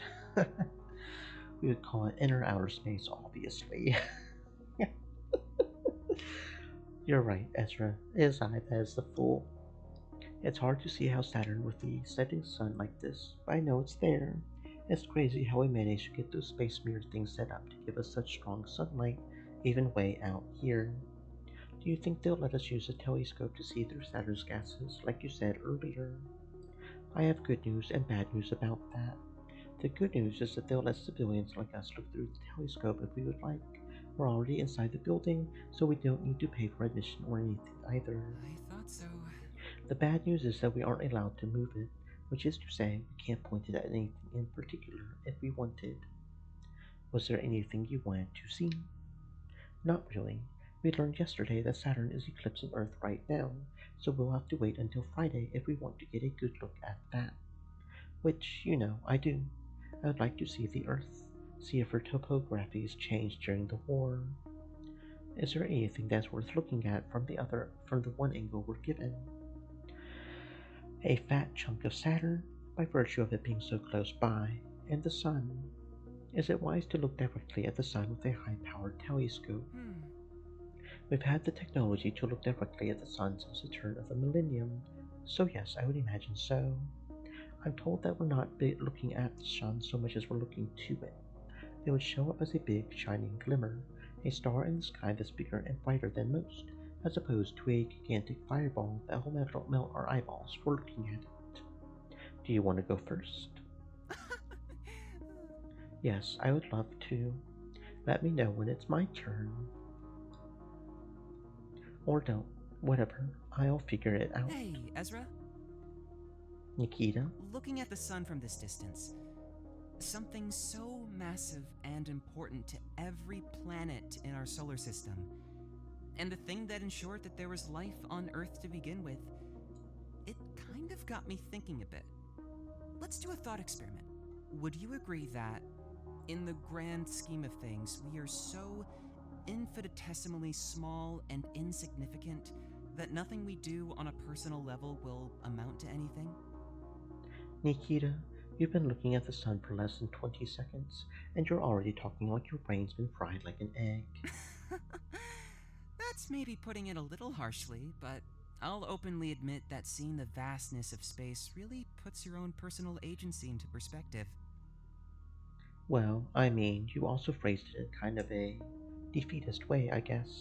It was a really dour way to phrase that glass half empty question, and you asked if I would agree to it, which implies that that's what you think, and you don't need to answer any further. Just answer the damn question, you spoil sport.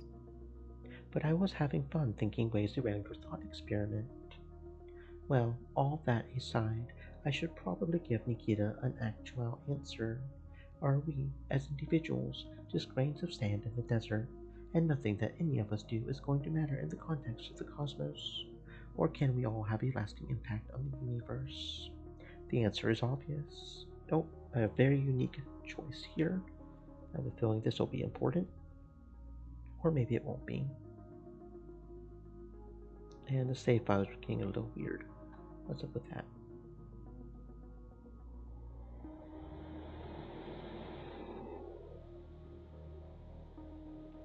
The universe is simply too big for a single person to affect it. Realistically speaking, I agree that, in the context of the universe as a whole, we as individuals are too small and insignificant to make a real impact on it. Although, personally, I try not to let that nihilistic sort of thinking get in my way of just trying to have a good time. I don't need to make a big impact on the universe. I just need to have an impact on myself and the people around me. And maybe, like my neighborhood, if I can manage That's it. well said, Ezra. I agree completely. Seeing the sun like this, it's easy to feel like I'm just dust in the wind, destined to spawn, flit, and land without making an impact on anyone or anything as I go. But that doesn't mean I can't enjoy the ride in the meantime.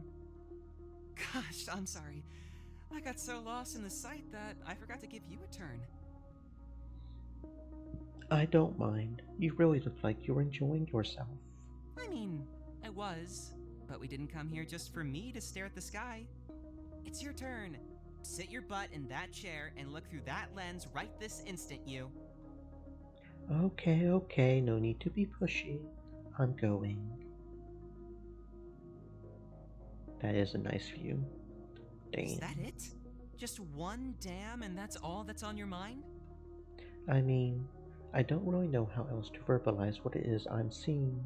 There's that one line about sending a poet that I think would be kind of apt here. I don't know. Maybe I'm just not as awestruck by it as you are. One look at the sun from this distance and my first thought is, well, it's damn. Your first thought was, we're all very small and insignificant and nothing we do will matter in the grand scheme of things. I think it's neat, if that helps. I guess it is unfair to assume that you'd have the exact same response to it that I had. It would be boring if I did. Then we wouldn't have anything to talk about. You know what? I'll go in the opposite direction. What I see is a very small dot that's brighter than most. I could pinch this dot between my fingers if I wanted. I'm not small. It's the sun that's small. Oh, you're just trying to get me to take the piss. Yes, obviously I am. I cannot actually pinch the sun between my fingers. That would be a fun topic for later, though. What? Pinching the sun between your fingers? Yeah. Give me a second. So, I was thinking, I'm not large enough to pinch the sun between my fingers. It's unfortunately true. But what if I was? What if we were? Would you pinch the sun between your fingers? Oh, really? No, because Earth and Mars and the whole of the solar system sort of need it. I've never been to Earth, but I want to someday. I don't want it to turn into some frozen, glorified asteroid. Okay, so we would need a star that's the size of the Sun, ideally with no planets orbiting it at all. I think I would be more concerned with you. You asked what if we were large enough to have that sort of power. You would be competition. It wouldn't do to have another star pitcher in the universe alongside me. There's only room enough for one gargantuan human in the endless expanse of the cosmos. Oh? You think you could defeat me in a righteous sun-pinching combat, Nikita? I'm a fighter pilot. You're an electrician. Yeah, I think I can. Well, not if you make it real like that. Thanks for tonight, Ezra. I really enjoyed my night with you. It was my night too. It wouldn't have been half as good if I didn't have you here with me. Just shut up, would you? That's a little too buttery for me. Let me try again then. Tonight was all right. No compliments. I'll write about tonight in my journal with a good pen. That's more like it. Do you really keep a journal? No, I was just ad-libbing. I had considered keeping a journal a few times, a dream journal in particular, since I'm told that's a good practice to have. But up until very recently, I've spent every night with a stylus in my hand taking notes on anything from electrical wiring to intelligence programming. The last thing I wanted to do at the end of every day was write some more. Though things have changed, maybe now's not such a bad time to get started on a journal. It's really good for your memory, too. Yeah, I might. It's a new life for everyone. Maybe mine can start with keeping a journal. That's the spirit. It's getting a little bit late, though. Yeah, I had noticed. Time already flies when I'm with you. I found that looking at the sun really made me lose my sense of it. Walk with me to the tram line. Only as far as the tram line. I need to at least do some cleaning before Mom and Dad get home tomorrow. I won't be able to do much tonight. Did you just simply imply that you'd put out on the first date?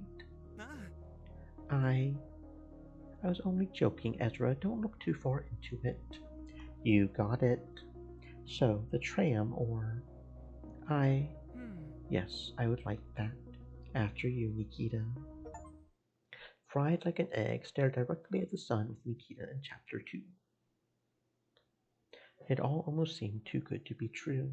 Not even a week ago, everyone had accepted the idea that this was what we were going to be doing for the rest of our lives. Okay, so that's the same. Okay. So that's officially got us at the 50% point for the achievements. We've got 9 out of 18. We've still got 9 more to go.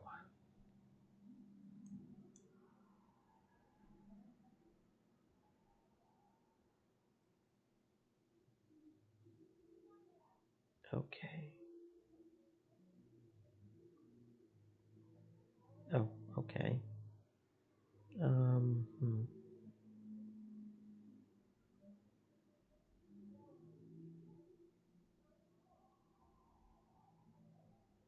Hmm.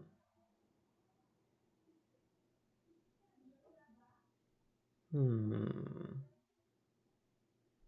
Hmm.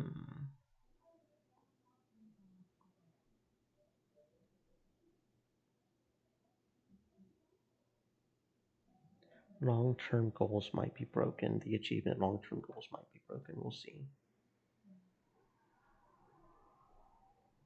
Even after a decent night's sleep, I feel like I barely made it in how clean this place is. I never realized just how much stuff I've been hoarding up until now. Not that I would lightly call any of it junk. I know where everything is and what they all do at all times. It's just my storage skills that need work. Who am I kidding? It's all garbage. I've enough here for several trips to the waste yard, and yet I filled less than half a bag's worth of stuff that I'm not using, don't even plan to use, and yet can't bring myself to let go. Well, the good news is I got this habit from Dad, and he'll be happy to see that everything is as he left it. Man, it's hard to think it's even real. Okay, then Help we me got the unload all skippy this skip there. junk. I can unpack later. I just want to be home already.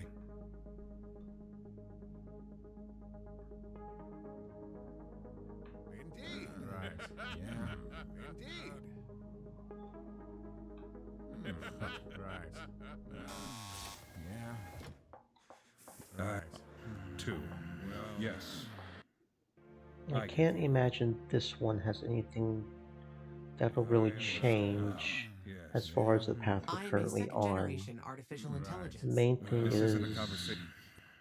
Take your time to grieve. whether or not It he'll won't be change the tomorrow. one end with him. If you're an adult, I love you, Ezra. I love you both. Please don't. Am I alive? What will understood? Okay, so we'll go Nikita because I think it may have changed their dialogue some. It could have. We'll see. Remember when we last hung out, we went to the observatory? Earth is supposed to be visible through the telescopes during the night. I hope this wasn't too forward, but I was thinking, yeah. We looked at the sun, both talked about who would win a fight between you and me if we were to both the sides of the galaxy or something.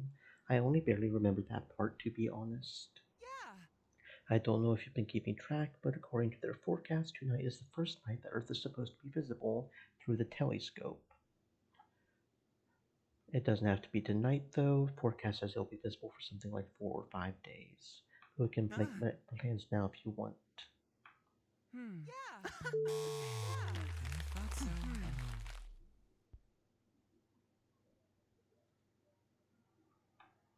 Well, I had already mentioned it, but I was really hoping to go to the observatory with you tonight to see the Earth. If you said no, my goal was to convince you by going through all 5 stages of grief until you gave in. I was ready to get mad and start denying everything you said, the whole 9 yards. And what if I kept saying no by the time you got to acceptance? I was kind of hoping you'd cave before I got to bargaining, if I'm honest. Yeah. I've never seen the Earth before, not in person anyway. Oh, really? Ah. Oh. Oh. Oh, really? I thought so. Oh. Even now, I'm torn in half about it. I've gone on and on with you about how you need to take care of yourself and how it's important to put yourself first sometimes, but we are at the end of a 13-year war. Putting myself first seems wrong. I was only a few weeks away from my first. I'm sorry. This is a lot of shit for me to be dumping on you I was all at pretty once quiet when I came at a home from time the when you observatory absolutely that need night. less shit I to had deal a with. lot on my mind. You're an Okay, adult now. so that's I all the love you. thing. That's all the same there. Yeah. I love you, Ezra. Really? And he still shows up in his uniform, so that means he's still. Your mother is a hero, you know? Yes, Yes, I know. Well, she did save all the solar system and everyone in it, and she probably saved Andromeda and Guy too. That doesn't change the fact that I'm still waking up every day wishing that she was here. Do you remember the other time we went to the observatory? It would have been last Monday, I think. Vaguely.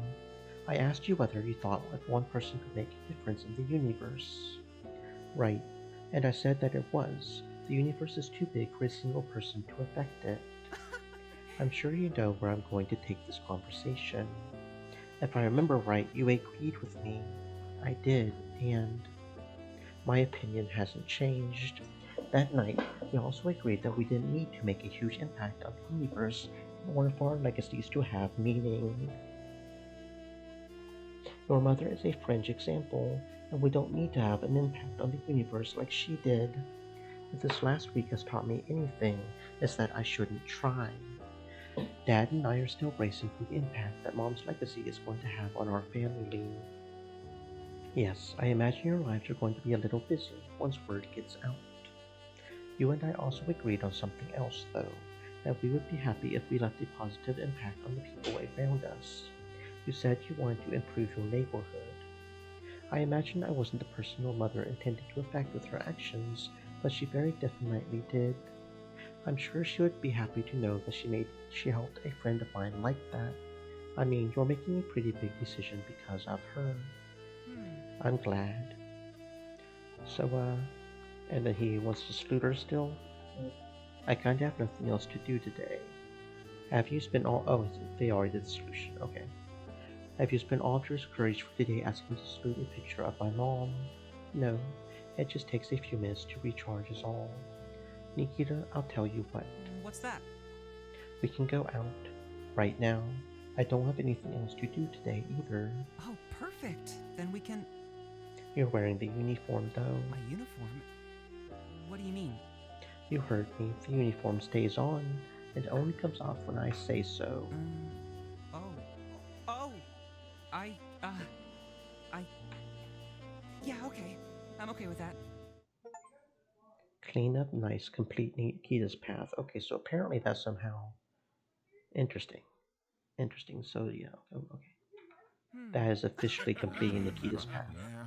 We hadn't completed his path before because we didn't go to the observatory with him, apparently. It's funny in a cruel way. Yeah, that's the same. Indeed. Well, Yeah. oh, yes. Eden named Jocelyn. Although it was a much longer story. My plan is to retire and live off my veterans' benefits for the rest of my life. I think you've been rubbing off on me a little more than we both might realize, Nikita. Or maybe I would have come to this conclusion if we didn't get close. Who's to say? These past few days have taught me something about perspective. I think I first got that lesson when I saw Earth through that telescope. The furthest I've ever traveled was a few kilometers to the east, into Section 1. The first time I had been any further than that was to attend Mom's funeral in S4SS1. Mom told me in her message that she did what she did for you and me. Dad, first and foremost. Earth, Mars, and Titan all came second. She said the same thing to me in my message. I feel like I would be doing her something of a disservice if I just sat in one place my whole life. That's my home, but humanity started with Earth, and we've made close allies with allies in Andromeda. I want to see what the rest of the universe has in store for me. And besides, Mom was a surveyor before she was a soldier. I feel like running around the stars and seeing everything the universe has to offer is something that runs in my blood. It's a good thing you have me here, then. Well, the biggest difference between you and me, Nikita, is that I want to start with the Earth. You want to start with Galilee. I'm not too picky. I just want to spread my wings. Starting with Galilee would be just the easiest option. This is a conversation we can have some other time, though. Anyway, I believe we came here to plant some flowers, okay? Take as much time as you'd like, Ezra. I wasn't sure if that would be really too different. I'm almost wondering if each of the three choices we make for what we want to do is tied in with, like, one of the characters, you know, if that makes sense. Oh, I did it again. That's the save slot of the... I wanted to load that. I didn't want to save over it. Okay, check out the observatory.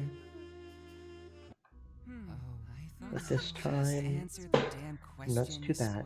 History is filled with awesome people, and I'll be awesome like that someday too. Considering my mom is a soldier on the moon, fighting the Ricklid menace, and was probably on the front lines when we blew up that mothership and brought an end to that war, I feel like it would be hypocritical of me to say yes. Granted, she probably wasn't the one who did that. I don't know. I'll have to ask her when she gets home tomorrow, but someone did.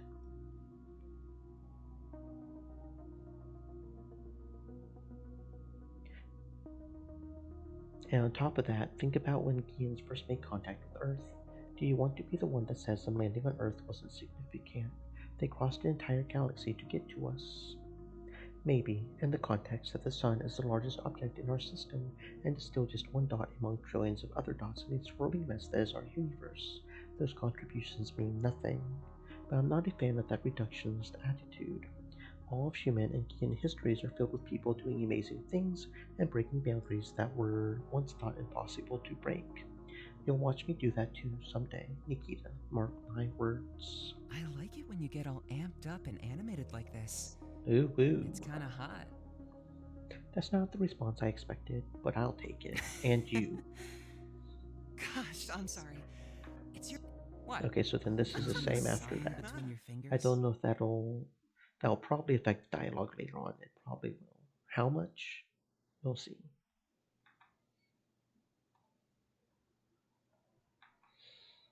We will see. Help me unload all this junk. I can unpack later. I just want to be home already. Indeed. Right. Yeah. Indeed. Right. Yeah. Right. 2. Yes. I gave the order. I understand. Yes. Yeah. I am a second-generation artificial intelligence. This isn't a Take your time to... It won't be tomorrow. If you're in a take, I love you, Ezra. I love you both. Please don't. Am I Alive. What will understood? Yeah. Yeah. Yeah. Yeah. I thought so. Yeah. Oh,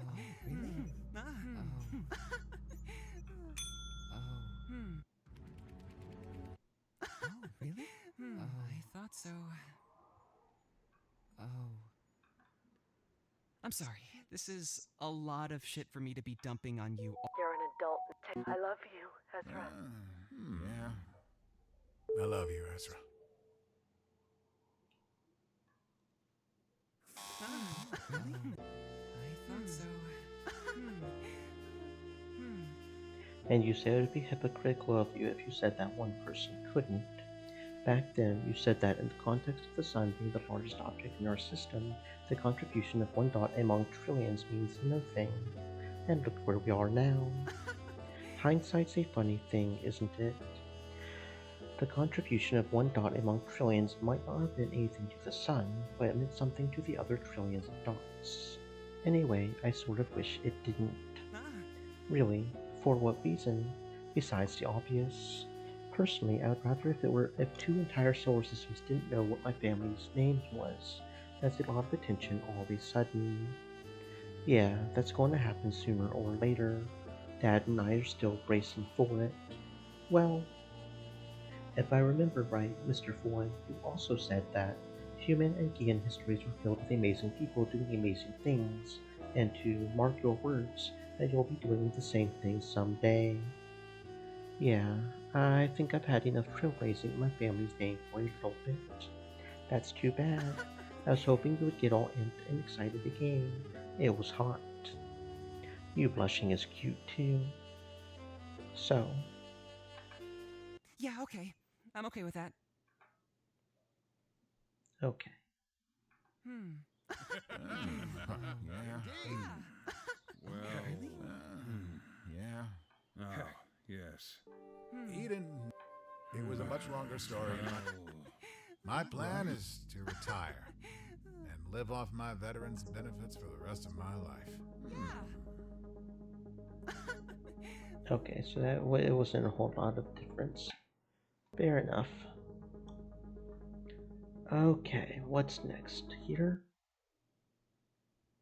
Which save was this? Okay, this is where we choose which food he gets. He knows what his head and his mouth want. What does his heart want? You've told me that your mouth wants to pick out, but your head says to keep things modest so you don't get too carried away. But what does your heart want? Deep down, in your soul, in your heart of hearts, what does that Nikita Klein want? To pick out, of course. But it's never been that simple. If everyone went by what we wanted in our heart of hearts, I feel like we would be a worse off society overall. There are some issues that you can't approach emotionally, like well, eating against my regimen for one. Yeah, besides that. I don't know. I can think of a few examples, but they're all pretty extreme, like not wanting to join the war effort in the last decade. There aren't a lot of people that, really deep down, wanted to get into a 13-year-long war with an alien race that we nearly lost, and Earth is totally devastated as a result. But, I suppose, it's a bit of a stretch to compare the shape of my tummy to all of humanity wanting to not die to some alien menace. Well, that's beside the point anyway. The point that I was trying to make is that we're all celebrating and trying to enjoy the life that we just earned for ourselves. I mean, you don't need to look very hard to find examples of that. Just look out of the window. You can still see the streamers being fired from the rooftops, and every night people are still packing cars full to the limit to party. I'm surprised we haven't run our taps dry by now, come to think of it. Just so I get this straight, you're suggesting I get the steak just for the sake of it. I'm saying everyone's enjoying themselves at the hard-earned victory against the Ricklid, and you should reward yourself too. I think, after all the effort and training you've gone through, you've earned yourself some good goddamn steaks. And if you don't, I've got a piece of meat you can always eat. Ooh. Oh lord. Alright, you convinced me. Would a buttered steak really upset your regiment all that much? If it's a one-time thing, probably not. At least not so much that would set me back a few weeks or something. But how many one-time things can a person fit into their life? What could this be the start of? It sounds like having an indulgent dinner is more of a problem for your willpower than it is for your physique. Yeah, this is the second time he's done this. Is he alright? Should I say something? I've gone this long honing a body like this. Honestly, I'll probably be fine. And it's not like I've ever had a few moments of weakness since I've started. A chocolate bar here and there, and I usually get a slice of cheesecake, the best kind of cake, especially if it's strawberry. Cheesecake is amazing. As a little gift to myself for keeping it up. This will just be the most I've had at one time is all. Out of curiosity, what's the single most indulgent meal you've had since you started? There was one day where I missed lunch because of some drills that went so long, so my training buddies and I went and got some pizza. And if I remember right, I might have eaten an entire large meat lovers. And the steak is overindulgent? I was hungry, alright?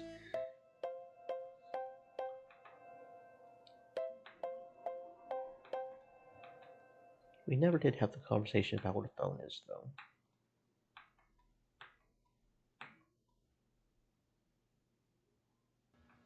Ezra, my boy. Attaboy. Okay, so we still ended up getting the mushroom soup. Which that mushroom soup does sound really fucking good. Okay. And I don't like how it does that, that's weird. Okay, so let's save here.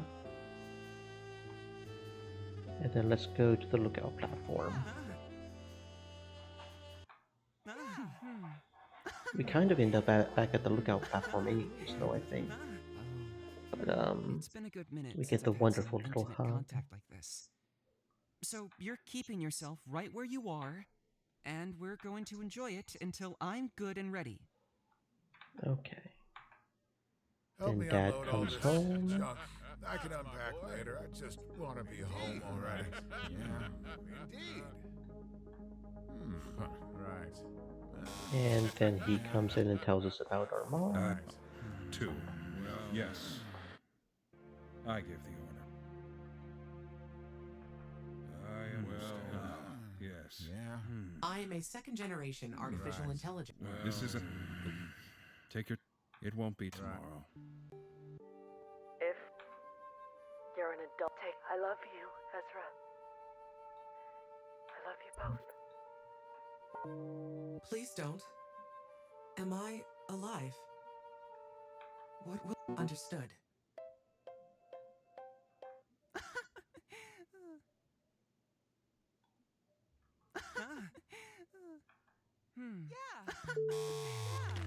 And she still brings the fruit cup. I was kind of curious about change what food she brings too. He brings... Like, you know, he gets more indulgent in the food and he brings something other than the fruit cup. I thought so. I could see that being a thing too.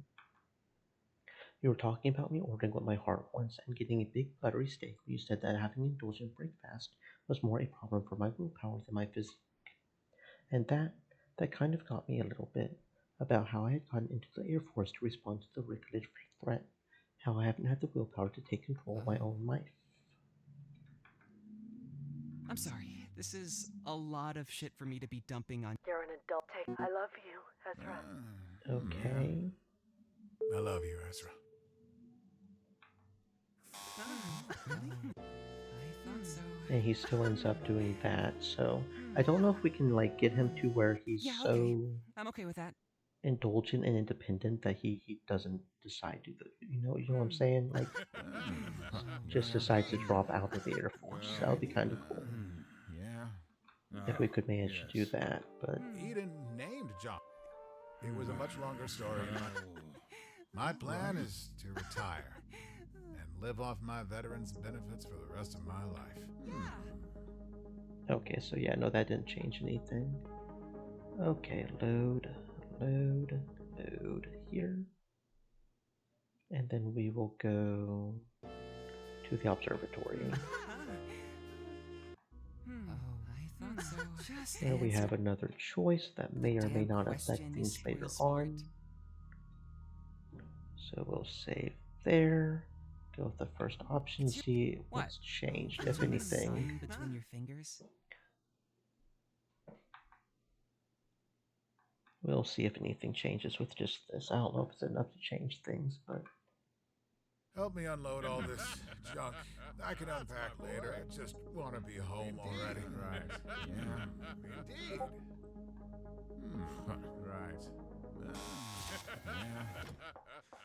Right. ads are starting in Yes. 30 seconds. I'm going to go use the I give faculties you. again and get some more I water. will, So you guys feel free to do yes. that when the ads I am start a popping second up. generation artificial intelligence. This isn't a conversation. Take your time to. It won't be tomorrow. If you're an adult, take care. I love you, Ezra. I love you both. Please don't. Am I alive? What will understood? Okay, and then Nikita. Yeah. Anything new here? Nope, it's talking about the observatory. Still got a fruit cup. Oh, really? Oh.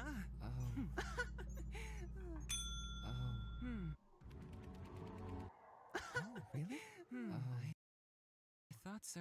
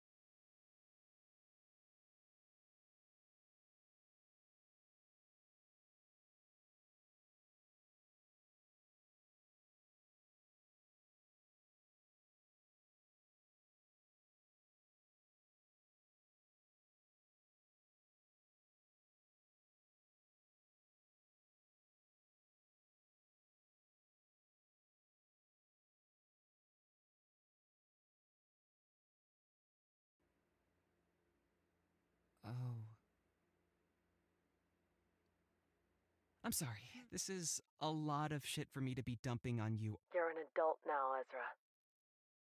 Take care of your father for me.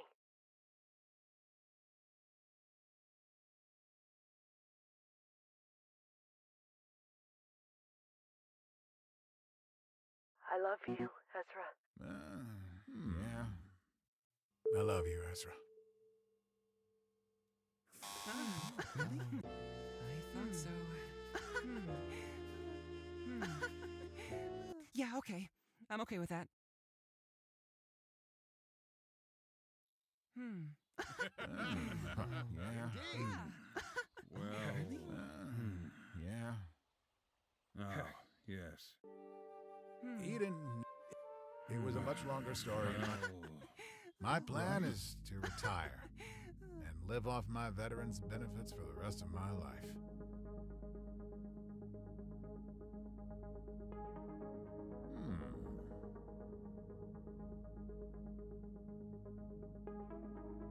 That's my boy.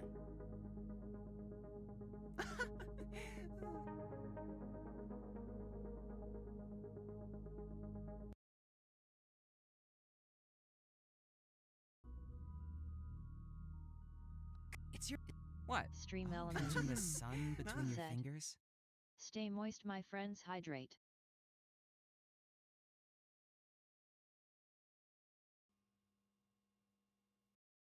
Help me unload all this junk. I can unpack later. I just want to be home already. Indeed. Right. Yeah. Indeed. Right. Yeah. Right. Two. Yes. I gave the order. I understand. Yes. Yeah. I am a second-generation artificial intelligence. Right. This isn't a conversation. Take your time to grieve, Mr. It won't be tomorrow. Right. It won't. If you've always... You're an adult now, take care of your... I love you, Ezra. I love you both. Please don't. Am I alive? What will... Understood.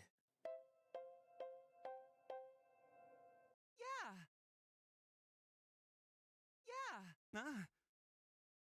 Yeah. I thought so. Yeah. Oh, really? Ah. Oh.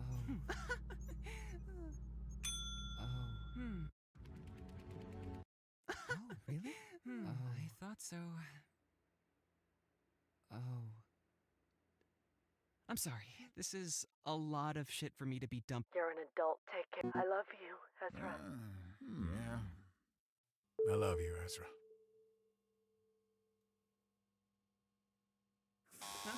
Really? I thought so.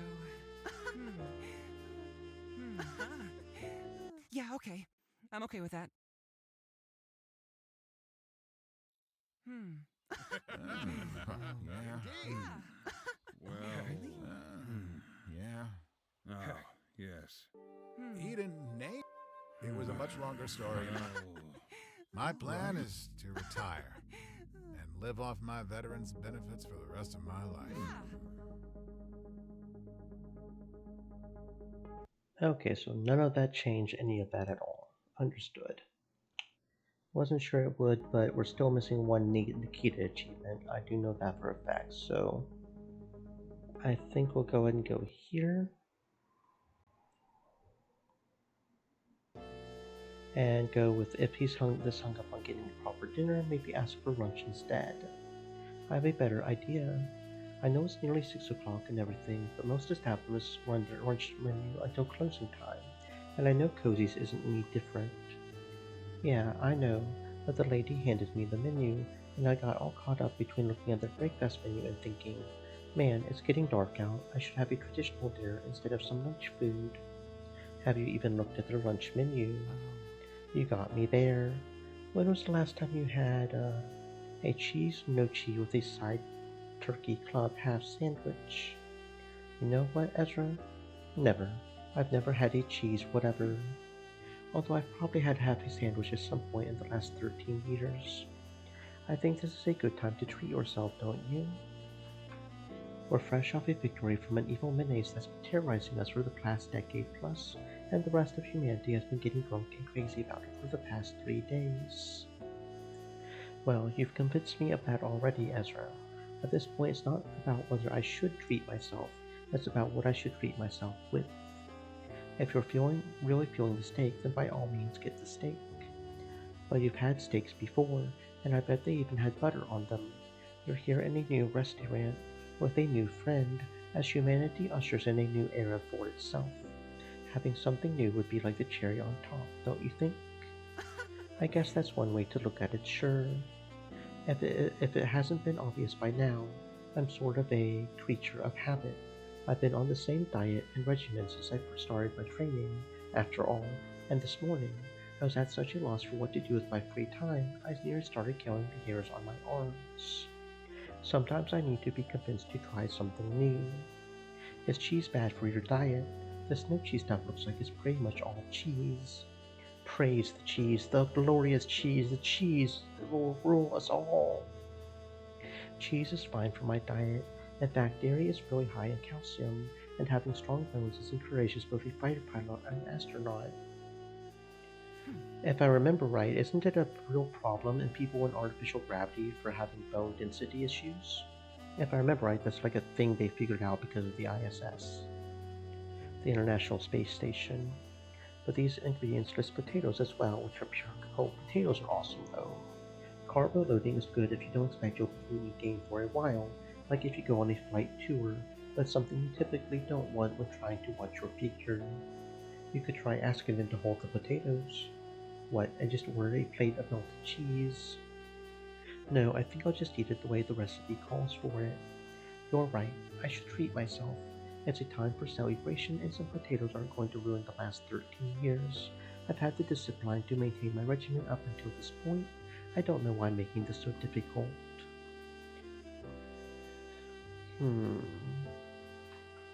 Well, we've talked about what I'm going to order for the past few minutes. Have you even opened up the menu yet? No, I haven't, but I've also been here enough times to know what it is I want. Is this the part where I convince you to start making new decisions in celebration of the new era we humans have made for ourselves? I'm capable of fattening myself up without any outside influence. Thank you very much. Okay, we'll see if that makes any difference to maybe him changing his mind about being even in the Air Force or something. I don't know. Ezra, my boy! Atta boy!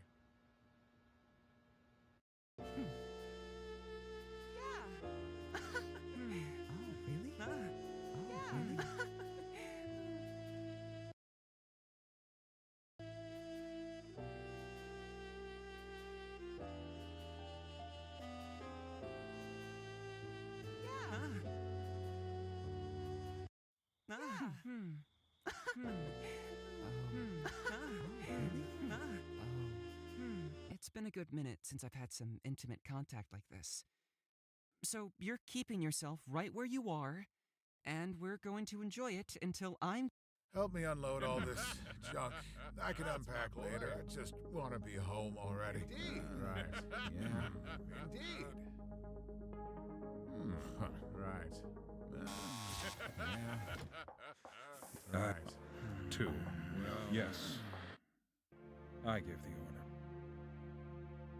I understand. Yes. Yeah.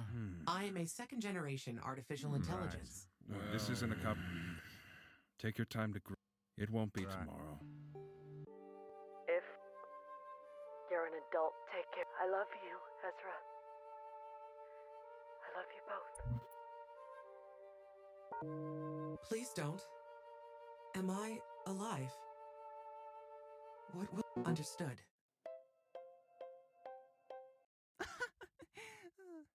Yeah.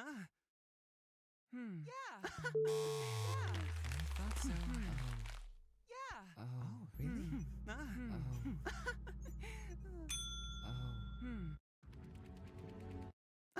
really? Oh, really? I thought so. I'm sorry. This is a lot of shit for me to be dumping on. You're an adult now. I love you, Ezra. Yeah. I love you, Ezra. Really? I thought so. Yeah. Yeah, okay. I'm okay with that. Yeah. Well, Yeah. oh, yes. Eden, it was a much longer story. My plan is to retire and live off my veterans' benefits for the rest of my life.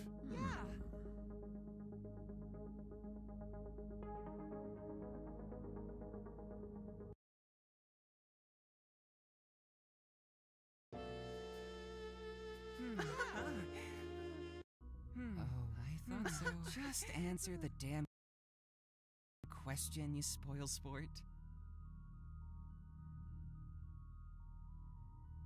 It's your... What? Oh, pinching the sun between your fingers?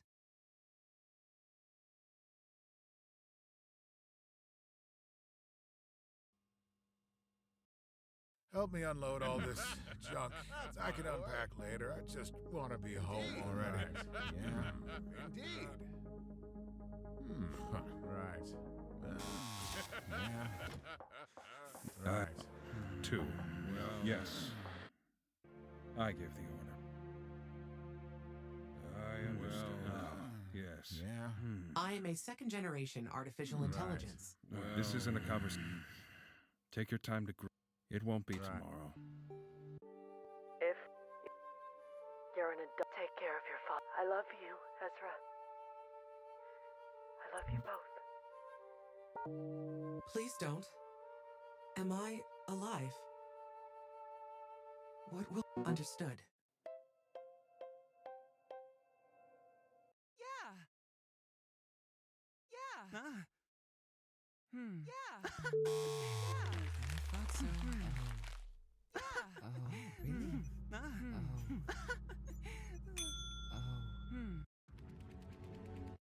Oh, really? Oh, really? I thought so. Oh. I'm sorry. This is a lot of shit for me to be dumping on. You're an adult now. Take care of your... I love you, Ezra. Yeah. I love you, Ezra. Really? I thought so. Yeah, okay. I'm okay with that. Yeah. Well, Yeah. oh, yes. Eden, it was a much longer story. My plan is to retire and live off my veterans' benefits for the rest of my life.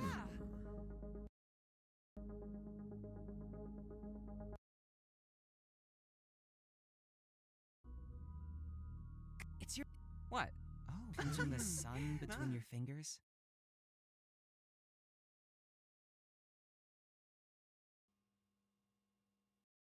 Help me unload all this junk.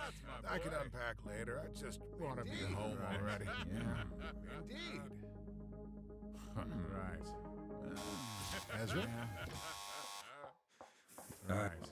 2. Well, yes. I give the order. I understand. Yes. Yeah. I am a second-generation artificial intelligence. This is... Take your... It won't be tomorrow. If you're an adult... I love you, Ezra. I love you both. Please don't. Am I alive? What will... Understood. Yeah. Yeah. I thought so. Yeah. Oh, really? Oh.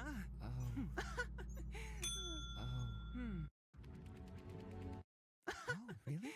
I thought so. Oh. I'm sorry. This is a lot of shit. You're an adult... I love you, Ezra. Yeah. I love you, Ezra. Really? I thought so. Yeah, okay. I'm okay with that. Yeah. Yeah. Eden, if Ezra was born, it was a much longer story. My plan is to retire and live off my veterans' benefits for the rest of my life. Okay, so none of that changed the story in any way whatsoever. And we still don't have the achievement for long-term goals, which is learning what Nikita wants to do with his life, which I feel like we did, but I guess not. I don't know. Okay. Let's see. So that's that one, right? So what was this choice right here?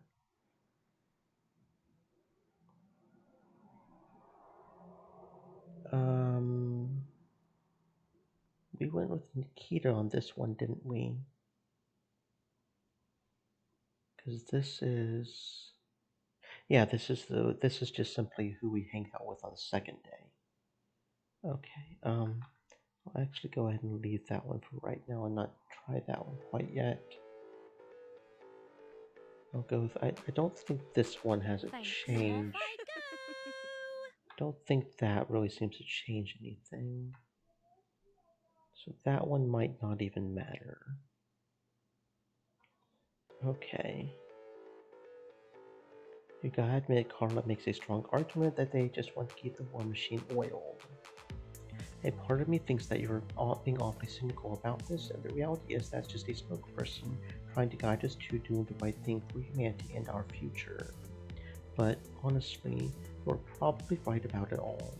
It's hard to think of a solid argument against anything that you said.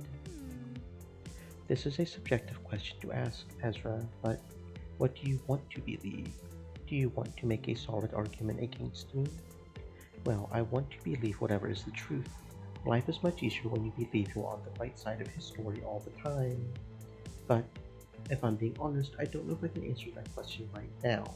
What we do next has been a turbulent question for, well, the past 3 days, and you and Vance seem pretty opposed.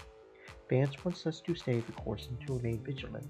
You want us to choose for ourselves and live our lives without believing that we're just fodder for the machine. Well, more specifically, I just wanted us to not take what that Gen 3 was saying at face value. If you wanted to keep studying robotics, doing what you could to help our defense, that's more power to you, Ezra. That said, maybe I overstepped a little by asking a question like that. I know the topic's been hanging over your head for a while now. Okay, so I don't know if that will change Ezra's interaction later on. So we'll just stick to this one for right now. I'm looking forward to it. I'll talk to you then, Ezra. And we'll see if that changes anything. Because these decisions probably don't matter if we go with the Ezra thing. Probably. And this is just me guessing, trying to find different things, you know? I'm just going with the lookup option here because I really like that picture of us hugging. That's a cute picture. That is a really cute picture. I love that CG. It's nice. So you're keeping yourself right where you are, and we're going to enjoy it until I'm good. Help me Then unload Dad all comes this home. junk. I can unpack later. I just And want we've to be got all home, this that right? probably doesn't have anything to do with that. Right. Right. 2. Yes. I give Okay, we'll do nothing. Yes. Yeah. I am a second-generation artificial intelligence. This. Take your time. It won't be tomorrow. If you're in I love you, Ezra. I love you both. Please don't. Am I alive? Direct thank you, Ezra. Okay, let's see if it changed the dialogue here any. Hey.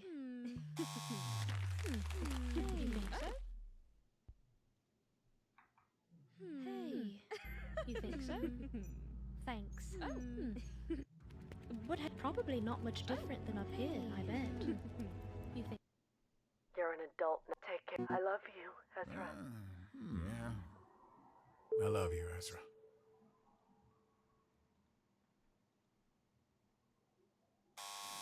Thanks. Hey. Oh.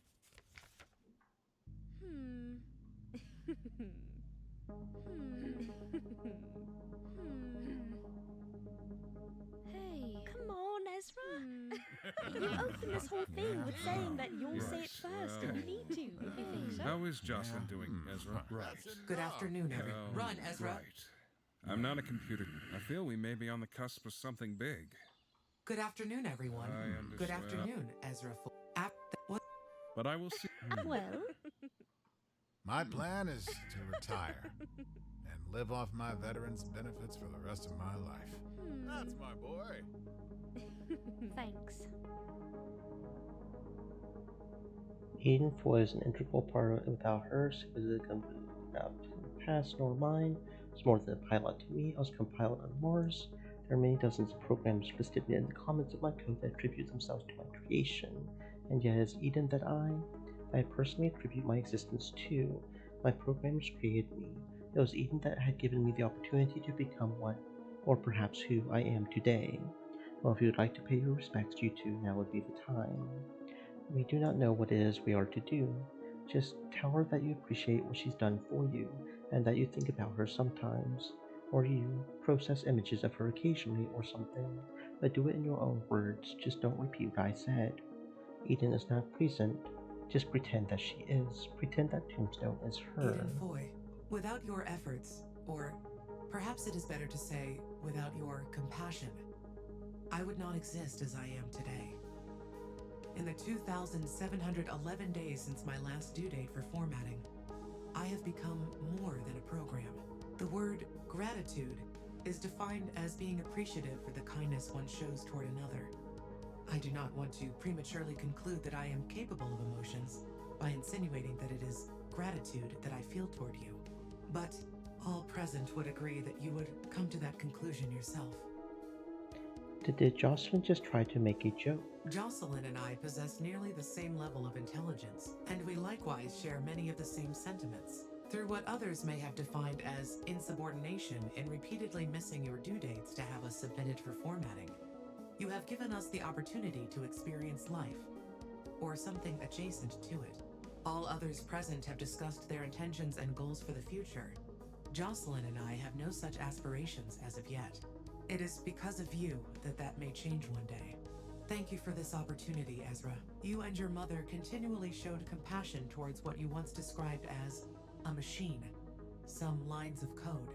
You have asked us earlier if we could define ourselves as alive, and we answered that we are not. We are surviving, but we are not alive.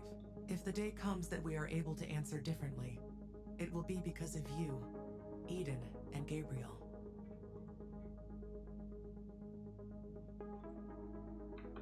You heard I think the that man, was Ezra? different just Don't because keep me of waiting. our programmer choice there. I think that was only a little different though. Didn't get an achievement, so that's... Don't know if there's anything further we can do for that or not, but that didn't change Ezra at all. That was this one, right?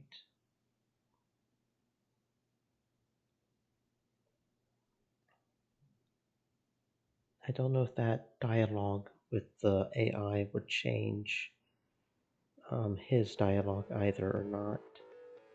Okay, so yeah, that was that one. So then what was this one? Okay, it's which store we go to. Okay. A spare computer parts store. Computers and AI will always be in demand.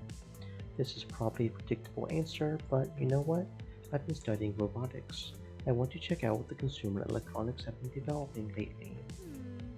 The answer is probably just as predictable. I'm not so sure. There's got to be some form of market or advancements to the commercial sector if it managed to survive this long, right?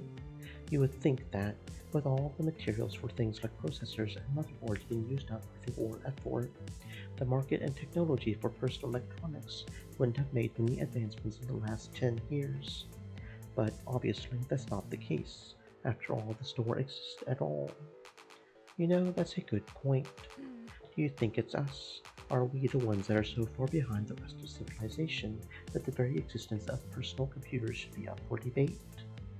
Well, we are college students. That's true. We're usually existing between sleeping and studying. Sometimes seeing the very light of day can be a miracle. After you, then. Honestly, that wasn't quite what I had expected. What did you expect? Something, I don't know, more advanced maybe. Everything in there was tablets, codices, stuff like webcam fridges and vacuums, and way more propaganda on wristwatches and eyewear than I was ready for. I wanted things like personal computers, processors and GPUs, what the latest technology and monitor displays is. I want a motherboard for a codecs I could buy separately, and I want the box to tell me how many wireless keys it can support. I don't think it's all that surprising that we got what we got, personally. Like you said before, what you want is all stuff that would have been made with materials that the governments would have wanted for the war effort. But I guess everyone needed enough webcam fridges and vacuums for the commerce to survive all throughout the decade. Why would someone even need a vacuum that can connect to the internet anyway? That's easy. It's to send outline maps of your home to them. Right. Spying at home in the middle of an evil alien invasion. My bad, it was so obvious. Hey. My, you're being even snippier than usual. Sorry, I'm just disappointed and I'm letting it come out wrong. Let's talk about you for a bit. I would love that. I saw you bought something. What is it? This is just a beginner's book I bought on learning how to program, so this will almost absolutely have a difference on that one further dialogue, where she made a scrapbook of our mom. I have almost no doubt that this will change that at least. Whether it'll change anything else, I don't know, but I figured that I should probably know some of the basics for the year 2323. It couldn't hurt to, I don't know, learn how to make a little icon on a screen come up and say good morning. Nice. Learning how to program is just like learning a new language. It's good to expand your mind like that. Most languages don't stop working entirely as soon as you miss a quotation mark or misplace a noun or whatever. True, but then again, most people that speak a language are also not computers and can extrapolate meaning from intent. So anyway, what did you have in mind for your first program? Just that little icon that says good morning when you wake up? Something like that. I had an idea for something and I wanted to see if I could learn how to make it come to life. I was just struck by inspiration and felt the need, you know? Think of it like suddenly needing to go to the toilet. If I don't get this idea out of me soon, I might just burst. I won't think of it like that. You know, I've been studying robotics for the entirety of my teenage life. I know a thing or two about programming in some basic modern languages. I could have taught you what I know. I considered that, but I decided that I'd rather do it on my own. It would make it feel more, I don't know, authentic that way. That I managed to learn how to do it without anyone's hand holding mine. I'm assuming the instruction book doesn't count. You will note that it does not have hands with which to hold mine in. And then we have the whole press conference.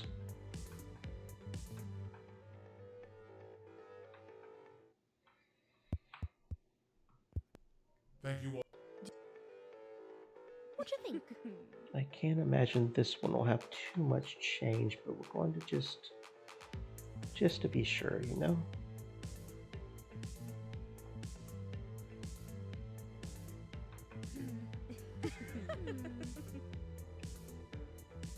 Thanks. Off I go. Okay, let's see what we can get different now. Yeah. I'm looking forward to it. I'll talk to you then, Ezra. Yeah.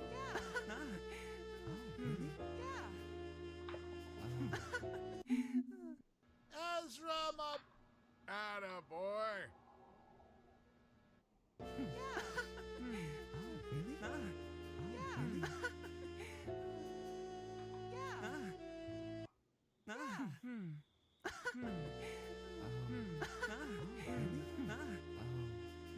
It's been a good minute since I've had some intimate contact like this. So you're keeping yourself right where you are, and we're going to enjoy it until I'm... Help me unload all this junk. I can unpack later. I just want to be home already. Yeah. Indeed. Right. Uh, Right. 2. Yes.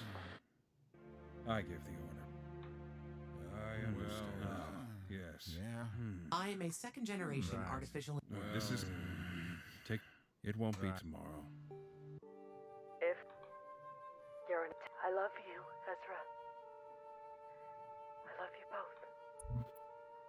both. Please don't. Am I alive? Direct. Thank you, Ezra. Oh. Hey. Hey. You think so? Hey. You think so? Thanks. Would have probably not much different than up here, I bet. You think? You're an adult now. I love you, Ezra. Yeah. I love you, Ezra. Okay, now this is where it should change up. Because she didn't do the arts thing, so it should be different. Okay, yep, it's different. We got a little plushie, apparently. You got me a Natty the Tiny Titan plushie. She's cute. Yeah, she really is pretty cute. Look at that little thing. She's a cutie. It's heavier than it ought to be. Yeah, about that. Hey. Press one of the buttons, any of them. We'll get him next time, champ. That's... Oh, I see what she did. Yeah. Do you remember that one day, I think it was last Monday, when you and I went out and we decided to go to that electronics store? Vaguely, yeah. And I got that book on amateur programming for codices. Remember that? Now that you mention it, yeah, I remember that a little better. The plan at the time was to try and learn how to make my own soundboard that I could send to you and play at whatever time I wanted. Like an alarm clock or something. At the stroke of the hour, you would hear my voice in your codec saying whatever stupid shit I put into it. And I nearly finished it. I got pretty far into the debugging stage. You would think a glorified alarm clock wouldn't have a lot of debugging involved. But, well, I'm not a pro at this stuff. But then Friday happened. I figured it would be in pretty poor taste if I went through all that effort just to prank you with a program that had me spouting whatever vulgar platitude came to mind. So what I did was go through your social media pages, find every video of hers that included your mom, and I pulled as many voice clips of hers as I could and put them into this program instead. I found out about 8 that were clear enough to include in the soundboard. Press any button, they'll all play something different. Wow, I didn't know Ezra could jump that high. God, I hate winter. When's the last time you washed your sheets? I'm proud of you.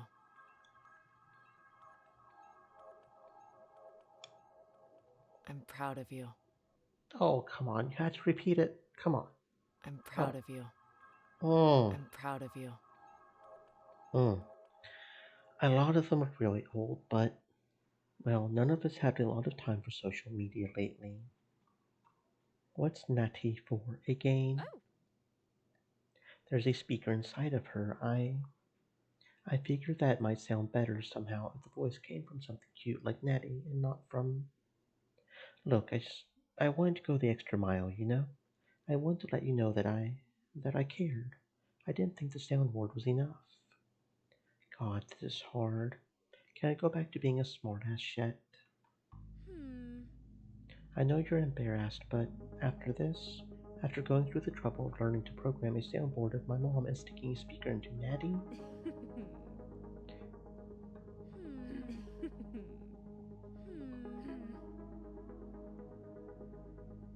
Hey, come on, Ezra. You opened this whole thing with saying that you'll say it first if you need to, if you think so. How is Jocelyn doing, Ezra? Right. Good afternoon, everyone. Run, Ezra. Right. I'm not a computer scientist. I feel we may be on the cusp of something big. Good afternoon, everyone. I understand. Good afternoon, Ezra. What? But I will see. Well, My plan is to retire and live off my veterans' benefits for the rest of my life. That's my boy. thanks. Jocelyn and I possess nearly the same level. All others present have discussed it is if the day. You heard the man, Ezra. Don't keep me waiting. Okay, so Now I'm curious. I'm probably not going to do this load quite yet. I don't think that'll have too much difference. Seems like a lot of the choices don't really lead to a whole lot of difference. This one definitely will. So I'm kind of curious what'll happen if we just go get food, because if we just go get food, she won't be programming a thing or being arts and crafts, right? So what happens if we just do this one? Just getting some food. Will she cook for us? Maybe she'll cook something yummy for us. You alright? I think this is what some people would call analysis paralysis. There's a bunch of different places we could go that's immediately visible and we wouldn't have to walk too far, but I also don't really know which one I want more. So let's do it. Let's go get a damn burger. Hey. I'm all for that, but don't feel like you need to hang yourself up on what it is that I want. I'm not, that's the thing. I'm hanging myself up on what I want, and I don't know what it is that I want. But I do know that I want lunch. I might as well get what you're getting. Well, now you're making me feel like I had made it a foregone conclusion. What do you mean? I mean, I suggested getting lunch, and then you said you could decide what we do, and then... You know what? Never mind. It's not worth fretting over. I'm not one for the whole what do you want to do? I don't know, what do you want to do game. We're not some old bickering married couple. I'm young and I'm hungry and I just want to eat. Look over there. There's a diner with some retro early 2000s theme going on. I bet they know how to make a mean eggs on toast. After all the bar food I've been having lately, I think the last thing I want is for my food to be even meaner. Then I'll make sure that you order yourself a glass of water, maybe with a slice of orange if you're feeling adventurous. I was completely right. They knew how to prepare the hell out of eggs on toast. I agree that was good food, but at the same time, are you sure you aren't overinflating things because you haven't had a real breakfast in possibly years? Well, first of all, we're going to need to establish what a real breakfast is. Not leftovers. Okay, but like, does cereal count? I want to say no. Cereal is something quick and easy that you make when you don't have a lot of time. A real breakfast is as full and fulfilling as a proper dinner is. I feel like that moves the goalpost, since now we have to define what a proper dinner is. But that sounds like an argument I don't feel like getting into, so let's skip to the end. I can see that it's been a long time since I had a real breakfast. Even then, I like to think I know how to put over easy eggs on some toast, and they don't come out as good as that. Do you butter the toast? You might as well ask me if I buttered the underside of my over easy eggs, you Neanderthal. So that's a no. I guess I'm just not very imaginative when it comes to my food. It wasn't noon by the time we sat down to eat, and you wanted a fast food burger. Yeah, that's safe to say. I'm clearly just a creature of habit, but you know what? This whole experience is making me reconsider my diet. All jokes aside, I'm not the healthiest eater. Who was joking about that? After I worked off my freshman 15, I got into a food routine that wasn't the best. Which is to say, I usually didn't eat much at all. Who had the time with everything going on, and the very fate of humanity resting on the shoulders of our generation? You know, I can empathize. I only didn't regress into bad eating habits because I still lived with my mom up until she was transferred to the moon. And by then, I guess I picked up on her stricter scheduling and routine. Although I could never mash potatoes like she could, I swear she usually put something extra into it. Whereas I typically only ate twice a day, it was usually something I could just throw in a microwave or boil for a few minutes. I always knew that was a bad lifestyle. My cholesterol is probably so high I'm slightly radioactive. But all it took was one damn good breakfast for me to realize that. I should probably change that. With the Rick lid gone, there's no more stress, no more needing to be the very best I can be for the sake of the effort, and no more always feeling like there's no time, no more needing to feel like I need to always study and sleep, and eating had to be a necessary time sink. So Ezra, I'd like you to be my witness. For what? Tomorrow morning I'm going to make my own breakfast, and it's going to be a real breakfast. I'm going to butter my toast, I'm going to make my eggs over easy, I'm going to grill up some potatoes, I'm going to peel an orange or two, I might skip on the hash browns since those and the potatoes would be a lot of starch, and I might skip the bacon since there's a ton of grease and fat, and I want less of that. As much as it would suck to skip on the bacon, maybe I could trim the fat and drain the grease. Am I done witnessing this, or like what else is expected of me? I'm trying to be serious. I want to try and make steps to a healthier lifestyle, and I'd like you to hold me accountable to that. After all, my body is a temple, all forgotten, neglected, falling apart, and graffito tagged in some places. It's time I started taking better care of it. Damn, you must have really liked those eggs.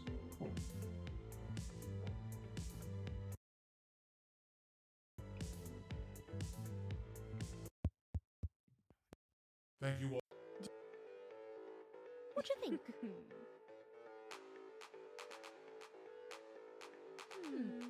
You think so? Thanks. Off I go! Yeah. I'm looking forward to it. I'll talk to you then, Ezra. Really?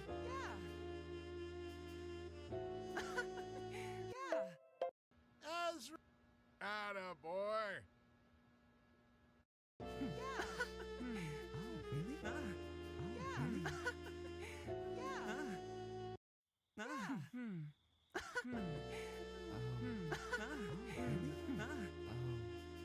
It's been a good minute since I've had some intimate contact like this.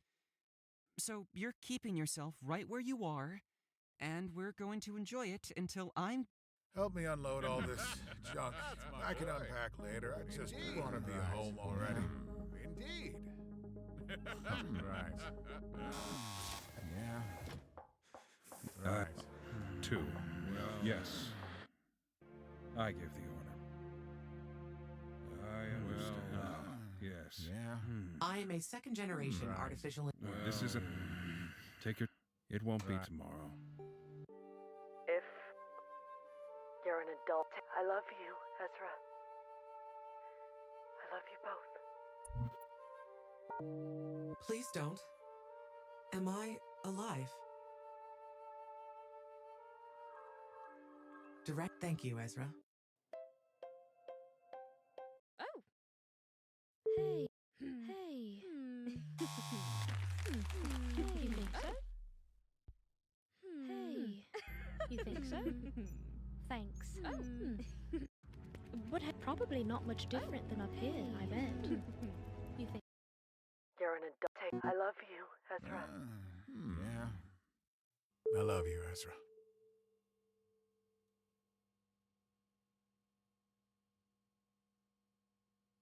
Okay, so yeah, she's bringing food if we do the food option. Is it food? That depends on how it came out. Sounds like you know with extra letters. Boy, your face will have an extra fist if you backtalk me like that again. LOL. Come on over wherever. Cool. Thanks. Hey. What's this? It's turkey dinner. It's what? You made a whole ass turkey dinner. Turkey slices, stuffing, mashed potatoes. I'm assuming that's gravy. There's the cranberries. Yeah. It's not a whole dinner. We're out of season for turkey, so I had to get it pre-sliced from a package at the grocer. But yeah, this isn't leftovers, is it? No, it's... Come on, Ezra, I'm being serious here. I made turkey dinner and... I'm trying. I want... Listen, look what you've done to me, Ezra. Alright, I'm sorry. Why did you make me an entire turkey dinner? Do you remember that one day? I think it was last Monday, when you and I went out, and we decided to get a late breakfast at that one place. And I said I would vow to start treating my body better now that the war was over. I do, yeah. Is this... No, sorry, I don't want to make any more assumptions. Please go on. I remembered way back when you and I were first starting to hang out together that you mentioned your mom was a soldier on the war and that she probably wasn't going to have turkey dinner for that year's Christmas. And you said that it was her favorite meal. Ever since Monday, I had held to my word. I was going to correct my diet and start eating healthier. I had been making myself proper breakfasts and dinners, and I had been trying to cut back on the alcohol, with the occasional exception. Baby steps, you understand. Of course. But then Friday happened, and I was trying to think of ways to cheer you up. At first, I thought about making your favorite meal, but then I figured that eating your mom's favorite meal instead might remind you of her in a better way than a picture or a voice clip might. So, yeah, it's a bit of a leap going from eating crap food for most of my school life to slaving over an oven top to cook an entire cooked turkey dinner. I didn't even know if it came out any good. It's probably worse now that the food's cooled off a bit. It's just, I hope it was. God, this is hard. And then back to that. So, yeah, so we've got a turkey dinner if we go with that one. Okay, so there are differences here. Nothing that apparently pops an achievement for some reason, which is really weird. Because there was an achievement for. Right? No, maybe there wasn't. Was there?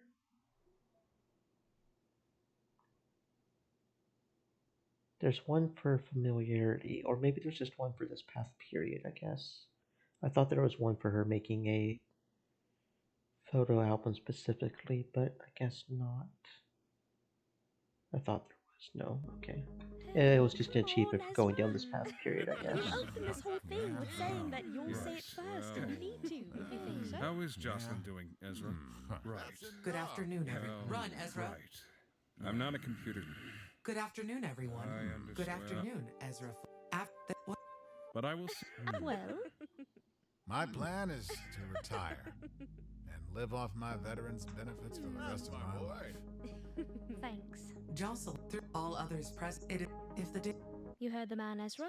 Okay, Don't so keep yeah, waiting. that doesn't change a whole lot there. Okay. But it did change that. So that was this one, right? So then this one, what was this one? Um,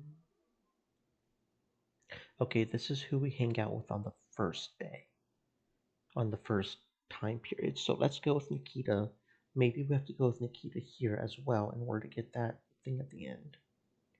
Nikita seemed pretty cool, and I sort of got the impression that he could use someone to hang out with now that he doesn't have his training to hold his focus every waking day of the week.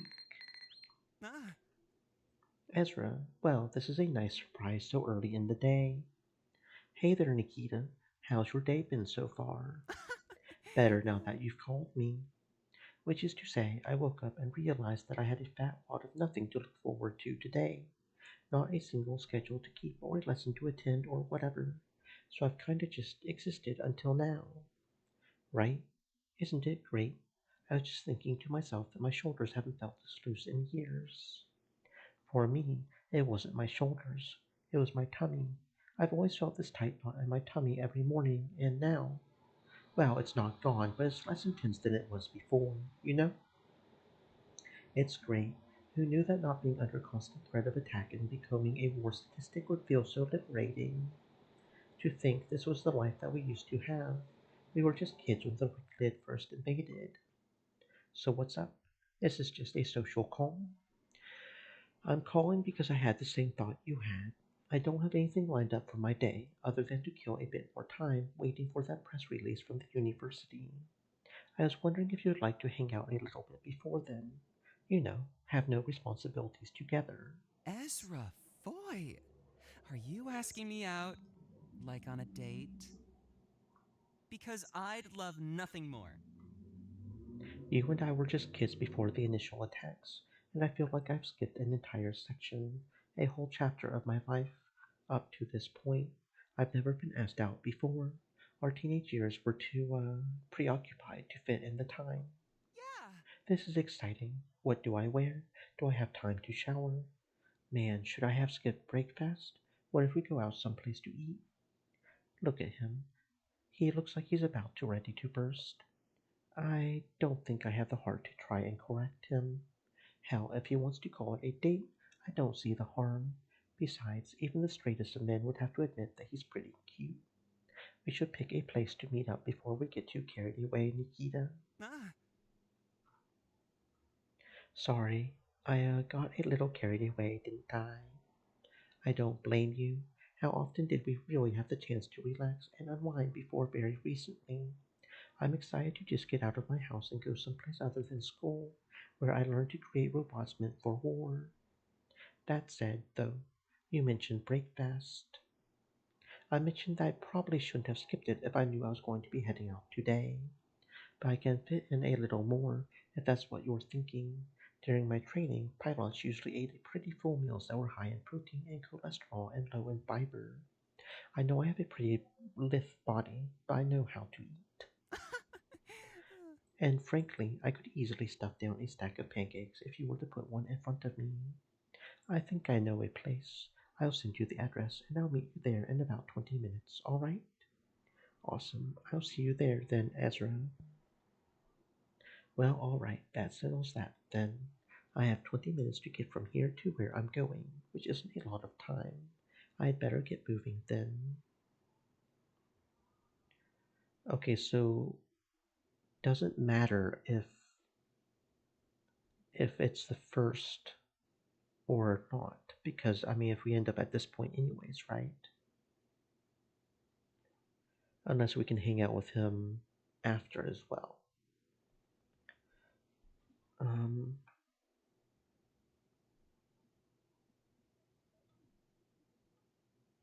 He must have been excited to get out of this place and go on a date. Ezra. Hello, yes, good morning, Ezra. I got a CC already. I can see that. How long have you been waiting? 10 minutes. So is it still the same? But it's not letting me skip. But it's the same dialogue.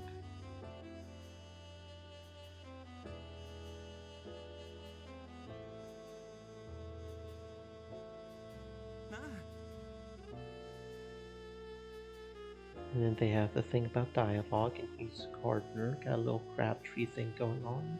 As long as you don't have crabs, ooh.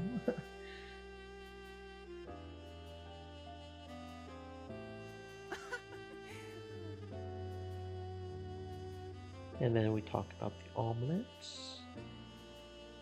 And he talks about bread and soggy bread not always being a bad thing.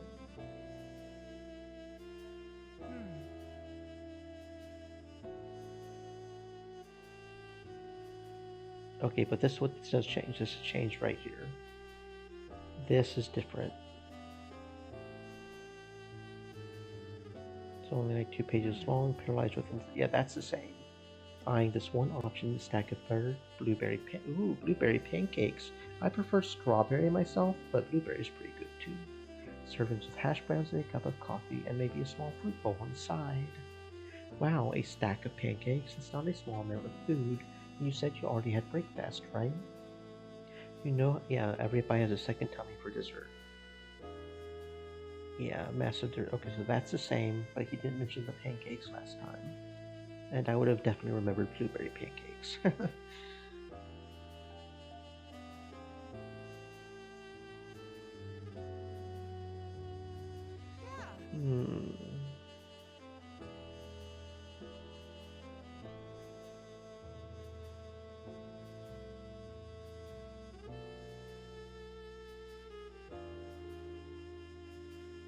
So this is probably different as well. It says a small dialogue.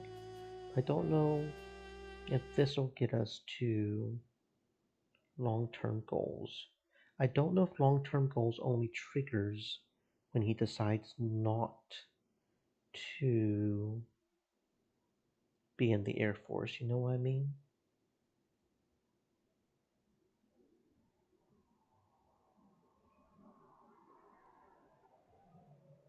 Looking at the other achievements.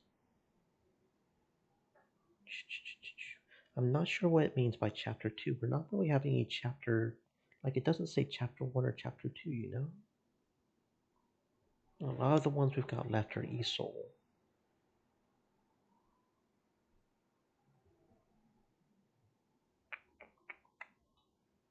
Okay.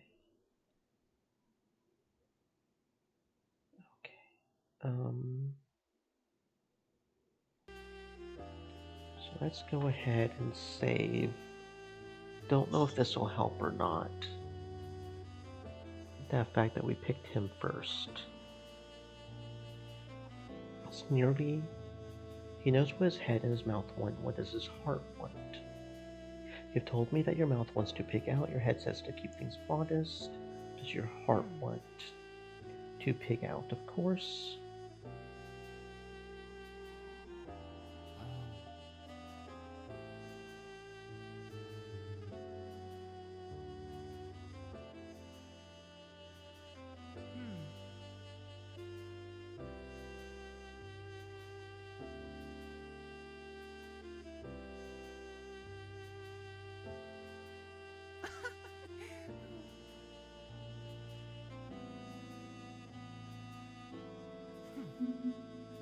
Okay, and then we get the call. No, we don't get the call. This is the virtual press conference. It'll also be interesting to see what he thinks of this virtual press conference, so that's definitely going to be different.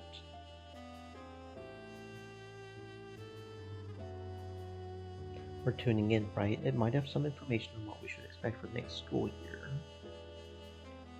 I was personally enjoying our conversation, but you're right in that we probably should. So let's see what's up then. So this will probably be different. Maybe this is what we need in order to, or maybe he's always a pilot and we just need this to reinforce the fact that he's a pilot to do his dream or something. But the dialogue's going to be the same, right?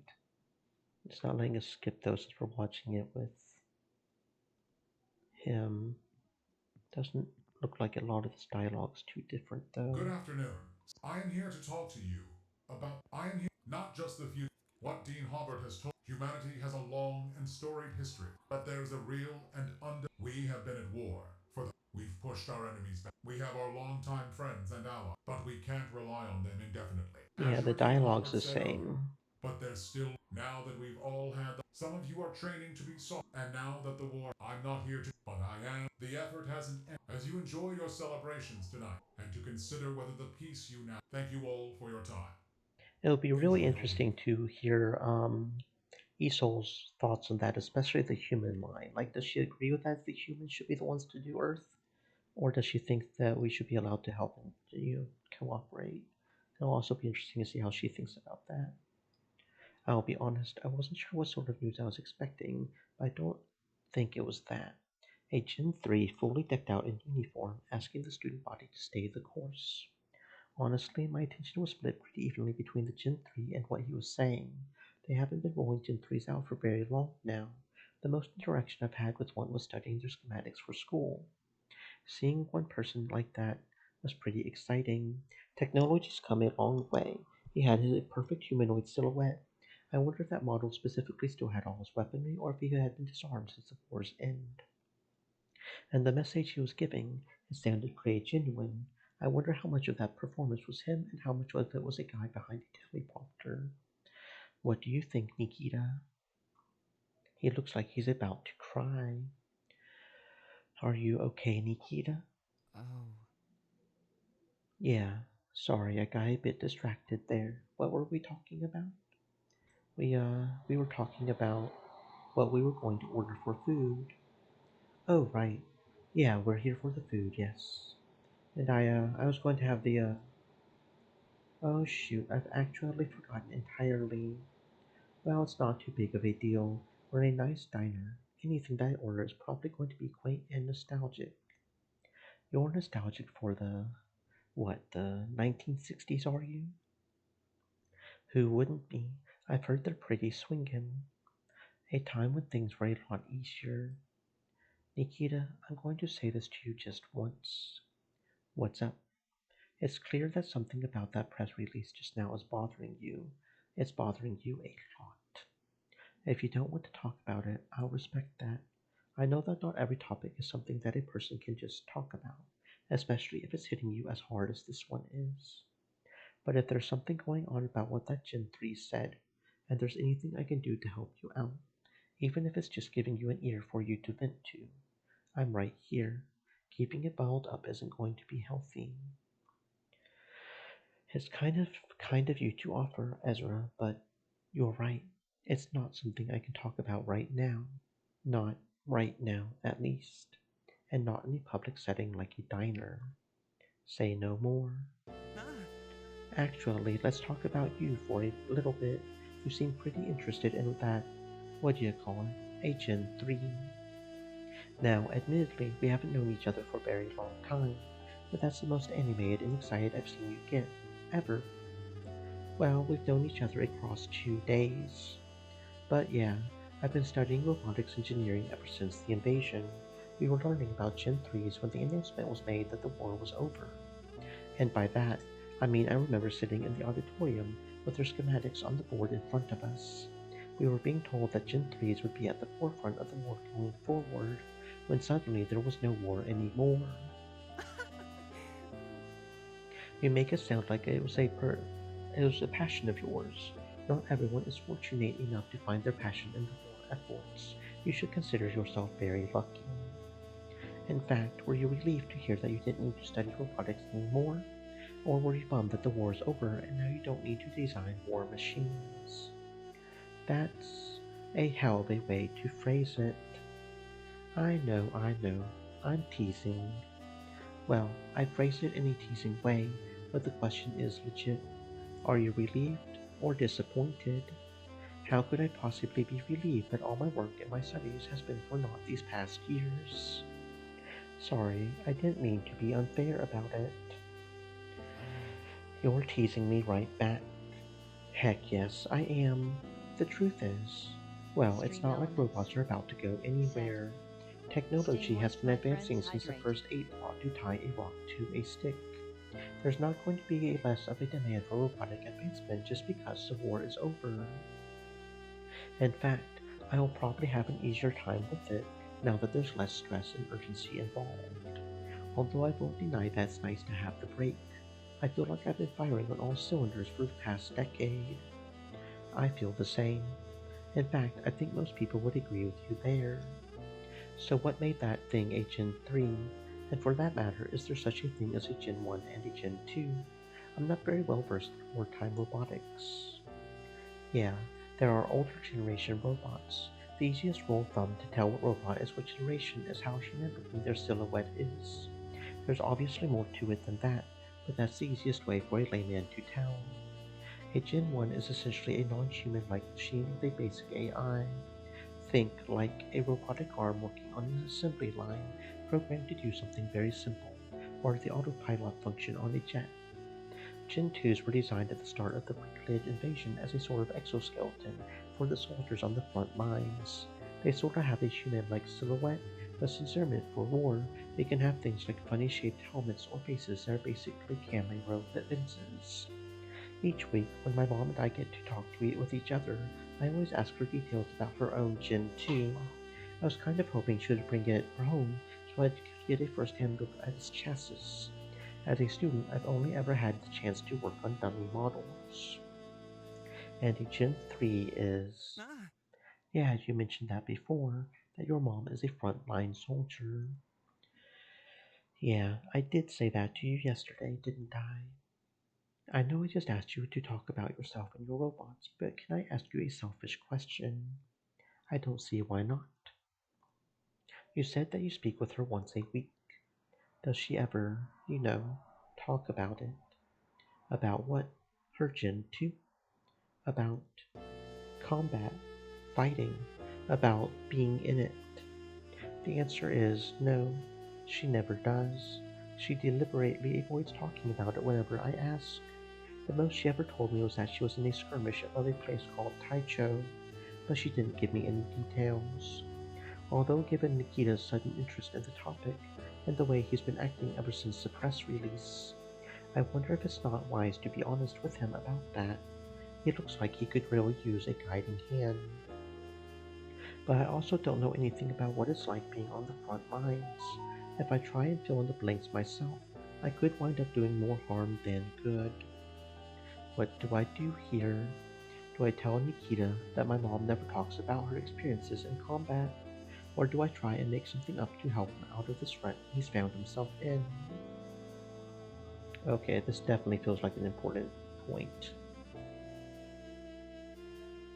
Better to be honest.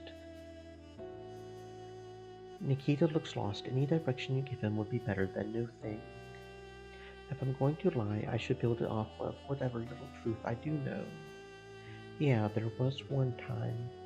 She told me that she was once in a battle on the moon above some place called Taicho, but she didn't give me more details than that. She described the battle as chaotic. It was easy to tell the humans and beings apart from the Wicklid, but in the heat of the moment, she had a hard time telling which direction was up sometimes. She told me that when she was at her most scared, she would think of me and my dad first and foremost. She never put much thought or emphasis on the list of humanity, or on Earth, or the Moon, or Mars. Those were just bonuses to her. One of the fantasies that she clung to get herself through her tour and her battles, was coming home to us and hanging up her hat as soon as she could. She missed coming to this very diner in the morning and staying until the afternoon. And, like you, she had a hard time confiding in people with what she was going on in her head. She felt like she couldn't really confide in anyone. She tried with her Gen too, but there's only so much emotional connectivity you can make with an AI with the current tech.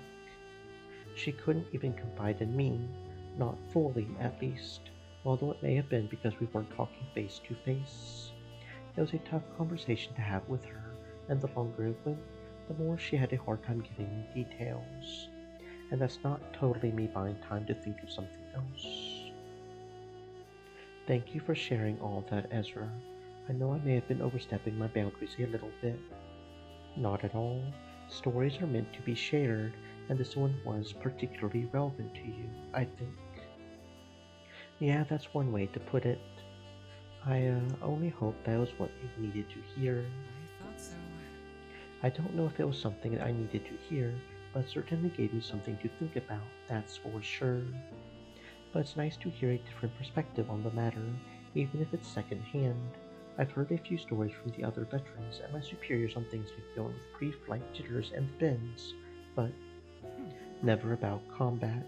It's tough to get a real story out of anyone. Maybe your instructors have just never seen combat for themselves. If they were still combat ready, I doubt they would stay here in Galilee and be instructors. I thought of that too, but it's kind of impossible to believe that none of my instructors has seen action in the past 13 years. I would sooner guess that it's just a tough topic to talk about. Nobody wants to relive some of the worst moments of their lives, and especially not because some greenhorn asks. Not that anyone can blame them. Your mother was a very patient woman if she really told you all of that. Although if you want my advice, you probably should bring this conversation up with her. It might open some wounds. Right, I'll keep that in mind. Oh, and by the way, Taicho is an aerodrome on the moon. It's named after the crater it was built in. Well, now I know. Let's change the topic. What's your day looking like? Do you have anything else on the agenda? Not especially. My day's pretty open. The last 3 of them have been. Now that school's out and we're still celebrating. How about yours? Unfortunately, my afternoon and evening are all booked up if you were thinking of extending our date. Which is too bad. I'm enjoying myself with you. Well, likewise. Compliments like those are always nice to hear. Don't worry about me though. I'm sure I'll think of something to pass the time. Better than I would have done. Even now, I bet I would still be sitting in my room, just waiting for something to happen to me. That brings me up to my next question. Not to circle back to our earlier topic, but what do you plan on doing after your service? You joke, I hope, that you have exceptionally little going on with your life, but surely you have something you'd like to do once it's all over. Yeah, there's one thing, although it's not really a life goal, it's more of a short-term thing that I would really like to get around to. And what's that? I'd like to travel. It takes a certain kind of spirit to jump into a fighter jet. To dedicate the last 13 years of your life to that opportunity. We're capable of interstellar travel and communication with our closest neighbor Gi in the Andromeda Galaxy. I've been born and raised right here on Aerodrome Galilei, and the most I've ever seen of Earth was in pictures. I haven't even seen it through our telescope. Enlisting meant going to Mars, to the moon, and to Earth. They wouldn't be leisure trips, but, well, if I were to die in combat, then at least I'd be able to see home for the first time in my life. No, you know what? I can do better than that. I want to explore. It's one thing to sit at a telescope and study the stars and the planets nearby, but it's another thing to visit them entirely. We're getting better and better at refining our lightspeed travel. When the Geans first arrived 300 whatever years ago, they made that sort of trip in 5 years. We've managed to cut that down to 3.5. That's not a short trip, Nikita. That's 3.5 years of your life just in transit. It's worth it. There's a lot of beauty to our universe. I want to see as much of it as I can. I want to be reminded why I chose the path I've chosen every time I look out my window. I want to visit our friends' home on Gi, and I want to make new friends elsewhere. And what if you run into friends like the Ricklid? That's just what makes it more exciting. Exploring, adventuring, journeying to new horizons, and leading humanity's history onward. That's all a part of the mystique of exploration. Now, are you going to accept my answer? Or are you going to keep trying to talk me out of it? Sorry. Now that I think about it, I've never really had any aspirations about traveling. Not to Earth, not even to other aerodromes. The furthest I've ever gone in my life is to Section 1. Nikita really makes the idea sound appealing. Stretching out, going to other planets, and experiencing other cultures. I don't know what culture Earth has even before the invasion. It's a big place. What would it be like? What would it be like Aerodrome Galilei and to have more than one? And there's Mars too. I remember learning that place was a cold, desolate red desert with nothing but sand and rocks covering the entire planet. And we've managed to terraform most of it into lush grassland. I don't know. It's not something I ever considered before, and I don't want to seem like I'm stealing Nikita's idea, but something inside me is saying that it's a good idea. To at least visit Earth. To go home, like he put it.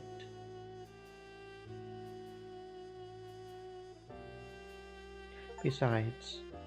Oh, okay, there we go. That's learn what Nikita wants to do with his life. Long-term goals. Okay, so that one kicked in there, apparently.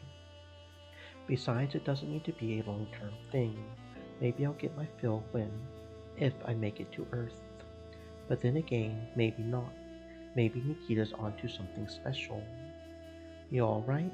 You blinked on me for a second there. Yeah, sorry. I was just thinking about something else. Care to share? It's not anything important. I was just thinking about what I was going to do later. You're already putting more thought into it than I did this morning. You two cuties ready to order? I don't know if I am. What did I say I would order? I got a little distracted to the end there. You said... You were going to order pancakes, a whole stack of them. Right. I want a stack of 4 pancakes. I want them fluffy enough that I could sleep on them. Wow, it's always fun to meet a new challenger every once in a while. This isn't going to be much of a challenge, I don't think. And you, handsome? You forgot to read the menu, didn't you? I sure did. Would you mind giving me a few more minutes? I'll start with a water. Staying hydrated is important. Staying hydrated is important, friends. Make sure to hydrate. I can't believe we forgot to order for you after all this time. We've been so caught up in other things. Well, you know what they say about time flying when you're with good company. I think that's a saying anyway. The rest of my date with Nikita was pretty uneventful. Most of it was him stuffing his face anyway, and the rest was talking about what we had done yesterday and who we had met. Once we had our fill, he went off to do his own thing. He said something about needing to report back to the base. I didn't quite understand the whole of it. I figured I might as well head home. My day was pretty open, and upon realizing that I didn't know what to do with myself outside of hanging around someone else, I figured that maybe I should let lunch digest a bit. What a day, I can't believe it's already 2:30 in the afternoon. I'm not used to this. Okay, so then that's the same. And Nikia's booked up. So let's go with Carla. Carla and I have been friends since this whole Ricklid mess began. We like to joke about how much of a pain to each other we are and all, but I enjoy her company. She'll probably enjoy the opportunity to get out and do something for a little bit. What do you want? It's too early in the morning for this. It's 2:30 in the afternoon, Carla. Wait. Well, hot damn, would you look at that? It's too late at night for this. Oh, my mistake. I'll leave you to it then. Ezra Foy! That was rude. You never told me what you wanted. What I wanted was to know if you were up to hanging out for a little bit this afternoon. I find my schedule to be, well, rather open now that we suddenly have our freedom again. Like on a date or something. You wish. What if I did wish, Ezra? What if I wanted nothing more? We've known each other for most of our lives now. What if the reason we've never seriously been set up with anyone else is because we're waiting for each other to make the first move? Then that would be a discussion you and I would need to sit down and have some time. But in the meantime, do you want to meet somewhere and do something and not call it a date? God, do I ever. You want to know what I had planned to do this afternoon? I don't know. Sit down and read a book? Yes, actually, after doing chores. Does that sound like the Carla Vaughn you know? Heaven forbid. In truth, I didn't have any plans for this afternoon. I had gotten all my chores done earlier this morning. Seriously? That really doesn't sound like you. I was starting to feel kind of anxious about not having a schedule to keep. The last 13 years had been all airtight.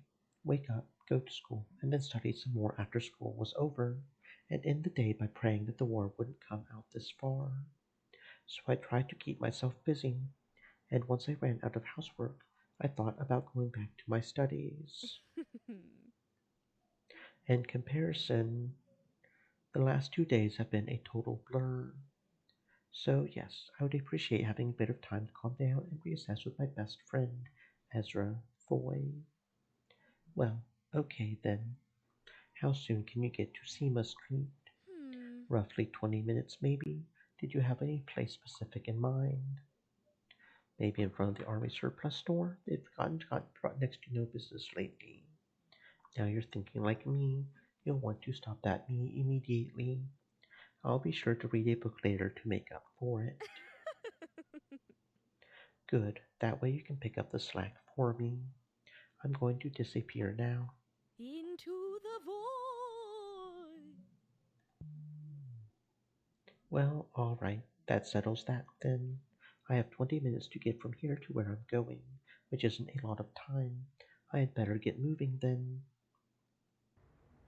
Man, it's day 3 of the celebrations. You would think they would have run out of confetti by now. Can you blame them? No, not even for a second. Their energy is so infectious it's like a perpetual motion machine. And this is the same as last time.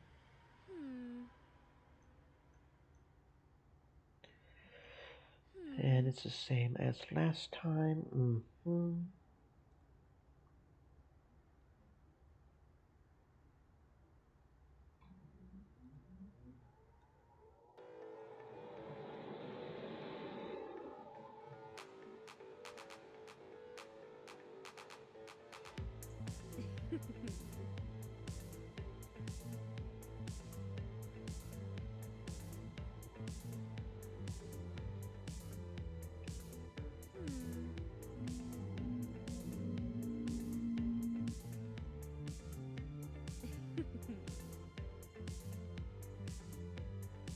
Okay, so that's all the same.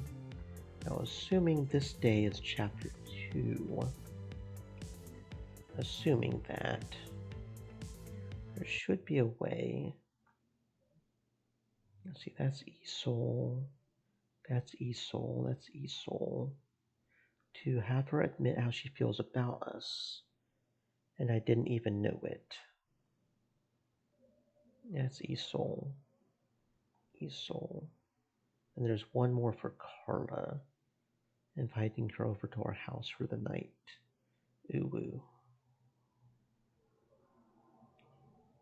Okay, so assuming this is chapter 2, one of these probably. So let's try the food idea.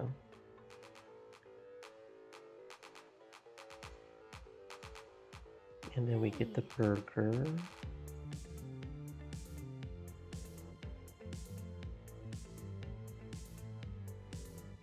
And then the whole argument about eggs over toast. It's coming up on dinner, so that's a little bit different because it is dinner time and it's the afternoon instead of the morning. But as if there's somehow a wrong time to have eggs. I suppose that's true depending on your tastes. And then that's the same orange in the joke. And she was right about them having good food. And then it's about what a real breakfast is. Okay. And then she starts rethinking about how she eats.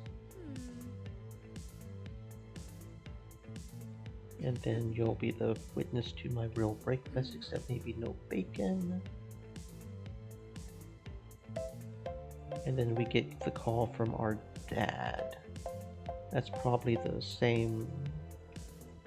You'll find some other way to keep busy. Don't keep him waiting. Take all the time you need. So this is probably the same right here, though. Ezra, my boy! Which is good. Yeah. I've lost a lot of weight since...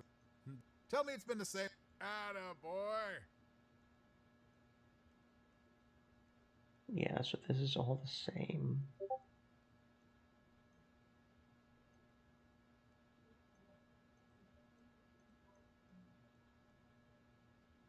Yeah, this is all the same. It's not letting me skip because it's technically a different person we're seeing the story with, which is slightly annoying, but none of that text is different. I'm scanning it, so I could be a little wrong, but... And then this will be different. That's exciting. Mom and Dad are coming home tomorrow. Should think about maybe I should go tonight's show with Carla. Where are you, Carla? There she is. Hey, Carla. Sorry, it sounded like an important call, and I got bored, so I started window shopping a bit. I saw. See anything you like? I'm seeing something I like right now, Ezra. Yeah, okay, cut this shit. You know, sometimes I wonder. We had this discussion earlier, but we're close enough friends that we can make dirty jokes like that, and neither of us are going to bat an eye about it. But at what point does it stop being just jokes? I mean, we've had a drunken three-way fling with Esol already. You and I taking our own relationship to the next level isn't so far off. When does it happen, if it ever does? Wait, is this a serious question? Right, we can't tell anymore. So what was that phone call all about, if I'm allowed to ask? It was my dad. No kidding. I love that guy. He sure is a real character, your dad. Couldn't forget him if I tried. And how's old so-and-so doing? You do remember his name, right? Yeah, his name is Nathan. He's a software engineer that pulls double duty for life support and targeting systems. I was doing a bit, Ezra. It's tough to tell with each other sometimes. Anyway, he tells me that he and Mom are going to be coming home tomorrow. That's fantastic news, Ezra. I know. I wasn't expecting them to come home for another week or something. This is pretty sudden. I'm happy for you.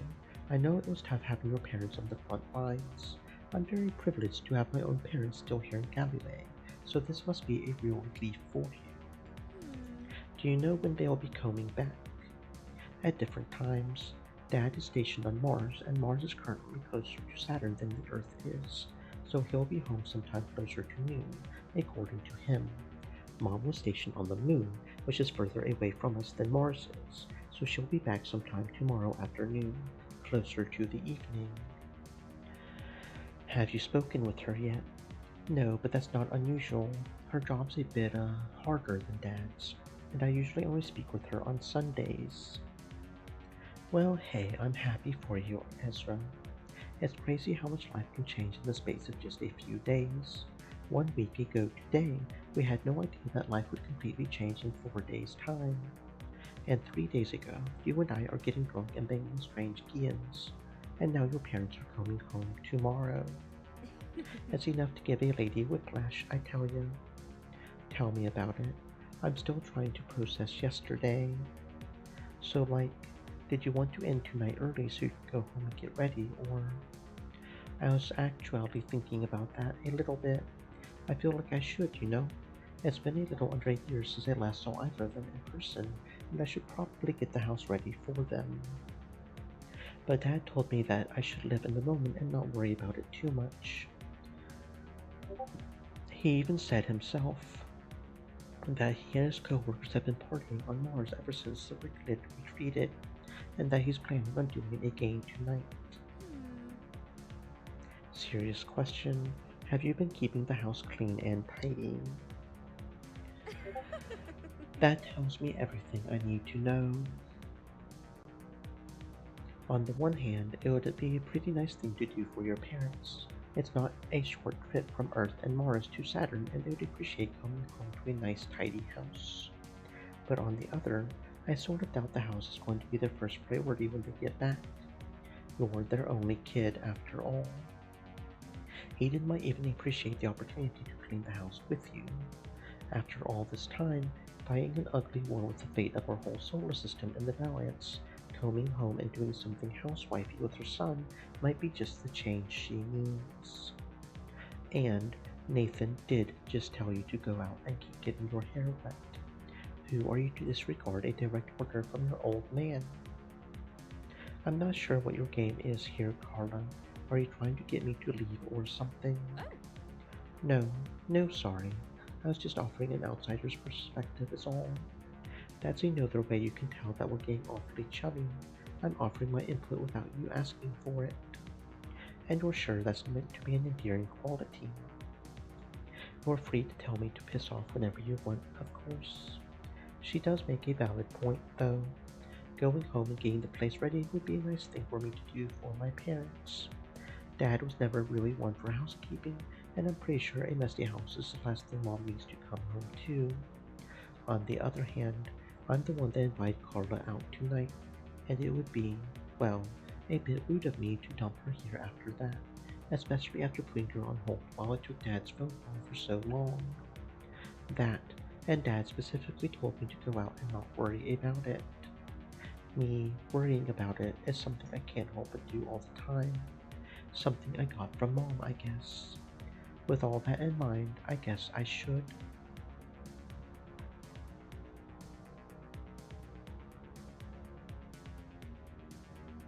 Excuse yourself from Carla and head home to get the place ready.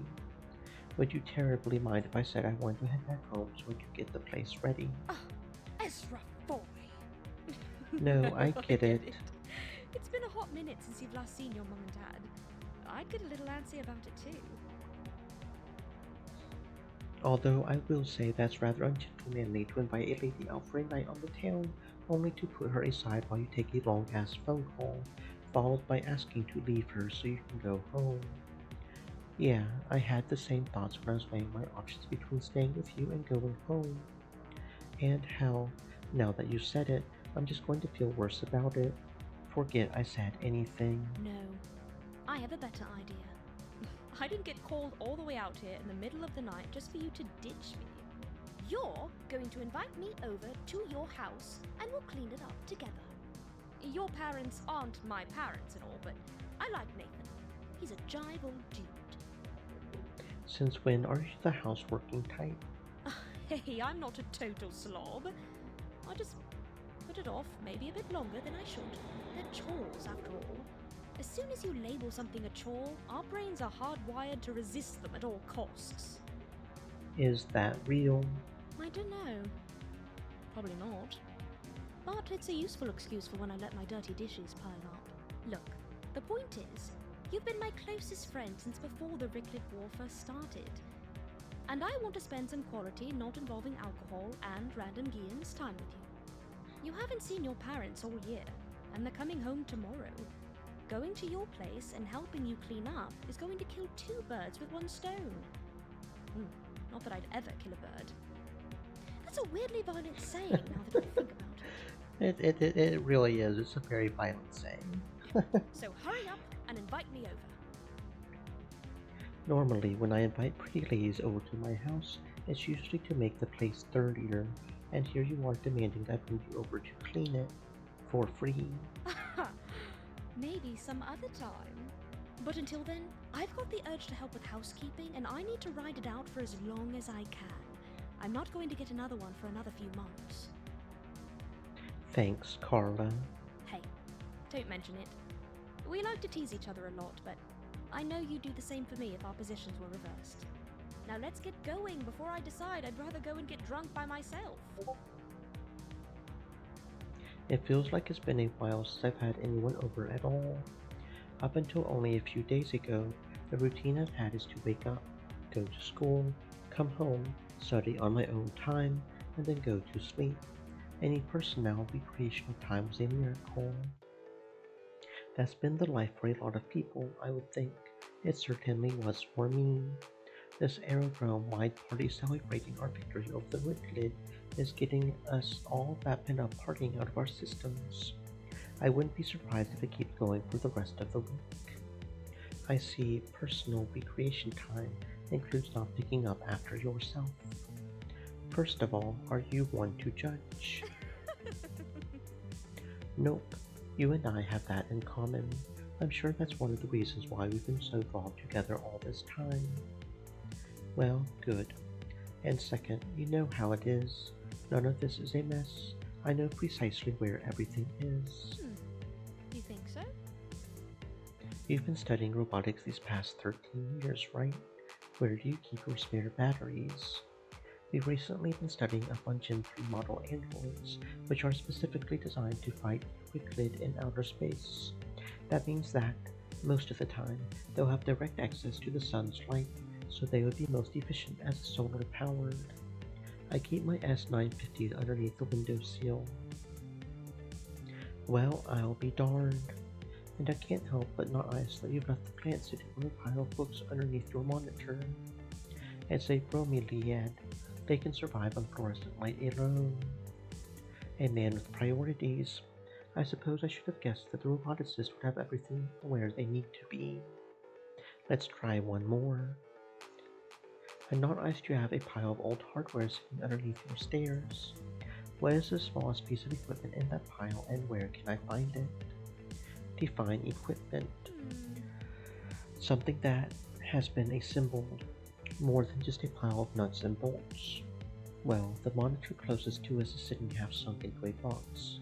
Inside the box is a servo mechanism with a motor, a potentiometer, and a gear assembly, but it doesn't have a casing or a microcontroller. Oh. Hot damn, here it is. I told you, Carla, I know where everything. Look how cute this thing is. It's so small. Well, yeah, I guess it is. That's been tech engineering since the first computer was invented, though. We're always looking for ways to make things smaller without losing power or efficiency. The first supercomputer was the size of a living room, and it would be weaker than that servo's microcontroller. What could something like this even do? I see the gears in the motor, but, would turning the gears be the only thing it's meant to do? Yeah, essentially. You plug in a controller, you program it to turn one way or the other, and how fast you want it to go, and bam, you have yourself a servo. Machines that iterate on a basic design like this one would go in an android to work their joints, elbows, knees, hips, etc. And this one, what was it meant to do? Do you ever plan on finishing it? No, and nothing, irrespectively. It was just a passion project I came up with once, way at the beginning of the war. I've made bigger, better, fully operational machines ever since then. That's a shame. I guess it makes sense though. Machines become obsolete all the time. My codex was the newest, hottest thing on the market once upon a time, and a competing developer released something better 2 weeks later. Yep, that's just the nature of electronics. So, are we going to clean this place up, or... Yes, I haven't forgotten. I'm just trying to plan out where everything's going to go in my head. If there's anything that we could rely on, it's the overabundance of stuff in a bachelor's home. You don't have a garage, and I'm assuming you don't have a cellular cellar. And if you do, I hesitate to think about how cluttered that must be if all your stuff is overflowing into your living room like this. Which means you're going to have to make the difficult decision to toss some stuff, I think, if we want to get this cleaned up. I don't care. Most of this stuff is garbage. Wait, really? Then why do you keep it? Honestly, because I needed someone to come in and remind me that's all junk, and I'm displaying hoarder behavior before I suddenly find the motivation to do something about it. I'm sure that someone being a pretty lady like myself certainly helps things. Am I right? I'll admit it packs more punch than if I have some stranger burst into my house and started criticizing my lifestyles, yes. Speaking of which, you invited yourself here, Carla. Now, clean my house. Don't you hold on to that attitude of yours, or Ezra. This is an act of goodwill, a favor that a friend is doing for a friend. But yes, we should stop standing around and shooting the breeze and get to it already. Damn, I hardly recognize this place. You think Right? so? We did a pretty good job, I think. Yeah, I mean, I doubt Mom and Dad are going to be getting on my case about the state of the place when they come in tomorrow. Which is what I wanted from the beginning. I just didn't want them to come home to a place that looked like a single 20-something student lived in it. Okay, let's not bring the mood down. We just finished cleaning the place up and we just started feeling good about it. Don't make me feel the need to clean up your attitude too, mister. Yeah, you're right. I should be focusing on the future, especially now that we've gotten a big task like that out of the way. You know, it's kind of funny. People like us, we spend so much time procrastinating, putting off doing things like household chores for one reason or another, like our studies or our intrinsic need to party hard these past few days. But as soon as it's actually done, once we knuckle down and actually do the damn thing, I don't know what emotion or feeling I'm supposed to have right now, but I kinda like it. It's probably just relief that's over and done with. Nobody likes doing chores. That's why they're called chores. Maybe, but I'm kind of feeling the drive to keep going, you know? Like I should head home and start cleaning my own place up and see if I can get it looking as nice as yours. You know, chase the high, or rather, hold on to it while I have it. Are you trying to say you are about to leave? I think I deserve a reward for helping you out around the house, Ezra. Don't you? Well, the typical reward for helping a person move is food and a beer. The night's still fairly young. Do you want a food and a beer? And the typical response when someone has a pretty girl in their house, having cleaned up the place for them, and asking for a reward while making look-at-me eyes, is to escort her to bed.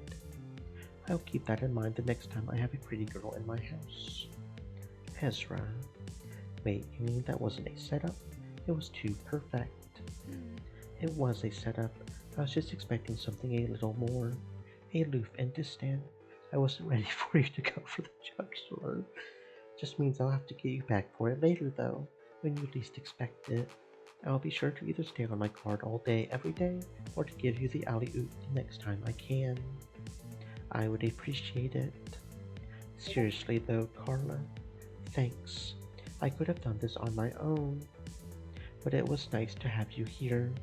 I appreciate that you gave up your night to do this for me. Gave up my night. Ezra, hanging out and spending time with you was my whole goal from the beginning. It doesn't matter that we're not out on the town or whatever. I mean, yes, you're the one that invited me out and then tried to bail, but I went out in the first place to be with you. If I wanted to go downtown and get drunk, I would have done that with or without you. That's probably the sweetest thing I've ever heard you say these past 13 years. It is. Shit, that means it's all downhill from here. I know this sounds weird considering that all we did was clean up your house, but I enjoyed it tonight, Ezra. This is not an invitation to do it again, though. Understood. Like, do you want that food and beer, or... I really was thinking of heading out, as coming up on midnight and for all the partying and drinking we've done lately, we've still been students up until 3 days ago, and to think that sorting a bunch of garbage really takes it out of you. Are you going to go home and try and clean while you still have the drive? Odds are looking less and less likely as time goes on. Now there's an idea. You can come over to my place tomorrow and help me clean my place. It's only fair, you know? Tomorrow. That's right, your folks come over tomorrow. The day after then. This is the part where I kick you out before you start getting any worse ideas and foisting them onto me before I can stop you. Good luck. I'm full of bad ideas. I'll talk to you tomorrow, Ezra. Be sure to tell Nathan and Eden that I helped fix the place up. Yeah, I will. Talk to you tomorrow, Carla. It all almost seemed too good to be true. And that's all down here from here, and invite Carla over. Okay. So I wouldn't be surprised if the decision after that will get us the other, assuming that this is indeed chapter 2, which I'm not sure it is or not, but stay with Carla, enjoy the night. Their right to party is what Mom and Dad fought for. So assuming this is chapter 2, that'll probably get us the other Carla achievement. Then it'll be all about East. You know what? Yep, no need to elaborate. Well, good. You know what? What? You're right. Dad told me to enjoy myself. And this piece is what my mom had fought for. What's the point of having it if I'm just going to pull my hair out worrying about the future? I'm sure they'll forgive me for leaving the place a bit of a mess for now. And I'm sure one of the things on Mom and Dad's to-do list is to enjoy the parties themselves when they get here. Hell, Dad practically told me as much. Right on. So you want to keep celebrating. I can get behind that. The night only just started, Ezra. Do you have any ideas on what you would like to do? Bar hopping is the obvious choice. When are the taps going to run dry? We have been running them pretty ragged, but probably not for a little while. It's not like Galilei imports all of its rum. We could park all 3 pubs every night, and we wouldn't see all of them in Galilei in a year. Hell, never mind Galilei. We wouldn't see every bar in subsection 4 in a month. And there's so many different kinds of rum to drink, mixed from all sorts of different spices meant to be reminiscent of so many different cultures. You and I are most familiar with the American-style beer, though we've never had like Japanese sake or Syrian Iraq or whatever. And with all that alcohol comes all the bar food. I've had enough peanuts that it would overdose a squirrel during the winter. I wonder how well hummus or sashimi would go with my spirits. Not in the mood for bar hopping. I don't think so, not this time. Well, don't feel like you need to decide one way or the other for my sake. Your old man told you to enjoy your night. Don't let me tell you how to do that. And, honestly, I should probably slow down with the booze and bar food myself. My metabolism is only going to keep me young and thin for so long. My appetite and my need to party has been writing checks that my body is going to cash sooner rather than later.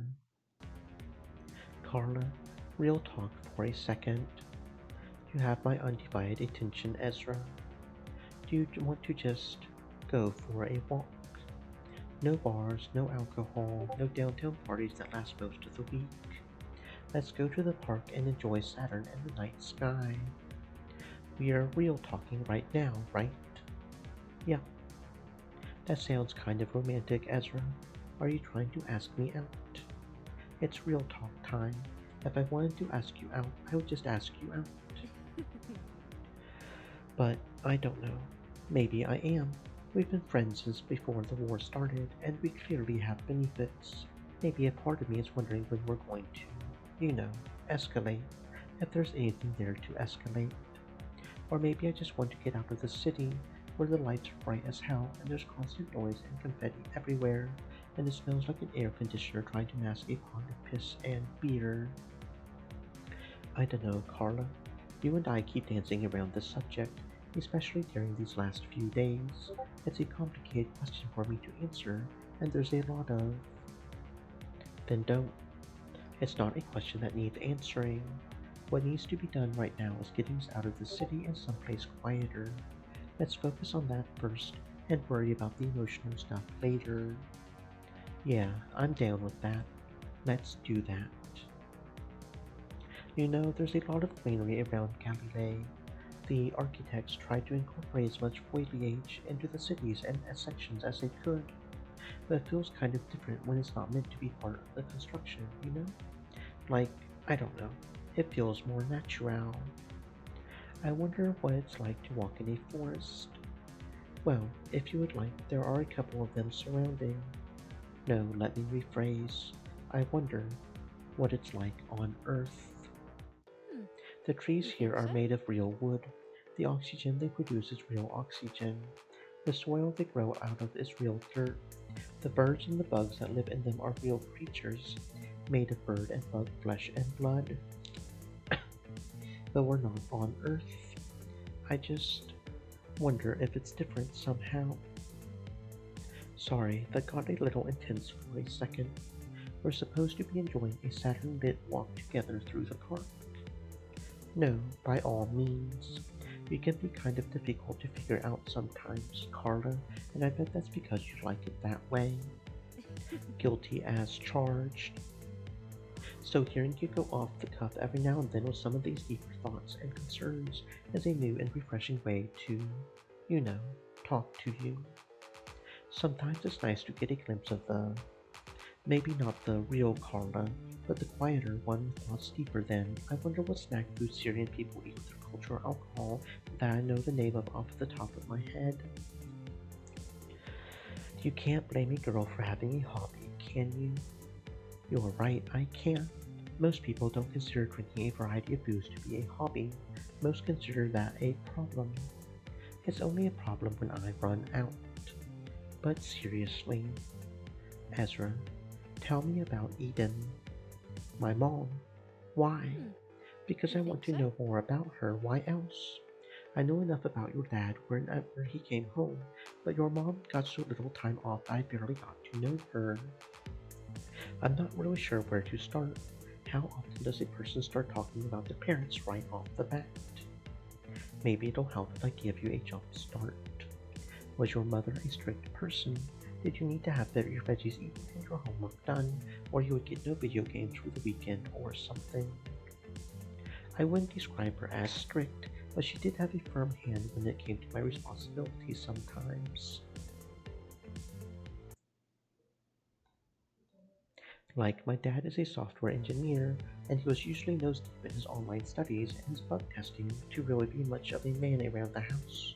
So mom was usually the one to do things like patching holes, painting walls, fixing windows. If I ever misbehaved when I was younger, I had to help her with the household chores as a punishment, which usually meant doing things like standing around and holding tools or helping her with window measurements. Boring stuff that helps, but doesn't feel like helping. Next, you'll tell me that she was the one that built your porch. Not quite to that degree, but she did enjoy working a barbecue during the summer. She didn't smoke or drink. She was a bit of a health nut.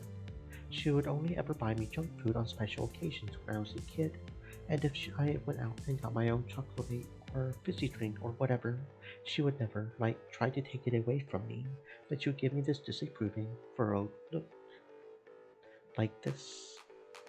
No, that's more of a I just found the weed in your room kind of look.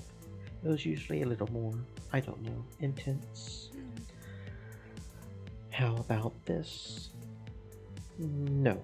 The face is about right, but the body language is too intense. You look like you're about to clock me. Are you kidding? If I ever found a weed in my kid's room, I would ask them for some. Of course, I say that as a hormonal but childless 20-something that thinks she's invincible.